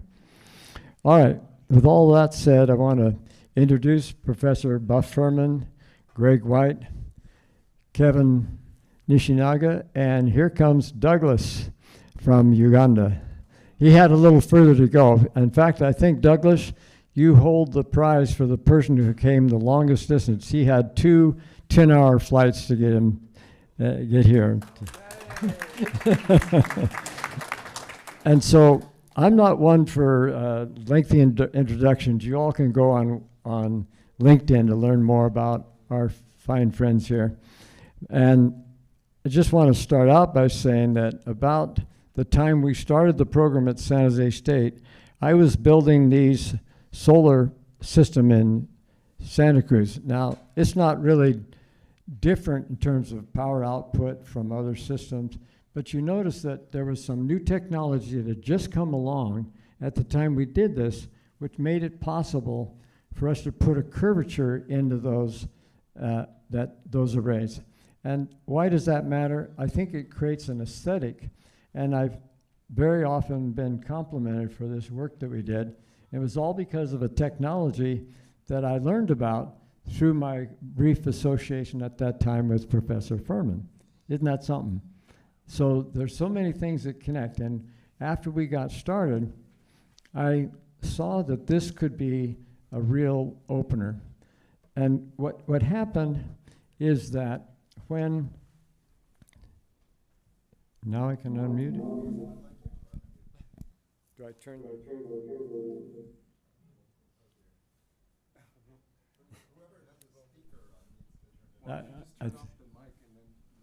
I did. Just, the problem is that the people online can't hear. Something's wrong. We don't know what. Yeah. Maybe you can turn off Christopher's microphone. Same system speaker. Same system. Wait, hold on. Try that. Now talk? No. It's over there. You've got your microphone on. I have no control of the sound. You can turn your Zoom microphone off. Is your Zoom muted? No, the guy told me to switch off, so it's been all day. So it's been off. So But maybe it helps. if someone in audiovisual can come in here and tell us how to fix this, I'm all ears. I haven't changed anything. Is Rigel there? Oh, you have someone else that's on Zoom talk and find out where the sound is coming from and turn off that speaker. I do this. If this You have helps. people from outside talk on Zoom and find out when they should be. Okay, I'm turning on my mic now. See if that works. I don't know. See if anyone messenger here. I think we're going to get rid of Oh, right. Yeah. What are you trying to do? This works. And now we got feedback. You gotta keep them both muted, I think. Both of those muted. Yeah, both these muted. And then start using this? Yeah. And you can patch, but the Zoom people aren't hearing apparently. Did you turn off the volume on the speaker here on the computer, so it no longer talks loud to you? Oh. If you There can we go. turn that It's off, muted. and then No. unmute yourself, it might work. Turn the volume off. I just muted it. No, not mute the microphone, mute the. Yeah, muted. That one? Yeah, it's X. Test.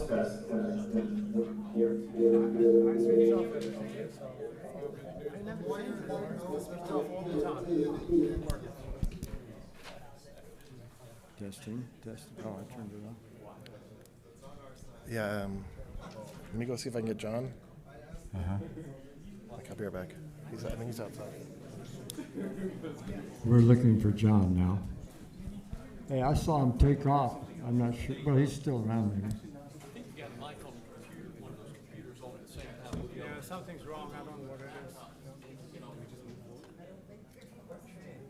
No, they don't hear anything still. You're getting messages from. Yeah, they still can't hear. Yeah. Why don't you just turn I off have the changed hand mic and then just turn on the I've done that 7 times and it does the same reaction every one of those time. mics you gotta turn off like that, like maybe not the computer. It's the I turn this What I'm mic saying. off. I Yeah. got that off. He's got his off. I unmute this and it goes to echo. No. Why? Why does it keep doing Both it? laptops need to be off. It isn't. Christian, do you have your volume on your laptop? We've got the volume turned off. Wait, hold on. Select a speaker. How about that? Same as system. Hello? Test. We just go around in circles. Here. It's not. It's not. Yeah. There's nothing going wrong here. It's just. I know. I'm trying to do my best.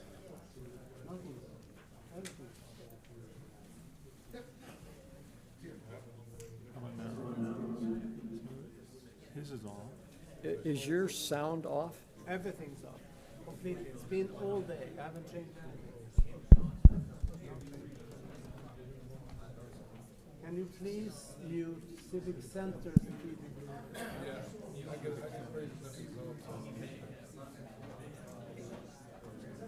Who's that? I think we got to work with the people in the room, yeah? Yeah. I think we're at that point. We can just We're have going somebody to go record with it. people in the room. Yeah. We could just record the audio too. Yeah, they, Greg, they will have they hear us in there. They're fine. Okay, let's roll. Sorry for the challenges of modern technology. So. Okay, now try it. No, try. Try now. On. Try now. Wait. Take. No. We're going to go forward. The AV guy went looking. They may have some new story in due course.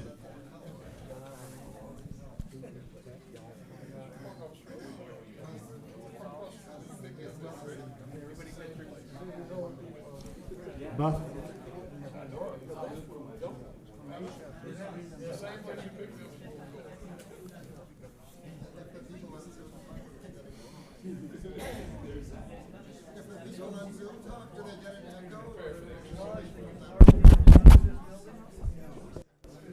Testing.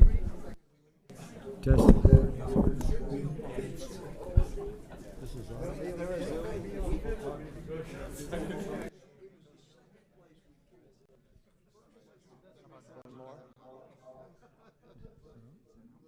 How about if we keep moving? I propose.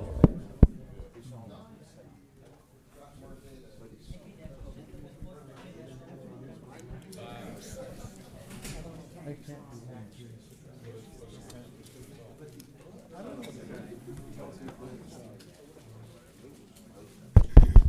Well, this one, when you, it might be that one.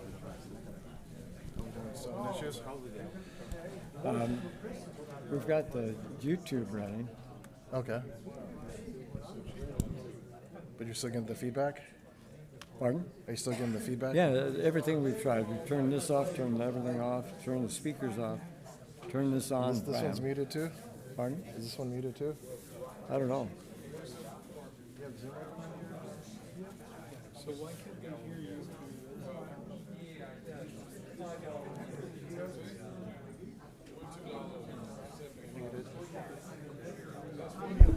Test, test.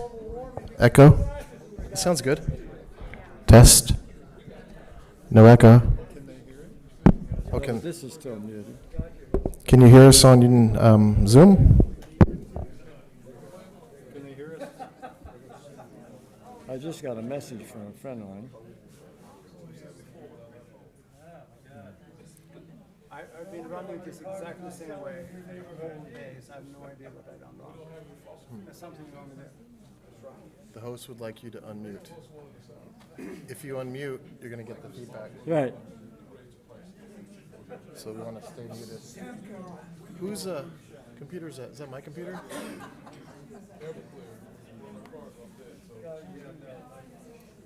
That's his computer. Would be the most host. Oh, here we go. So is that our system to speed? I think we're all muted. Okay. But they're saying they can't hear us on Zoom. So, John, what happens as soon as I start talking? Somebody's, you got a mic. You got a mic on your computer. This laptop cannot be on Zoom. Take this laptop off of Zoom. mute it. No, you got to take it off of Zoom.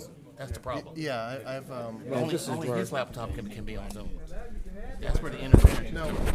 So exit Zoom. You either have to exit Zoom or you have to mute the audio.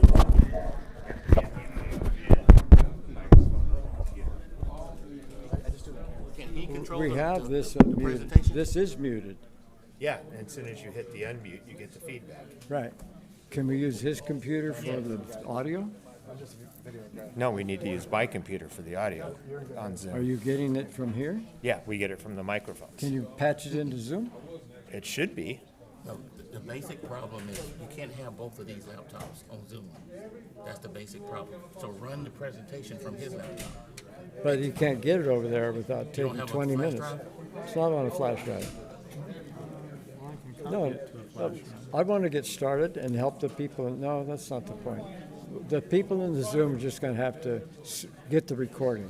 But it's not going to be recorded, is that? Yes, it is being recorded. He's got all. Okay, go ahead and do that. Yeah. To the people on Zoom, you can send them a message. This is being recorded. We're sorry. Watch the video if you can. Very sorry for the technical difficulties here, but now we'll proceed. So anyway, as I was getting this type of work done and working towards finding a partner in developing this kind of technology for transportation, Professor Furman called me up and he said, "We're going to do something with electric vehicles. Come on over to a panel discussion." So I went to San Jose State and met with him and some of his colleagues, and it was determined, after I had a few words, that we were going for something more substantial than just electric cars. The problem with the electric car, this great innovation, I've got news for you. It's a box, weighs a couple tons, and it's got 4 wheels and goes about as fast as your gas car. That's innovation? And this is Silicon Valley? No. So when we had our first class, the very first day, a student, this is in 2012, raised his hand. He says, "Why are we doing it this way?" And Professor Furman said, "Because it's so hard." Just like John F. Kennedy said in Rice University in 1963. And we made it to the moon, and we're going to have solar-powered Podcars. And Buff is going to start the story. I'll just give you a quick rundown.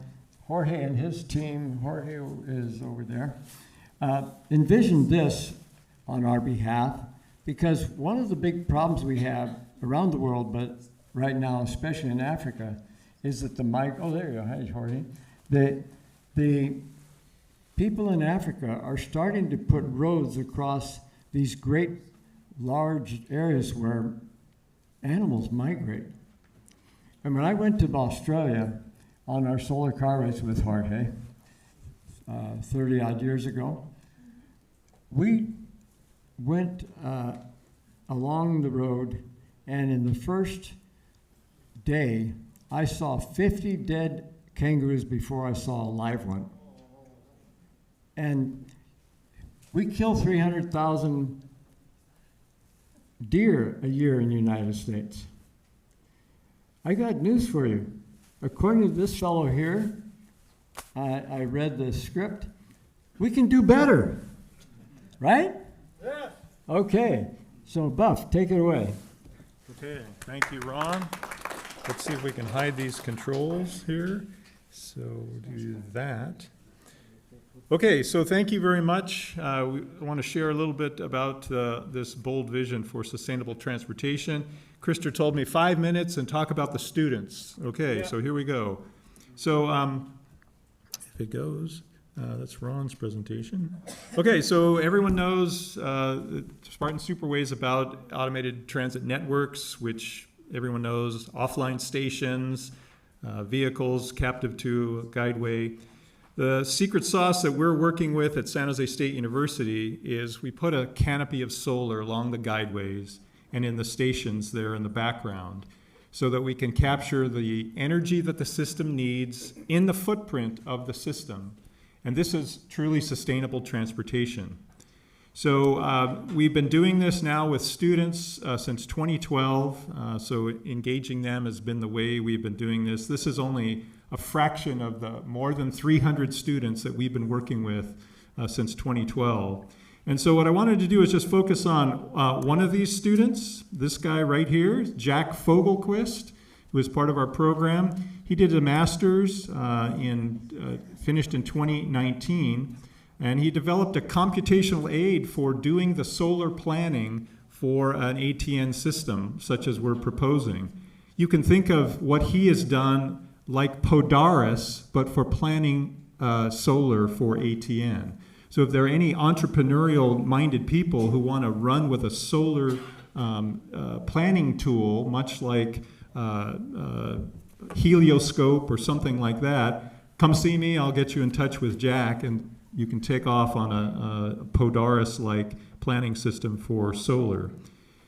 So we involved Jack also in a recent study that was sponsored by Mineta Transportation Institute, available on their website, which sought to answer 2 questions. First, could solar do the job for a ATN system? Is this just Ron Swenson's pie in the sky thinking, oh, do everything with solar, or can it really be done? That was one question. The other thing was, what would this look like for the user? What would the user's experience be like? So those were the 2 research questions for this report.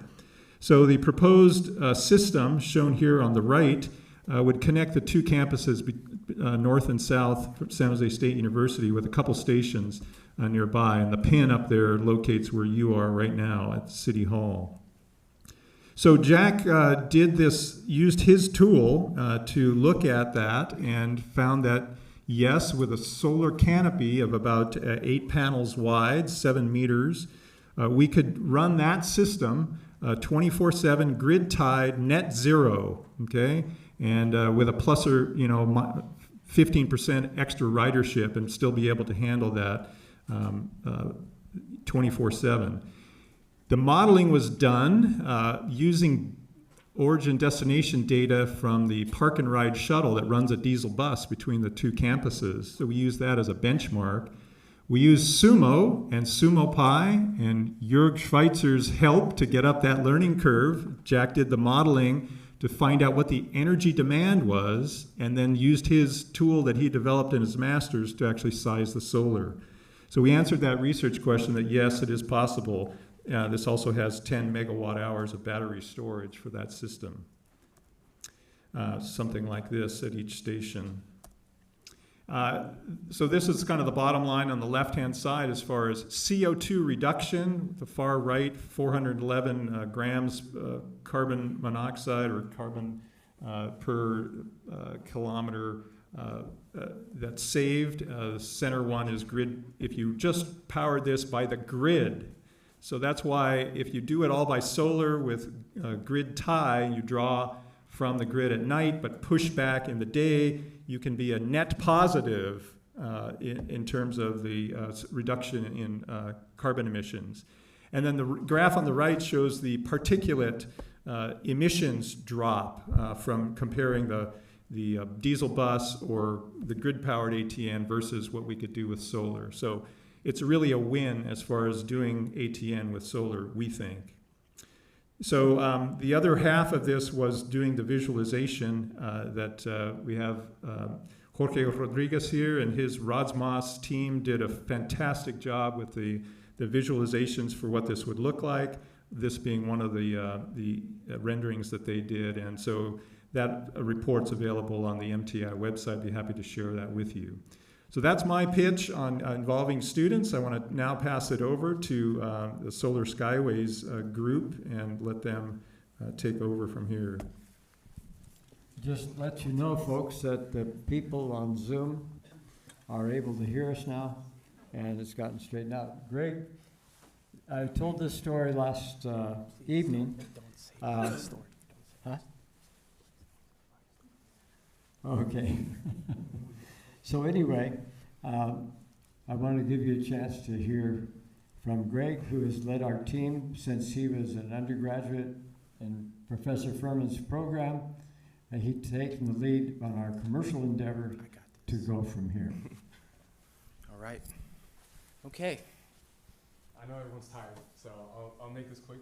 I'm Gregory White. Gregory, would you use the mic so folks can hear? There you go. Yeah, okay. I'm Gregory White, mechanical engineer from San Jose State, and engineering project manager at Solar Skyways. How this project came along, I mean, you didn't see this last year, so I'd rather explain that a little bit. In 2020, I graduated from San Jose State, of course. You know what happened in 2020. There wasn't a lot of opportunities, but there was at the same time. I felt like my projects were unfinished, and I wanted to continue to work on them. So I pitched an idea on a Zoom meeting with a couple of professors, graduate students, saying like, hey, we need to refine the way that we think of this transportation system. It's been student projects for the majority of the time, and we need to have a dedicated team of engineers working on this in order for us to get some results. So I pitched out on Zoom, and they were like, okay, do it. So I did it. I had 6 months to complete our first prototype, and we did it in 4. And now I've been there for 4 years. So that goes to show at least a little bit. So I have a few slides. It's more of like a video, but is that going to work? Okay. Okay. It's all right. It's okay. I came prepared. Sorry about that.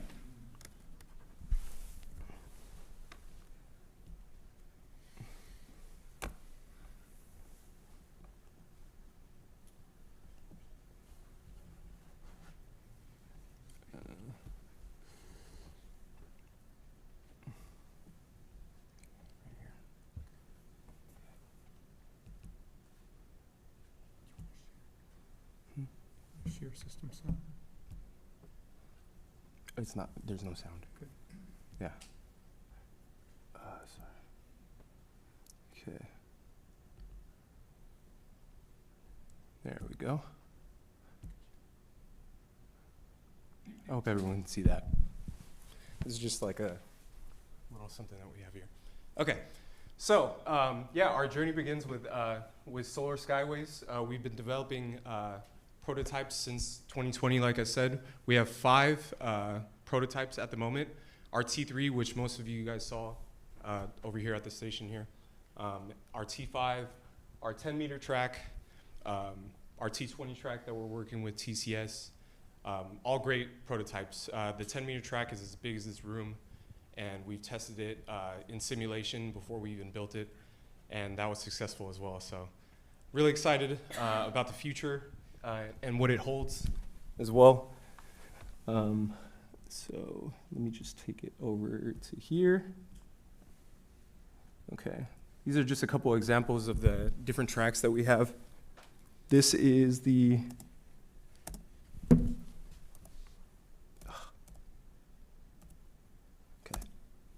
play. Jesus Christ. Okay. It's not playing. Sorry. Maybe I'll just skip to it. Okay. The video's not working, but anyways, regardless. This is our T3 track that you saw today. It holds at least 3 bogies, up to 5. Our 10-meter track, sorry the video is not playing, but the segment of track is right there. This is the one that is as big as this room, our first prototype that we came up with. Okay, our network track, this one got some news coverage as well. You'll find it on NBC and CBS for the coverage that we had here. Sorry the video is just not working, so that's what it is there. That's the network track. Okay, and this is an actual video of the T10, so 10 bogies running on the track, and we had that successful until the batteries died. So no collisions, nothing. So and if you look at our website or my portfolio, you'll see all of the videos and demonstrations here. Okay. Another great thing about what we're doing here is working with our partners, our clients, like TCS. So TCS, Transit Control Solutions, created or saw all of our prototypes, and they decided, hey, we'd like to develop our software on your hardware. Can you create a system that can adjust to our requirements? And we said yes, and right now, at this very moment, we have developed a T20 for TCS, and we're testing the software, so that's exactly where we're at with that. Okay. Right here, you're going to see the T20 track that we developed. I wish this video worked. Just a couple of the different designs. I'm just going to skip through it. This is our T5 track, 5 bogies on the track. Okay. Yeah, I wish this worked, but that's the best that I have right there. Sorry about the technical difficulties. But yeah, so that's what we have been developing for the last 4 years or so. So that's about it. Thank you.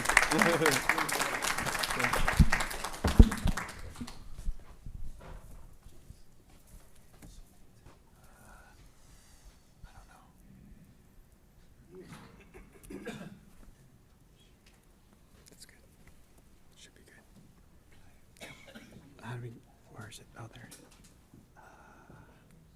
Oh, that one. Okay. All right, hi. I'm Kevin Nishinaga. Many of you know my father, Gene. He's my partner at Transit Control Solutions. We develop train control systems for Podcar-like applications. We've been doing this for over 10 years. And I've been lumped in here with the youth. I need to let you know that My father was an engineer, a control engineer on the Morgantown People Mover project, and rushed home to the West Coast for my birth in 1979. So I am not quite the youth, but I am working with them, and they're doing a great job. So we talked a lot about scalability today. So I'm hoping I can bring a bunch of these concepts that we've already talked about together in a way that really captures your imagination and also your vision for the future of what PRT can do and grow into. So when I'm talking about scalability, it's a little bit different from Mark Seeger, but totally works together with what he's talking about, which is I'm talking about, of course, can a small network like this, can it be expanded to cover more region? But the part that I'm going to talk about today is the capacity and the speeds that you need to achieve in order to be able to prepare for the future when it could be like this. So we're all familiar with the scalability of our roads, right? You get in a car at your home, and you can go almost anywhere you want. Of course, sometimes we're not so happy with how long it takes, but you can get there. And part of what has made that possible and that scalable is that we have freeways. We can't imagine our life right now if we didn't have freeways. You'd be driving, stopping at intersections at lower speeds all over the place, and it just wouldn't work the same way it works now. So I'm hoping that we can all envision that someday we will have PRT freeways. And that means you're going to need higher capacity at higher speeds. And by higher speeds, I want to make clear I'm not talking about 100 miles an hour, 160 kilometers per hour, just the speeds that we're driving at on our freeways.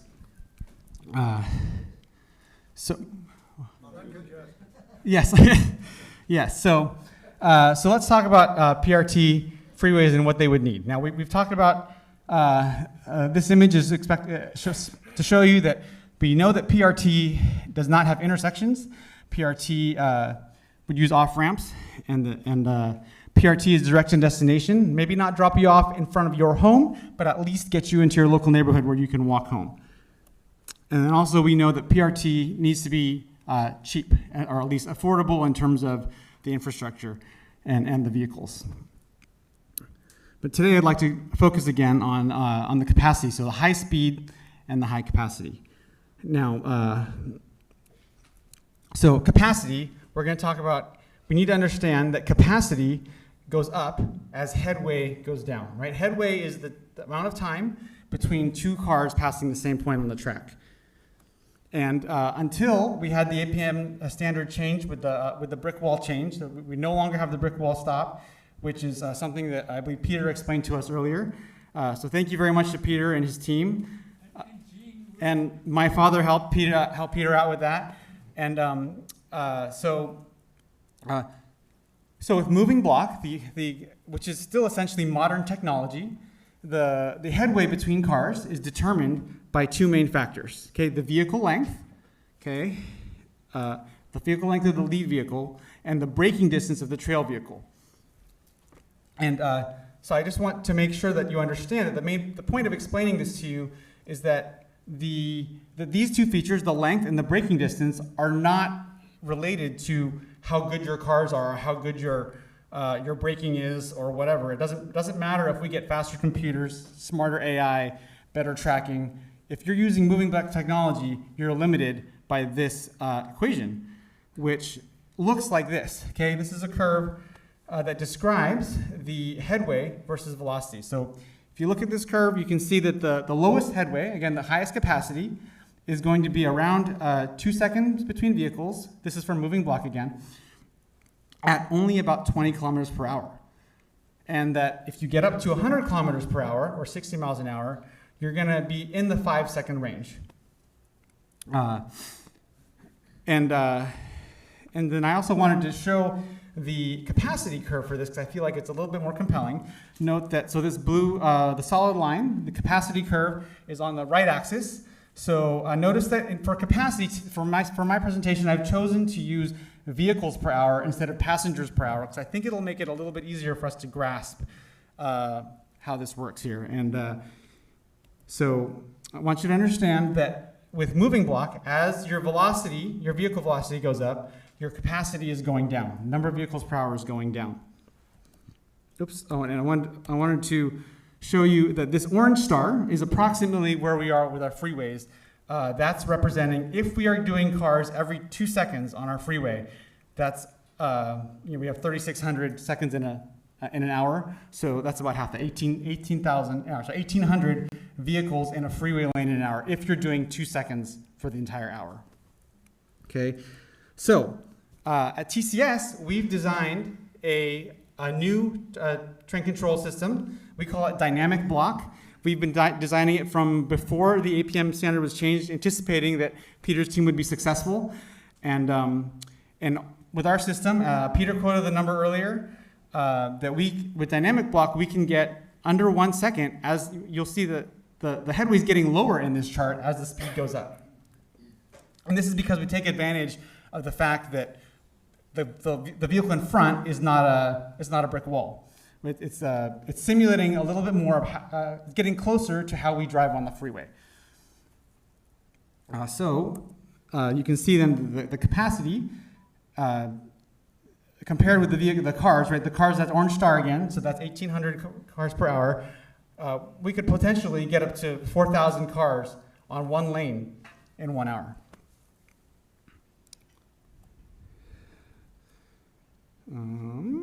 So we have been working on simulations. Yep, it's okay. That's the video, but it doesn't matter. But so we've been working on simulations of software that show that our software manages vehicles from station to station, as well as we have software that actually controls the individual vehicles themselves. I'd be happy to show you these videos in person later if you come find me. We've built our own scale model, but like Greg said, we did not have the capability of building large fleets of vehicles and large, a little bit more complex track. And Greg's team clearly had that capability, so we partnered with them this summer. And we hope in a few months to be able to show you much more complex maneuvers and how PRT may be able to handle freeway-like capacities and freeway-like speeds in the future. And so I'm here also to tell you that we hope that Transit Control Solutions, that we can really help the PRT community in a number of ways. Of course, we think we'd like to develop a train control system. We would like to also, maybe if you're developing one, we'd like to help you understand understand how you can make it scalable in order to reach these higher speeds and higher capacities. We know that many of you don't need those high capacities and high speeds right now, but we hope that you'll see that that our modern world, or our world right now, does not work the way it does without freeways. And so we hope that you can see that maybe 5 to 10 years down the road, we're going to want those Podcar-like freeways. And we hope that we can help you design your system now, so that when that is needed, we can help you out with that. And we hope that maybe the model that we're working on with Greg's team, perhaps we could use it, customize it to help you sell the idea of scalability of higher speed, high capacity to whoever your clients are. But definitely come see us. And the other thing is to understand that some people have touched on it today, safety certification. That is absolutely something we can help with. My father has certified 4 different train control systems with BART and in California. And so he absolutely understands the certification process, and we'd love to be a part of helping you understand how to get your control system, your system through that process. That's all I got.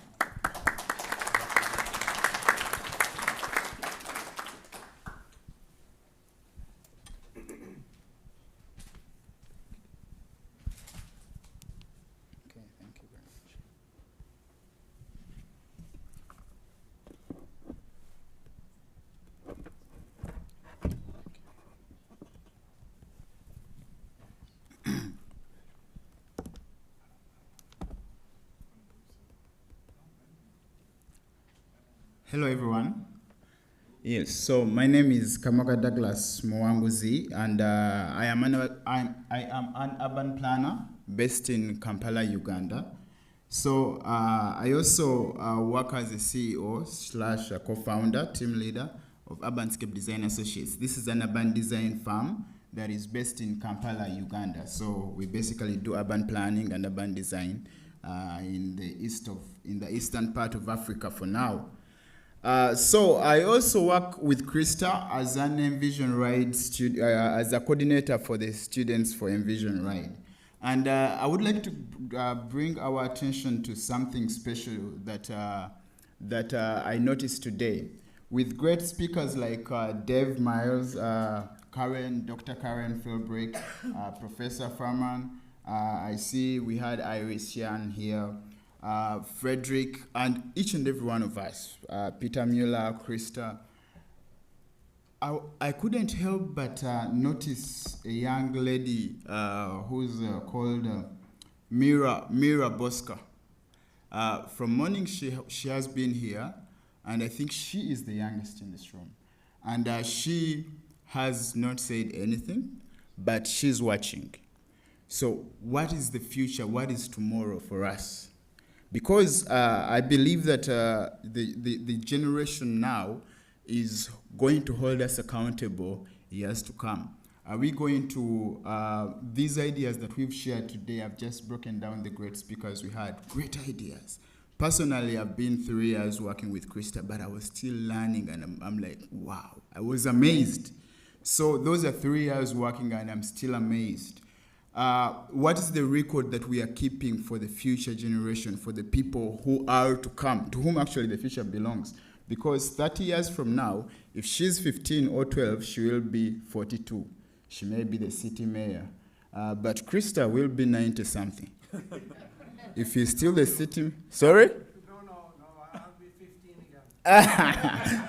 Okay, so Krista says he will be 15, but physics is the only law, and I believe he will be in his 90s somewhere. If he's still the city mayor, wow.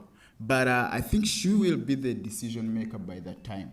So it is our responsibility as we are investing our time, our energies into the future that we hope for, to ensure that mentorship and direction and growth goes to these younger generations, because tomorrow they're going to be there, and they're the ones who are going to break or build what we have put up. We could put up the Podcar, and she comes up tomorrow and she's like, I don't know what you're talking about. And she can pass the law in parliament, and it's broken down.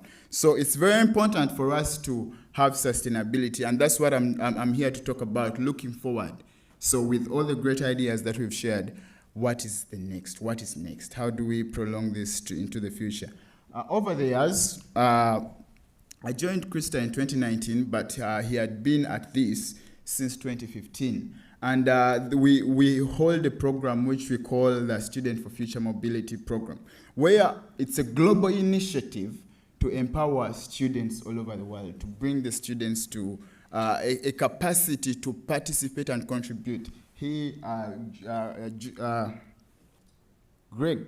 Greg was a student and got inspired, and now he's a team leader for something that is very innovative and influential. So this has happened throughout the world. Battle Creek, Gave, Cupertino, I hope I pronounced that right, and Team Kampala, from whence I came. I'll talk about that shortly. But what we basically do, the Student for Future Mobility program, it's a global initiative fostering innovative ideas for sustainable urban transit among the youth. So we want to encourage the people to whom we believe the future belongs. Yes, we want to keep them motivated and involved into these initiatives like what we are having right now. And so what we do with the students, we help them, number one, idealize. So they form a team and they idealize a future that they hope for, something in their locality, what would work for them. So they idealize, and with the professional expertise that is on the team, Matthew Lesh, Professor Furman, we help the students to design. Yes, we give them guidance onto designing a future they hope for. Because I personally could see my own idea of what I hope, but I think let me use Krista. Krista is, at least I know Krista is 60-something. So Krista could have an idea of what a good what a good transit system looks like. But is it the same idea as someone who's 15 years old, someone who's 18 years old? So we want to tap into that capability and help them to present those ideas. And the ones that stand out, we ensure that we help them realize. So you're going to see, basically in brief, what we do is we inform these, we put out a notion to the students to figure out a solution that we call more than a ride. We give them an opportunity to imagine something that is more than a ride, and we support them to bring it to life through the things I've just shared before. So this is one of the speakers said here that we stretch the imagination for a future they hope for. So that is the thing, the goal of what we're all about. So over the years, these are some of the projects that have been worked on. And personally, I was on the Team Kampala, and this week I got to meet an interesting man, that is Cloud from Supraways. And Cloud from Supraways, why is he important to me? Is because he was part of the jury for this project. And they gave us the honor of being the second runners-up next to Battle Creek. So this is where we got the downtown part of Kampala, and we imagined. Of course, we set standards. We want the transportation system to be sustainable. We want it to be energy efficient. We want it to preserve the environment. So with those standards, we let the students imagine. And this was something that we pitched in 2019 and showed it to the government authorities in our locality. Other teams like Team Cupertino also came up with something close to what Spartan Superways has been presenting, where we have solar panels covering the guideways, and it is an elevated system. That is also in 2019. I picked out the 2019 projects. So Team Battle Creek, these were the winners of that time. So they also came up with innovative ideas close to what Mark Seeger and Glideways are doing, the podcasts that are actually sharing the same road system, same horizontal space with the other traffic. And also Team Downtown San Jose.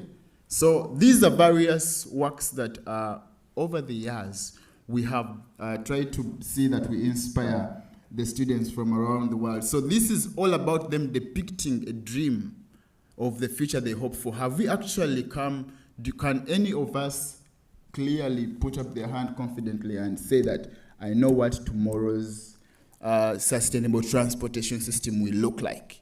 Have we gotten there? I don't think we have. I think we don't know how that ultimate transportation system would. We have the ideas. We want it to be this and that. But until we involve these students. So this is one initiative that so far has taken the lead in actualizing an idea. And this is with Solar Skyways and Spartan Superway with San Jose State University. So having come up with the concepts and the ideas, we take this other step to bring these ideas to life. So my purpose to come here, because I personally am a product of this. Right now, I'm here in San Jose to learn more, because at one time I was inspired, and I feel like this is actually a future that I hope for my country. It's a future that I would like to see. I would really like to see that the Podcar is passing in Uganda, and there is no dust. Like, it floods and still everything is okay. You can still move. Mark Seeger says that movement access is it like transportation is a means to access opportunity. Yes. So I would like to see some of these things coming to Uganda. So I would like us, as the ATC, automated transit communities, can we build momentum for the future of urban mobility? That is what we need to do. How would we do that? By revolutionizing urban transit through youthful creativity. That lady there, she's the one to whom the future belongs. So as if we can involve her, if we can involve many of them into what we do, and we revolutionize urban transit through their creativity, we bring them on board and we say, what do you think? They are going to own this. And when they own it, 20, 50, 80 years to come, the ideas that we have so fought for right now will be a reality. They will still stand. They will not be broken down. So the second is empowering student societies to envision, design, and create sustainable transit cities. I asked my friend Kevin there, and I asked him, why do you do what you do? And he gave his reasons, and then I told him, okay, what do you think could be done to make this? And one of the things he's talking about is empowerment, resources. Can we actually bridge the gap between the ideas and influencers and people with power and people with money? Can we do that? So the third thing that I would like us as the ATC, and I'm speaking this because from an African perspective. Why? Because I am from Africa. And what does that mean? All my life I've actually grown up from Africa. But it's until people like Krista, like Matthew Lesh, put in their investment and they look for us. It's difficult for us to look for them. It's really difficult for me to find, let's say, to look for Barack Obama. Like, I go and I'm like, I want to see Barack Obama. But if he's to look for me, it's much more faster. So, yes.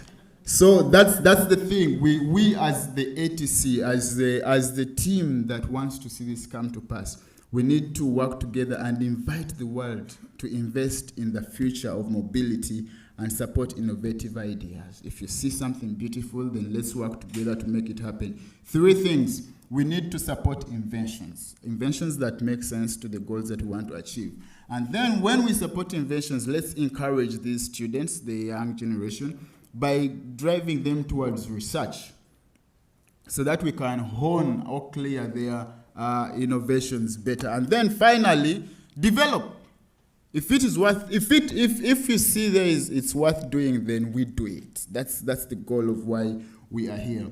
And in building momentum, what stands out for me in the podcasts and all this initiative we are doing, I look at the S3 or 3 S's. And one is sustainability. To me, sustainability talks about the environment. Yes. Can we preserve our earth? Will our earth be here? I don't know how many years to come, 10 years to come, 20 years to come. I don't know, scientists talk about billions of years to come.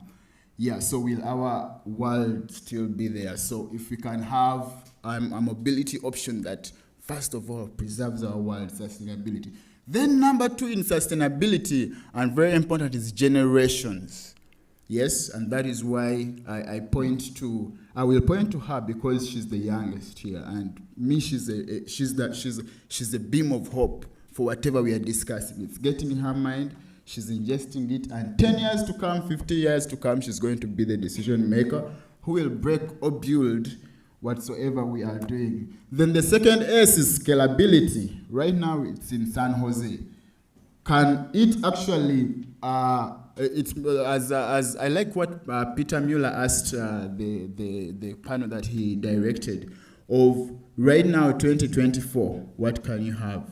Then 2028, what can you have? We must make scalability part of what we are doing, because the design is for the future, it's for tomorrow. We can't do something that is viable today and tomorrow can't handle the thing. The second issue about scalability to me is location. It's in San Jose. Can we make it actually in a way that even in Uganda, the ideas come? But how do you do that? Is by making sure that you have the perspective of the Ugandan person. You have the perspective of the Kenyan, of the Zimbabwean, and if all of them are together, we shall surely have these automated transit networks in those cities down there. And then the third one is safety. Safety is crucial. Yes, because if it isn't safe, I'm not going to be part of it. Yes, because one of the most prized things we all want is our lives. So we have to make sure that it's safe. So those are the 3 S's that I would summarize this. But even in safety experience, yes, within safety experience, we must make sure that whatever we propose, there is a beauty about it. Why would I leave a Tesla? Yeah, recently I was seated in a Tesla for my first time. Yeah, and it's amazing. So we have to give people a reason to actually dump the Tesla and be in the Podcar. Yes. So that is as we build this momentum, that's what we do. So I believe, as Krista always says, that we can do better. Yes, we can do better. And how do we do this? We can become a catalyst of change and invest in the future of transportation. So I would like to invite all of us to join the movement. Let us support the Students for Future Mobility program, and let us bring all these youths and our future leaders on board through supporting Together One as ATC. I would like to see Podcar City 2024, Podcar City 2025, 2026, and not just an event, but let it be a daily life for someone out there. Let the students somewhere out there be actually bringing initiatives that we, at the Podcar City, we invite and they come and they do something like what Greg has done, something like what Kevin has done. So for more information, you can check out our websites. That is the automatedtransitcommunities.net. And some of our works we've done are with Envision Ride already. Some of the works that were done, like in 2022, Envision Ride, and also UIDC, UIDCproject.com. Sorry, I didn't put that website, but .org. Yes, UIDCproject.org. Thank you very much.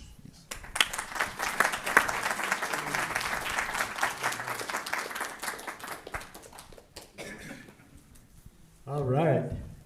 I'm not going to try to top that. Thank you very much, Douglas. All right. So if you want to learn more and you still are planning to spend some time with us, we'll enjoy seeing you at dinner. I just, while I'm managing this panel, I'm also getting messages. You'll all be glad to hear that the food has arrived. So if you want to get in to the building with your car, that's the number. Call that number, talk to Fred, he's over there now, and he will run off to the garage and open for any of you that want to drive there in the next little while. And otherwise, I'm finished, and thank you very much. We're not going to take questions here, but we will certainly have an ample opportunity to share more with you over at the dinner party. And we'll have a demonstration there of more information. Yeah, just one thing more, sorry. That is one practical thing and one else. Number one, make sure you get the car out of the garage, because you can't get back. So you go to the right and go down the elevator down and take the car out if you haven't done it yet. Okay. Number two, I need to say thank you for this man, Ron. They're thinking me, this would have happened without him. Really, really. And also thank you volunteers and everyone who's been helping us, and everyone. I am really, really thankful for you. And see you in 2024. And not just one conference, a lot of things going to happen in the entire 2024 with ATC and other things. Thank you. Thank you, everyone. Bye-bye.